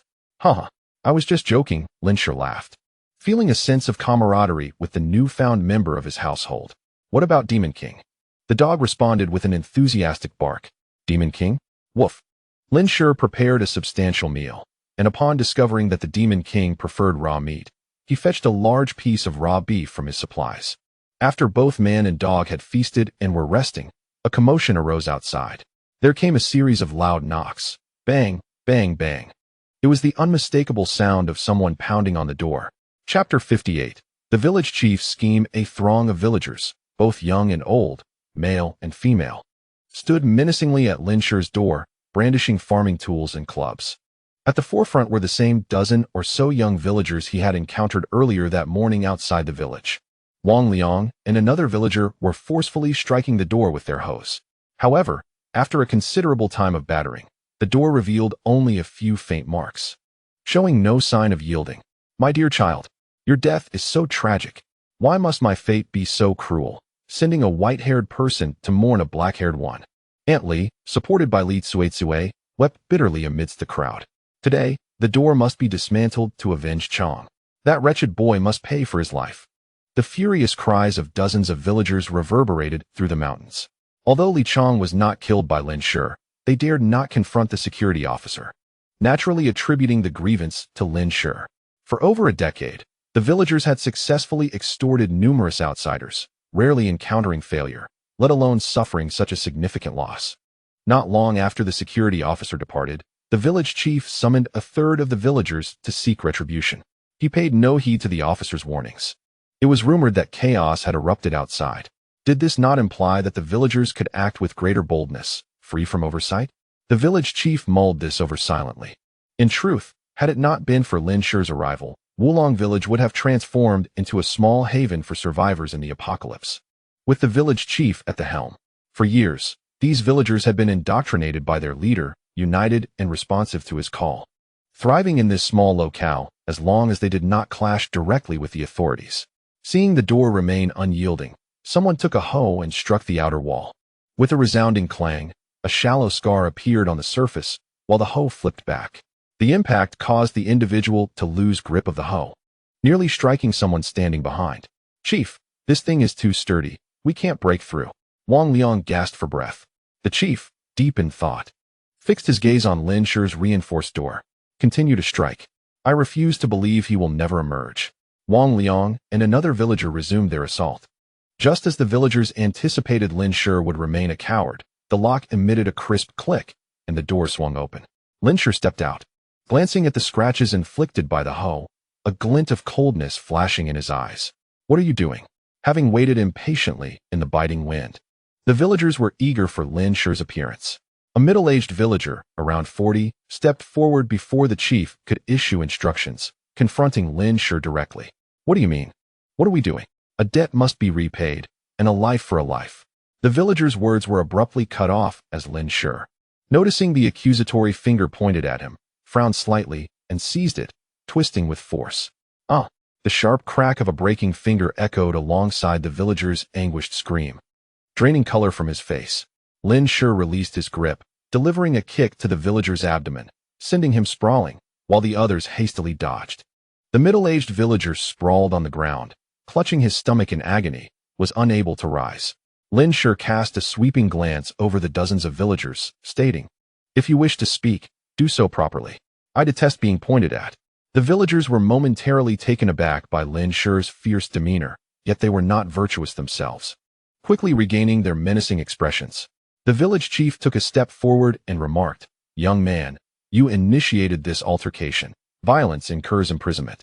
Lin Shi found this notion particularly amusing, recalling the adage that some people, when confronted with reason, resort to hooliganism, while others, when faced with thuggery, attempt to reason. Noticing Lin Shi's silence, the village chief assumed he was intimidated.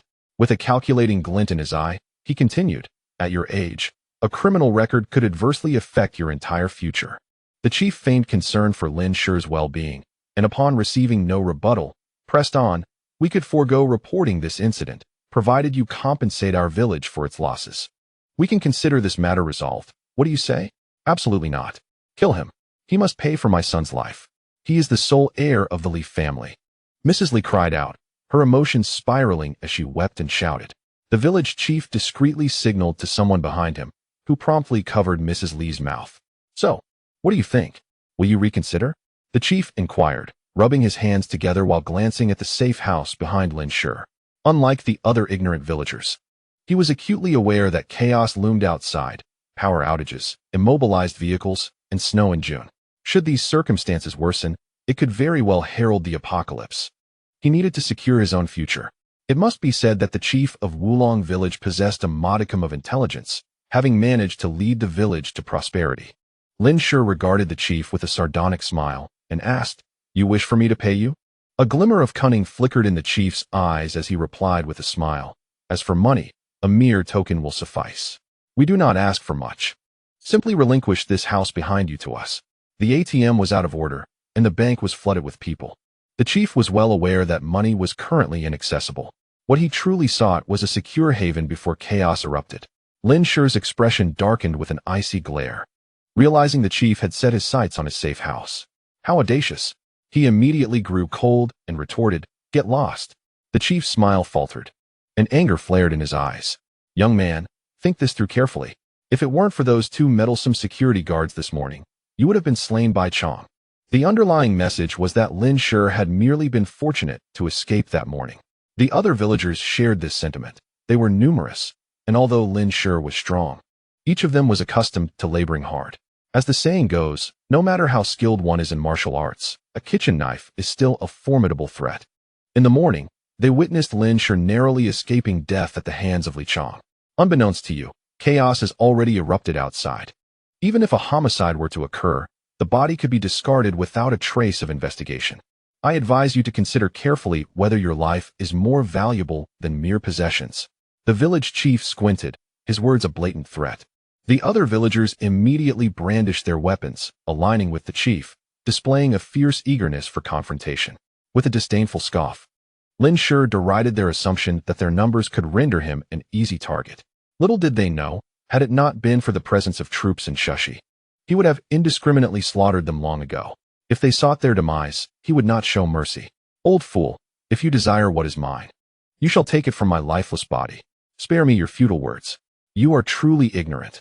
Chapter 59. The emergence of beasts. The village chief's patience had evaporated.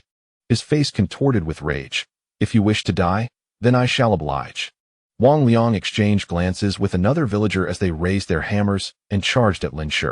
A hammer striking flesh would not result in immediate death, but severe injury and internal damage were inevitable. In the current state of medical care, being gravely wounded was far worse than dying on the spot. Seeing this unfold, Aunt Li ceased her struggles, her eyes gleaming with the anticipation of revenge. However, before her smile could fully blossom, the situation took a swift turn. As the two villagers moved, Lin Shi also sprang into action. He swiftly seized Wang Liang's hammer handle, pulling both man and weapon towards him. In the shock of the moment, he forcefully collided Wang Liang's hammer with that of another villager. The latter's hand burst upon impact, and Lin Shi delivered a kick that sent him flying, causing the hammer to strike another villager on the head, who collapsed immediately, uncertain of his fate. Several women among the villagers shrieked in horror. Observing this, the village chief retreated into the crowd, directing the others, "You five, attack him together and slay him." The 5 designated villagers brandished their axes and encircled Lin Shi. They charged at him with all their might.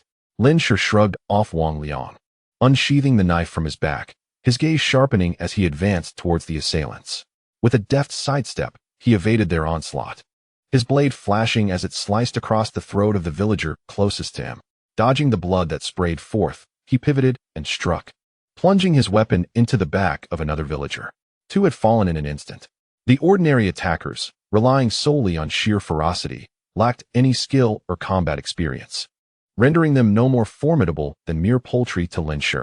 If he were to employ firearms or crossbows against those yet untouched by the apocalypse, he would have wasted 8 years in this world.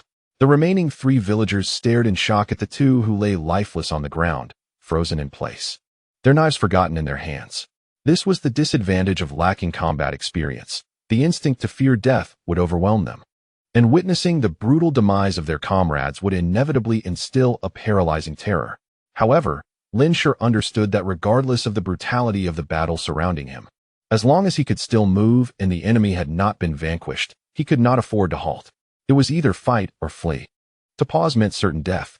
With ease, Lin Shi plunged his blade into the neck of the 3rd villager and swiftly followed with a decisive slash to the throat of the 4th. The last of the 5 finally snapped out of his stupor and turned to flee, incoherently shouting, "Village chief, he has a knife. He is killing people." Yet, he had barely taken a few steps when a blade suddenly protruded from his chest. Lin Shi withdrew the knife, his gaze sweeping over the villagers who stood frozen in fear at a distance. Seeing Lin Shi's fierce assault, the village chief felt a surge of dread and bellowed, "So what if he knows martial arts? Even a blind swing can fell a master. He has but 2 hands and 1 knife. Let us all attack together."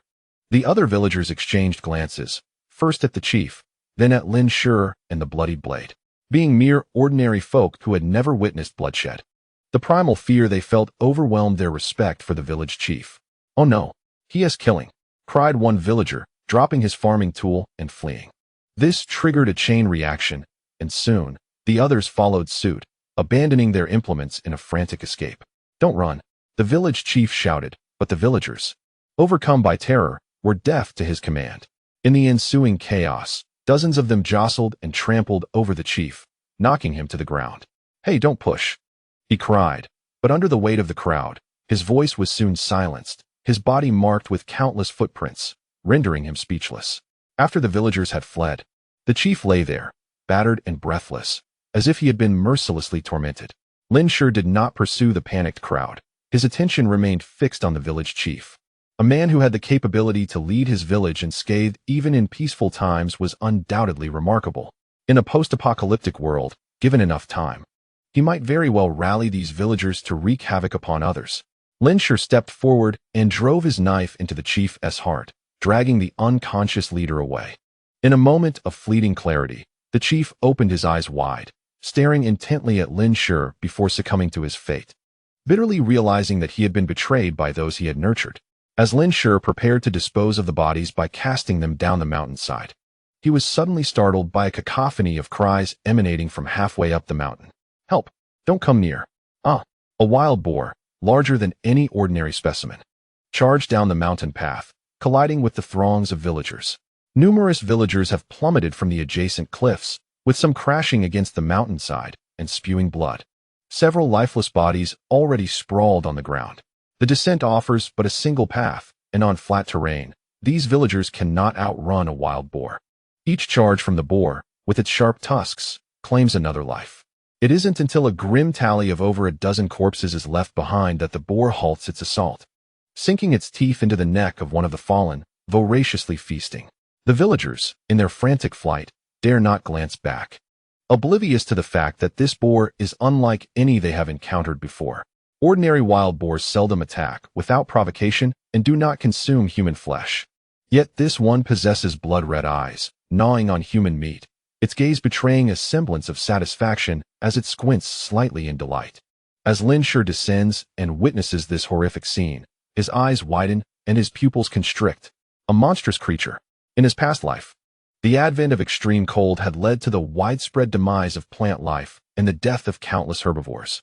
Many species, however, endured the frigid temperatures and, deprived of sustenance, emerged from the depths of the mountains to hunt humanity.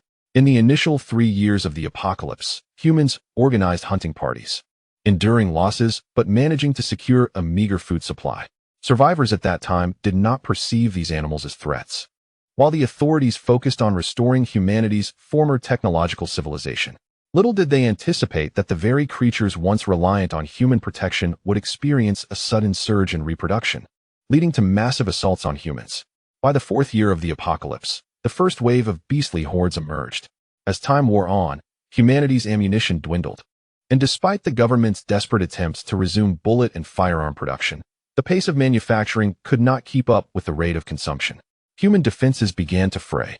Meanwhile, carnivorous creatures not only grew larger and developed longer fur, but also exhibited various mutations. The term monstrous beast began to circulate, designating these altered animals. Scientists discovered a substance within the blood and flesh of these creatures that accelerated their evolutionary processes. By the 6th year of the apocalypse, ordinary bullets could no longer penetrate the increasingly thick hides and muscular flesh of these beasts. It was then that humanity realized that without adaptation, they would stand no chance against these monstrous entities. Lin Shi could scarcely believe that in this lifetime, these aberrant beasts had manifested so early. His expression shifted from shock to gravity. Is this the consequence of the accelerated evolution of species alluded to by the treasure trove? As if sensing Lin Shi's gaze, the wild boar ceased its feeding, turning its head to regard him. Chapter 60.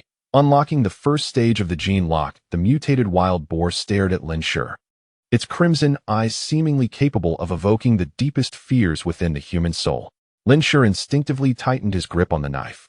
These monstrous beasts not only possess greater defensive capabilities than ordinary animals, but also exhibit superior strength, speed, and intelligence.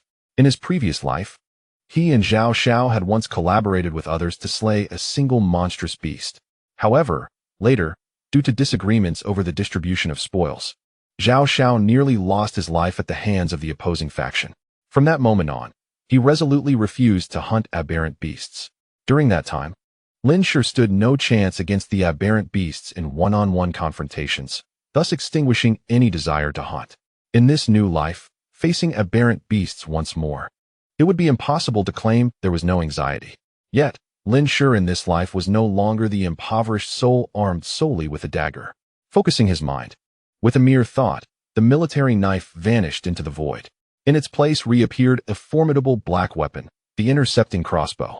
Although a handgun could fire more rapidly, its power paled in comparison to that of the intercepting crossbow, especially given the notoriously thick hide of wild boars. The intercepting crossbow could effortlessly shatter an elephant's skull within a range of 150 meters, a testament to its formidable potency. As the intercepting crossbow materialized in Lin Shi's hands, the aberrant wild boar seemed to sense a threat and charged directly at him. Lin Shi swiftly readied the crossbow. Just as he aimed, the long quiet treasure pod interface suddenly shifted. A first-tier source beast has been detected. Please eliminate the source beast to absorb its internal source power. Source beast? Source power? Lin Shi was momentarily taken aback. The aberrant wild boar, moving with astonishing speed, closed half the distance in the blink of an eye. And Lin Shi could even smell the foul stench wafting toward him. Regaining his composure, he quickly took aim and released a bolt. However, the shot was rushed. A slight miscalculation led to a significant error. He intended to strike the weak point above the boar's eyes, but instead hit its snout, piercing through and exiting beneath its jaw. The bolt sealed the boar's mouth. Yet, this injury would do little to hinder the aberrant wild boar in the short term. It would only serve to enrage it. With a painful roar, the boar's crimson eyes flared with an even more intense glow, propelling it toward Lin Shi with renewed ferocity. There was no time for another shot. Lin Shi decisively retracted the crossbow, rolled on the ground, and narrowly avoided the beast's charge.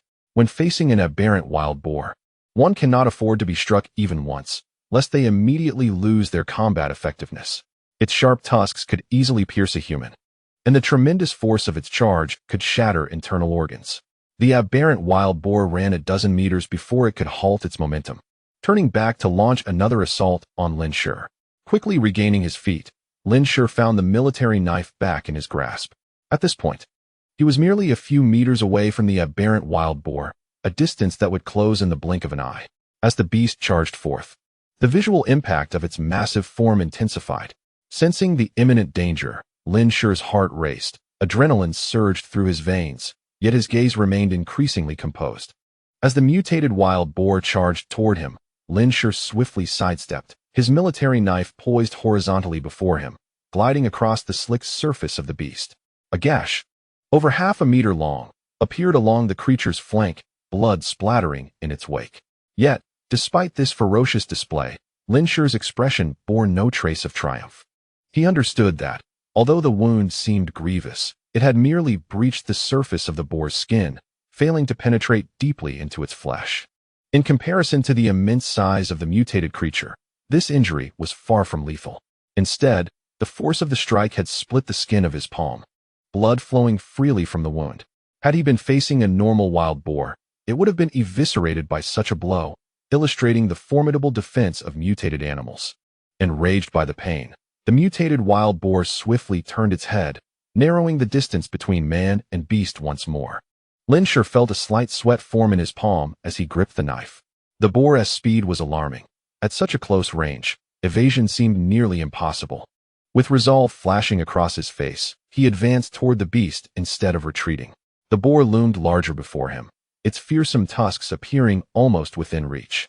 A profound sense of life and death urgency coursed through Lin Shi, causing his scalp to tingle as his adrenaline surged to its peak. At the moment of imminent contact with the boar, Lin Shi sensed a fracture within himself. The beast's speed inexplicably decelerated, and the surrounding chaos slowed to a crawl. Memories of all his previous knowledge and combat experiences flooded his mind, propelling his brain into a state of rapid calculation. The wind was blowing at 4 meters per second from the northeast. The concrete road inclined at a 276-degree angle. The boar's velocity was 198 meters per second, while his own explosive speed reached 13 meters per second. In 0.7 seconds, a collision would occur, with a survival probability of merely 0.0001. Optimal angles for evasion and attack, along with the best target points, flashed through Lin Shi's mind at the speed of 0.01 seconds. In the following instant, Lin Shi felt as if his body had transformed into a finely tuned instrument, without the need for conscious thought or reaction. His mind had already determined the ideal moment and angle for evasion, allowing him to narrowly escape the boar's charge. His arm moved with the precision of a mechanical appendage, unleashing his full strength at the most opportune moment, plunging the knife deep into the boar's neck. He immediately released his grip, avoiding being hurled away by the creature's momentum. The mutated wild boar, impaled in the neck, stumbled forward several meters before pivoting back around. Though this strike did not bring about its immediate demise, it significantly slowed the creature, which now staggered as it prepared for a final desperate attempt. However, as it turned its head, it was met with a razor-sharp arrow.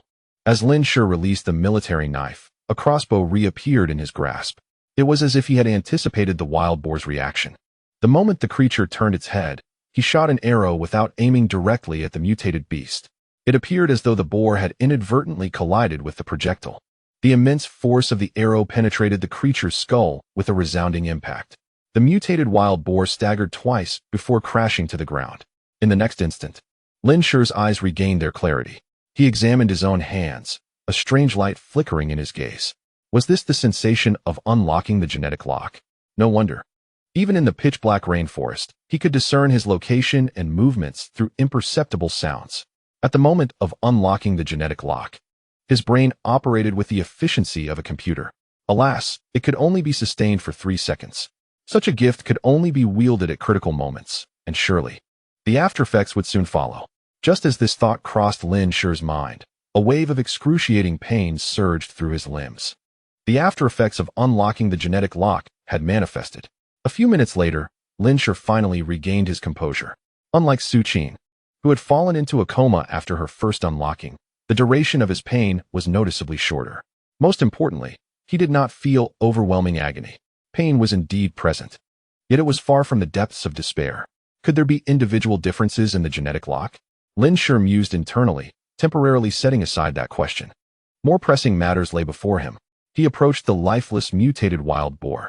The beast must be the first-tier source beast referred to by the treasure basin. But how was he to absorb the so-called source power? Lin Shi crouched before the boar, lost in thought. Unclaimed source power detected. Do you wish to absorb it? Yes, no. A line of text suddenly appeared on the treasure basin interface. Lin Shi's spirit lifted as he responded, yes. Please maintain physical contact with the source beast. Warning, the absorption process must not be interrupted. If interrupted, the source power will dissipate and become unobtainable. An interruption would mean forfeiting the power? Lin Shi hesitated for a moment, then stored the boar's corpse in his space and headed toward the safe house.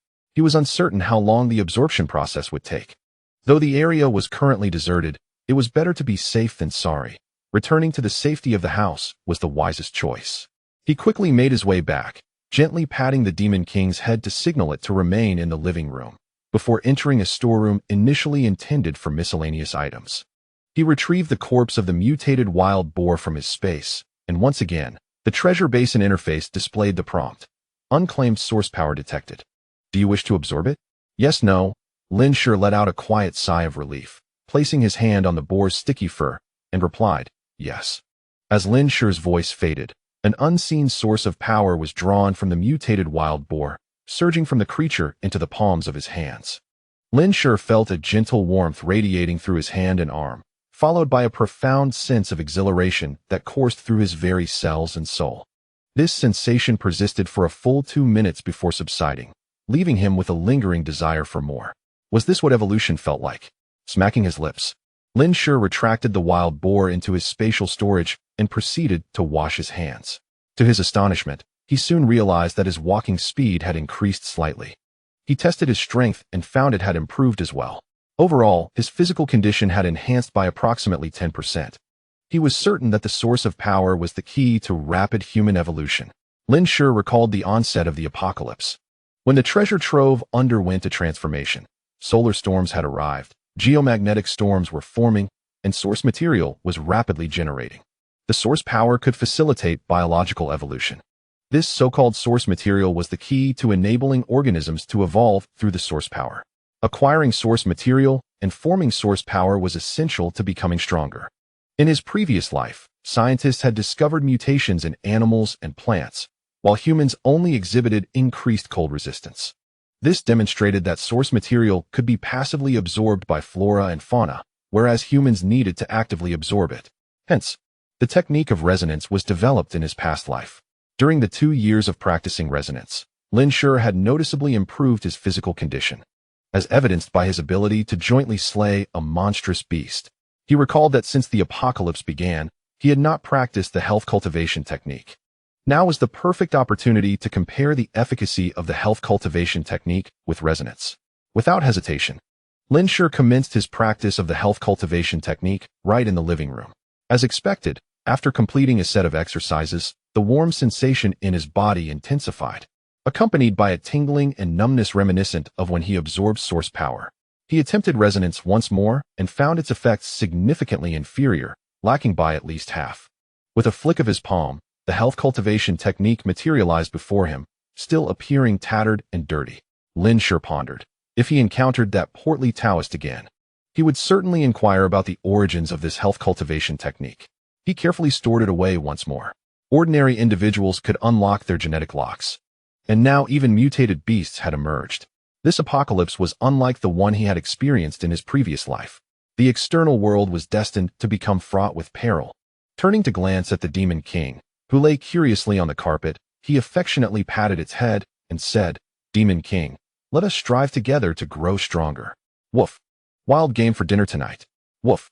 That evening, Lin Shi dealt with the mutated wild boar, whose massive carcass weighed at least 400 pounds, truly enormous. In a previous life, it was said that the flesh of exotic beasts was exceptionally delectable, and he had long wished to sample it. Lin Shi first cut a generous piece for the Demon King, and then prepared several wild boar steaks for himself. Remarkably, the meat of the exotic wild boar was not as tough as that of ordinary wild boars, nor did it possess any unpleasant odor. It was delightfully chewy and bursting with flavor. Lin Shi paused only after consuming 7 pieces. Even the Demon King partook of 2 additional pieces, licking its lips with lingering satisfaction. This might be attributed to the transformative essence of the source energy that had altered the fundamental nature of the source beasts. After satisfying his hunger, Lin Shi felt the need to take a stroll outdoors. The Demon King desired to accompany him, but without its fur. Lin Shi worried it might get cold. He fashioned a piece of clothing for it, and though the Demon King seemed somewhat unaccustomed to it, it accepted Lin Shi's makeshift attire. Outside, heavy snow had begun to fall. Within just a few hours, the traces of blood on the ground had vanished completely. From the mountain, a small portion of the county town lay shrouded in darkness. Occasionally, the faint glow from a home suggested the lighting of a candle. Demon King. There will be no more lights in myriad homes, Lin Shi murmured as he gazed upon the enveloping darkness. He had come to understand the significance of this apocalyptic era. Humanity had languished at the apex of the food chain for far too long. Perhaps this cataclysm was a forceful invitation for humans and other creatures to re-enter the fray of competition. Regarding the reasons behind the reoccurrence of the previous 2 apocalypses, he had formed some conjectures. Humanity had grown accustomed to relying on external forces and had forgotten the importance of self-improvement. In the years leading up to the apocalypse of his past life, humanity still clung to the hope of restoring technological civilization. Lin Shi could envision that, decades after his demise, the evolution of flora and fauna would far surpass that of humankind, with their reproduction rates outpacing humanity's by several folds. As humanity lagged behind, it would inevitably tread the path toward extinction. As the sole bearer of this knowledge, Lin Shi felt as though a heavy stone weighed upon his heart. What was he to do? The Demon King looked up at Lin Shi, seemingly sensing his burden, and nuzzled against his leg. Together, they stood in the silent, dark expanse of the snowy landscape. Chapter 62. The blue pill. The next day marked the 4th day of the apocalypse. Early in the morning, Lin Shi was in the living room practicing the art of wellness. Knowing that this practice could enhance his strength, he devoted considerable time to his training. Upon returning to the safe house the previous night, he had also practiced the wellness technique for several hours, until his limbs were too fatigued to lift, at which point he surrendered to sleep. After a night of contemplation, he realized he was but one individual, unable to influence the entirety of the world. Even if he were to approach the authorities with the assertion that this was the 3rd apocalypse, urging humanity to begin self-improvement and abandon the notion of restoring technological civilization, they would not heed his words. They might even imprison him, interrogating him on how he acquired such knowledge, or worse, attempt to eliminate him in pursuit of the treasure. The most favorable outcome would likely see him confined and used as a tool by those in power. Lin Shi had not yet reached the point of greatness where he would sacrifice himself for all of humanity. Possessing a treasure trove of knowledge, a secret to longevity, and an understanding of the truth behind this apocalyptic world, he stood ahead of everyone else. His foremost duty was to continuously strengthen himself. Only by becoming formidable enough to instill fear in the authorities could he attain the power to engage with them on equal footing. An ant cannot sway the world, but a giant certainly can. Moreover, he needed to discern whether this world was worthy of his efforts to save it, and to what extent he should go. After all, the worst outcome would merely be mutual destruction. With this thought, the faces of the Shun family flashed through Lin Shi's mind, and his eyes turned cold in an instant. Individuals like Shun Fanrin did not deserve to live well. The Demon King, who had been observing Lin Shi's cultivation, noticed his sudden terrifying expression, widening its eyes and instinctively leaning back. After concluding his practice, Lin Shi took a moment to rest, preparing 2 ham sandwiches, boiling 30 eggs, and brewing 2 cups of milk, which he shared equally with the Demon King. In this regard, they were quite in sync. Both he and the dog had hearty appetites. Upon finishing breakfast, he reinstalled the previously removed camera back onto the door's peephole. Outside, a blizzard had begun to fall, blanketing the world in a vast expanse of white snow. The temperature had plummeted to minus 31 degrees Celsius. The villagers who had fled did not return to cause any trouble. Last night, countless lives were likely claimed by the cold in their sleep. At this moment, they were probably too preoccupied with their own survival. The official supplies that Li Wei had mentioned had yet to materialize. Lin Shi surmised that the sudden drop in temperature had caught the authorities off guard. They had intended to distribute lighting supplies to reassure the populace. But it had become clear that the prospect of illumination was no longer significant. What people truly required were warm clothing and food.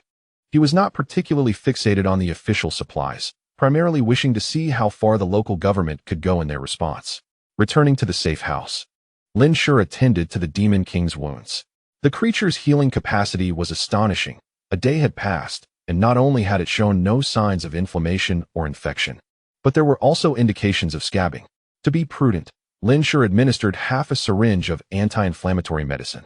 After the injection, the Demon King paced restlessly within the safe house, frequently glancing towards the door, seemingly brimming with excess energy.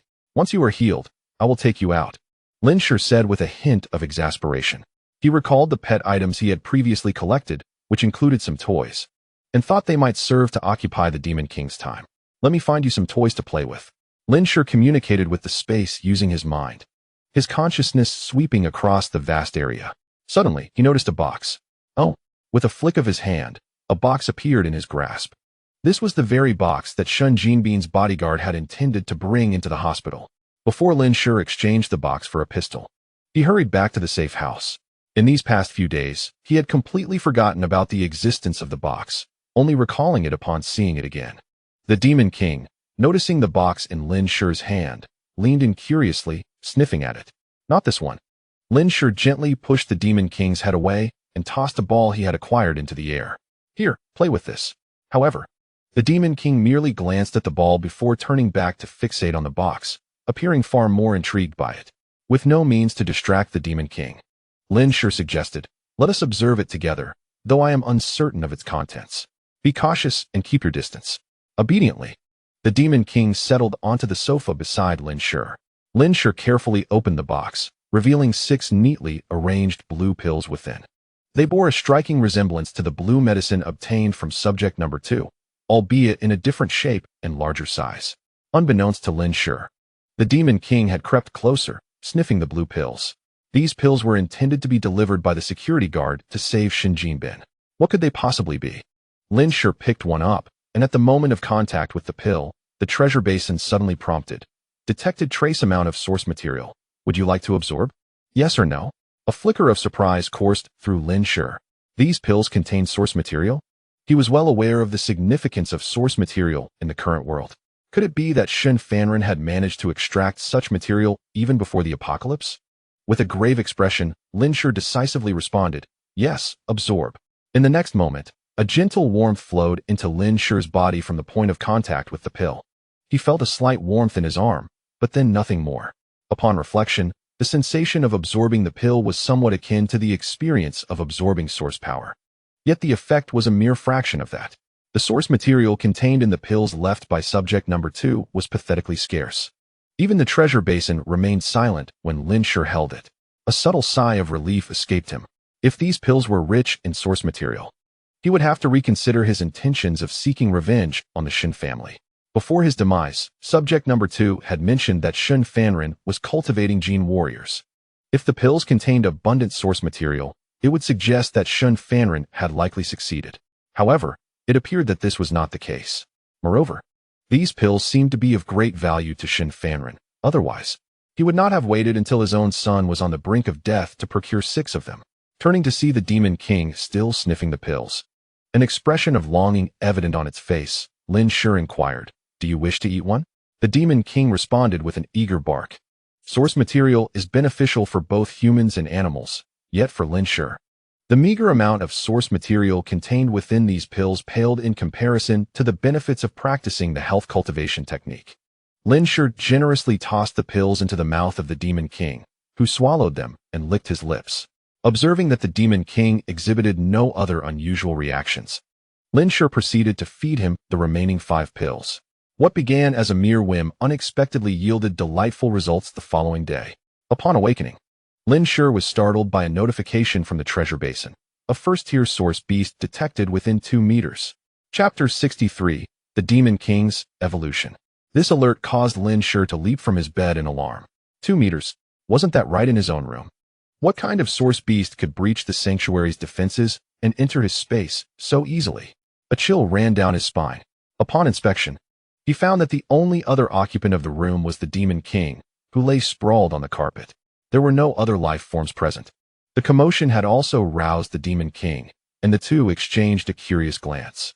As Lin Shi woke, the Demon King approached him, wagging his tail and nudging him affectionately. After a moment of contemplation, Lin Shi realized that the first-tier source beast indicated by the treasure basin was indeed the Demon King himself. He was taken aback.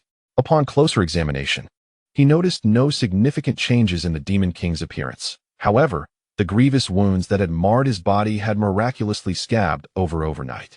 Even the previously stitched wounds had nearly healed.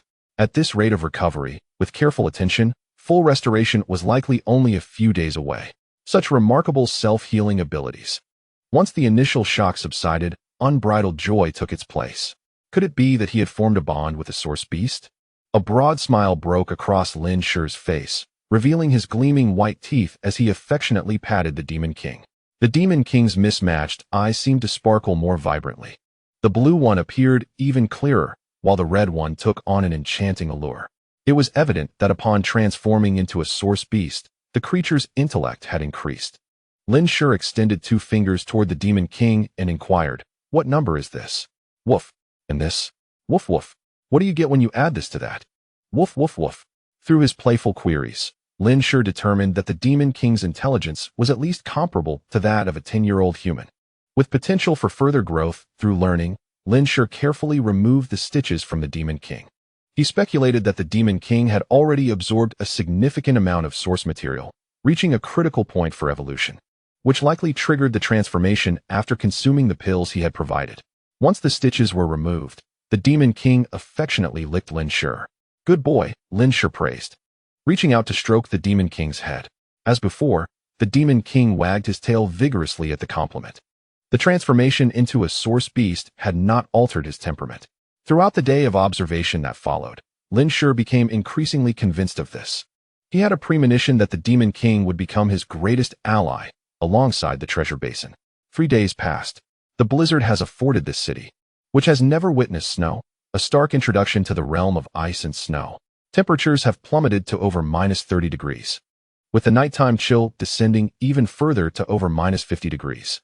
Lin Shi, in a past life, never ventured to Shushi, yet recalls that the temperature in Sanyuan City on the 4th day was over -50 degrees, with nighttime lows reaching -80 degrees. At this juncture in the north, the temperature has likely dipped to around -70 or even -90 degrees. Had Lin Shi spent this lifetime in Sanyuan City, he would find that the current daytime temperature has fallen to over -60 degrees, with nighttime lows plunging to -80 or even -90 degrees. In the northern regions, should one traverse with a thermal imaging device, they would observe that the surviving life forms have dwindled to a mere handful. The cities near the Arctic no longer bear any signs of life. This latest frigid apocalypse is, astonishingly, colder than the last. During these recent days, Lin Shi has remained in a safe house, indulging in feasts and cultivating health practices alongside the Demon King. Outside, the temperature hovers over -30 degrees, while indoors, with the warmth of a heater, it is a balmy over 20 degrees. Other survivors, clad in every wearable garment, curtains, and bed linens, still find themselves unable to fend off the biting cold. In contrast, Lin Shi lounges in the safe house donned only in a short-sleeved shirt and shorts, sweating profusely from his health regimen, occasionally enjoying a refreshing glass of freshly squeezed juice. The relentless blizzards have left some who once took pride in residing in high-rise buildings lamenting their past choices, especially after the storm shattered their glass windows and sliding doors. Cold winds seep through every crevice, leaving the entire suite in disarray. With no electricity and frozen water pipes, survivors are forced to collect snow in basins and buckets to melt for use. After many plastic containers succumbed to the cold, they finally recalled the stainless steel basins stored away for emergencies. Once the natural gas supply was cut off, those without gas could only despairingly consume raw food while awaiting rescue. However, Lin Shi's situation is fortunate. He had sealed the well in advance, and all water pipes extend from underground, more than 6 meters deep, thus avoiding freezing. Even if the well water were to freeze, he had installed a stainless steel water tank beneath the safe house during its construction, ensuring a continuous supply of water. Each day, Lin Shi enjoys grilling meat, indulging in hot pot, or preparing boiled fish. When boredom strikes, he watches downloaded shows and provides the Demon King with a 9-year compulsory education. Aside from the inability to venture outdoors for leisure and having to shovel snow daily, his existence resembles that of a time before the apocalypse. Conversely, life for the villagers at the foot of the mountain has taken a turn for the worse. After Lin Shi's escape, a dozen lives were claimed by mutated wild boars. The villagers who had not accompanied him discovered, within merely 2 or 3 hours, that the group of dozens had returned with a significant reduction in numbers. Upon hearing the events that transpired on the mountain and the subsequent loss of their steadfast village chief, the villagers were thrown into disarray. Some wept bitterly. Others sought assistance from the local security personnel, while a few prepared to arm themselves and ascend the mountains in desperation, creating a chaotic scene. Shortly thereafter, a fierce snowstorm descended upon them. Though a mountain village, the residents of Shashi, having lived there for decades, possessed little experience in withstanding such cold. The windows of the self-built homes were far less insulated than the soundproof glass found in urban areas. On that first night, the abrupt temperature drop, compounded by the relentless winds of the blizzard, shattered most of the glass in the village. Fortunately, the villagers had a stockpile of timber, allowing them to make hurried repairs through the night, barely enduring the storm. However, by the morning after, 1/3 of the villagers had fallen ill with fevers. The windows, though patched with wood, still let in the chilling drafts. Most villagers were forced to relocate their beds to windowless rooms or the ground floor hall. Yet, unlike their urban counterparts, many households in the village relied on gas canisters or continued to cook over open fires. And they had the habit of keeping candles and flashlights on hand. Thus, mealtimes and lighting were not major concerns. However, as the blizzard persisted for several days, many ailing villagers could no longer endure. A number of the elderly quietly departed this life amidst the howling winds of the storm. On that fateful morning, those who awoke from their slumber discovered that the relentless blizzard had finally ceased. Even the long-missed sun re-emerged into their view. Chapter 64, The Return of Sunshine. Witnessing the sun illuminate the earth once more, the surviving villagers rejoiced, believing the nightmare was finally at an end. Yet, it soon became apparent that the sun no longer radiated the same warmth and brilliance as before. Even standing beneath its rays, they felt little comfort. Furthermore, those residing on the ground floor, unprotected from the wind and snow, quickly found themselves unable to push open their doors. The continuous snowfall had accumulated over 1 meter deep across the entirety of Shashi. Those with windows could only crawl through them to clear the snow from their doorways, while those without resorted to finding a way down from the second floor. However, this posed no challenge for Lin Shi. When designing the safe house, he had drawn upon the experiences of his past life and installed inward opening doors. Regardless of the snow's depth outside, the doors could still be opened, provided the snow was cleared regularly to avoid being trapped inside. At that moment, the door of the safe house swung open, and Lin Shi along with the demon emerged. The demon's injuries had healed, the once bloody wounds now transformed into a tapestry of soft pink scars. The fur that had been shaved off had begun to regrow, and within just a few days, a fine layer of fuzz adorned its body. Yet, the outdoor temperatures remained too frigid. Thus it donned the unappealing attire that Lin Shi had personally modified. Lin Shi, on the other hand, was clad in a waterproof and cold-resistant jacket, beneath which he wore thermal underwear and a high-neck fleece pullover designed to maintain warmth. The footwear was a pair of anti-slip snow boots, while his hands were clad in insulated, waterproof gloves. A windproof hat adorned his head, and a protective face mask shielded his visage. Finally, He donned a pair of ski goggles to guard his eyes from the blinding reflections of sunlight on the snow. One could say he was fully equipped for the winter. Lin Shi retrieved a set of skiing gear from his space, strapped on his skis, and, once prepared, called out to the eager Demon King beside him. "Let us embark. Do not run too fast, and be mindful of the turns." Upon hearing the word embark, the Demon King bolted away, sprinting across the snow like a wild stallion set free. Lin Shi chuckled helplessly and pursued him. The duo swiftly descended the mountain. After reaching the bottom, Lin Shi stowed away his skis and, with the Demon King, trudged toward the city, each step alternating between deep and shallow in the snow. Along the way, many individuals, bundled in layers of clothing, emerged from their homes, clearly adorned in every wearable item they could find. In comparison, Lin Shi appeared rather lightly dressed. Yet, the question of who was warmer was answered by the sight of those with lips turned purple and faces and hands flushed red from the cold. A young man, noticing Lin Shi's attire, called out with envy, "Hey, you there with the dog?" Seeing that Lin Shi seemed not to hear him, the young man hurriedly made his way over, stumbling in the snow but quickly regaining his footing to approach Lin Shi. It was only when he caught up that Lin Shi paused, turning to regard the young man, whose face was flushed from the chill, with a cold gaze. "I am Qian Liang. What is your surname, elder brother?" he inquired, brushing the snow off his clothes with a fawning expression. Lin Shi responded succinctly, "Speak plainly." Qian Liang scrutinized Lin Shi's outfit, his eyes betraying an unabashed envy. "I merely wish to ask where you purchased that ensemble. I too desire a set." "In the city mall," Lin Shi replied tersely, and then proceeded to walk away. Hey, elder brother, wait." Qian Liang followed, inquiring as he walked. "How much does a complete set cost? Do you have an extra at home that you could lend me?" Lin Shi frowned, shooting Qian Liang a frosty glare. "Buy your own. Do not follow me, or I shall not be so courteous." The Demon King also halted, casting a menacing look at Qian Liang, emitting a low growl as a warning. Frightened, Qian Liang glanced at the imposing figure of the Demon King, larger than any dog he had ever seen. All right. Take care, elder brother." As Lin Shi walked away, Qian Liang spat in disdain at Lin Shi's retreating figure, muttering, "Humph, relying on a dog for bravado. What is so impressive about that?" At that moment, a middle-aged man clad in a down jacket passed by Qian Liang. The young man immediately approached him, saying, "Excuse me. Sir, where did you get that jacket?" "Scram," was the curt reply. A few days prior, when he had ventured out, some stores were still operating despite the power outages. Today, however, all semblance of commerce had vanished. After enduring several days of nightmarish upheaval, people have finally come to the realization that without fervently gathering food and warm supplies, survival is impossible. Along the streets, numerous individuals wield various tools and weapons, vandalizing shops.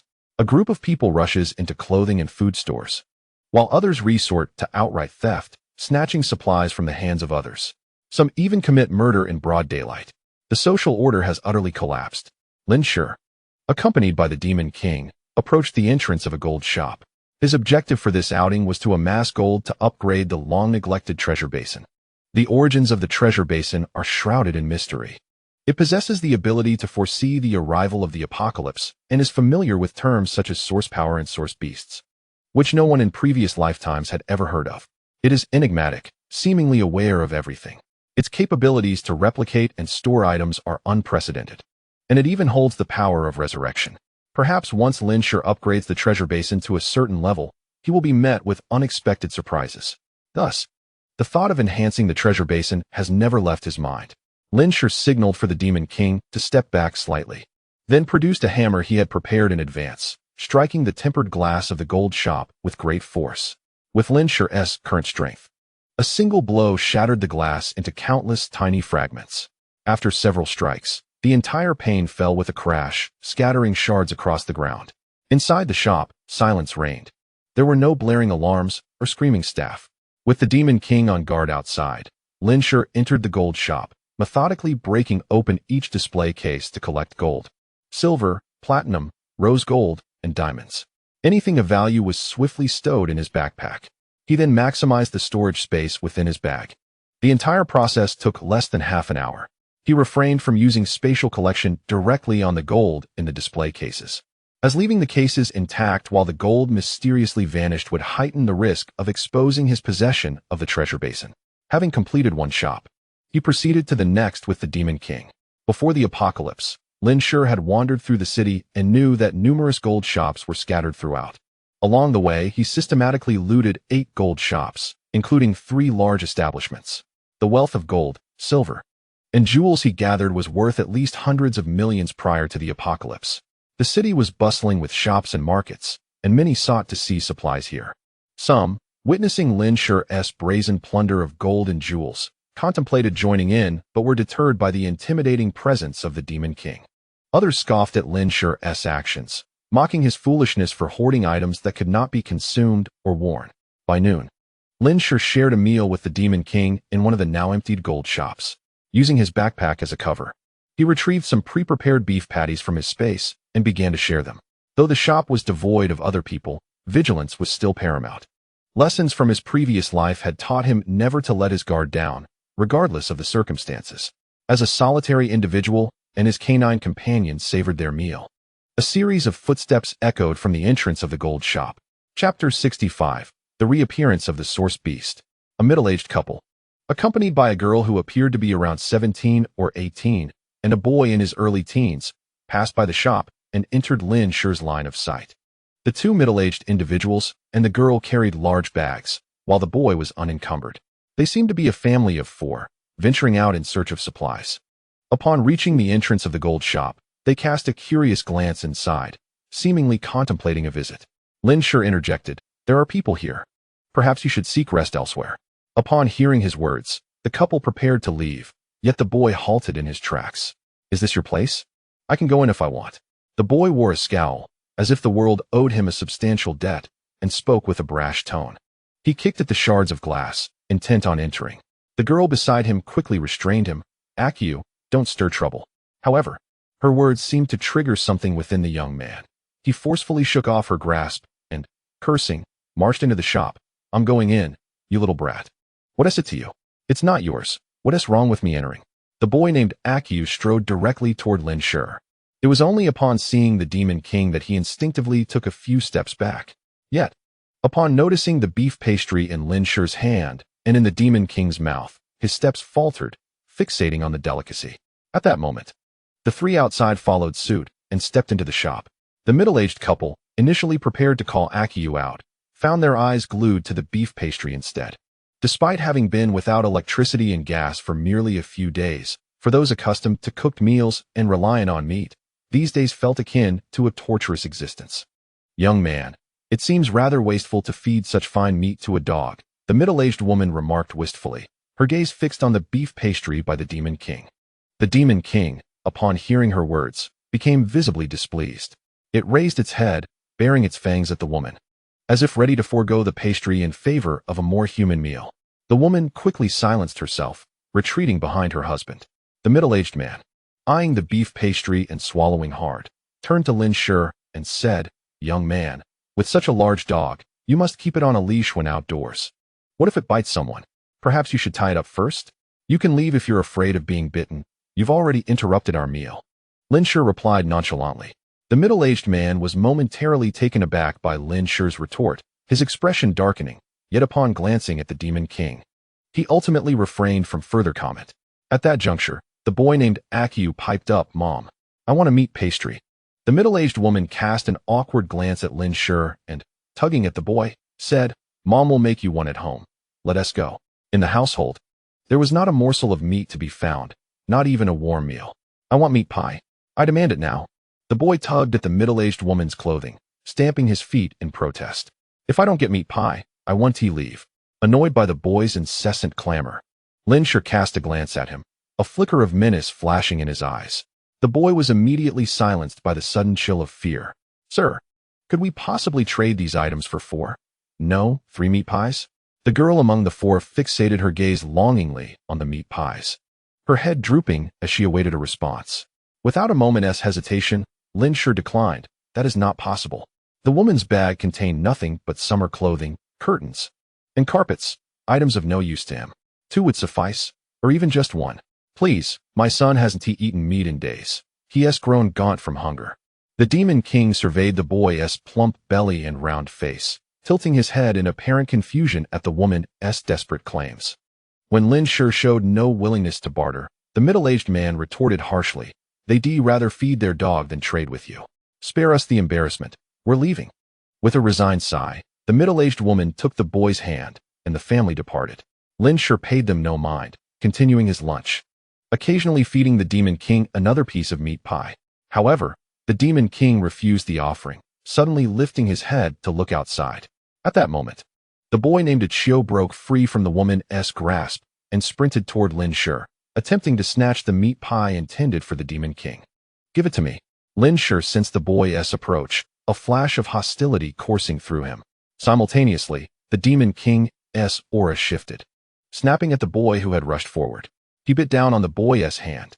A simultaneous scream pierced the air, one from the boy, the other from the middle-aged woman. She rushed forward, cradling the boy, who had fainted from the pain, desperately calling his name. The Demon King spat out the bloodied hand, as if discarding something foul. Outside, the sounds of chaos began to emerge. Lin Shi prepared to investigate the commotion. "Stop right there." The middle-aged man glared at Lin Shi, demanding, "Your dog has bitten off my son's hand, and you think you can just walk away?" Without turning back, Lin Shi replied, "It is a mercy that my dog did not kill him after he charged at us." He patted the Demon King's head, adding, "Next time, should someone rush in to snatch, feel free to bite them to death." The Demon King obediently nodded, turning to regard the boy, seemingly contemplating whether to finish the job. "Have you no humanity left? Feeding your dog is one thing, but to treat a life so callously," the middle-aged man shouted. Yet he dared not approach to avenge his son. At this moment, piercing screams and frantic footsteps echoed down the street outside. "Help!" A throng of people was fleeing in a frenzy, pursued by a large tabby cat, its black and brown fur reminiscent of a bobcat. The feline's speed was astonishing, and its eyes, filled with a sinister gleam, betrayed none of the usual languor and docility associated with domestic cats. Its sharp claws pierced through anyone they encountered, tearing flesh from their bodies. Once it had brought a victim down, it would viciously rend them to shreds before lunging at its next target, seemingly treating humans as mere prey. After dispatching another unfortunate soul, it leapt with incredible agility, positioning itself before the panicked crowd, mocking their despair. As the cat approached within 100 meters of a nearby shop, Lin Shi received a notification from his treasure interface, detected a first-tier source beast within 100 meters. Another source beast had appeared. Chapter 66. The Demon King battles the tabby cat. Lin Shi's expression hardened. During the last encounter, he had been caught off guard by a sudden alert from the treasure interface and had failed to eliminate the mutated wild boar in time. This time, he would not make the same mistake. At that moment, the Demon King beside him erupted with intense battle fervor, its gaze filled with hostility directed at the mutated tabby cat. It took a few steps back, glancing at Lin Shi, seemingly seeking his approval. "Do you wish to confront that cat?" Lin Shi immediately understood the Demon King's intent. The Demon King nodded, recognizing that a source beast was to be slain. Lin Shi was eager to seize the opportunity to enhance his strength. The Demon King's proactive request to engage was somewhat unexpected, yet it provided a chance for Lin Shi to witness its combat prowess. After all, it mattered little who delivered the fatal blow to the source beast. He inquired, "Do you require assistance?" The Demon King nudged Lin Shi with its head, urging him to step back, signaling that he should refrain from intervening. "Very well, go ahead." With Lin Shi standing by, the Demon King would surely be safe. The Demon King cast a grateful glance at Lin Shi and began to approach the tabby cat. Meanwhile, the mutated feline seemed to sense something, turning its gaze toward the Demon King. Upon spotting it, the cat abandoned its human prey, fixating intently on the approaching figure. Its body arched in warning as it let out a fierce cry, "Meow." The Demon King quickened its pace and lunged forward. Both were source beasts. The Demon King was larger, yet the tabby cat's speed was remarkable. A fierce showdown between cat and dog was imminent. While Lin Shi focused on the impending clash, a family of 3 inside the jewelry store was embroiled in a heated argument. "Hurry, take Chiu to the hospital." The middle-aged woman pressed a cloth against the boy's wound, carefully wrapping his severed arm.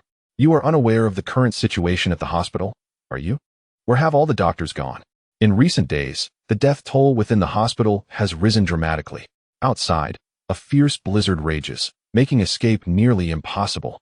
The hospital has devolved into one of the most chaotic places in the city. Just days ago, countless individuals suffering from injuries, frostbite, and fevers rushed to the hospital, only to be trapped there by the storm.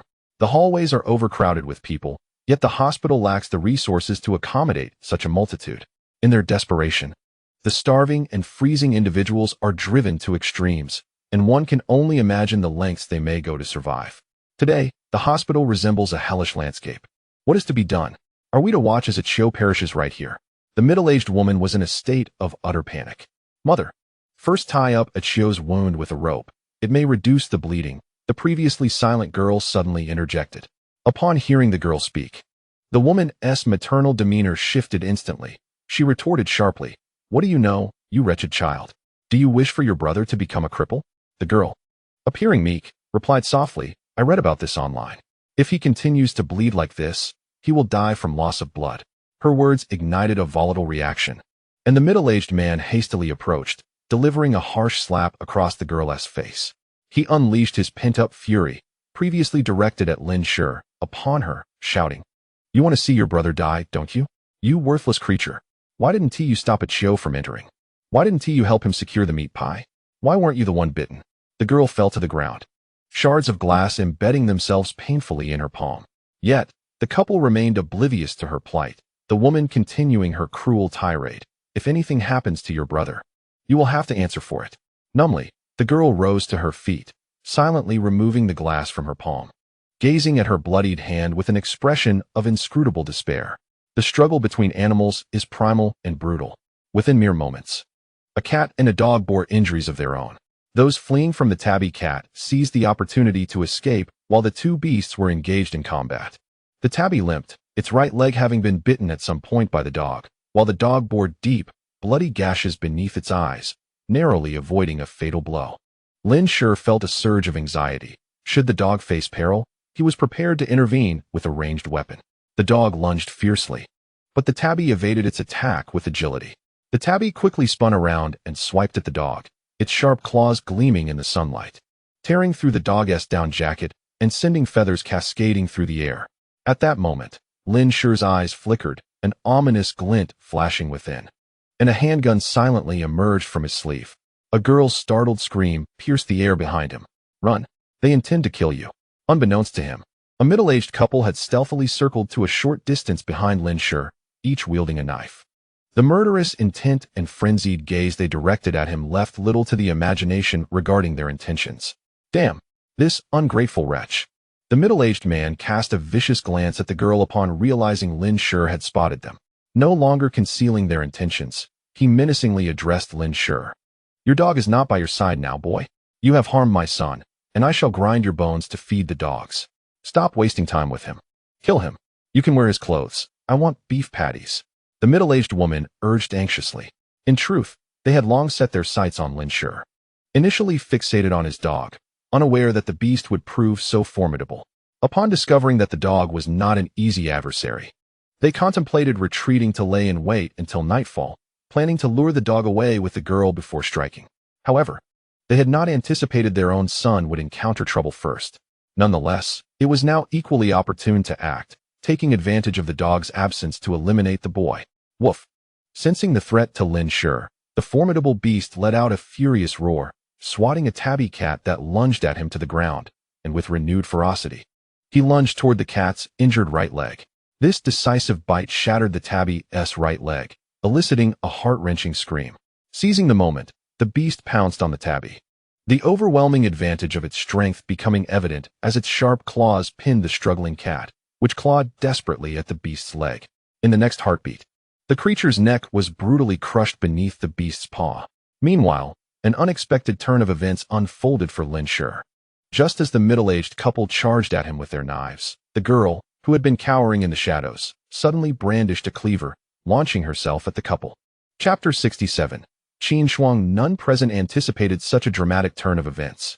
The girl, who had initially seemed the most inconspicuous among the four, timidly refraining from speech, now executed a startling act of bravery. Despite her petite stature, she wielded immense strength, nearly severing the middle-aged man's neck with a single strike. In swift succession, the middle-aged woman was caught off guard and fell to the ground. Lin Shi, witnessing this extraordinary occurrence for the first time, displayed a look of mild astonishment. After dispatching the tabby, the formidable beast quickly returned to Lin Shi's side. Lin Shi affectionately stroked the beast's head in acknowledgement. From his backpack, he retrieved medical supplies, tending to the beast's wounds while casting sidelong glances at the unfolding situation. A middle-aged man had his carotid artery severed and soon succumbed to massive blood loss, his body convulsing and eyes rolling back. Meanwhile, a middle-aged woman continued to struggle for life, wielding a fruit knife and lunging at the girl. The girl managed to evade her, but was nonetheless pierced in the arm, yet her actions did not falter. She retaliated with a strike to the woman's head. Even after the middle-aged woman lay motionless, the girl relentlessly continued her assault. Blood splattered, as if the victims were not her parents but mere cuts of pork. It was only when the bodies were reduced to a gruesome pulp that the girl ceased her onslaught. She stood, knife in hand, approaching the unconscious boy like a specter and whispered, "Let us descend to hell together, dear brother." With that, she brought the blade down upon the powerless boy. Several strikes severed his head from his body. After completing this harrowing act, the girl approached Lin Shi, but midway, she dropped the knife, her demeanor vacant, and implored him, "Please, kill me. Why should I kill you?" Lin Shi responded, bewildered. He took lives only to safeguard himself and his interests. The girl posed no threat. She had not attacked him, nor insulted him, and even warned him of impending danger. Although he sensed the murderous intent behind him, it was evident that she harbored no hostility towards him and had alleviated his trouble. He found no justification to strike her down. The girl's eyes dimmed. "I have murdered my parents, my kin. Am I not a wretch deserving of death?" Lin Shi found her reasoning amusing. "Your actions towards your family are of no consequence to me. Furthermore, some individuals are unworthy of parenthood." In that moment, Lin Shi recalled Lu Xiyue, dark thoughts swirling within him as he patted the Demon King and said, "Let us depart." Upon returning to the tabby cat, Lin Shi and the Demon King encountered those who had fled earlier, now cautiously approaching, yet keeping their distance. The tabby cat lay dead, and the Demon King, the one responsible for its demise, remained unfazed. Ignoring the gazes around him, Lin Shi instructed the Demon King to carry the tabby cat's remains away. Those who had presumed Lin Shi might leave the cat's body behind were met with disappointment, having hoped to scavenge some flesh. However, the remaining severed leg of the tabby cat, bitten off by the Demon King, sparked a frenzy among many seeking to claim whatever scraps they could, for meat is meat. After walking a short distance, Lin Shi halted and called out to a corner behind him, "Come out." A girl, bloodied and cautiously clutching a large bag, emerged from the corner. Indeed, it was the very girl who had just committed familial slaughter. "Why are you following me?" Lin Shi frowned. The girl stepped closer, halting at the sound of the Demon King's threatening growl. "May I accompany you?" "Absolutely not." Lin Shi rejected her without hesitation. His decision to spare her did not equate to acceptance.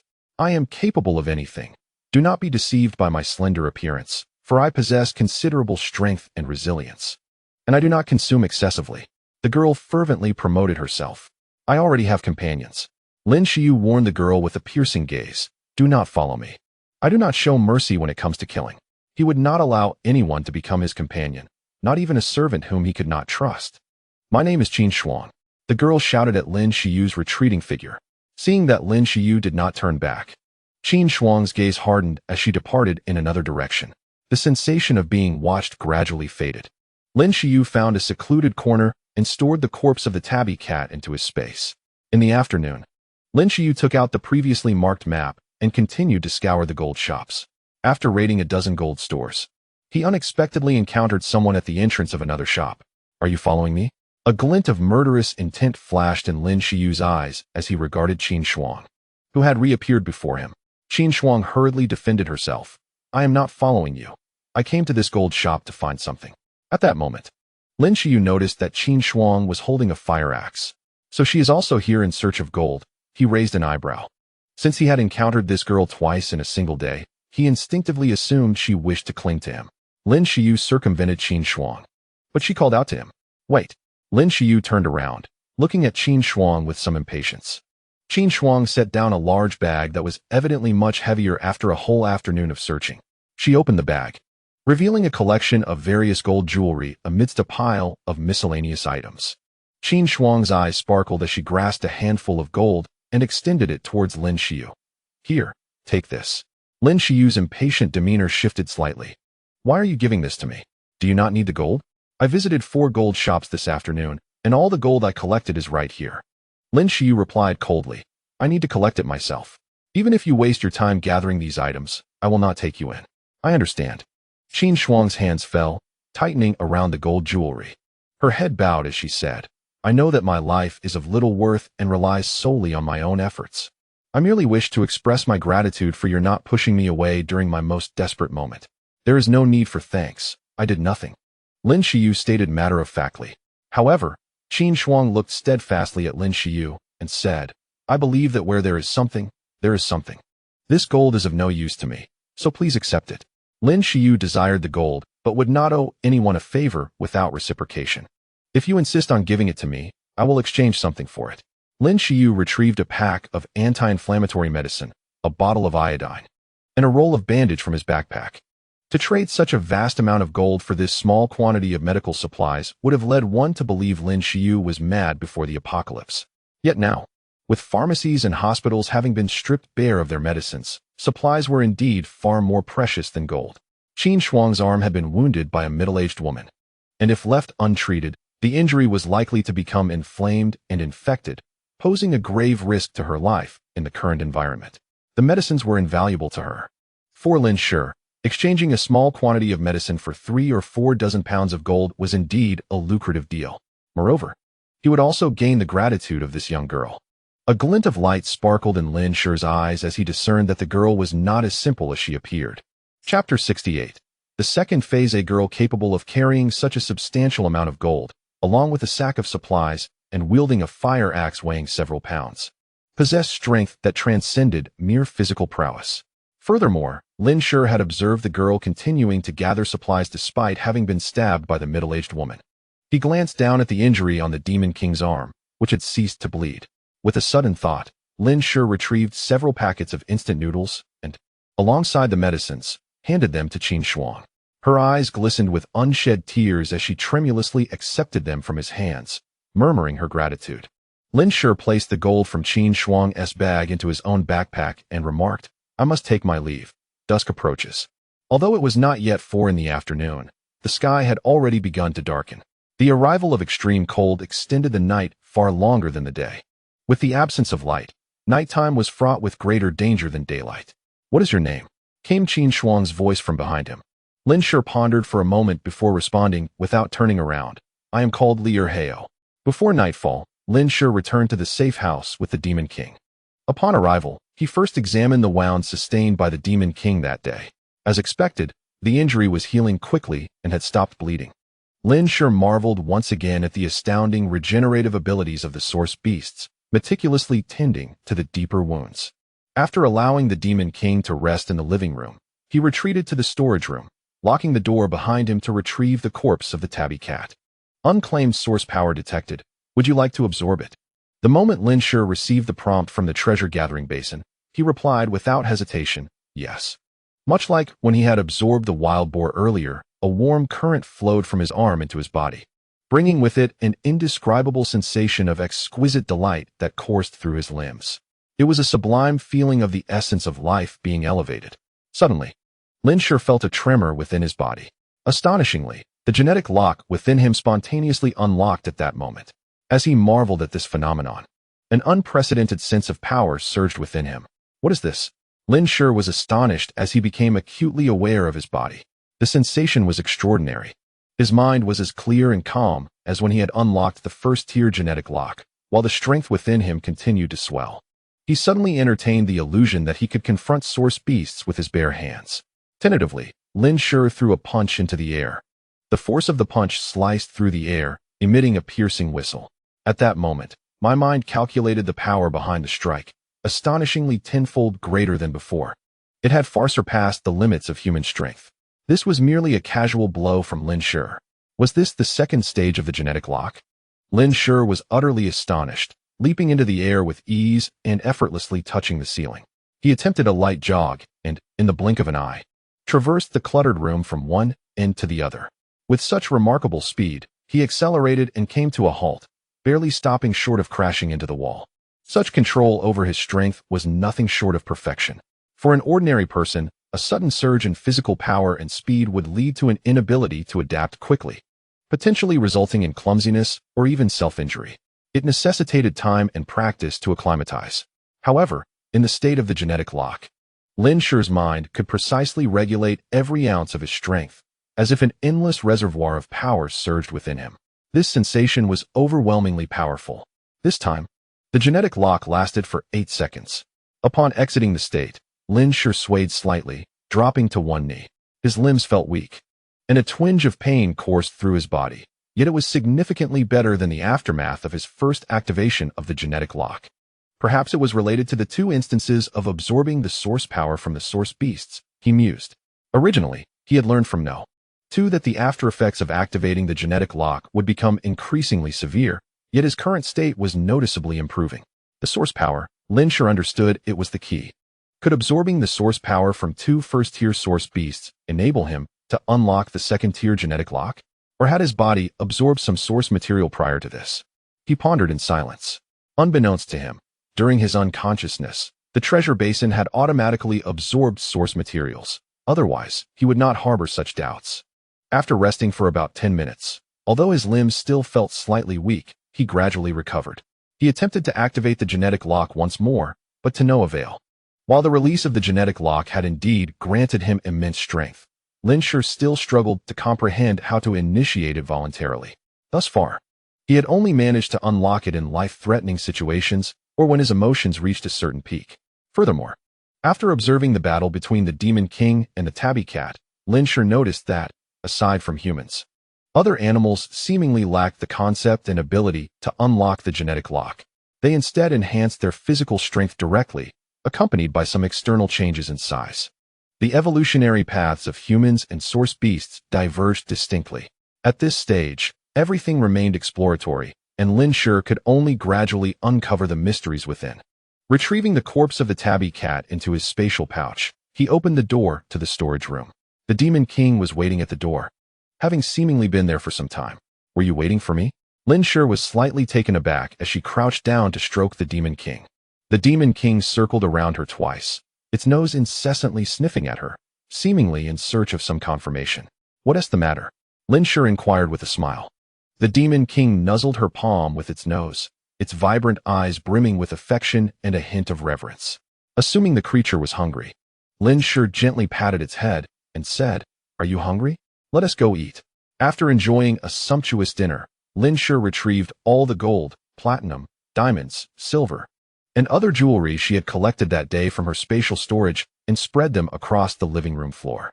The gold alone weighed several hundred kilograms, and combined with the silver, rose gold, and diamond jewelry, the total weight was nearly the same.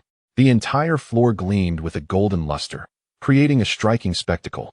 The duplicates could not be utilized for upgrades. These materials held no value aside from their potential for enhancement. Lin Shi glanced at the interface of the treasure pot. Treasure pot. Storage space, 969696. Wealth points required for upgrade, 32,000. Function, item duplication, 21. Wealth points required for next upgrade, 58,500. Crouching down, she placed her hand upon the pile of jewelry, inhaled softly, and declared, "Upgrade item duplication." As her words faded, the interface shimmered with golden light, and a portion of the jewelry immediately vanished. The numbers on the treasure pot interface began to fluctuate rapidly before settling into treasure pot, storage space, 969696. Wealth points required for upgrade, 32,000. Function, item duplication, 45. Wealth points required for next upgrade, 160000. The pattern of item duplication upgrades followed a sequence. The first upgrade yielded 3, the second 6, and the third 12. This was Lin Shi's 4th upgrade, resulting in an increase of 24. Simultaneously, the requirement for precious metals for the next upgrade had escalated. It had been 80,000, which Lin Shi had reduced to 58,000 by allowing the excess gold to be consumed by the item duplication. Now, it had surged to 160,000 wealth points, equivalent to 160 kilograms of gold. Rose gold and platinum could also be consumed, but none reached the 1G to 1 wealth point ratio of gold. Silver required 100G to be converted into a single wealth point. As for diamonds, the treasure pot seemed to disregard these exorbitantly priced stones. Perhaps only precious metals could be absorbed by the treasure pot? Lin Shi dismissed these thoughts and continued with the item duplication upgrades. Fifth upgrade. Item duplication count reached 48. The next upgrade required 320,000 wealth points. Sixth upgrade. Item duplication count reached 96. The next upgrade required 640,000 wealth points. Lin Shi glanced at the floor, now significantly diminished in gold and silver ornaments. According to the pattern of upgrades, the next enhancement will require over 1 million financial points. The current wealth in gold and silver appears insufficient. He silently recited the upgrade command once more. This time, the number of item duplication instances increased by a substantial 192.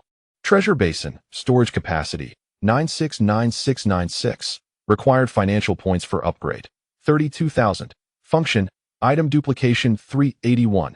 Financial points required for upgrade, 24 million, after a rough estimation. Lin Shi concluded that the remaining gold and jewelry could be exchanged for approximately 400,000 to 500,000 financial points. Indeed, he was still far from achieving the next level of item duplication. Lin Shi opted to upgrade the storage capacity instead. After 5 previous enhancements, the space had reached its current size. The gold required for the space upgrade was significantly less than that for item duplication. He calculated that with 4 or 5 more upgrades, the storage capacity would suffice, eliminating the need for future enhancements. Upgrade the storage space entirely, Lin Shi declared decisively.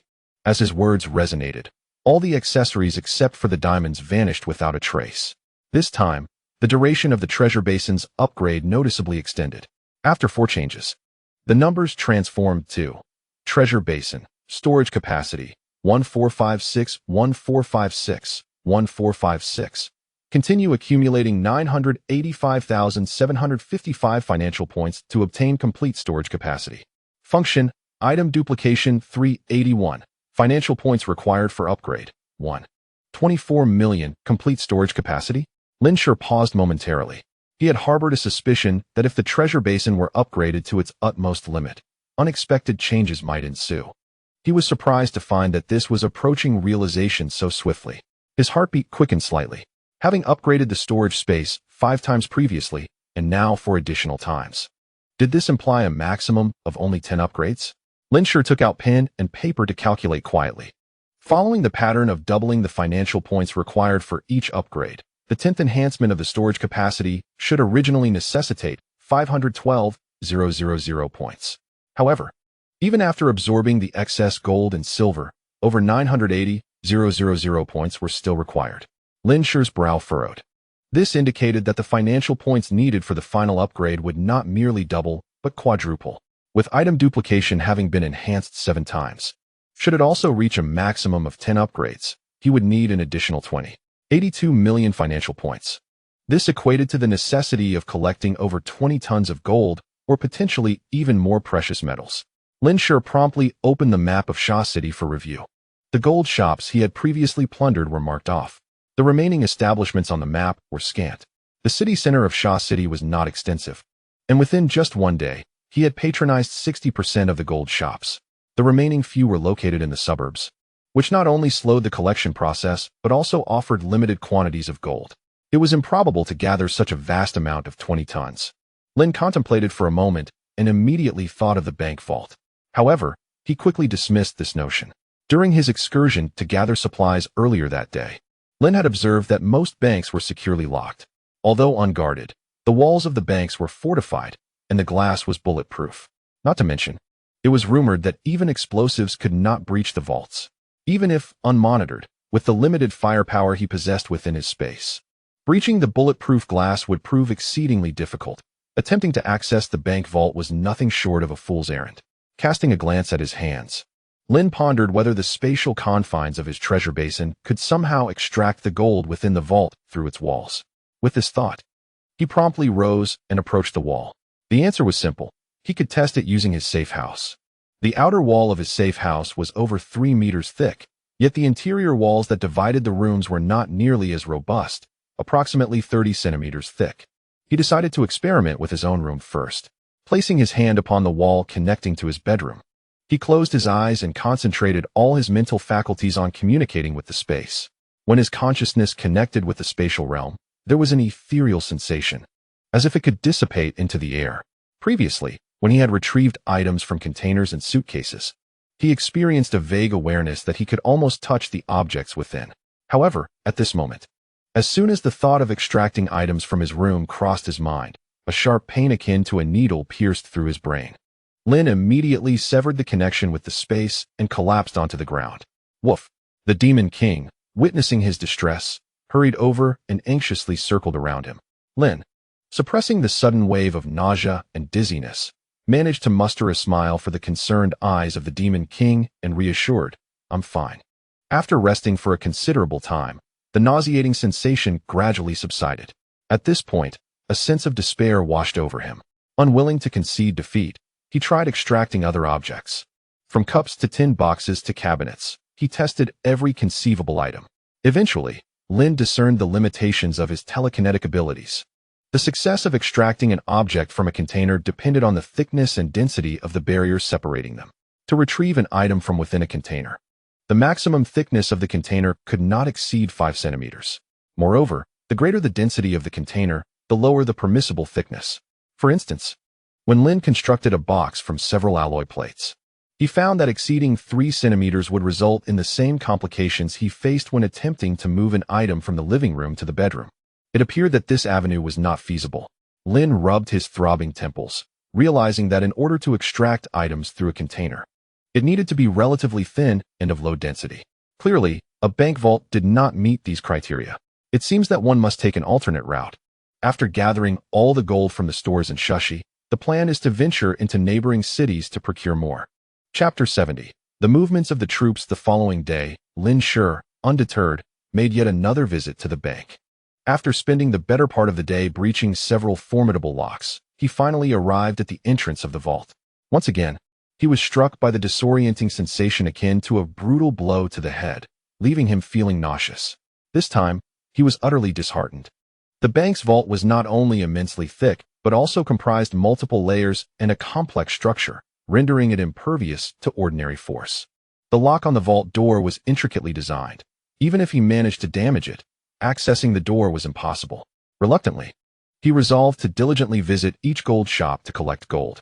On this day, Lin Shi scoured all the remaining gold shops in the city, managing to amass less than a few dozen kilograms of gold along with other assorted jewelry, far less than he had anticipated.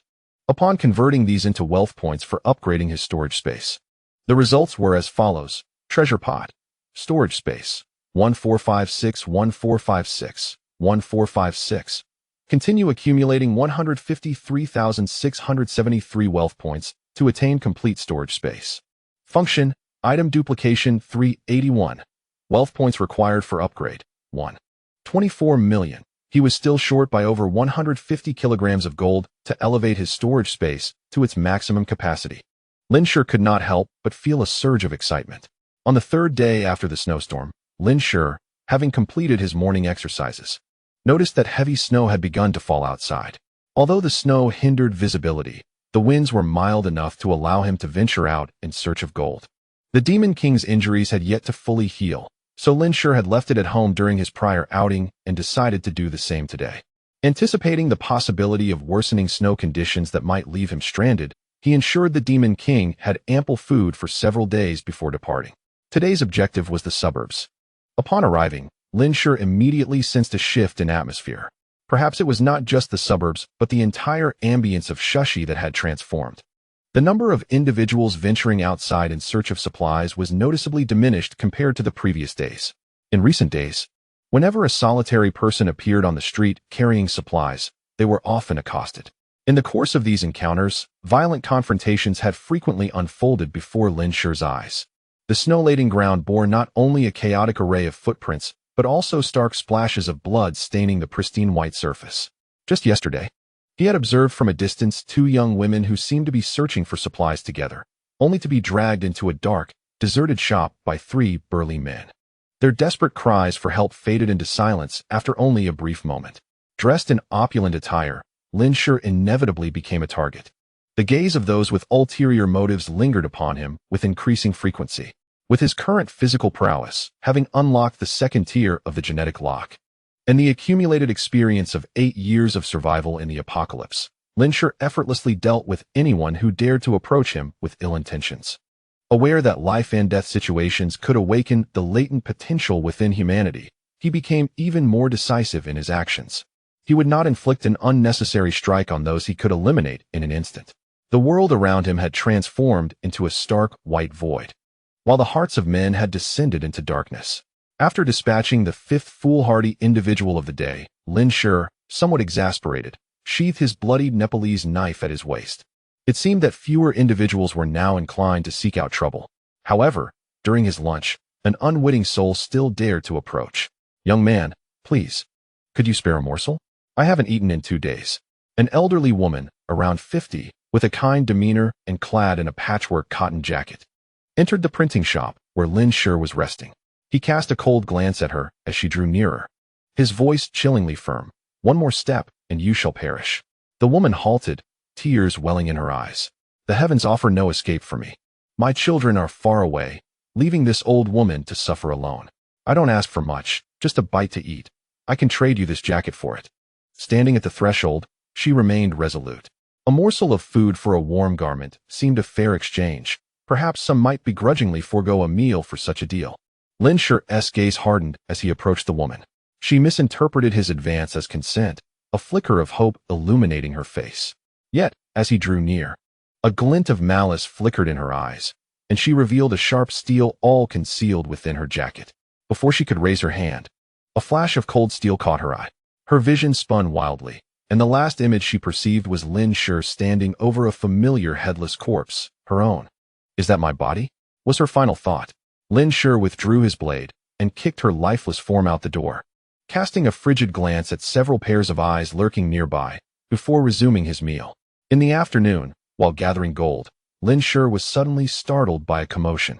The disturbance did not arise from his immediate vicinity, but emanated from some high-rise apartments. "Soldiers, I'm here. The troops have arrived. We are saved. Soldier, please help me. I haven't eaten in 3 days." In recent days, despairing cries had often echoed through the apartment complex, lamenting the absence of the military and the lack of rescue.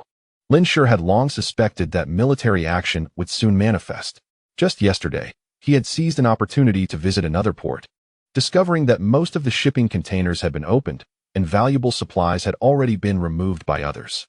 Reflecting on the encounter with the military, Lin Shi harbored no doubts that the soldiers must have received orders to expedite the gathering of supplies in these recent days. This decision was prudent. Without provisions to pacify the populace, even if the military managed to maintain order in the city, the survivors, on the brink of starvation and freezing, would remain discontented. Driven by cold and hunger, they might even oppose the military, inciting riots and unrest. This also indicated that the highest commander of the military in Shi was not a person of outdated thinking. Indeed, the military had finally taken action. Troops, fully armed and equipped with real weapons, appeared throughout Shi. To the disappointment of the survivors, these soldiers did not bear the coveted supplies they longed for. Instead, they carried sheets of paper resembling flyers. These soldiers, seemingly oblivious to the corpses strewn across the streets, engaged in what resembled the distribution of advertisements from a bygone era. They affixed these papers to conspicuous locations throughout the city. Some soldiers even handed the flyers directly to individuals. Lin Shi received one such flyer, which appeared to be handwritten, or perhaps a notification. Chapter 71. Complete storage space. He scrutinized the flyer intently. In recent days, abnormal weather has occurred, and communication with other cities has been severed. Under special circumstances, this military unit will implement the following measures in response to the extreme weather. Notification 1. Beginning tomorrow, citizens, except during blizzards, make queue outside the Shanghai apartments in the eastern suburbs with identification to register personal information and receive a week's worth of survival supplies. Those with elderly or young children may present identification verification for them to collect supplies on their behalf. Any fraudulent claims or excessive collections will result in the confiscation of supplies and a permanent loss of eligibility to receive them. Notification 2. The military will construct shelters in the eastern suburbs of Shi. All participants in the construction of shelters for a minimum of 100 days will be granted residency within a shelter. Participants will additionally receive 2 extra work meals daily and a set of cold weather clothing each month. Requirements: ages 16 to 45, physically fit, and free from chronic illnesses. Individuals with special talents will be given priority. Notification 3. Due to the need for shelter construction, those who submit various building materials will earn contribution points based on the quantity submitted. Accumulating 500 contribution points will grant residency in a shelter. Contribution points can be redeemed for supplies, with details to be posted outside the Shanghai apartments in the eastern suburbs.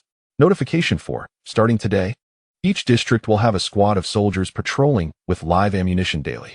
Citizens are prohibited from engaging in theft of supplies, murder, or acts of violence against women. Any such incidents will result in immediate execution. Following this, there was a lengthy section of official language, which Lin Shi skimmed through. His earlier predictions proved accurate. The eastern suburbs had indeed caught the attention of the authorities. He had noticed the importance of this area when Liao Peng was tasked with scouting land.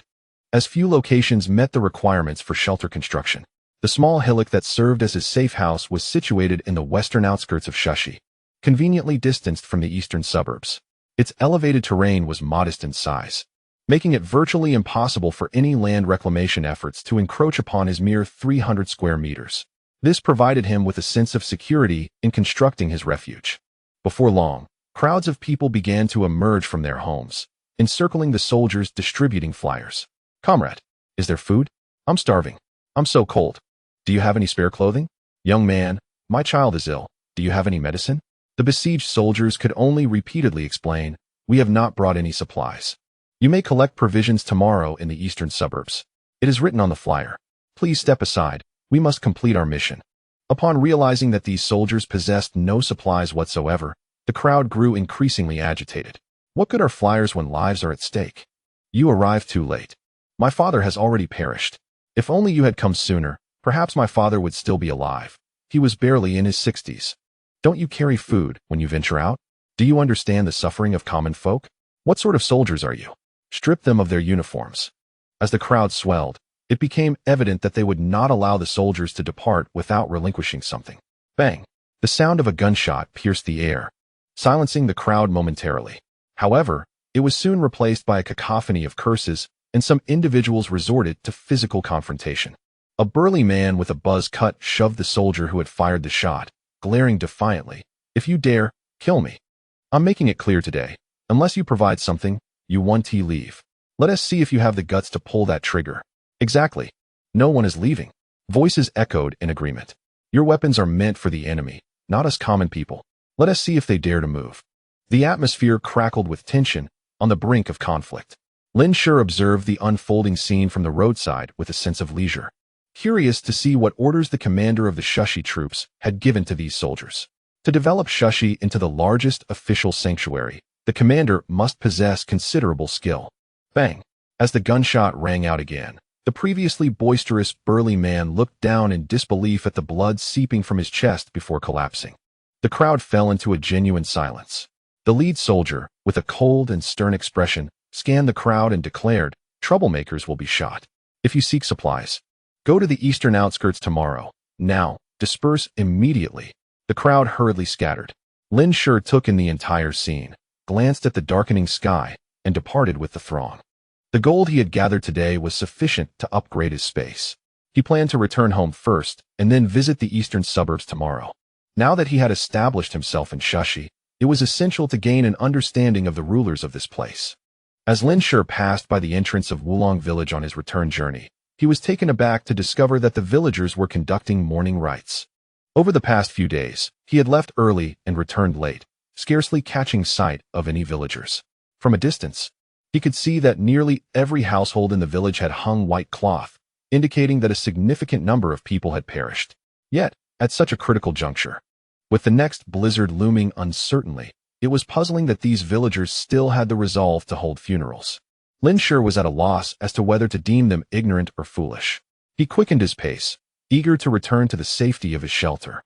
After greeting the Demon King, he produced the gold and other precious metals he had collected that day. A mixture of anxiety, excitement, and trepidation welled up within him. But above all, there was an overwhelming sense of anticipation. Taking a deep breath, Lin Shi whispered, "Upgrade storage space." The golden ornaments in his hands vanished, leaving only a fraction behind. Suddenly, a brilliant golden light emanated from his brow. The interface of the treasure basin danced before his eyes, flickering chaotically. Lin Shi's pupils constricted as he intently observed the unfolding changes. The last time the treasure basin's interface exhibited such dramatic fluctuations was during the absorption of the second ancient coin. His heart raced uncontrollably. The Demon King stood by, utterly mesmerized. Although accustomed to Lin Shi's spontaneous transformations, witnessing such radiant phenomena was a first in its lifetime. The Demon King gaped, oblivious to the drool pooling at its feet, its eyes reflecting an unmistakable admiration for Lin Shi. After a considerable pause, the treasure basin interface reappeared before him. Treasure basin. Storage space. Complete. The volume of space can expand with the user's internal source power. Capable of storing living beings. Function. Item duplication 381. Funds required for upgrade. 1, 240, 000. Capable of storing living beings. Lin Shi swiftly scanned the preceding text. His gaze fixated on the 5 words that indicated the ability to store living beings. He understood the implications of those words. Hastily, he focused his mind to examine the space. Before his eyes, the entire area had expanded to an infinite expanse, rendering the items within almost insignificant. Previously, the nearly 10,000 containers of supplies he had collected at the port occupied a third of the entire space. After upgrading 4 times yesterday, those supplies now merely occupied a tiny corner of the space. However, now, the entire area seemed to have been divided by some unseen force. One side remained a vast vacuum, while the other revealed a stretch of land the size of a football field. Chapter 72. Experimental Space. The newly emerged land within the space was barren, resembling desolate terrain, with only a layer of grayish-black soil as far as the eye could see. Lin Shi immediately felt the urge to experiment. He certainly would not dare to test the Demon King, for the Demon King had already become his ally. Any misstep would undoubtedly lead to regret. Lin Shi stepped out of the safe house, casting a glance around. The vast expanse of white snow seemed devoid of any other living beings. His gaze soon fell upon the villagers below, in Wulong village. Wang Liang, with a somber expression, navigated through the homes of the villagers. Uncle Wang, the world outside has descended into chaos. Do you think we could postpone the funerals for the elders? Or at least simplify the arrangements? Wang Liang ventured into one villager's home. The man addressed, as Uncle Wang responded with irritation, postpone to when? We cannot predict when another blizzard might strike, leaving my father cooped up in the house for 10 days or more. That is out of the question. When someone dies, they must be laid to rest, and with so many elders passing, holding just one funeral is already quite simple. What more do you want? Wang Liang, exasperated, retorted. A person has died, but we who remain must continue living, right? We cannot let the dead obstruct the lives of the living. How much did my father do for this village while he was alive? Liangzi, the village head, often reminded us that one should not be selfish. We are a community, bound together in both prosperity and adversity. Do you wish for my father's body to be left to rot in the wilderness? Spare me your heartless rhetoric. After visiting over a dozen households, Wang Liang received nearly identical responses. Cursing under his breath, he left with a grim expression. The village head had long intended to groom Wang Liang as his successor. Given a few more years, once the village head had passed on, he would undoubtedly become the next leader. However, with the sudden death of the village head, Wang Liang had yet to establish any authority, and the villagers simply would not heed him. They insisted on conducting funerals for the deceased in the village. In recent days, nearly every household in the village had suffered a loss. Unlike the isolated lives in urban neighborhoods, the villagers had been united through the village head's years of efforts. Faced with the sudden loss of so many friends and family, when one suggested that they adhere to the old customs for the funerals, the other villagers unanimously agreed. Situated in a suburban area near the mountains, the villagers had reserves of food and practiced drying vegetables and curing meats, thus avoiding the chaos that plagued the cities outside. Yet, Wang Liang had ventured out and witnessed the horrific acts of looting and violence committed by those desperate for food and clothing. If they did not devise a strategy soon, once their supplies were exhausted, they would be no different from the others outside. This urgency fueled Wang Liang's distress. At that moment, he felt a profound sense of clarity amidst the collective delusion around him. He suddenly realized that the village head's ideology was ill-suited for the current situation. Angrily stepping out of Uncle Wang's home, he kicked the snow at the foot of the mountain, cursing, "It's all that damned bastard on the mountain's fault. One day, I will make him pay." Wang Liang unleashed a torrent of profanities, cursing Lin Shi's ancestors in a fit of rage, as if this was the only way to relieve his pent-up frustration. Had it not been for Lin Shi, he would have been patiently waiting in the village to inherit the position of village chief. Suddenly, Wang Liang became aware of a shadow behind him. Just as he was about to turn around, a hand landed on his shoulder. Lin Shi had just descended the mountain and spotted a solitary villager. He intended to experiment with the villagers of this community, as their hostility towards him would make the trial more manageable. Coincidentally, Lin Shi overheard Wang Liang's tirade against him. A cold smirk crept across Lin Shi's lips as he placed his hand on Wang Liang's shoulder and focused his thoughts. Wang Liang turned to face Lin Shi, and for a moment, both men were taken aback. Lin Shi pondered why the space was unresponsive, while Wang Liang remarked that the figure before him seemed eerily familiar. Suddenly, terror widened Wang Liang's eyes. Before he could react, Lin Shi struck him with a precise chop, rendering him unconscious. Attempting to communicate with the space again, Lin Shi encountered no barriers this time, and Wang Liang vanished from his grasp. Was it necessary for a living being to lose consciousness before being placed into the space? Lin Shi furrowed his brow, scrutinizing the conditions within the realm. Before him, on the previously barren ground, lay the unconscious form of Wang Liang. With a thought, Lin Shi returned Wang Liang to the snowy landscape, ensuring he was transported to a secluded corner. He seized a handful of snow and stuffed it into Wang Liang's clothing. Before long, Wang Liang awoke, chilled to the bone, and upon seeing Lin Shi, he instinctively sought to scream in terror. Anticipating this, Lin Shi delivered a punch to Wang Liang's mouth, stifling his cries.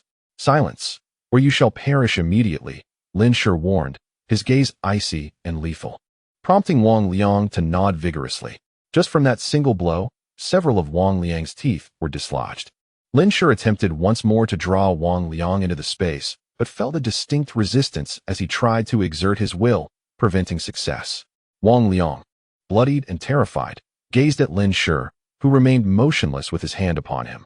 The unknown terror was far more daunting. He had no inkling of Lin Shi's intentions. "Listen to me," Lin Shi commanded, his voice chilling.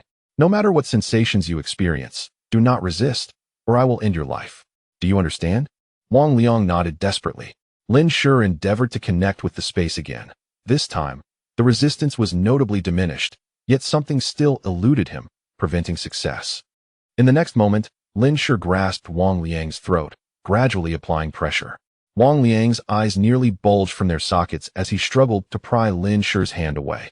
With a swift motion, Lin Shi broke Wang Liang's wrist to quell his thrashing. For his current strength was more than sufficient to snap a man's bones with his bare hands.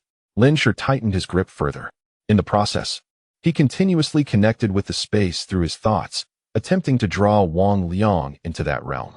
It was not until Wang Liang rolled his eyes that Lin Shi's hand slipped, and he succeeded. Wang Liang was not dead. He had nearly suffocated. Suddenly released from the grip around his neck, he began to cough violently, still disoriented about his surroundings when Lin Shi pulled him from the space once more. Thus, Lin Shi conducted several experiments, ultimately affirming that one could only draw a person into the space when they were devoid of resistance or in a state of weakened will. Additionally, time within this living space flowed normally, allowing individuals to breathe and move. Although the inability to draw a normal human being was somewhat disappointing, it did not deter him from utilizing this ability. The consciousness or mental resilience of animals was, perhaps, less robust than that of humans, making them potentially easier to draw into the space. Lin Shi nurtured a burgeoning idea in his mind, intending to return and test it with the Demon King for confirmation. At that moment, Lin Shi's gaze shifted slightly. Ignoring the already weakened Wang Liang, he inclined his ear to the sounds around him. After listening intently for a while, he lowered himself onto the snow-covered ground, focusing intently. Just seconds later, he stood up with a grave expression. If he had not misheard, there were at least 2 or more beasts or source creatures approaching this way. Given the current environment, the likelihood of encountering source beasts was considerably heightened. Lin Shi cast one last glance at the barely alive Wang Liang and swiftly snapped his neck. In that instant, a flicker of relief crossed Wang Liang's eyes.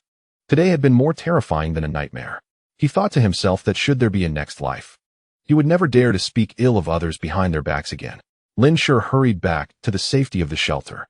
Chapter 73. Lin Shi's ambition. At this moment, dusk was about to descend. The villagers of Wulong village were primarily at home preparing their evening meals. The homes of the living were alight with the smoke of cooking fires. Previously, Liao Peng had counted 96 households in the village, with a total population not exceeding 400. In recent days, nearly half of the villagers had perished. Yet, there remained a significant number of survivors. Due to the ample food supply, the concentration of humans and their scents in the village was notably more pronounced than among those scattered throughout the high-rise buildings. If no source beasts had appeared, the villagers would have lived a bit longer. Unfortunately, perhaps due to the lingering scent of blood, uninvited guests were set to arrive that night. From the vantage point of the safety shelter, as Lin Shi observed 5 extraordinarily large wild boars charging into Wulong village, he knew that this night would be anything but peaceful. The village currently had no evolvers. Even if there were, they could not withstand the source beasts. Upon hearing the anguished cries emanating from Wulong village, Lin Shi could no longer bear to watch. He retreated to the safety of his dwelling and approached the Demon King. Inquiring, "Shall we engage in a game?" He beckoned to the Demon King. "Come, let us play." With a gentle coaxing tone, he continued, "Shortly, I shall take you to a place. I wish for you to explore its allure. Fear not, for I shall return you swiftly." The Demon King tilted its head, pondering the meaning behind Lin Shi's words. Lin Shi placed his hand upon the Demon King's head, forging a connection between consciousness and space. In the blink of an eye, the Demon King appeared bewildered within the spatial terrain. In Lin Shi's mind, he observed the Demon King spring into action, scanning its surroundings with heightened vigilance. Emitting a series of anxious growls, "Woof, woof," Lin Shi promptly extracted the Demon King from the spatial realm. Upon returning to the familiar safety of his abode and seeing Lin Shi, the Demon King's eyes sparkled with excitement, nearly overwhelming its composure. Lin Shi patiently reassured the creature several times, calming it before guiding it back into the spatial domain. This time, the Demon King exhibited less trepidation, frolicking joyfully within the confines of the space. The area was roughly the size of a basketball court, and the Demon King soon encountered an invisible barrier at the boundary. Lin Shi attempted to communicate telepathically. "Demon King, can you hear me?" The Demon King abruptly lifted its head, glancing around the space. Observing the creature's response filled Lin Shi with elation, confirming his hypothesis. He issued another command. "Demon King, try digging." Though puzzled by the absence of his master, yet able to hear his voice, the Demon King obediently began to excavate the ground. Its powerful hind legs swiftly unearthed a pit. Lin Shi then extracted the Demon King from the spatial realm. The creature, still in the act of digging, was abruptly struck by the realization that it had returned home, its expression one of sheer confusion. Upon turning to see Lin Shi, whose smile stretched nearly to his ears, the Demon King's bewilderment deepened. Lin Shi's heart swelled with joy, as his conviction crystallized. Indeed, this treasure trove of a space could house source beasts. Trust in humanity was unreliable. Thus, he resolved to cultivate a mighty army of source beasts in this apocalyptic world. Only then would he have the means to avenge the Shin family. He crouched down, gently patting the Demon King's head, his gaze resolute. "Demon King, we must strive to grow stronger. One day, I shall elevate you to the status of the Source Beast King." The disturbances in Wulong village persisted until the early hours of dawn. Lin Shi ventured outside once more in the middle of the night to assess the situation in the village. The following day, despite the Demon King's wounds having healed, Lin Shi decided to embark on his journey alone. Today, he intended to explore the eastern outskirts. To avoid drawing attention, he donned a rather inconspicuous jacket and masked his face. Retrieving the identification of Li No. 2 from his possession, he tucked it into his pocket. "Yesterday, I came across a flyer that called for survivors to register their information, and I decided to keep it just in case." He had retained the identification of Li Er, not only because Li Er's features were rather ordinary, but also due to the resemblance in the facial contours. Holding onto it might prove useful at some point. To enhance the authenticity of his disguise, Lin Shi meticulously used an electric razor to fashion a hairstyle reminiscent of the cropped cut in Li Er's ID photo. With the mask on, he bore a striking resemblance to the image. If the military personnel were not particularly thorough in their scrutiny, it might evade detection. Satisfied with his reflection, Lin Shi nodded approvingly before leaving ample provisions for the Demon King and descending the mountain. Before heading to the eastern outskirts, Lin Shi first visited Wulong village, where there had been plumes of smoke rising just yesterday. Today the village lay in utter silence. Numerous houses had collapsed, and the interiors were stained with large pools of blood, yet no bodies could be found. It was unnecessary to speculate on the villagers' fate. As for the two wild boars, they were nowhere to be seen. Lin Shi had known from the earlier encounter with the wild boars on the mountain that such creatures were not solitary.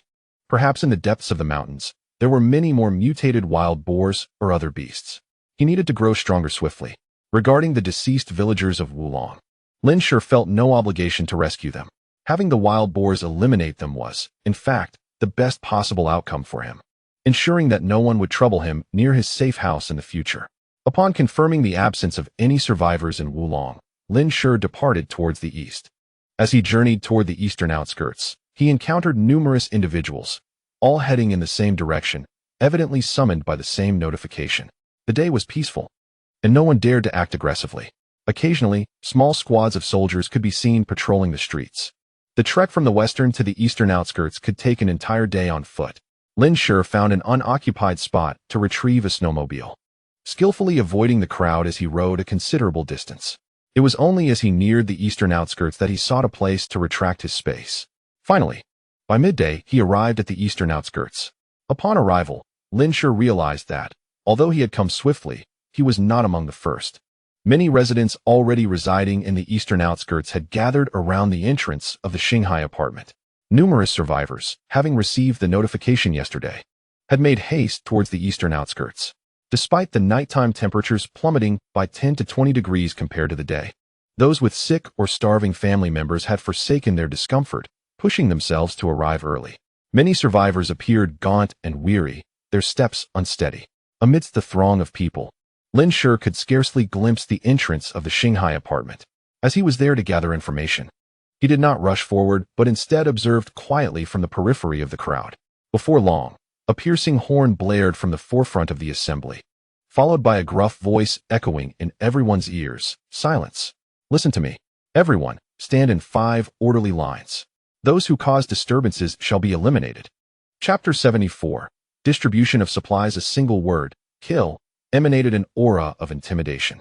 If this was insufficient to instill fear in the survivors, the synchronized sound of soldiers loading their weapons at the apartment entrance finally subdued the raucous crowd. Moments later, a few astute survivors managed to push to the front, forming a line, while others hurriedly joined the queue. Lin Shi found himself at the end of one of the lines. At this juncture, a younger voice replaced the previous speaker through the loudspeaker, sounding far less menacing. Please line up orderly, present your identification, and register your identity to enter the community and collect supplies. One identification card entitles one to a portion of supplies. Family members may collect on behalf of others by presenting household registration or marriage certificates as proof. Those who attempt to claim more than their due will lose their right to permanent supply collection. Please collect rationally. If you have lost your identification, you may register for verification on the right side. During these special times, we must treat potential disturbances with utmost seriousness. Thank you for your understanding. Job applicants, please register for interviews on the left. Lin Shi stood at the back of the crowd, observing. Although the details were obscured, the pace of the line indicated that the scrutiny was not overly stringent. After a while, a commotion erupted at the front. My surname is Chun. What is the issue with my son taking my wife's surname, Huang? Why can't I collect supplies? A man at the forefront shouted passionately. The registrar replied. To collect on behalf of family members, please present your household registration or your wife's identification and marriage certificate. I traveled all the way from the South District, and I didn't bring those documents. Without proof, you can only collect your own supplies. Hey, aren't you supposed to serve the people? What kind of service attitude is this? Do you want me to file a complaint? The man's protests were abruptly silenced when a cold gun barrel pressed against his temple. Do you not understand what he said? Identification is required for proxy collection. Without it, you may only claim your own portion. Now, either collect your own supplies or return home for the documents. Disturbers shall be dealt with severely. The voice belonged to the earlier speaker, now manifesting a robust figure clad in a green military coat. His square jaw and rugged appearance marked by one eye clouded from injury, adding a fierce edge to his otherwise stern visage. The lethal tone of his voice, coupled with the chilling touch of the gun, caused the disruptive man to weaken, collapsing to his knees. Why, yes, yes. The man scrambled to retrieve a token from the registrar, hastily navigating the right-side passage into the apartment. Witnessing this scene, many who harbored similar intentions as the disruptive man reconsidered their thoughts. The line advanced with renewed swiftness. Soon after, Lin Shi observed an individual, previously registered to collect supplies, emerging from the apartment with a large black bag in hand. Instantly, the gaze of those in line shifted towards this person, as if attempting to peer into the depths of the bag to discern its contents. A bold voice from the queue called out, "Brother, what did you get?" However, the individual offered no response, tightening his grip on the bag and hastily departing. As the line progressed, after 3 hours of waiting, Lin Shi found himself near the front, with only a handful of people ahead of him. During this time, he noted that, aside from the stringent verification process for those collecting on behalf of others, personal collection merely required a registration of one's identification information and an inquiry into their pre-apocalyptic occupation before entering the apartment to retrieve supplies. Those whose professions met the criteria for shelter construction were additionally offered an olive branch, directed to another area. Lin Shi was particularly intrigued by a man who stood resolutely before the soldiers. This individual exuded an aura of unyielding authority, his piercing gaze rivaling the intimidation of the armed soldiers before him. Earlier, a soldier had approached this man to report, and Lin Shi vaguely caught the soldier addressing him as Major General Lin. Could this man be the leader of the Shushi military forces? Determined not to attract attention, Lin Shi averted his gaze. Soon enough, it was his turn. He produced the identification card of Li Erheo and presented it to the registrar. The staff member glanced at Lin Shi, recorded his age and gender, and inquired, "What was your occupation prior? Why are you wearing a mask?" Cough, cough. "I've been experiencing a rather severe cough lately, and I fear I might have contracted some flu. Do you have any medication among your supplies?" Lin Shi replied, forcing a few coughs, his voice somewhat hoarse. "I was an accountant before." The registrar cast another look at the identification and Lin Shi before handing back the ID along with a metallic token, instructing, "Take this token inside to collect your supplies." Next, Lin Shi accepted the token and proceeded through the passageway guarded by the soldiers into the apartment. Once inside, he found it impossible to lose his way. Every meter or so, 2 soldiers stood sentinel, creating a formidable barrier. Following the path flanked by these soldiers led directly to the supply collection point. He examined the cold, metallic token in his hand. It was essentially a rectangular piece of metal resembling aluminum alloy, stamped with an emblem of the Qiming national standard. It appeared hastily cut from a larger sheet of aluminum alloy, with jagged edges that could easily inflict a cut if mishandled. The procedure of issuing this token before entering the apartment to collect supplies seemed somewhat superfluous, yet Lin Shi understood the necessity of such measures to ensure order and security. Supplies were directly piled at the entrance, making them susceptible to the harsh elements such as snowstorms or heavy snowfall, rendering transportation and storage exceedingly difficult. Moreover, with a multitude of survivors present, the sight of such resources could incite desperation, leading some to recklessly attempt to seize them. Should the number of those attempting to snatch the supplies increase, it could potentially incite chaos, rendering the apartment entrance nearly indefensible. Presently, this method effectively disperses the crowd and deters those with ill intentions. Should anyone attempt to plunder within the apartment, they would be met with layers of vigilant defense. This approach minimizes the occurrence of unrest and unforeseen incidents, achieving a balance of external vigilance and internal leniency. This was merely what Lin Shi could conceive. Perhaps there were even more reasons beyond his contemplation. As he turned a corner, he encountered an individual returning with supplies. Lin Shi casually glanced at him, finding it oddly familiar. Qian Liang, with a look of wariness, clutched his supplies tightly, fearful that they might vanish at any moment.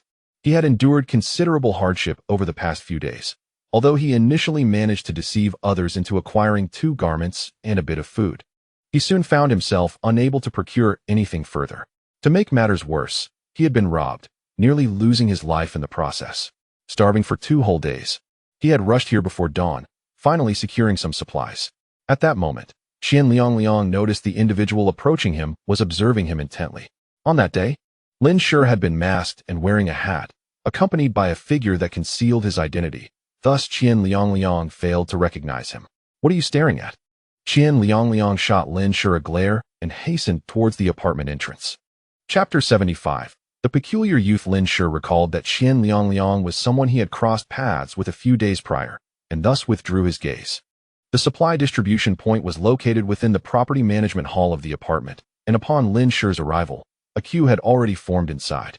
However, the crowd was not nearly as overwhelming as at the entrance. Lin Shi had no choice but to join the line at the back once more. After a while, an older woman maneuvered past him, hastily advancing to the front of the queue, inserting herself with remarkable ease. Immediately, someone voiced their discontent. "Hey, ma'am, why are you cutting in line?" The woman, hands on her hips, retorted with conviction, "I'm an elderly lady with weak legs. After walking for half the day, my legs are sore. You young folks ought to show some courtesy. Don't make a fuss. Did you not see that the soldiers are silent?" The crowd glanced at the expressionless soldiers vigilantly guarding the supplies, and some could only swallow their indignation in silence. Yet, a few were unable to contain their frustration, stating, "Haven't we all walked a long way and queued for a considerable time? Just because you're old doesn't mean you can take advantage of that. You've come this far. Your stamina is no better than ours." The older woman cast a disdainful look at the speaker. "Young man, everyone else has remained silent. Yet you are fixated on this minor issue. Can't you be more broad-minded? Continuing this uproar benefits no one. Stay quiet.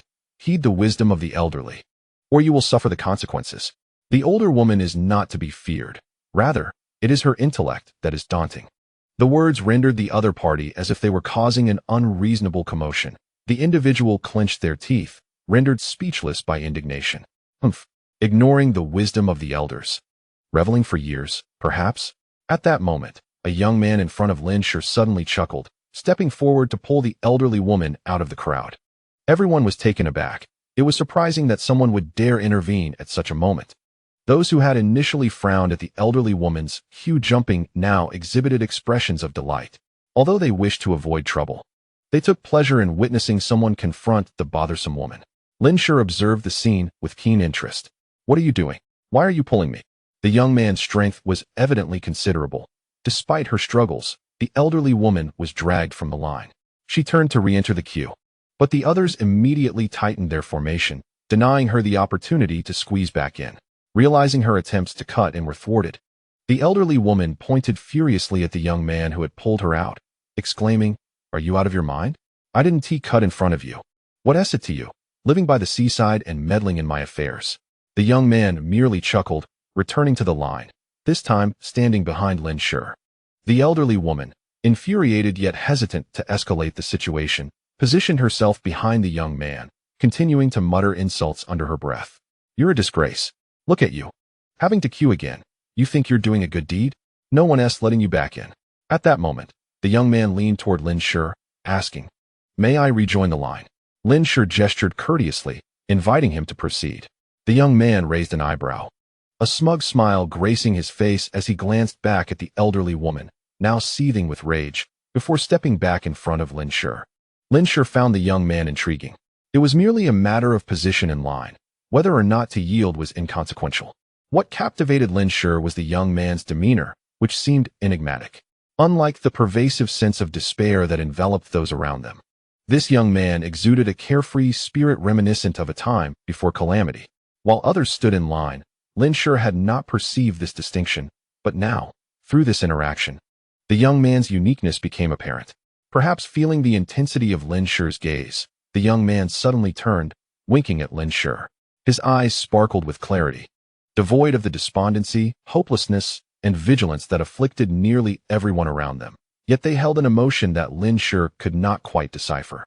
"Thank you," the young man said with a smile. Lin Shi nodded, lowering his gaze to avert further contact. Regardless of how remarkable he appeared, he remained a stranger. After waiting for over half an hour, it was finally Lin Shi's turn to receive supplies. Like the others, he presented his metal token. Upon inspection, the staff retrieved a black bag from the cart behind them, handing it to Lin Shi. The bag was fluffy, weighing approximately a mere dozen pounds. On the other side, a member of the team, upon receiving the supplies, hastily opened the package, exclaiming in frustration as he threw the contents to the ground, cursing, "Is this all we have to sustain ourselves for a week? Are they trying to starve us?" Lin Shi cast a glance at the bag, which contained a few packets of instant noodles, 3 loaves of bread, a single sausage, 2 candles, a box of matches, several packets of cold medicine, and some vegetables and fruits that had already been ruined by frost. Discontented murmurs erupted from the crowd, perhaps due to previous disturbances. Soldiers quickly stepped forward to retrieve the bag, their voices icy as they declared, "If you don't want it, go find something else." These provisions were painstakingly brought back by our men, who risked frostbite in the process. Even the troops from Shushi had not been equipped with adequate clothing to withstand such extreme cold, while they might have collected enough clothing. Items such as waterproof snow boots and gloves were virtually non-existent in Shushi. Over the past few days of gathering and transporting supplies, many soldiers had suffered frostbite or even lost fingers and toes. Everyone was acutely aware of the dire situation outside, and in the end, the irate man could not muster the bravado to refuse the provisions. He snatched his bag back and stormed outside, realizing that having these supplies was fortunate. In a few months, such items would be scarce. Lin Shi mused quietly. He had not yet departed when he noticed a large notice affixed to the wall of the hall. It detailed the exchange rates for supplies and contribution points. Beside it, paper and pens were provided for individuals to copy the information to take with them. Lin Shi also picked up a pen and transcribed the information. 100 kilograms of sand could be exchanged for 5 contribution points, 100 kilograms of cement for 10 contribution points, and 100 kilograms of rebar for 20 contribution points, along with a list of building materials. Below, there were details on undamaged circuit boards, various electrical appliances, automotive parts, and precision components, all available for exchange with contribution points. What was particularly enticing was the detailed list of supplies available for contribution points. Chapter 76, Supply Exchange List. Contribution Point Exchange List. 5 contribution points can be exchanged for 1 packet of instant noodles, 1 loaf of bread, or 1 sausage. 10 contribution points can be exchanged for 5 kilograms of charcoal, 1 liter of diesel, or 1 candle. 20 contribution points can be exchanged for 1 cotton coat, 1 cotton quilt, or 1 5-volt battery. 200 contribution points can be exchanged for 1 military flashlight or a military horn. 500 contribution points can be exchanged for the right to reside in a single-person shelter. 1,000 contribution points may be exchanged for a melee weapon. With the following types available: engineer's shovel, military knife, and bayonet. 2,000 contribution points can be redeemed for a dagger, which possesses power comparable to that of a handgun at a distance of 10 meters. 3,000 contribution points may procure a crossbow or a handgun. 5,000 contribution points can be exchanged for a gene pill that repairs genes and strengthens the body, offering a slight acceleration in the healing of internal and external injuries. 10,000 contribution points may be traded for a gene tablet, which similarly repairs genes and fortifies the physique, while providing a more substantial acceleration in the healing process. The aforementioned supplies can be acquired by survivors willing to invest time and effort into accumulating contribution points. Particularly, certain electronic components can yield dozens of contribution points for a single item. With a stroke of luck, discovering several of these could alleviate one's basic needs. What astonished Lin Shi was the unexpected presence of 2 items that should not have existed: gene tablets and gene pills. A glimmer of intrigue sparkled in Lin Shi's eyes as he recalled the tablets and pills he had obtained from the Shin family. While it was surprising to find such items within the military, it was not entirely implausible. If the Shun family possessed them, it was reasonable to assume that the authorities had developed similar products. In his previous life, Lin Shi had heard rumors of military personnel unlocking gene locks. Yet he never anticipated that the commander of Shushi would present such items as incentives for survivors. Ordinary individuals hold no comprehension of the significance of these pills. Gene repair does indeed have the potential to mend deteriorated genes, but it only benefits those who have unlocked their gene locks. For a typical person, consuming such a pill would yield only a minuscule absorption of source material, resulting in a negligible enhancement of physical strength, far less than what could be achieved through rigorous exercise. Regarding injury repair, Lin Shi acknowledged the existence of this function, but it is only effective in cases of minor wounds. In the event of severe injuries, as experienced by Shin Jinbin, one would require at least 6 pills in a single instance to sustain life, followed by modern medical intervention to effectuate recovery. Now, lacking modern medical facilities, even if one were to consume 10 pills in the case of a grave injury, survival would remain improbable. Thus, this function appears rather trivial.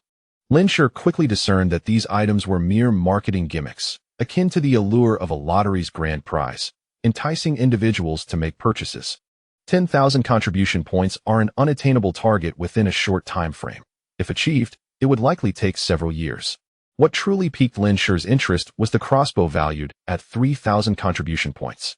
Upon seeing batteries and flashlights, Lin Shi surmised that the Shushi military must have numerous sealed military supplies, either well protected or stored underground, remaining intact despite the electromagnetic storm.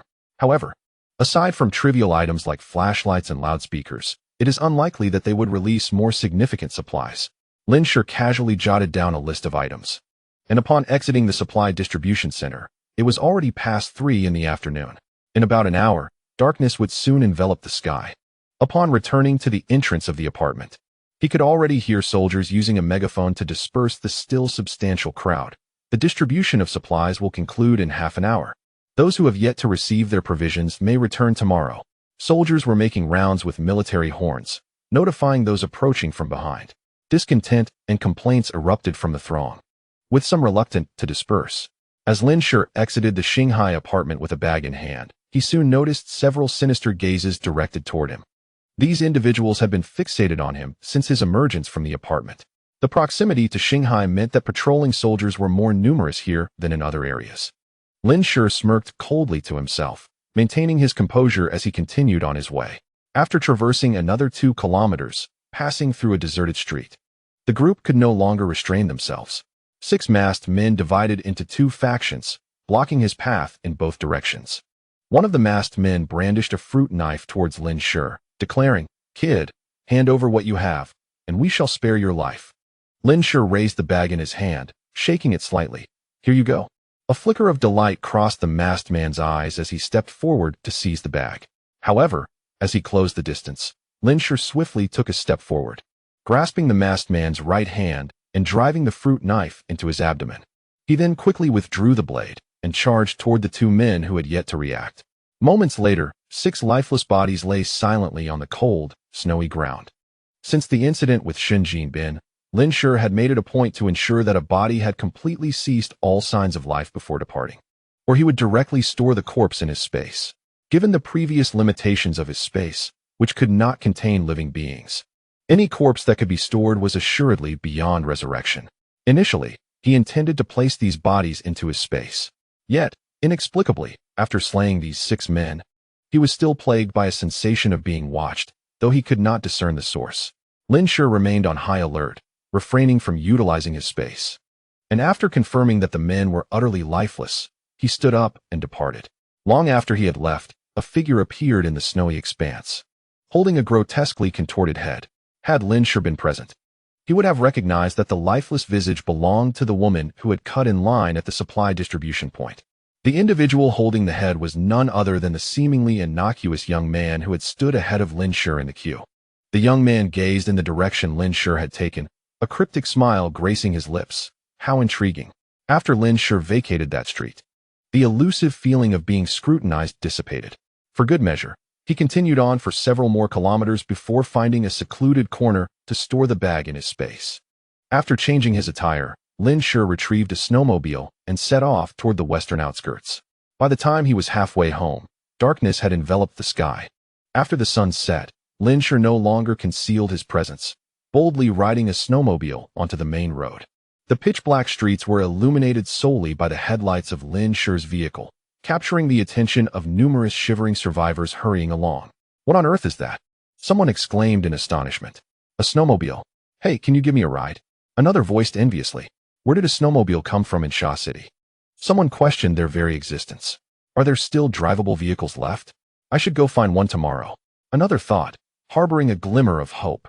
Lin Shi's features remained obscured beneath his goggles and mask, rendering him unrecognizable, while others could only watch with a mix of admiration and envy as he sped away. Upon reaching the western outskirts, Lin Shi stowed the snowmobile in his spatial storage to prevent anyone from tracing him through the tracks left in the snow. After clearing his footprints, he returned to the outskirts of Wulong Village, nearly at 7 in the evening. As he entered the village, an unsettling sensation washed over him.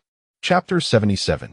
Encountering a source beast since the arrival of the extreme cold, The nights had become eerily silent, devoid of the chirping of insects and the calls of birds, amplifying the already profound quiet. Wulong village was engulfed in a shroud of darkness. The dimly lit entrance to the village loomed like a monstrous maw, seemingly waiting to devour Lin Shi. A sense of danger stirred within him as he gazed into the shadows. Although the village had no surviving inhabitants, the threats of the night typically arose not from humans but from wild beasts and even source beasts, which roamed the mountains in search of sustenance. Being a mountain village, the likelihood of encountering such creatures was inherently greater than in other locales.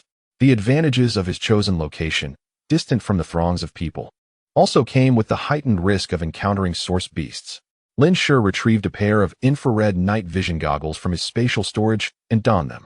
In the darkness, any warm-blooded animal within a 200-meter radius would be rendered visible under the infrared lens. He then armed himself and made his way along the path outside the village. On one side of the road lay a stretch of farmland, while the other was lined with residential houses. The night was still, with snow falling gently, and the expansive fields, devoid of any buildings, were entirely visible. Lin Shi directed his attention toward the village side, advancing cautiously step by step. After several minutes, he had yet to spot anything suspicious. The only sound was the faint crunch of his footsteps in the snow. Could it be that he was being overly cautious? Lin Shi pondered, though he remained vigilant. In a post-apocalyptic world, it was far better to err on the side of caution than to succumb to the perils of negligence. After a few more minutes, a sudden flash of red light flickered in the infrared night vision goggles. It appeared for merely an instant before vanishing behind the obstruction of buildings. What was that? Lin Shi stood still, on high alert, his grip tightening around the firearm in his hand. Upon witnessing the crimson light, it became evident that his premonition was indeed correct. There was indeed a living creature within Wulong village. The red glow swept through the air, unmistakably not of human origin. Lin Shi held his breath, his focus entirely on the spot where the light had vanished moments before. After approximately 3 to 4 minutes, a peculiar sound echoed, and once again, the infrared night vision scope revealed a flicker of red light that quickly disappeared. This time, it was much closer to his position. As seconds ticked by, Lin Shi remained on high alert. Just as the red light reappeared in his line of sight, he swiftly aimed and fired. The gunshot rang out, causing the creature that lunged toward him to stumble and plummet from the air, landing with a heavy thud in the snow. Remarkably, it quickly regained its footing as if unscathed and charged toward Lin Shi. This time, Lin Shi discerned what it was, an ape-like creature, through the infrared night vision. The creature's arms appeared exceedingly robust, moving with a combination of hands and feet, its palms larger than a basin. This was evidently a mutated gibbon.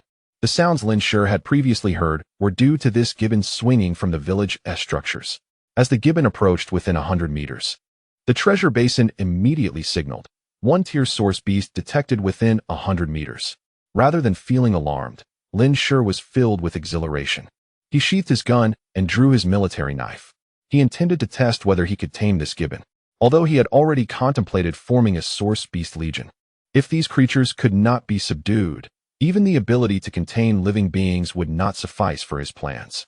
He would employ this gibbon to assess the viability of his ambitions. Now that he had unlocked the second tier of his genetic lock, he could gauge his true combat prowess against this first-tier gibbon.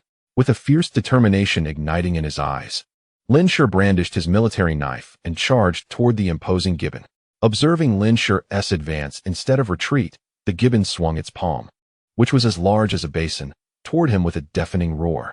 Sensing the foul stench of its fur rushing toward him, Lin Shi deftly dodged. He swung his knife down towards the gibbon's arm. The blade sank an inch into its flesh but was immediately restrained by the gibbon's muscular defenses, unable to penetrate further. Such formidable resilience. His strength now surpassed what it had been when he first unlocked the first tier of his genetic lock by several folds. Yet the wound inflicted on the gibbon was less severe than that on the previously encountered mutated wild boar. The pain in its arm provoked an enraged roar from the gibbon, which then swung its other arm down upon Lin Shi. In a split second, Lin Shi relinquished the knife and leaped back to evade the strike. The snow beneath his previous position erupted in a flurry. He had no doubt that if that blow had connected with his forehead, it would have cracked open as easily as a watermelon in the safety of his abode. In an instant, the genetic lock activated silently. Lin Shi's demeanor transformed. entering a profound state of being as the power within him surged forth. In a fleeting moment, a swift assessment of the gibbon's strengths and weaknesses unfolded in his mind. Despite the inherent vulnerability of primates compared to wild boars, the gibbon's arms exuded formidable strength and defensive capabilities, evidently enhanced through some form of mutation. To subdue this creature, targeting its body would be imperative. As the gibbon lunged towards Lin Shi, its arms outstretched, it rapidly closed the distance, effectively blocking any potential escape routes. Lin Shi brandished a military knife, deftly leveraging the gibbon's own momentum to propel himself onto its shoulder. With the activation of the second tier of the genetic lock, his power and speed surpassed that of a first-tier source beast. Grasping the gibbon's fur with his left hand for stability, he drove the sharp blade toward the creature's neck, altering the course of the battle in mere seconds. The gibbon emitted a painful roar. Under the precise control afforded by the genetic lock, Lin Shi skillfully avoided the gibbon's carotid artery, plunging the knife deeply into its neck. A lateral thrust would cleave through the gibbon's neck with ease. Unfazed by the possibility that the gibbon might not comprehend his words, Lin Shi declared with chilling intensity, "Submit to me, or face death." Though the gibbon could not grasp the meaning of Lin Shi's utterance, it instinctively understood the terror of mortality, sensing that its life was grasped firmly in another's hands. The mutated gibbon, evidently more intelligent than its ordinary counterparts, chose not to fight desperately. Instead, it ceased its assault and remained still. Had Lin Shi been able to perceive the creature's eyes, he would have seen a reflection of panic and fear glimmering within them. Without hesitation, Lin Shi attempted to draw the gibbon into his spatial domain. However, he encountered resistance, unlike the previous ease with which he had ensnared the Demon King. As he focused on pulling the gibbon into the space, he felt an opposing force. Applying additional pressure, he drove the knife deeper, his voice laced with menace. "Do not resist." Time was of the essence. The genetic lock would only remain active for 8 seconds, after which he would succumb to weakness. Should he fail, he would have no choice but to eliminate the gibbon to avert any threat to himself. Aware that wild animals could not comprehend human speech, he resolved to exude an aura of lethal intent, hoping the gibbon would grasp his meaning. If unsuccessful, he would have to devise another strategy in the future. Quietly counting down in his mind, he reached 5, 4, 3, 2. In the next heartbeat, the gibbon vanished from beneath him, leaving him standing on solid ground. He had succeeded. Urgently, he directed his consciousness into the space to assess the situation. The gibbon appeared disoriented upon the expanse of the spatial land. Realizing that its neck was still oozing blood, it instinctively scooped up a handful of dirt and pressed it against the wound, glancing around in a state of bewilderment. Lin Shi withdrew his consciousness. In the next moment, a wave of weakness engulfed him. This time, however, Lin Shi did not stumble and fall to his knees. Instead, he steadied himself on his legs. He retrieved his firearm, gripping it firmly, and continuously scanned his surroundings with the infrared night vision device. Despite his frail state, he dared not let his guard down, for he was still outside, enveloped by the darkness. The emergence of another source beast was entirely possible. Lin Shi thought to himself how beneficial it would be if the Demon King were present. The reason he had not brought the Demon King out in the first place was due to concerns regarding the potential hazards of keeping a living creature in the spatial realm. For instance, prolonged confinement could lead to insufficient oxygen or other unforeseen drawbacks. Initially, Lin Shi had planned to venture into the mountains in the coming days to experiment with a wild beast. Now, he could conveniently use the gibbon for this purpose. Once he confirmed that the spatial realm could indeed sustain a source beast for an extended period, he would carry the Demon King with him on future excursions. With the Demon King's vigilance, he would no longer have to worry about safety after unlocking his genetic lock. Regaining his composure, Lin Shi lifted his foot and made his way toward the safe house, step by step. Half an hour later, he finally returned to the sanctuary. Upon hearing the door open, the Demon King rushed forward, curiously sniffing Lin Shi. Habitually, Lin Shi reached out to stroke the Demon King, running his fingers through the short fur that had already grown in. Afterward, he took a shower and changed out of his blood-stained clothes. The successful capture of a source beast was a significant achievement for him. Whether he could fully train this gibbon to be as obedient as the Demon King remained to be seen. After dinner, Lin Shi attempted to communicate with the gibbon in the spatial realm. However, despite its intelligence, having lived in the wild, the gibbon could not comprehend human language at all. Instead, It was startled by the sudden sound and began to dart around anxiously within the space. Lin Shi pondered for a moment, glancing at the Demon King, who was attentively watching a tutorial video nearby, and said, "Demon King, I have a task for you."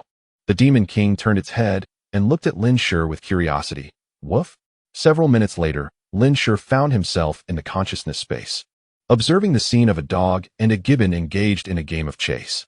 The gibbon was fleeing ahead, while the Demon King barked excitedly as it pursued. The most striking aspect was the expression on the Demon King's face. Lin Shi had instructed it to approach the gibbon amicably. Yet the Demon King had inexplicably adopted a smile that appeared rather sinister. This expression on the Demon King's canine visage was grotesque, resembling that of a pervert. It seemed that communication between different species was not as straightforward as he had hoped. Lin Shi helplessly supported his forehead. He had initially believed that since both were source beasts and the Demon King was so intelligent, capturing a gibbon would pose no challenge. Lin Shi realized that he had been overly eager. Although both are mammals, it is still quite challenging for an individual from Qiming who has never learned a foreign language to communicate with a foreigner unacquainted with the language of Qiming. This difficulty is particularly pronounced when the gibbon is in a strange and wary environment, making it nearly impossible to engage in meaningful dialogue with the suddenly appearing Demon King. Moreover, upon encountering the gibbon, the Demon King appears to unleash some inherent playful nature, transforming into a rather mischievous demeanor. At this moment, Lin Shi realizes that he has never taken the time to ascertain the breed of the Demon King. With a mere thought, he releases the Demon King from his spatial confines. As the demon emerges, there seems to be a lingering sense of curiosity, and it gazes at Lin Shi. As if contemplating further interaction, Lin Shi offers a wry smile and states, "It's still a bit shy. Let us wait a few days before trying again." He observes the Demon King intently. With the recently regrown fur, he can now discern its coloration. The pointed ears, the fur on its back is a dark gray, while the area from the neck to the abdomen is white, and its paws are also white. Aside from the black nose, the mouth and the areas around the eyes are white, yet there is a strip of gray-black fur between the eyes and the forehead. Although Lin Shi has never owned a dog, he feels a strange familiarity with the Demon King's appearance. Surely the Demon King isn't. The Demon King tilts its head, and they exchange wide-eyed glances. Lin Shi quickly dismisses his internal speculation. It cannot be. The Demon King is far too gentle, never destructive. And its size is considerably larger than that particular breed, with longer fur as well. Lin Shi compares it to a dog he had seen in a film on his computer and earnestly inquires, "Demon King, are you an Alaskan Malamute?" The Demon King blinks and responds, "Woof." Lin Shi breathes a sigh of relief. It is indeed proven that the self-healing abilities of source beasts are remarkably potent. Upon waking the next day, Lin Shi discovers that the gibbon's wounds have ceased to bleed. He retrieves some fruits from another section of his spatial realm to feed the gibbon. Each time he feeds it, he engages in conversation, allowing the gibbon to acclimatize to his voice. This gibbon exhibits an intelligence that surpasses Lin Shi's expectations. The intellect of mutated beasts is indeed elevated, especially given that primates inherently possess higher intelligence than typical animals. Understanding that it cannot escape, the gibbon gradually calms down, no longer fearful of Lin Shi's sudden presence.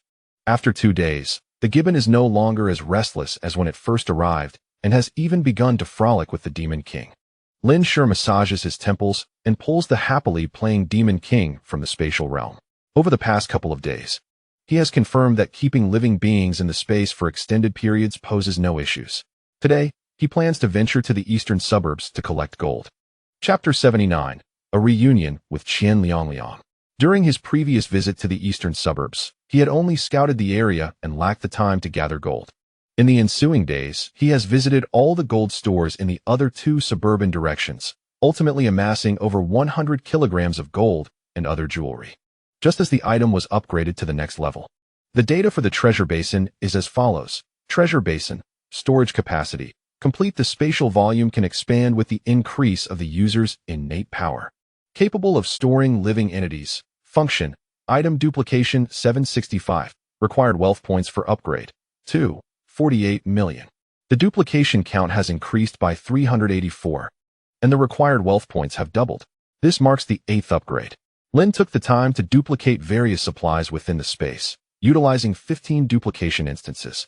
He replicated items such as generators, medicines, survival tools, cold-weather clothing, and other relatively scarce goods.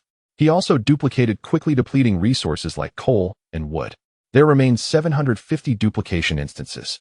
After once again advising the Demon King and the long-armed ape to avoid conflict, Lin stored the Demon King in the space, dressed appropriately, and set out. Today, a heavy snowfall blanketed the outside world, prompting Lin to don a waterproof and warm outfit, ensuring that every piece, from his hat to his boots, was impervious to moisture. In snowy weather, if one is not dressed in waterproof attire, no amount of layering will provide warmth. Snowflakes landing on one's body can melt upon contact with clothing and subsequently freeze, chilling one to the bone. On the road, some survivors ventured out with umbrellas, their shoes encased in nylon and plastic bags to prevent water infiltration. After walking a distance, they would shake their umbrellas to rid them of accumulated snow, alleviating their burdens. Survivors on the path gazed at Lin's attire with envy, jealousy, and even a hint of resentment. Since the military in Shi distributed supplies, word has spread to surrounding villages and counties, prompting families to flock to Shi. In less than half a month, the blizzard and plummeting temperatures have claimed many lives in this city. Those arriving from nearby areas would tap on windows, confirming the absence of inhabitants before forcefully entering through locks or broken windows. They would discard the frozen corpses inside onto the street, repair the windows, and move in as if it were their own home. Consequently, the number of survivors in Shi has visibly increased, and the recently restored order has begun to deteriorate once more. While the main roads may deter direct confrontation, in alleys or deserted areas, one can always find a few corpses lying lifelessly in the snow. These bodies are soon buried under fresh snowfall, with no one aware of how many lie beneath the paths they tread. Lin prepared to deal with a few indiscreet individuals, intending to find a secluded spot for his snowmobile. As he stepped into a narrow alley, he heard distant cries for mercy. Such occurrences had become commonplace. He chose not to intervene and turned to leave, seeking another location. "I will fight you all." A loud shout erupted, followed by hurried footsteps approaching Lin, growing ever closer. "Quick, pursue, you little brat. If I catch you, I will flay you alive." Qian Liang burst forth, desperately escaping from three men intent on his demise. Seeing Lin Shi was akin to spotting a lifeline, he cried out in desperation, "Help! Someone is robbing and killing." However, Lin Shi feigned ignorance and continued walking, prompting a fleeting glimmer of malice in Qian Liang's eyes. He reached out to grasp Lin Shi's back, thinking that if he would not lend a hand, he should not blame him for using him as a scapegoat. Yet, as if Lin Shi possessed a sixth sense, he slightly turned, evading Qian Liang's grasp. Taken aback for a moment, Qian Liang dared not linger and attempted to flee. However, unbeknownst to him, a foot appeared beneath him, causing him to trip and tumble into the snow, landing embarrassingly. It was Lin Shi's leg that had thwarted him. Lin Shi looked down upon Qian Liang, a familiar face. As this marked their third encounter in this small town, Qian Liang shot Lin Shi a resentful glance before attempting to rise and escape. But his delay allowed the three pursuers to close in. One of them, clad in a black down jacket, swiftly delivered a powerful kick to Qian Liang, sending him crashing back into the snow. "You little brat, think you can run? Dare to kick me? Try it again." Just as Qian Liang attempted to stand, the man plunged a knife into his leg, eliciting a scream that echoed through the air. "Silence! Scream again, and I'll kill you. Where's the food? Hand it over now." In agony, Qian Liang sobbed, "My food was stolen a couple of days ago. I truly have nothing left, or I wouldn't be out here alone looking for scraps." He turned to Lin Shi, his gaze filled with venom. "Look at him, dressed so well. He must have food at home. I know he has a dog. If you kill that dog, you could feast for days. Please, let me go." Recognizing Lin Shi as the one who had been out with the dog a few days prior, Qian Liang was particularly struck by his distinctive attire, which was rare in the town. Meanwhile, the creature at play with the long-armed gibbon remained oblivious to the sinister intentions towards his canine companion. The other two men, having heard Qian Liang's suggestion, licked their lips and advanced menacingly towards Lin Shi. A flash of murderous intent flickered in Lin Shi's eyes as he reached for his waist. At that moment, a chorus of disciplined footsteps approached, halting Lin Shi's actions. Only trained soldiers could produce such a sound in this vicinity. One of the assailants, evidently seasoned, quickly whispered, "Trouble." That brat shouted too loudly and attracted the soldiers. They hastily propped Qian Liang up as a shield and concealed the blood on the ground with snow. Another man pressed a knife against Qian Liang's back, warning, no sudden movements. If we are discovered, you will be the first to die. Cooperate. And we may spare your life, understand? Qian Liang nodded eagerly. Another individual threatened Lin, saying, if you dare to seek our help, we will kill you first. The three men swiftly assumed their threatening postures. In a mere moment, a troop of soldiers approached, inquiring about the situation. The man blocking Qian Liang's path wore an apologetic expression and stated to the leading soldier, we five set out together to gather supplies. My brother just fell and cried out rather loudly. I truly apologize for the disturbance. Qian Liang found himself firmly shielded behind one of the assailants, attempting to gesture subtly. He felt the sharp tip of a knife piercing his clothing from behind, causing him to freeze in place. The other two quickly displayed innocent expressions. The leading soldier scanned the group with suspicion, then turned to Lin, who was distinctly out of place among them, and asked, is that the case? Chapter 80. The Fall of Gold. It was evident that these soldiers were aware of the current situation in Shushi. At this, the three thugs broke into a cold sweat. If the soldiers from the Shushi force discovered any robbery, they would promptly arrest the culprits and take them to the nearby security office, which had reportedly been overcrowded in recent days. Those who believed that the security office now operated as it did before the apocalypse were gravely mistaken. Incarcerated individuals would be crammed into a single cell with dozens of others, deprived of food and bedding. While the crowding might prevent death by freezing, the filth, chaos, and relentless hunger, combined with the uncertainty of their confinement's duration, constituted a true torment. Of course, one could resist, but the consequence of such defiance was death, and the killer would be shot on the spot. The three thugs turned their gaze sharply towards Lin. Qian Liang, hidden behind one of the thugs, wore an expression of unrestrained joy, silently screaming within, damn it, just blink, and I might be saved. Just as everyone anticipated that Lin would call for help, he cast a glance towards Qian Liang, inadvertently capturing the latter's ecstatic expression. He shook his head at the soldiers, stating, I am not being held against my will. The joy on Qian Liang's face instantly froze, replaced by disbelief. The three thugs were taken aback, yet secretly breathed a sigh of relief. At that moment, a cry for help echoed from the street outside, with someone shouting, help. The leading soldier's expression tightened, and without considering the strange atmosphere surrounding the five, he hurriedly led his squad outside. Once the soldiers departed, the three thugs reverted to their menacing demeanor. One of them, fixated on Lin with a gaze that seemed fueled by a desire for vengeance, commanded Qian Liang, take off your clothes and shoes, and get lost. Initially, Qian Liang believed he had missed his opportunity to seek aid from the soldiers and was fated to perish. However, upon realizing that the three were genuinely inclined to spare him, he disregarded the cold and swiftly removed his clothing and shoes. He confidently asserted that he had never undressed so swiftly as he did during his first encounter in bed. As he removed his garments, he cast a triumphant glance at Lin Shi, mouthing the words, deserved it. Another individual remarked to Lin Shi, kid, observe, we seek only wealth, not lives. You performed commendably just now. Remove your clothing and hat, and then your dog. However, before he could finish his sentence, a sharp pain struck his neck, silencing him forever. Qian Liang, engrossed in shedding his clothes, was suddenly startled by the sound of a heavy object crashing into the snow nearby, prompting him to glance over. What he beheld would remain etched in his memory for a lifetime. The three men, who had just moments ago appeared menacing, now lay sprawled on the ground, their bodies and heads forever severed. The expression on the head remained fierce, seemingly unaware of its demise. In an instant, Qian Liang comprehended why Lin Shi had refrained from seeking help from the soldiers. There was no need at all. Witnessing Lin Shi's icy gaze, Qian Liang, unable to even finish removing his trousers, fell to his knees in the snow, prostrating himself. Spare me, brother. Spare me. Naturally, Lin Shi would not allow this audacious individual to escape unpunished, and his knife swiftly descended towards Qian Liang's neck. In that moment, as if struck by a sudden insight regarding his inevitable demise, Qian Liang blurted out, brother, I know of a place abundant in gold. Lin Shi's hand, poised to strike, halted mid-air, resting against Qian Liang's neck, his eyes narrowing with a deadly glint. How do you know I desire gold? Brother, the tale of your escapade with the large dog smashing a gold shop and slaying a beast has spread far and wide in this region. Hee hee. I heard about it too. Qian Liangliang's lips curled in a semblance of a grin, yet beads of cold sweat began to form on his forehead, quickly freezing into frost, leaving his head enveloped in a white layer. Lin Shi pressed.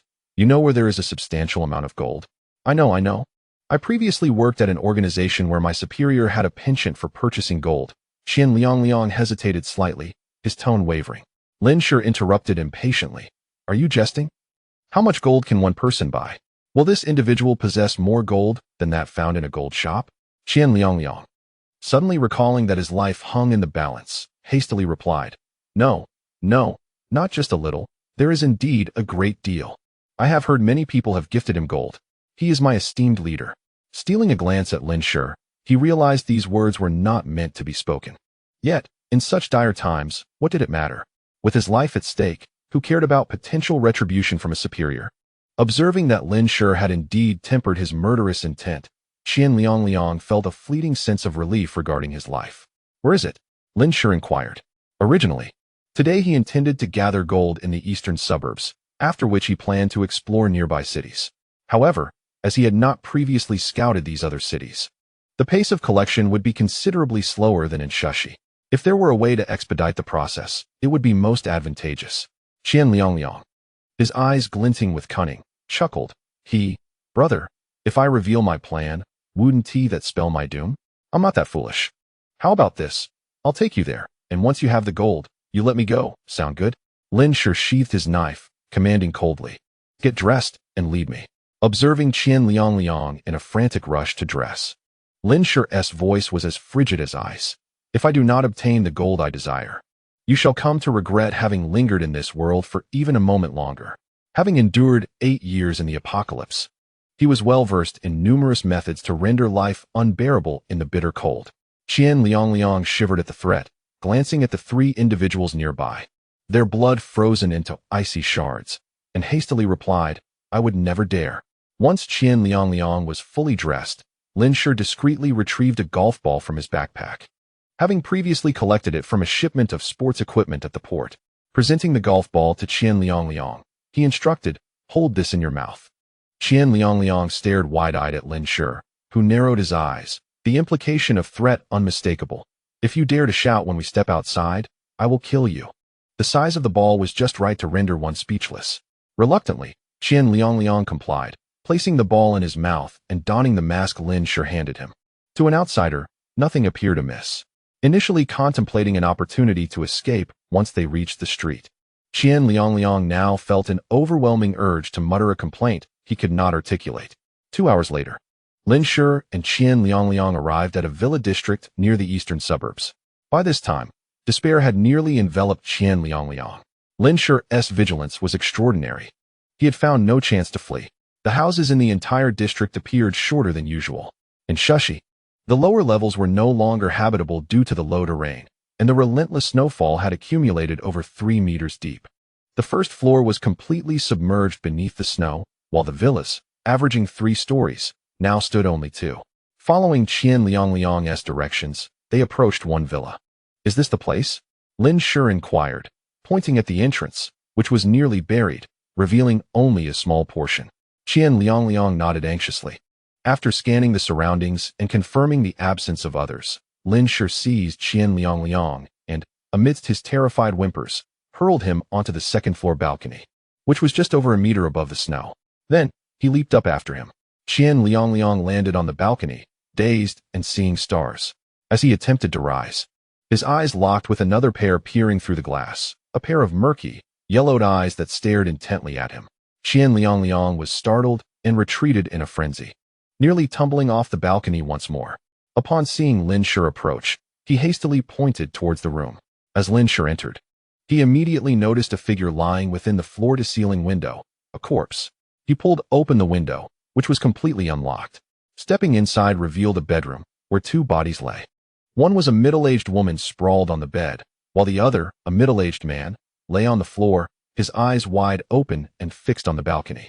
The corpse bore evident signs of trauma, clearly a homicide. Once Qian Liangliang recognized the man's face, he pointed at him, whimpering incessantly. Lin Shi instructed Qian Liangliang to remove the golf ball from his mouth to speak. After some effort, Qian Liangliang finally extricated the ball and, with an agitated expression, exclaimed, "This is my superior." Observing the signs of disturbance in the room, Lin Shi frowned. "Someone has been here." "What?" Qian Liang, glancing nervously at the signs of looting, looked at Lin Shi with trepidation, fearing that Lin Shi might become enraged and take his life. "Perhaps we should search further. Maybe the gold remains untouched."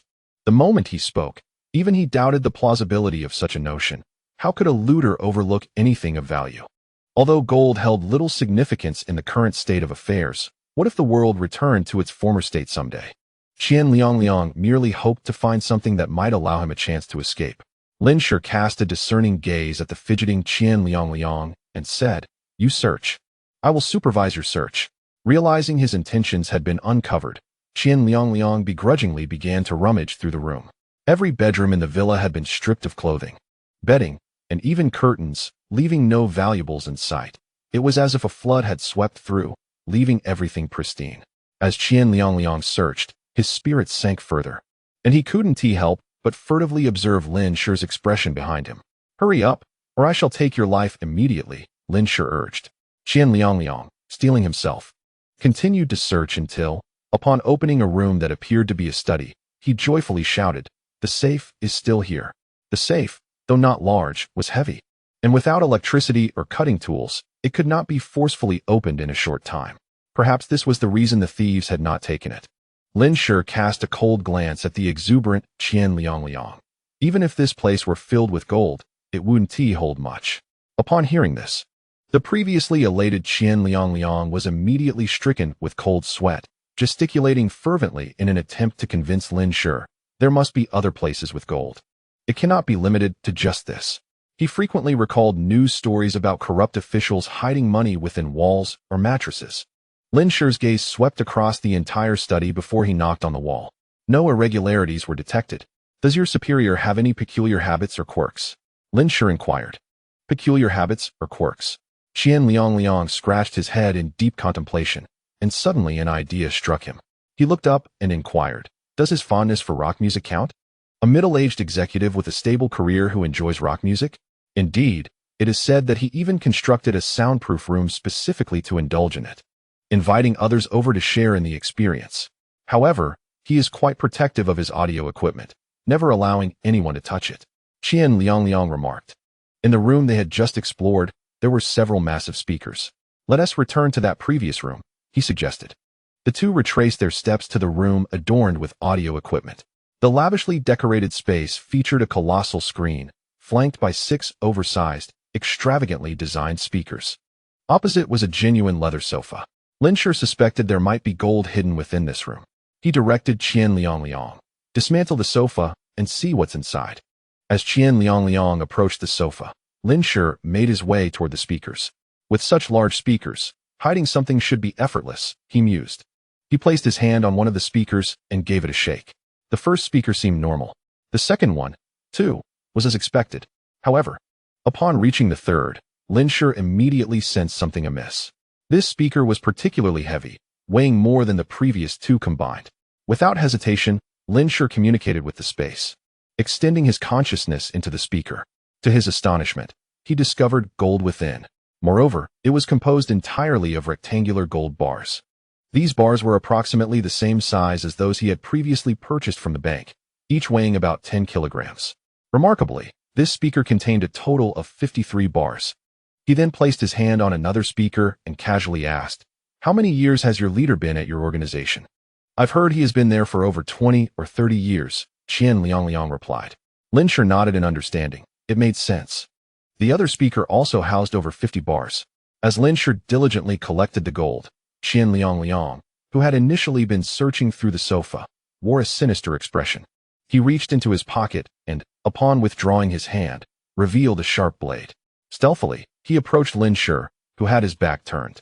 The plush carpet muffled his footsteps, and the closer he drew, the more malevolent his demeanor became. Had there not been 3 individuals present today, he would have already struck, seizing the resources for himself. Unfortunately, the situation was unfolding in a manner far beyond his expectations.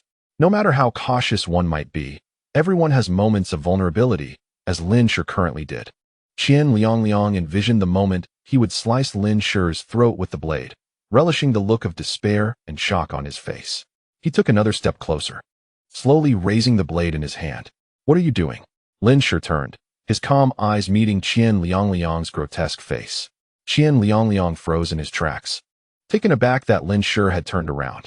Unbeknownst to him, Lin Shi had already discovered this and was merely waiting for him to draw closer for one final strike. After all, this individual had become utterly dispensable. Chapter 82. Acquiring gold with swift precision, Lin Shi unsheathed his blade and severed the head of the money-laundering criminal. After eliminating this threat, he resumed his examination of the remaining 2 speakers. Each of these speakers contained 50 to 60 bars of gold, and combined with what he had previously uncovered, the total amounted to over 200 bars. That equated to more than 2 tons of gold. In the pre-apocalyptic world, this would be valued at 500 million. Lin Shi could not help but marvel at the cunning of this leader, who had concealed such wealth beneath their very noses while inviting guests over for a rock concert. Typically, individuals of this leader's age would not have an affinity for rock music and would likely not return for a second visit. Moreover, no one would suspect that such a fortune lay within the speakers, which were only routinely activated. After conducting a thorough search of the premises to ensure there were no further treasures, he returned to the room where he had discovered the safe. Generally, a safe of this caliber would be 68 centimeters thick. Lin Shi pondered whether he could extract the gold from within the safe without physically opening it. Ever since his previous experiments with telekinesis, he had noticed an increase in his ability to manipulate objects from a distance. To be cautious, Lin Shi summoned the Demon King from his spatial realm, instructing it to alert him if anything approached. The Demon King immediately assumed a vigilant posture, its heterochromatic eyes scanning the surroundings with acute awareness. Lin Shi placed his hand upon the safe, reaching out to connect with the spatial realm. Unlike the experience of extracting gold from the speakers, the moment his consciousness penetrated the safe, he felt a heightened resistance. As his awareness delved deeper, he experienced a dull pain at his temples, yet he had not yet reached his limit. Furrowing his brow in concentration, Lin Shi persevered, continuously extending his consciousness. At last, he succeeded. As the items within the safe were transferred into his spatial realm, he breathed a silent sigh of relief. Unbeknownst to him, beads of sweat had formed on his forehead. Wiping away the perspiration, he inspected the items he had just acquired. To his dismay, the haul consisted merely of a handful of cash, 2 small gold bars, and some jewelry. The value of these items paled in comparison to even a single bar of gold found in the speakers. However, upon reflection, Lin Shi dismissed his disappointment. The discovery of over 2 tons of gold was already an unexpected boon. Perhaps he ought to explore the villa area further? Embracing the principle of making the most of his visit, Lin Shi collected all the wooden furniture within the villa into his spatial realm. Disassembled wooden furniture could be used for kindling. Many individuals still failed to recognize the value of wood, and in time, such resources may become scarce. He also gathered various pots, pans, and other items he deemed useful. Having thoroughly ransacked the villa, Lin Shi recalled the Demon King into his spatial realm and departed from the balcony. Lightly touching down, he noticed that the day was still young and decided to explore the villa district for any further discoveries. Whether the villas were inhabited could be discerned from the state of the snow at their entrances. Some had been cleared to the sides, while others were completely buried. Lin Shi sought out those villas whose doors lay concealed beneath the snow. Within half an hour, he had scoured 2 more unoccupied villas. In one, all removable items had been taken, leaving no signs of disorder, suggesting the owner had moved out personally. The other bore no evidence of occupancy, yet was adorned with furniture thickly coated in dust. Regardless of its potential utility, Lin Shi decided to take it all. After 2 rounds of searching, his collection had grown substantially, yet he had found not a trace of gold. Indeed, the odds of striking luck in the villa district were slim. Without prior knowledge of gold's presence, such searches proved less efficient than raiding a gold shop. Exiting another vacant villa, Lin Shi intended to depart when a faint sound of something falling into the snow caught his attention, followed by the sound of something struggling to rise. He turned cautiously to investigate. A young girl clad in a beige-down jacket was emerging from a snow pit, shaking off the snow that clung to her. The bulky jacket failed to conceal her graceful figure, while a fluffy trim of fox fur around the hood obscured half her face. Lin Shi's gaze shifted beneath his goggles, and he instantly recognized her as the girl from the group he had nearly collided with while riding a shared bicycle. After encountering the military personnel at the port, Lin Shi was now more convinced that the individuals he had almost bumped into were indeed soldiers, far from ordinary ones. The man known as Uncle Chiu had exuded a formidable aura, and now that he had unlocked the second tier of his genetic lock, Lin Shi comprehended the extent of Uncle Chiu's prowess, a force and reaction speed that indicated he was at least a first-tier genetic lock wielder, likely a trained one at that. With such formidable protection, this girl might be a relative of some significant figure within the military. Her presence hinted that Uncle Chiu was likely nearby. Though Lin Shi's strength now equaled that of Uncle Chiu, he wished to steer clear of troublesome affiliations. He quickened his pace to distance himself from the girl. Yet, after only a few steps, he sensed someone trailing behind. He halted and turned, only to find the very girl following him closely. Lin Shi regarded Lu Pianran, his brow furrowing beneath his goggles as he felt compelled to accelerate and shake her off. The last time Lin Shi encountered the girl, the weather had not yet turned cold. She was dressed lightly, her face partially obscured by a raincoat. However, this time, she revealed not even her eyes, and her attire was considerably more layered than before. Thus, it would be impossible for the girl to recognize him based solely on his figure. Lin Shi scanned the surroundings, but did not spot the man named Uncle Chiu. To his astonishment, despite his accelerated pace, the girl persistently kept up with him. Hey, wait a moment. Don't run off. Lu Pianran exerted herself with all her might, finally managing to keep pace with Lin Shi, panting heavily. Initially confined within the villa, she had sought a breath of fresh air, but upon stepping outside, she was met with a vast expanse of white, devoid of any figures, which stirred a sense of trepidation within her. Why do you flee upon seeing someone? You're so sneaky. Stop right there. Lu Pianran exclaimed playfully, but when she noticed Lin Shi showed no intention of halting, her irritation flared. She brandished the gun Uncle Chiu had given her for self-defense. If you keep running, I shall fire. Feeling the ominous threat behind him, Lin Shi eventually came to a stop. He turned to face Lu Pianran, his tone laced with impatience. Why are you following me? Lu Pianran replied with a haughty tone. Is this road yours? Who says I'm following you?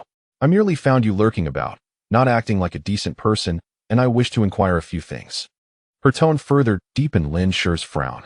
She was the epitome of a spoiled heiress just out of school, oblivious to the perilous world around her.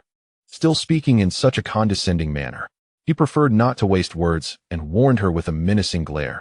If you continue to follow me, I will kill you. Kill me.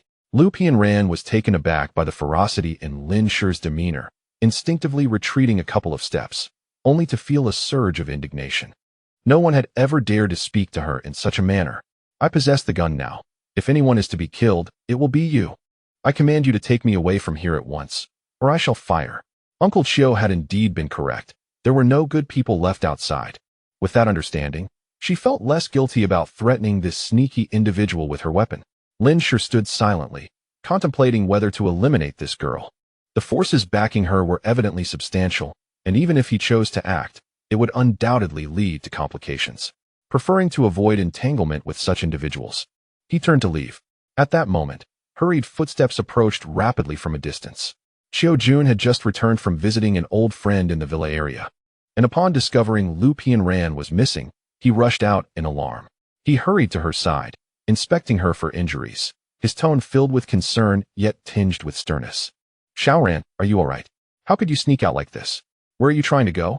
Lu Pianran stuck out her tongue and said, I apologize, Uncle Chiu, but you keep me confined to the villa every day. I am simply too bored and wish to take a stroll. The other guardians surrounding Lu Pianran hurriedly approached, encircling her with a heavy protective presence. Chiu Jun pulled Lu Pianran behind him, eyeing Lin Shi with vigilance, and inquired, Who is that? Lu Pianran cast a disdainful glance at Lin Shi and, inverting the truth, claimed, I was walking perfectly well, and he threatened to kill me. At that moment, Lu Pianran hoped that Chiu Jun would reprimand the oblivious Lin Shi, unaware that her words had ignited a tense standoff. Upon hearing her statement, Chiu Jun's brow furrowed sharply, a wave of murderous intent directed at Lin Shi. The others also reached into their clothing, grasping their firearms. A glimmer of malice flickered in Lin Shi's eyes beneath his goggles. Was he deliberately seeking trouble? Sensing the escalating tension, Lu Pianran quickly tugged at Chiu Jun's arm. Feeling somewhat guilty as she said, Never mind, Uncle Chiu, look at me. I am perfectly fine. Let us not hold grudges over trifles. Yet, Her words did nothing to dispel Xiao Jun's lethal intent. Lu Pianran remained oblivious to the dangers lurking in the outside world, a reality known all too well by her protectors. How could anyone dare to plot against the person they were sworn to protect? Even harboring murderous thoughts was unacceptable. After hearing Lu Pianran's words, Xiao Jun and the others regarded Lin Shi with even more hostility.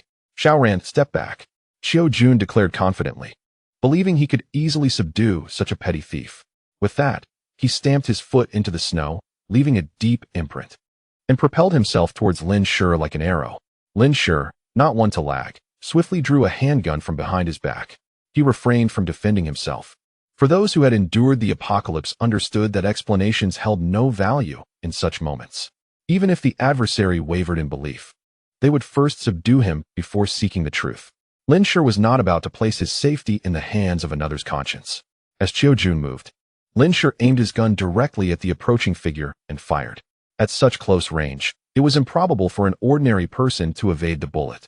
However, in that instant, Xiao Jun's fierce gaze sharpened, and he miraculously dodged the shot by the tiniest of margins. A surge of murderous intent surged within Xiao Jun. His initial plan to capture Lin Shi for questioning dissipated. This young man was unexpectedly dangerous and armed, clearly prepared for confrontation. Eliminate him on the spot, Xiao Jun commanded as he advanced towards Lin Shi. Lin Shi narrowed his eyes slightly. In the brief moment that the others readied their firearms, he decisively fired a second and third shot, but this time not at Xiao Jun, but at the 6 individuals standing before Lu Pianran. The 6 protectors, unable to dodge, fell as 2 were struck down instantly. Only then did the remaining 4 retaliate, their bullets hurtling towards Lin Shi. In that fleeting moment, Lin Shi's demeanor transformed dramatically. The genetic lock within him automatically disengaged, and he evaded the 4 incoming bullets with a speed that left only an afterimage. This scene unfolded like a cinematic spectacle, delivering a profound visual impact. Upon witnessing Lin Shi also unlock his genetic potential, Xiao Jun's pupils constricted sharply, and he exclaimed, "Wait, this is a misunderstanding." He never anticipated that Lin Shi was a formidable figure who had unlocked his genetic lock. Those who can do so are beings that stand above 99% of humanity. If such a person truly intended to kill Lu Pianran, he would never grant him the opportunity to approach her. The other 4 individuals ceased firing, their faces etched with astonishment as they gazed at Lin Shi. Clearly, they understood what it meant to evade so many bullets. However, at that moment, Lin Shi had already been consumed by murderous intent. Once he made his move, any talk of misunderstanding would be too late. He could not believe that after taking the life of one of their own, they would harbor no resentment. With unwavering resolve, Lin Shi unleashed a barrage of bullets from his firearm. Without the need for precise aiming, he fired 3 shots in quick succession, eliminating 3 of them. Xiao Jun drew his pistol, aiming it at Lin Shi in an attempt to halt him. "Stop. It was just a misunderstanding. Let us discuss this. If you can join us, we can wipe the slate clean for what has transpired." Although Lin Shi had already killed several of his subordinates, 100 ordinary subordinates could not compare to a genius who had unlocked their genetic potential. With a cold smirk, Lin Shi responded, "I have no intention of joining any organization." At this moment, having activated his genetic lock, he was aware that once the time limit expired, he would find himself at a disadvantage. Thus, it was either his life or theirs. Moreover, they had instigated this conflict first. Lin Shi's murderous aura only intensified. He shot down the last person standing in front of Lu Pianran and aimed his weapon at her, whose complexion had turned pale with fear. "Stop!" Xiao Jun, now anxious, fired his weapon, deflecting the bullet Lin Shi had aimed at Lu Pianran, and charged toward him. Given the proximity between Xiao Jun and Lin Shi, the activation of the genetic lock enhanced his speed, allowing him to reach Lin Shi in an instant after deflecting the bullet aimed at Lu Pianran. He intended to subdue him first. Lin Shi discarded his emptied firearm. As Xiao Jun approached with a fist fueled by momentum, he swiftly intercepted it. Receiving the blow, Xiao Jun was not surprised. After activating his genetic lock, his speed surpassed instinctual reflexes. He intended to assert that even if Lin Shi had also unlocked his genetic potential, he would still not be his match. Mastery of the genetic lock required time for adaptation. After all, he had been in the first tier of the genetic lock for a full 5 years. Yet, he did not anticipate that Lin Shi's reception of his punch was merely the beginning. A fierce glint flashed across Lin Shi's face. He exerted force in his arm, gripping Xiao Jun's fist tightly and twisting it with great force. A barely audible cracking sound echoed in the air as Xiao Jun's punch was caught by Lin Shi. His arm was twisted with immense force into a grotesque shape. Impossible. Xiao Jun's pupils trembled in disbelief, his gaze akin to that of a man who had seen a ghost. The second tier, it was undoubtedly the second tier of the gene lock. Lin Shi's eyes glimmered with mockery. Next time, be more discerning before you act. In that fleeting moment, Xiao Jun had yet to feel the excruciating pain of his arm being rendered useless when Lin Shi's other hand struck. No, Xiao Jun wished to reason with Lin Shi, reluctant to confront a genius who had independently unlocked the second tier of the gene lock. He wanted to clarify that the previous events had been a misunderstanding. However, Lin Shi offered him no opportunity for dialogue. Since he had already offended someone, he resolved to eliminate all threats without the slightest hesitation. Lin Shi seized Xiao Jun by the neck, his expression devoid of emotion as he tightened his grip. Crack! Xiao Jun's eyes widened in disbelief as Lin Shi twisted his neck with a swift motion. Even in his final moments, he stared at Lin Shi, unable to comprehend why he had encountered an individual capable of autonomously unlocking the second tier of the gene lock, nor why such a misunderstanding had arisen. The scene finally jolted Lu Pianran, who had been frozen in shock. Her scream pierced the air. Everything had transpired too swiftly, leaving her to wonder if she were still dreaming. After Lin Shi had mercilessly snapped Xiao Jun's neck, he discarded him on the ground as one would dispose of refuse. What had seemed like an eternity unfolded in mere seconds, from Xiao Jun's sudden aggression to Lin Shi's decisive action that resulted in Xiao Jun's demise. In truth, Lin Shi was somewhat astonished. He realized that Xiao Jun had maintained the gene lock for more than 3 seconds. He had initially believed that a higher tier of the gene lock would allow for a longer duration of activation. This notion was now dismissed. It appeared that one could enhance the duration without necessarily elevating the tier of the gene lock. This insight warranted further investigation upon his return. At this moment, Lin Shi exuded an aura of lethal intent, reminiscent of a demon emerging from the depths of hell. Lu Pianran could never have anticipated that merely uttering 2 sentences would lead to the tragic demise of Uncle Qiu, who had watched her grow right before her eyes. Similarly, the protective figures in her life, akin to older brothers, had also met their untimely end. Had this occurred before the apocalypse, her previous reckless words would have merely caused a minor misunderstanding, perhaps leaving some resentment, but ultimately harmless. Yet she remained oblivious to the fact that the apocalypse had arrived, where rules and order had crumbled. In such chaotic times, her words acted as a fuse, igniting a conflict between 2 previously unrelated parties. The tragic irony lay in her having been excessively sheltered and indulged, always speaking and acting according to her whims without regard for others or the consequences. Such a disposition, in the face of the apocalypse, would inevitably demand a grave price. With a piercing scream, Lu Pianran succumbed to a sudden surge of intense emotions, her eyes rolling back as she fainted. Among those present, only Lin Shi remained standing. The cold wind howled, and the ground was strewn with blood and corpses. In the frigid expanse of snow, blood erupted into vivid crimson blossoms. Lin Shi was grappling with the aftermath of the gene lock, and shortly thereafter, 3 furtive figures emerged from the villa at the end of the road. After cautiously surveying the scene, they hastened toward Lin Shi's battlefield. The trio consisted of a middle-aged man and 2 younger men, each wielding a weapon, specifically a tang dao, a broadsword, and a sword. It appeared that someone in this family had a penchant for collecting cold weapons. One of the younger men, visibly apprehensive, spoke up. "Dad, that person seems terrifying. Do we really have to approach? What are you afraid of? That man's gun is out of bullets. Didn't you just see him toss it to the ground through the telescope?" replied the middle-aged man. The timid young man bit his lip, fear flickering in his eyes. But when I first raised the telescope, I saw him snap another person's neck with his bare hands. Hearing this, the middle-aged man regarded his son with disbelief, his gaze piercing as he scrutinized the motionless Lin Shi. "Have you been watching too many movies? From this distance, you barely caught a glimpse. You must have seen it wrong. Look at him, standing there without moving. He must be gravely injured." The older of the 2 younger men patted his brother on the shoulder. "Ahua, the world outside is chaotic. What could be more dangerous than this? Doesn't Dad always teach us that risk is proportional to reward? I'm telling you, once the impoverished have nothing left to eat, they will come to rob us. If we don't equip ourselves for self-defense, our neighbors will eventually turn on us. This older youth clearly understood the treachery of human nature. He continued to encourage his brother. We have all learned martial arts. Consider it a slaughter. Don't be afraid. Once we acquire firearms, we can return to the lavish lifestyle we once enjoyed. Since the apocalypse began, their lives, once filled with luxury, had devolved into a nightmare. Insufficient food, inadequate clothing. Even if today's events had not unfolded, they had already planned to raid other homes in the coming days. The middle-aged man nodded approvingly at his eldest son and urged the youngest. Hurry up. Don't let someone else get there first.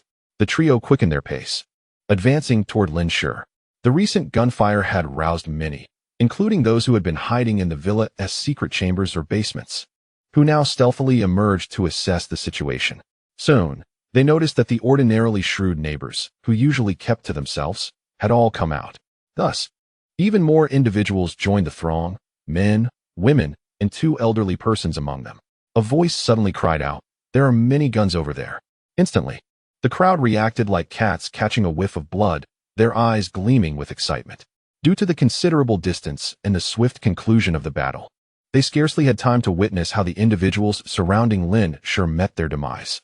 All they discerned was that only one person remained, surrounded by a multitude of fallen handguns. In pursuit of fortune amidst danger, they felt compelled to seize this opportunity. If no one took the lead, they might have hesitated. But with so many emboldening each other, they believed they were not cursed enough to perish before others. Run faster. We absolutely cannot allow the Wang family to acquire those guns. A portly middle-aged man exclaimed, panting as he dashed toward the trio of Lin Shi's father and sons, who were now alarmingly close. Hurry, darling. Stay close behind me.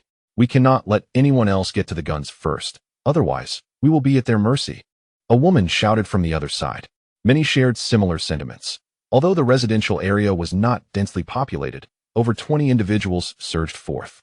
People are naturally inclined to conform, and those driven by greed often lose their rationality to avarice. This throng had already envisioned Lin Shi's spoils as their own. Lin Shi, however, was acutely aware of the commotion surrounding him and felt little astonishment at the sight of the approaching crowd. In the pre-apocalyptic world, anyone witnessing such a scene of bloodshed and corpses would have fled far away.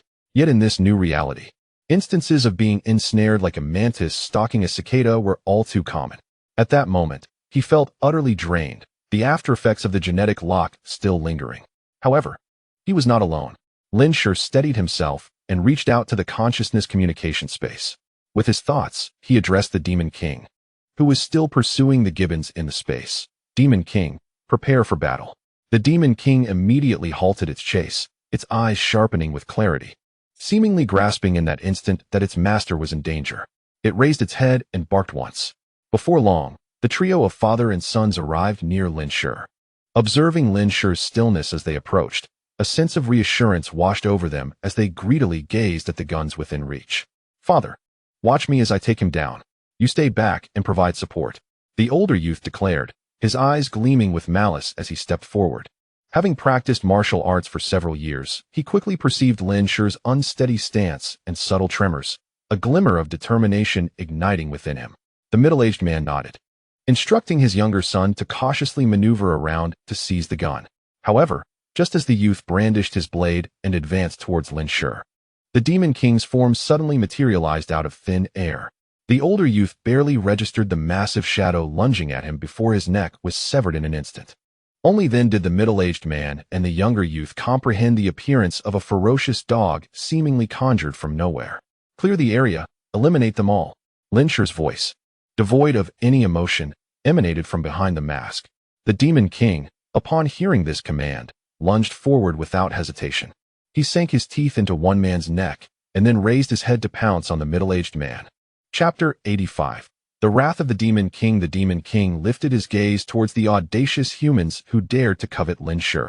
His eyes radiated an aura of superiority, akin to that of a higher life form exerting dominance over lower beings. At the moment their gazes met the Demon King's heterochromatic eyes, all who beheld him were seized by an icy dread. The middle-aged man was powerless to evade as the Demon King forcefully brought him down into the snow, his chest pierced by razor-sharp claws. The middle-aged man's young son, paralyzed by terror, watched in horror as the Demon King withdrew his claws from his father's body, the tips still dripping with blood. Though he comprehended that death was imminent and wished to flee, his legs trembled uncontrollably. A foul liquid oozed from beneath him. The Demon King, with a glint of disdain in his expressive eyes, swatted the repugnant human away, sending him crashing before the rotund middle-aged man who had yelled the loudest. Looking down, the middle-aged man was horrified to find that the unfortunate soul at his feet had half of his skull obliterated, brain matter mingling with blood cascading from the shattered head. The trio, once regarded as his formidable rivals, had vanished in an instant. "Ah, a monster!" he screamed, bolting away at a speed surpassing his previous pace, driven by sheer panic. Witnessing this, the greed in the eyes of the others evaporated in an instant, as they turned and fled in a frenzy. Those who had rushed forward, fearing their prey would be snatched away, now wished they had not been so swift, yearning to sprout four legs for a quicker escape. Yet, their speed paled in comparison to that of the Demon King. With each leap, the Demon King claimed another victim, his once pristine white claws soon stained with crimson. Some, realizing escape was futile, attempted to muster their weapons in a desperate act of defiance. However, such feeble resistance posed no threat to the Demon King. When mere humans cannot withstand a wild beast, how could they hope to challenge an evolved primal creature? After slaying over a dozen, the Demon King's eye glowed an even more vivid crimson, exuding a sinister allure.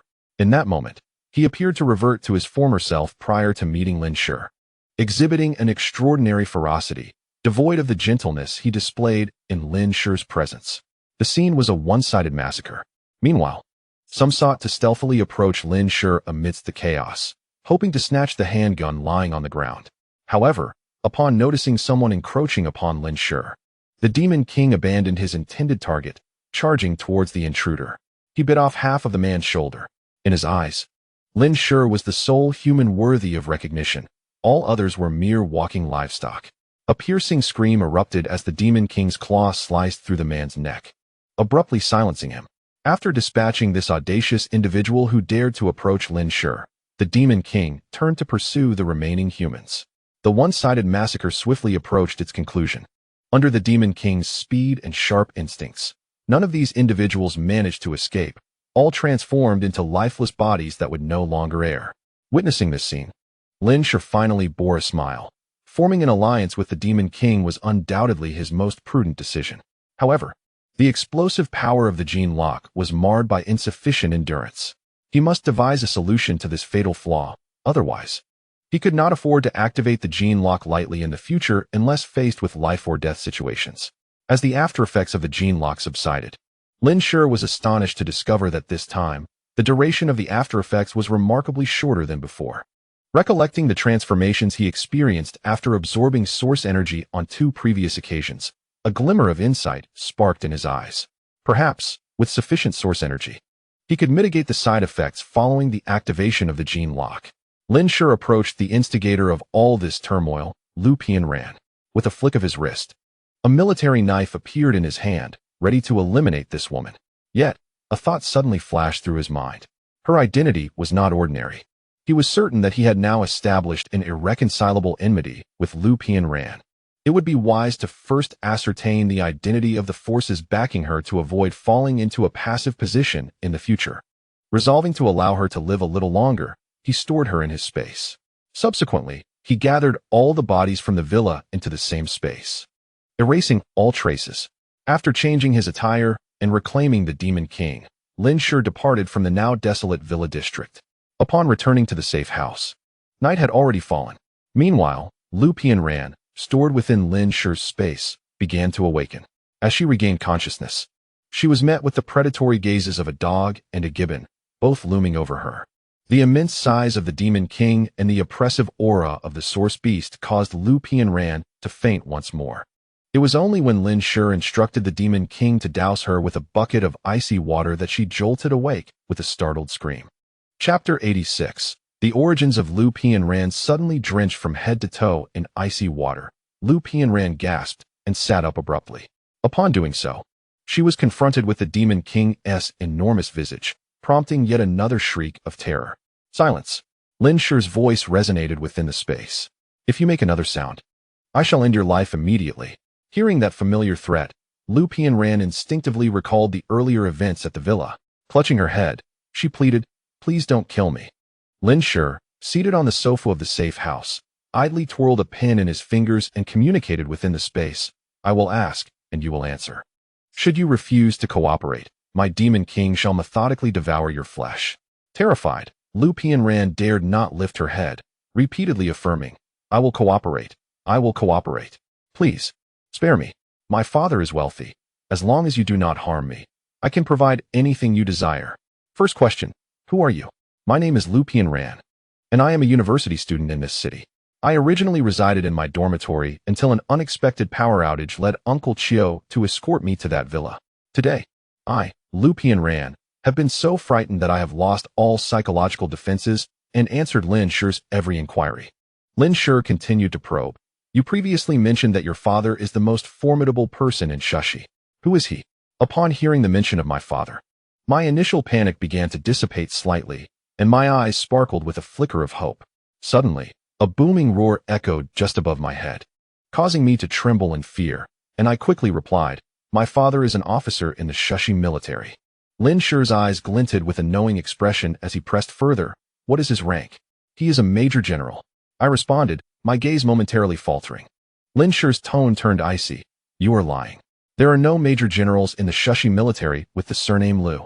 I vividly recalled that day when he went to collect supplies, distinctly remembering the commanding presence of the man at the forefront of the crowd, addressed as General Lin by those around him. Surprised by Lin Shi's knowledge, I hurriedly corrected myself. I'm sorry, I haven't finished. My father is an advisor to the major general.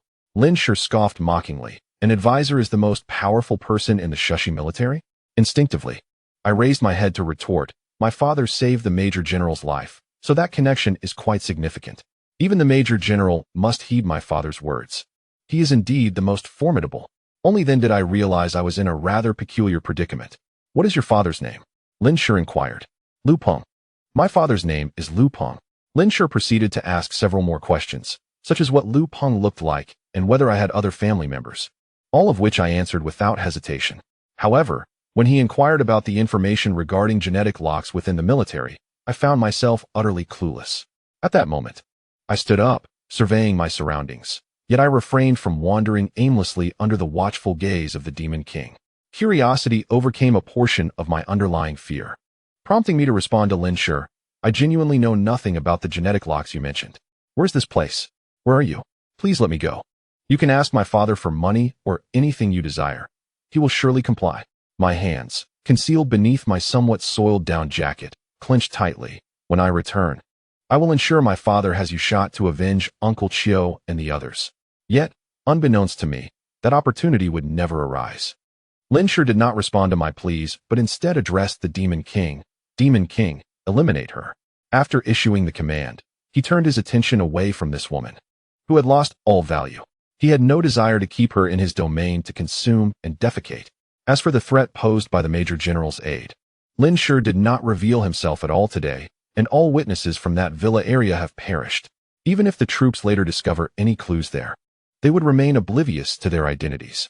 Lin Shi extracted over 2 tons of gold bars collected today from his spatial storage. He glanced at the interface of the treasure basin. Treasure basin, storage space. Complete the volume of space can expand with the increase of the user's internal source power. Capable of storing living beings. Function, item duplication 750. Funds required for upgrade. 2. 48 million. This would signify the 9th upgrade of item duplication. Lin Shi silently intoned, upgrade item duplication, as a familiar golden light flickered before him. The treasure basin interface transformed to treasure basin, storage space. Complete the volume of space can expand with the increase of the user's internal source power. Capable of storing living beings. Function, item duplication 1478. Funds required for upgrade. 8. 4 million, an impressive increase of 728 duplicates. Lin Shi believed that these 1478 duplicates would suffice for at least 2 or 3 decades. By continuously duplicating the resources he already possessed and utilizing the copies while preserving the originals, he could attain an inexhaustible supply of materials. Should this pattern of upgrades persist, the next enhancement would likely yield an increase of 1456 duplicates. However, during the last upgrade to the 10th level, an anomaly occurred, rather than merely expanding the original space. It transformed the storage area from one that could only contain inanimate objects to one that could accommodate both the deceased and the living. Thus, Lin Shi was keenly eager to discover what the 10th upgrade of item duplication would entail. The upgrading process took merely a few minutes. Upon returning his consciousness to the spatial realm, Lin Shi was met with the sight of Lu Pianran, utterly lifeless. To his astonishment, Lu Pianran had been dispatched by the long-armed ape. At that moment, the ape's arms were still smeared with bits of red and white brain matter. The Demon King stood beside the long-armed ape, casting an encouraging gaze towards it. Could the Demon King now command the long-armed ape? Lin Shi raised an eyebrow in surprise. Demon King, did you instruct it to do this? Lin Shi inquired directly. Woof. The Demon King lifted its head high, seemingly responding to Lin Shi. It extended a claw to point at Lu Pianran and then let out a call directed at the long-armed ape. With a fist the size of a cast-iron pot, the long-armed ape delivered another blow upon the already lifeless Lu Pianran. This was indeed an unexpected delight. Lin Shi proceeded to transfer Lu Pianran's corpse to the vacuum space. He released the Demon King, rewarding it with a sumptuous dinner, while also providing a lavish fruit feast for the long-armed ape within the space. Even after its mutation, this long-armed ape had not, like the previously mutated wild boar, developed a taste for meat. Meanwhile, the Demon King appeared to disdain human flesh entirely. To avoid drawing attention, Lin Shi refrained from stepping outside for the next few days, dedicating himself to the practice of his health regimen at home. However, on the very day following his elimination of Qiu Jun and the abduction of Lu Pianran, Lu Peng finally received the alarming news of their disappearance. Chapter 87. Investigate at once. At the East Suburb Star C apartment, within the property management building requisitioned by the military for administrative purposes, Lu Peng, who was seated at his desk handling military affairs, abruptly stood up, slamming his hand on the table. What? Qiu Jun and the others are missing? Where's my daughter? Yes, Commander. This morning, while delivering supplies, we observed someone breaching the premises of Miss Lu's villa. Upon apprehending the intruder, we discovered that neither Miss Lu nor Commander Qiu were present inside the villa, a soldier responded candidly.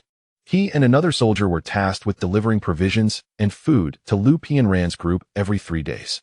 Throughout the Shushi military, it was well known that Lu Peng was exceedingly concerned about his daughter. As a staff officer to Major General Lin, he was often occupied with numerous duties, from managing patrols to handling various affairs, preventing him from residing in the villa with his daughter. Nonetheless, his concern for her well-being was unwavering.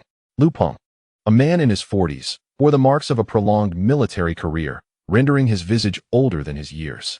His dark skin and unremarkable features were overshadowed by a prominent hooked nose that lent him a somber, austere demeanor.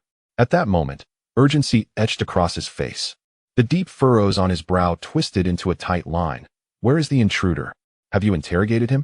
The soldier replied, he is just outside in the corridor. We have already questioned him on the way here. He claims to be from another area, seeking supplies, and stumbled upon the villa, which prompted him to trespass. Bring him in. Lu Peng's expression darkened, a hint of menace lacing his tone. Seated in the makeshift office alongside him was another officer, clad in military attire, appearing significantly younger than Lu Peng. Yet, judging by his relaxed posture, he did not seem to be of a lower rank. Had Lin Shi been present, he would have recognized this individual as the officer he encountered at the port, Wang Chao. Observing Lu Peng's distress, Wang Chao reassured him, Officer Lu, do not panic. Let us first send someone to search. It is possible that the little girl, being playful, simply wandered off. You know Qiu Jun's capabilities. There should be no cause for concern. Though Lu Peng still felt a pang of anxiety within, his demeanor softened considerably at Wang Chao's words. He understood his daughter well. Her playful nature might have led her to persuade Qiu Jun to accompany her outside. However, given his knowledge of Qiu Jun, he was certain that if they had left the villa normally, they would not have left it unguarded. With everyone now missing, an unsettling feeling lingered in Lu Peng's heart. Qiu Jun is not a subordinate of Lu Peng, but rather his comrade in arms. Several years ago, the authorities suddenly sought to recruit a batch of soldiers to experiment with a new type of genetic pill capable of cultivating super soldiers. Lu Peng, wary of potential hazards, chose not to participate, while Qiu Jun volunteered and became one of the first in the official forces to unlock the genetic code, earning a significant promotion in rank.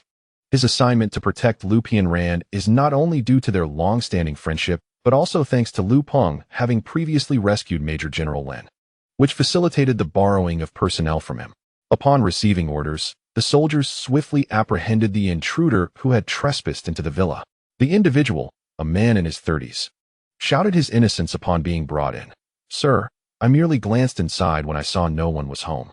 Who doesn't he do that nowadays? I have a 3-year-old child and a 60-year-old mother at home. I beg you. Enough of your nonsense. Answer my questions directly."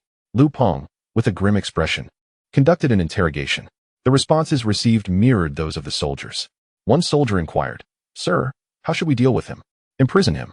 Gather several teams and scour the vicinity of the villa for any traces of Qiu Jun and Pian Ran. Additionally, investigate whether there are any signs of a struggle at the villa or its surroundings, and ascertain if anyone has seen Pian Ran or her companions leave in the past few days. Leave no stone unturned." Understood. Were it not for his pressing responsibilities, Lu Peng would have preferred to undertake the investigation himself. For the moment, the absence of bodies and other evidence allowed him to reassure himself that the situation was not as dire as he had feared. The soldiers took the man, who continued to cry and plead for mercy, away. They then hastily assembled several teams to rush towards the villa area where Lu Pian Ran had previously resided. However, despite digging deep within the villa grounds, they uncovered no clues.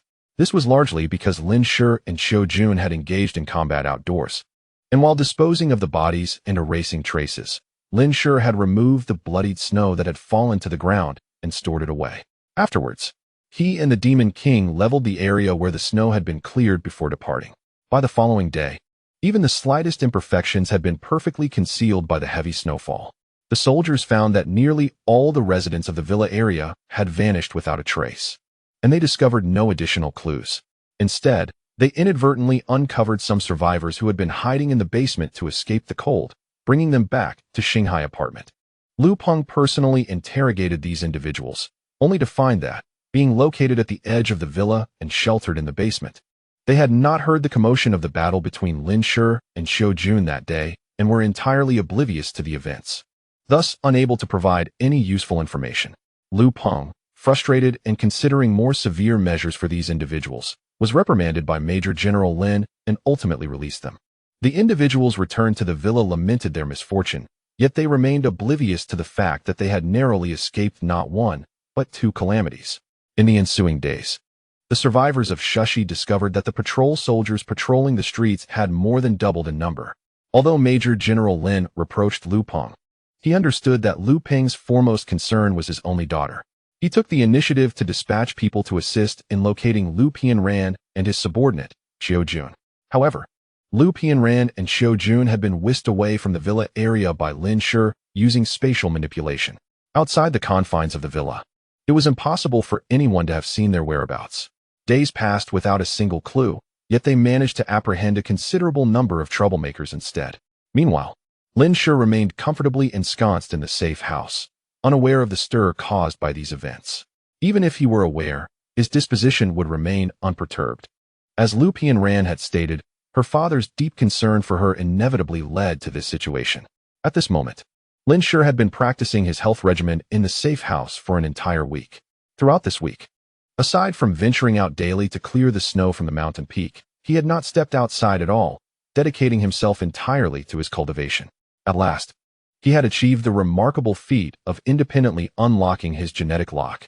Chapter 88. Unlocking the genetic lock independently dressed in a short-sleeved shirt and shorts. Lin Shi stood in the living room, holding his breath and focusing intently. He sensed a faint, almost imperceptible source energy within him. After 7 days of relentless practice of the health regimen, Lin Shi realized that he seemed to harbor a new energy within his body. This energy flowed through him like blood, exceedingly subtle, yet exuding an extraordinary sense of comfort. Lin Shi speculated that this might be the source material transformed into source energy through his health regimen. Over the past 2 days, he had attempted to control this source energy and made a remarkable discovery. "Activate!" Lin Shi exclaimed, channeling the source energy throughout his body. A sensation akin to an electric shock surged from his core. He felt as if a sound echoed within him, signifying that something had been unlocked. He soon found himself in the state of having unlocked the genetic lock. Success once more. Lin Shi felt a surge of exhilaration as he lunged towards the corner of the living room where the Demon King was hiding. The Demon King desperately squeezed itself into the corner, its canine face displaying a myriad of expressions. Its mouth slightly agape, eyes wide with apprehension. It appeared to convey a message of dread. Here it comes again. Please don't come closer. Lin Shi lifted the Demon King, swiftly opening the door of the safe house and tossing it into the snow. Despite the outdoor temperature plummeting to over 30 degrees Celsius below zero, Lin Shi remained clad in his short sleeves and shorts, yet he felt no chill. Instead, a warm current coursed through his limbs. Demon King, it's time for some practice. Before the words had fully left his lips, Lin Shi charged towards the Demon King, who was just rising and shaking off the snow that had accumulated on its fur. The Demon King had been training his dog these past few days, teaching it to roll over and evade Lin Shi's punch. As the dog sprang up to pounce on Lin Shi, it was taken by surprise. Lin Shi's earlier punch had merely been a feint, swiftly retracted. He advanced 2 steps in the direction the Demon King had dodged and executed a sweeping kick. The Demon King's leap was interrupted, sending it crashing into the snow with a resounding thud as it tasted the cold ground. I previously mentioned that human techniques are exceedingly cunning. You must observe the movements clearly and adapt accordingly. Even in battle with me, you must remain serious. Now, rise and take the initiative, Lin Shi instructed. The Demon King stood up, seemingly numb, casting a resentful glance at Lin Shi, its expression unmistakably one of forced compliance from numerous encounters. As Lin Shi engaged in combat with the Demon King, he diligently guided its offensive maneuvers. 10 seconds later, the gene lock period concluded. This was not the first time Lin Shi had actively unlocked his gene lock in the past few days. It was, in fact, the 6th. Since discovering the source of power within him 2 days prior, he had attempted to harness it and mastered the method of unlocking the gene lock, albeit with inconsistent success. Moreover, whether due to the increased frequency of unlocking the gene lock or the amplification of his internal source of power, the duration of the gene lock's effect had been extending. Unlike his previous experiences of feeling utterly powerless after unlocking it, Lin Shi felt a newfound strength. Noticing a sudden diminishment in Lin Shi's aura, the Demon King's eyes brightened with anticipation. It grinned and lunged at Lin Shi once more, anticipating the Demon King's vengeance. Lin Shi rolled aside and declared, "Today's battle is over. Let us return home for dinner." After unlocking the gene lock, Lin Shi was able to move, though he still lacked considerable strength. He swiftly jogged a few steps into the house, leaving the frustrated Demon King howling in indignation. "How dare you disregard the martial code?" it lamented. Lin Shi managed to placate the irate Demon King with a feast of roasted meat. Ever since tasting a sumptuous barbecue 3 days ago, the Demon King had developed an insatiable craving for it, finding raw meat unappealing in comparison and persistently lingering beside the oven to hint at its desires. Lin Shi pierced chunks of meat onto a massive skewer and placed them into the oven. Beef skewers, lamb skewers, pork belly skewers, and skewers of mutated wild boar sizzled within, releasing an enticing aroma. Once a batch was perfectly roasted, he prepared a few plain skewers without seasoning, removed them from the skewer, and placed them on a plate for the Demon King. He then took some fresh lettuce to enjoy with his roasted meat.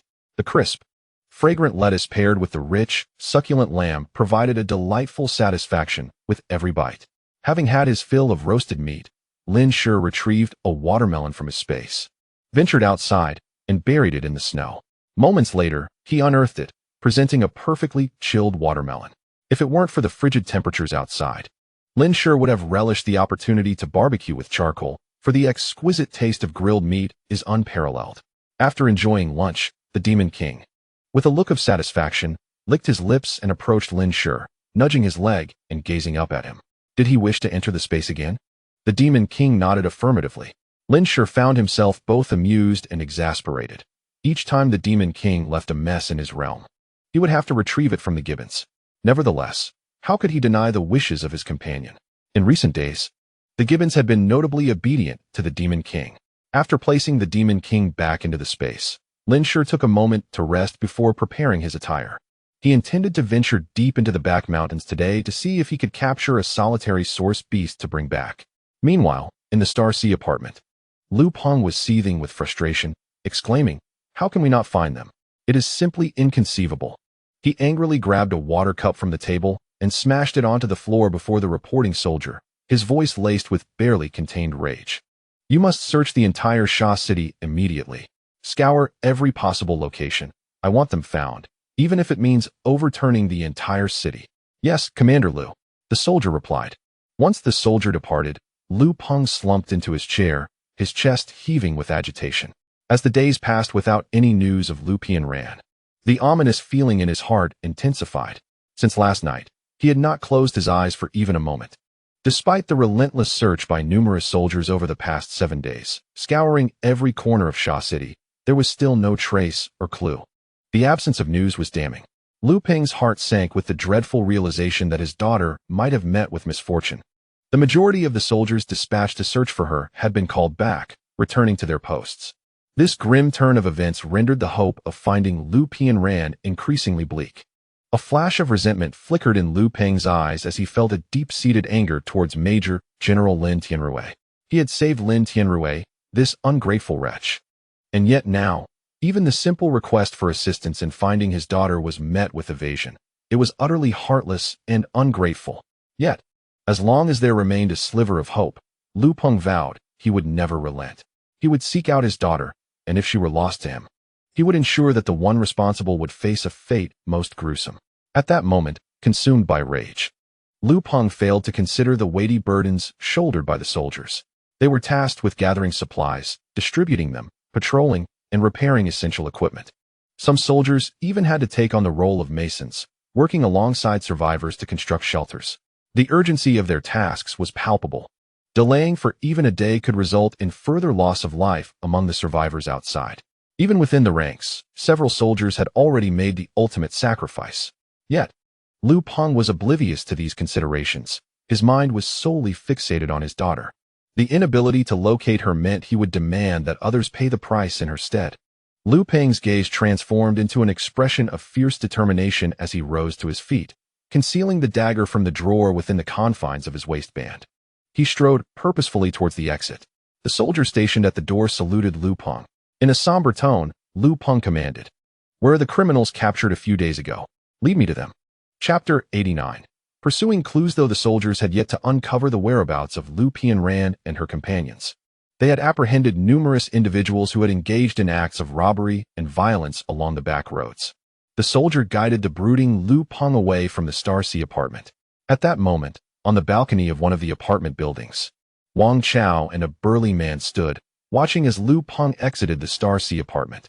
"Chief, should we not intervene?" Wang Chao inquired. His gaze fixed on Liu Peng as he dwindled into a mere silhouette. Lin Tianrui, his countenance devoid of the stern authority he had exhibited while maintaining order outside the apartment, casually waved his hand and sighed, "Let it be. Liu Peng has only one daughter, a precious gift from his deceased wife. We both understand how significant she is to him. If it were us, we would also be thrown into disarray." After speaking, he retrieved a pack of cigarettes from his inner jacket pocket, offering one to Wang Chao. Lighting one for himself, he took a puff and continued, "Is there still no news regarding the girl and Xiaojun?" Wang Chao accepted the cigarette but did not smoke it. Instead, he tucked it into his pocket and sighed in response. "No, there is still no word. Given the passage of time, the hope of finding them grows dim. Chief, why not recall the soldiers and send your personal guards to search for them? Why not inform Liu Peng?" Lin Tianrui, with an air of nonchalance, replied, "What? Are you concerned he might harbor resentment towards me? If we find them, I shall inform him then. If not, there is no need to speak of it. Everyone knows who I am. He saved my life and has stood by me for many years. Some things need not be articulated." Wang Chao's eyes twitched slightly. "Chief, do you not possess an excessive confidence in your own charisma?" However, he dared not voice this thought aloud, and instead remarked, "Do you think it possible that there are survivors who have unlocked their genetic locks and subsequently clashed with Xiaojun, resulting in their demise? I have pondered that as well. Since the solar storm, the number of soldiers in our ranks who have unlocked their genetic locks has risen to 13. It is plausible that some ordinary survivors have also achieved this. Yet, Xiaojun has had his genetic lock activated for 5 years. You yourself have unlocked yours and understand that such power is not easily adapted to by an ordinary person. If it were someone newly awakened, even if Xiaojun were to let his guard down, it would be improbable for the aftermath to be so cleanly managed." Lin Tianrui paused abruptly at this juncture. The cigarette but was extinguished by the chilling wind. He tossed it to the ground, choosing not to elaborate further, and instead stated, in the coming days. Have Li Qiu assist with Lu Peng's tasks. Consider it a brief respite for him. Understood. Wang Chao did not press Lin Tianrui on his suspicions. In truth, he was well aware that an ordinary person could never orchestrate the vanishing of a formidable being who had unlocked the genetic seal, accompanied by mere soldiers. It was highly probable that another faction had intervened. As for which faction it might be, Wang Chao suspected that Lin Tianrui had likely formed his own conjectures. Lu Peng departed from the Shanghai apartment and arrived at the detention center located in the western suburbs of Shushi City. In the wake of the apocalypse, those guilty of looting resources and abducting women had been confined here. After the soldiers had inquired with others, the jailer led Lu Peng to a cell where recent detainees were held. Commander, the prisoners apprehended in the past week are all here. Open it. These individuals are on the brink of madness. If we open the door, we may lose control. The jailer hesitated. Lu Peng reiterated firmly, open it. Seeing Lu Peng's insistence, the jailer signaled to the other guards to prepare before unlocking the cell door. A nauseating stench, a foul amalgamation of excrement and blood, immediately assaulted their senses. Lu Peng grimaced in revulsion. Over 100 individuals were crammed into a cell designed for merely a dozen, either sitting or standing, tightly packed together. Those seated were nearly leaning against one another, their arms pressed side by side, with no space to lie down. The floor was littered with excrement and dark brown blood clots, which, although frozen in the low temperature, had diminished the odor somewhat. Nonetheless, the stench was unbearable for anyone entering suddenly. The prisoners' eyes glowed with desperation. They were so famished that they would gnaw on anything. On ordinary days, some would resort to biting fellow inmates when hunger became intolerable. Daily skirmishes erupted among them. The jailers paid little heed, merely dragging out the corpses at regular intervals for disposal. In a world turned upside down, they could scarcely manage the good, let alone provide opportunities for the wicked to reform as they once did, unless they could endure until this wretched era returned to normalcy. Upon the doors opening, a dozen prisoners near the entrance surged forward, shouting, "Food! Is there food? Let me out. I'm starving. Kill those jailers and escape. Break free." The jailers, evidently seasoned in handling such chaos, brandished their batons, striking down the foremost aggressor. The man crumpled to the ground. The other two jailers were equally relentless, wielding their weapons without concern for fatality. Those who dared to incite disorder were met with lethal force. Outside, 2 guards with firearms stood vigilantly. And after the 9th corpse was added to the ground, control of the situation was restored. Lu Peng's somber gaze swept over the crowd as he spoke slowly. Listen closely. A week ago, did any of you see suspicious individuals enter the Haitian Villa area on Huayuan Road? Or did you observe anything unusual passing by on Huayuan Road? Should anyone provide credible and actionable information, I can facilitate their departure from this place, along with sufficient provisions and winter supplies. Upon hearing that they could leave and obtain food, these individuals clamored excitedly, exclaiming in unison, I know, I have a clue, I saw it." Instantly, chaos ensued once more. Lu Peng bellowed, "Silence. Form an orderly line and speak one at a time. Should anyone dare to deceive me, they will soon learn the consequences of their trickery."